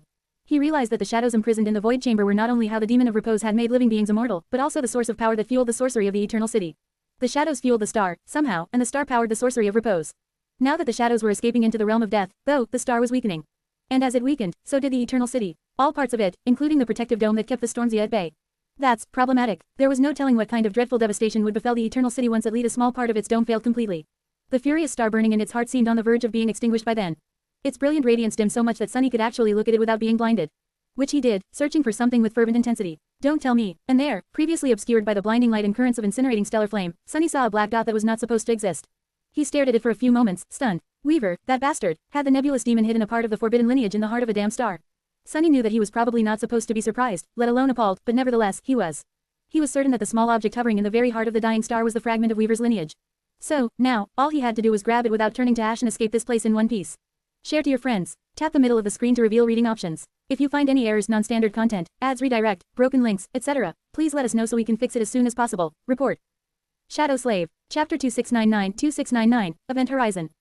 966 words. What to do, what to do. Clinging to the crumbling shell of the void chamber, Sunny peered at the vaguely noticeable item hidden in the heart of the dying star. The world was coming undone around him as the hungry maw of the Shadow Realm devoured it. The integrity of the imploding chamber had been compromised a long time ago, allowing air to rush in. Because of that, he could hear once more. What surrounded him was a deafening, penetrating, chilling hiss that was low and loud enough to sound like a furious roar. It was as if he heard the otherworldly voice of the Shadow Realm itself, and since the Shadow Realm was the corpse of the god of death, Sunny wondered if that was what his voice had sounded like, as well. The metal was groaning as it was torn and pulled apart. What Sunny remembered while looking at the dying star of the Eternal City was not the Shadow Realm and its cold expanse, though. He remembered the conflagration of divine flames burning in the endless expanse of the sky below, and the pain he had suffered after being burned by them. Was he going to burn once more today? Even if I am, let's do it, I guess. Gritting his teeth, he summoned a pair of black wings and then let go of the chain. Immediately, the pull of the Gate of Shadow grasped him like an inescapable vice. Sunny found himself plummeting down, or maybe up, with terrible speed, barely able to control the direction of his fall. Or ascension. As he drew closer to the dying star, terrible heat washed over him. Then, the heat became unbearable. And then, it became impossible. Arg, Sunny regretted inhaling, because his lungs were instantly seared. His wings caught fire first, black feathers igniting and turning to ash a moment later. The jade mantle withstood the stellar radiance for a while, but then, incandescent cracks slowly spread across its surface. The outward layers of the stone-like metal began to melt. The shadow of Nightwalker grew smaller, shielded from the blinding light by the towering figure of the shadow spawn. And it all hurt like hell, of course. Ah, damn it, I miss Antarctica. Sunny wanted to be buried in ice. He wanted to go on a snowy expedition with Silent Stalker again. Instead, nearing the furious white orb of the dying star, he gritted his teeth and spread his burning wings to fight the pull of the Gate of Shadow. His fall slowed, even if only for a moment. But that moment was enough for Sunny to steel himself, and plunge his arm into the stellar flame. The stone-like metal of the jade mantle finally melted. His flesh melted, too. However, even with his bones showing through the blackened flesh, Sunny still willed himself to grasp the fragment of Weaver's lineage hidden in the core of the dying star. He tore it out and wasted a split second to look at what it was. A scroll. It was an elegant scroll made of fine spider silk. There was no time to study it yet, though. Sunny only needed to confirm that this was, indeed, the fragment of Weaver's lineage he had come here to find. and judging by how his blood responded to it, it was. I'll read it later. He would unfold the scroll when the palace was not crumbling around him, when a great titan was not breathing down his neck, and when an army of wraiths was not besieging his shadow legion. Even if a small, irrational, and exceedingly curious part of him kept screaming to read the scroll right now. That's all the initial goals of the expedition achieved. Sunny allowed himself to feel a brief moment of satisfaction. He had come to the Eternal City to repair the Night Garden, recover Storm God's lineage, find the sixth piece of Weaver's lineage, and loot some treasure. He had done all that. Now, only one goal remained, one he had discovered after arriving at his destination. Get Nightwalker out of the Eternal City. About that, Sunny released his form, tuning into a vast and shapeless shadow. That made him more susceptible to the pull of the Gate of Shadow, but it also made him far greater, size-wise, so much so that he brushed against the collapsing walls of the Void Chamber. Powerful tendrils of darkness pierced the jagged metal near one of the rifts in it and pulled him toward it. Sunny had to exert all of his titanic strength, but that helped him avoid the event horizon of the Gate of Shadow and reach the distant wall. There, he built the onyx serpent shell around himself in the shadow of Nightwalker. Pushing his prodigious body into the rift in the wall of the Void Chamber, Sunny slithered away from its crumbling expanse and burrowed into the maze of tears created in the frame of the palace like a worm burrowing into an apple. The twisting, irregular tunnels moved and changed shape, closing and opening as he rushed through them. The molten surface of the jade mantle sent rivers of sparks flying as it scraped against the jagged edges of torn metal. It only took him a dozen seconds to reach what had been the seal chamber of the collapsing palace once, the great hall where the flesh of Connacht had been imprisoned. It had changed a lot since Sunny left it. The floor of the vast chamber caved, and the pit was strangely deformed. Nightwalker was hanging from its edge, trying to get away from the hills of mold below. Black clouds of spores made the air hazy, and something that seemed like sunlight was pouring from somewhere, illuminating the nightmarish scene with pale light. When Nightwalker saw the head of a giant serpent rise from the darkness of the pit, his eyes widened. What the? He did not finish the sentence, though, because Sunny opened his maw without ever slowing down, and swallowed him. Share to your friends. Enjoying this site? Support us via PayPal, Visa, MasterCard or crypto. Your donations help cover site maintenance and hosting costs. Tap the middle of the screen to reveal reading options. If you find any errors, non-standard content, ads redirect, broken links, etc., please let us know so we can fix it as soon as possible. Report. Shadow Slave. Chapter 2700-2700, Starbeast. 1078 words. Ah, what the hell? Quote. Relax. In the cavernous darkness of the giant snake's maw, Nightwalker rolled on something slick and hard, then jumped to his feet. Then, as a nonchalant voice resounded from the shadows around him, he lost his balance and fell again. That was because the dark cave he had found himself in was swaying. That voice, though, why did it sound familiar? Sunless. Slithering through the crumbling corridors of the palace with astonishing speed, Sunny chuckled inwardly. Junctions and intersections flashed past him in a blur, and the walls that groaned and bent threatened to suffocate his shell in a crushing embrace.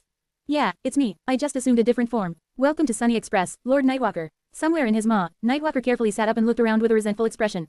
You could have. Ah, it's a metamorphosis ability. I get it. Sunny was confused for a moment. People usually call it the transformation ability, actually. Or one's transcendent form. But how would Nightwalker know? He had been stuck in the Eternal City for decades. There had been no saints during his glory days, let alone colloquial terms to describe things that had to do with transcendence. So, he would have had to come up with his own terminology. Technically, the onyx serpent shell was not Sunny's transcendent ability, but since Nightwalker had not posed his comment as a question, he was under no obligation to explain the difference. Speaking of transcendent abilities, though, as Sunny reached a seemingly bottomless stairwell and sent his serpentine body down its vertical expanse, he realized that he actually knew very little about Nightwalker's aspect and abilities. There had been little time to ask, and it was a sensitive subject anyway. Asking another awakened about their flaw was considered exceedingly rude, while asking them about their aspect could go either way. Colleagues had to share what they could with each other, of course, but it was always a little awkward. After all, everything you revealed could be used against you. Then again, Cassie definitely knew what Nightwalker was capable of already. So, Sunny could simply ask her. But why would he when the man was right there? By the way, what is your own transcendent form? Actually, what can your aspect do? Nightwalker hesitated a little, prompting Sunny to add. It's just that we're about to fight a great titan, so I thought I'd be nice to know. His youthful guide sighed. Well, I guess it's only fair. You showed me yours, I show you mine. Sunny almost spat the bastard out. He did not like that phrasing at all. Nightwalker chuckled. My aspect is on the stranger side, though. It's a bit difficult to wrap your head around. My dormant ability is a form of divination, I suppose. I have this feeling that tells me where to go to get to where I want to go. Or where to find what I am searching for. Like intuition. Sunny nodded mentally. That made sense. It was an understated, but unquestionably powerful ability. In fact, it might just be the most potent dormant ability he had ever heard of, considering what kind of challenges Awakened usually faced in the dream realm and in the nightmares. Cassie possessed a similar kind of supernatural intuition, albeit hers was far less specific, and therefore not as powerful. There were benefits to her more vague but general sense, though, because while it did not clearly tell her where to go in any given situation, it did tell her where not to go from time to time. Nightwalker's ability did not, which was a deadly flaw. The man, meanwhile, continued. My awakened ability is, how do I explain it? It's like a magical containment suit. Only there's no suit, it's just that my body becomes isolated from the environment. So, I can be impervious to all hazards for as long as I have essence, cold, heat, radiation, contaminants, pressure, and so on. At the same time, my body becomes self-sufficient, producing its own oxygen and nutrients. Something like that. Basically, I can go pretty much anywhere without dying, anywhere reasonable or only slightly unreasonable, at least. What the? Sunny vividly imagined Nightwalker just comfortably floating in space in comfortable pajamas, stargazing. For a moment, he felt a hint of envy. That was basically any explorer's dream ability. Lucky bastard. What about your ascended ability? Nightwalker smiled. I can fold space. If Sunny had eyelids at the moment, he would have blinked. Nightwalker shrugged. Simply put, I can fold it to make something long short, or unfold it to make something short long. It's a bit tricky and there's a lot of applications, an infinite amount, really, but with some practice, you can get amazing results. Taking one step and walking 100 meters, for example. That was how we reached the center of the palace so fast, by the way. I folded space to make each of our steps count for a dozen. Sunny felt a strong desire to scowl. No, but how does it even work? And he had not even felt anything strange. That's a cheat ability, not fair. If anyone heard his thoughts at the moment, they would have probably commented that hypocrisy had a name. Nightwalker, meanwhile, added with a hint of malice in his voice. Or, you know, I can fold the space that my enemy occupies. Or a body part of theirs. So, it's quite useful in combat, as well. Sunny sighed. No kidding, there was indeed an infinite number of ways that ability could be used, from traversal to fighting to even things like creating hidden storage spaces. If Nightwalker had not been the founder of a great clan, he would have made for a peerless smuggler. So, you transformation. Nightwalker scratched his nose. Well, I call it the Star Beast. Sunny was a little confused. What is that? Nightwalker shrugged. Just like it sounds, a strange beast made of starlight. You know, light is both a particle and a wave. Similarly, my transcendent form can be both tangible and intangible, or shift seamlessly between the two. It's a bit silly, but if there were animals grazing on cosmic radiation and gravity waves while drifting from star to star through the endless dark void, that is what I imagine they would look like. Sunny remained silent for a while. Eventually, he said in a disgruntled tone, quote, and you were surprised when I turned into a big snake. Nightwalker blinked a few times. Hey, it's not every day that I am swallowed by giant snakes, okay. He paused for a moment and then raised 3 fingers in indignation. In fact, if I remember correctly, this is at best my 3rd time. Which was 3 times too many, as far as he was concerned. Share to your friends. Enjoying this site? Support us via PayPal, Visa, MasterCard or crypto. Your donations help cover site maintenance and hosting costs. Tap the middle of the screen to reveal reading options. If you find any errors, non-standard content, ads redirect, broken links, etc., please let us know so we can fix it as soon as possible. Report.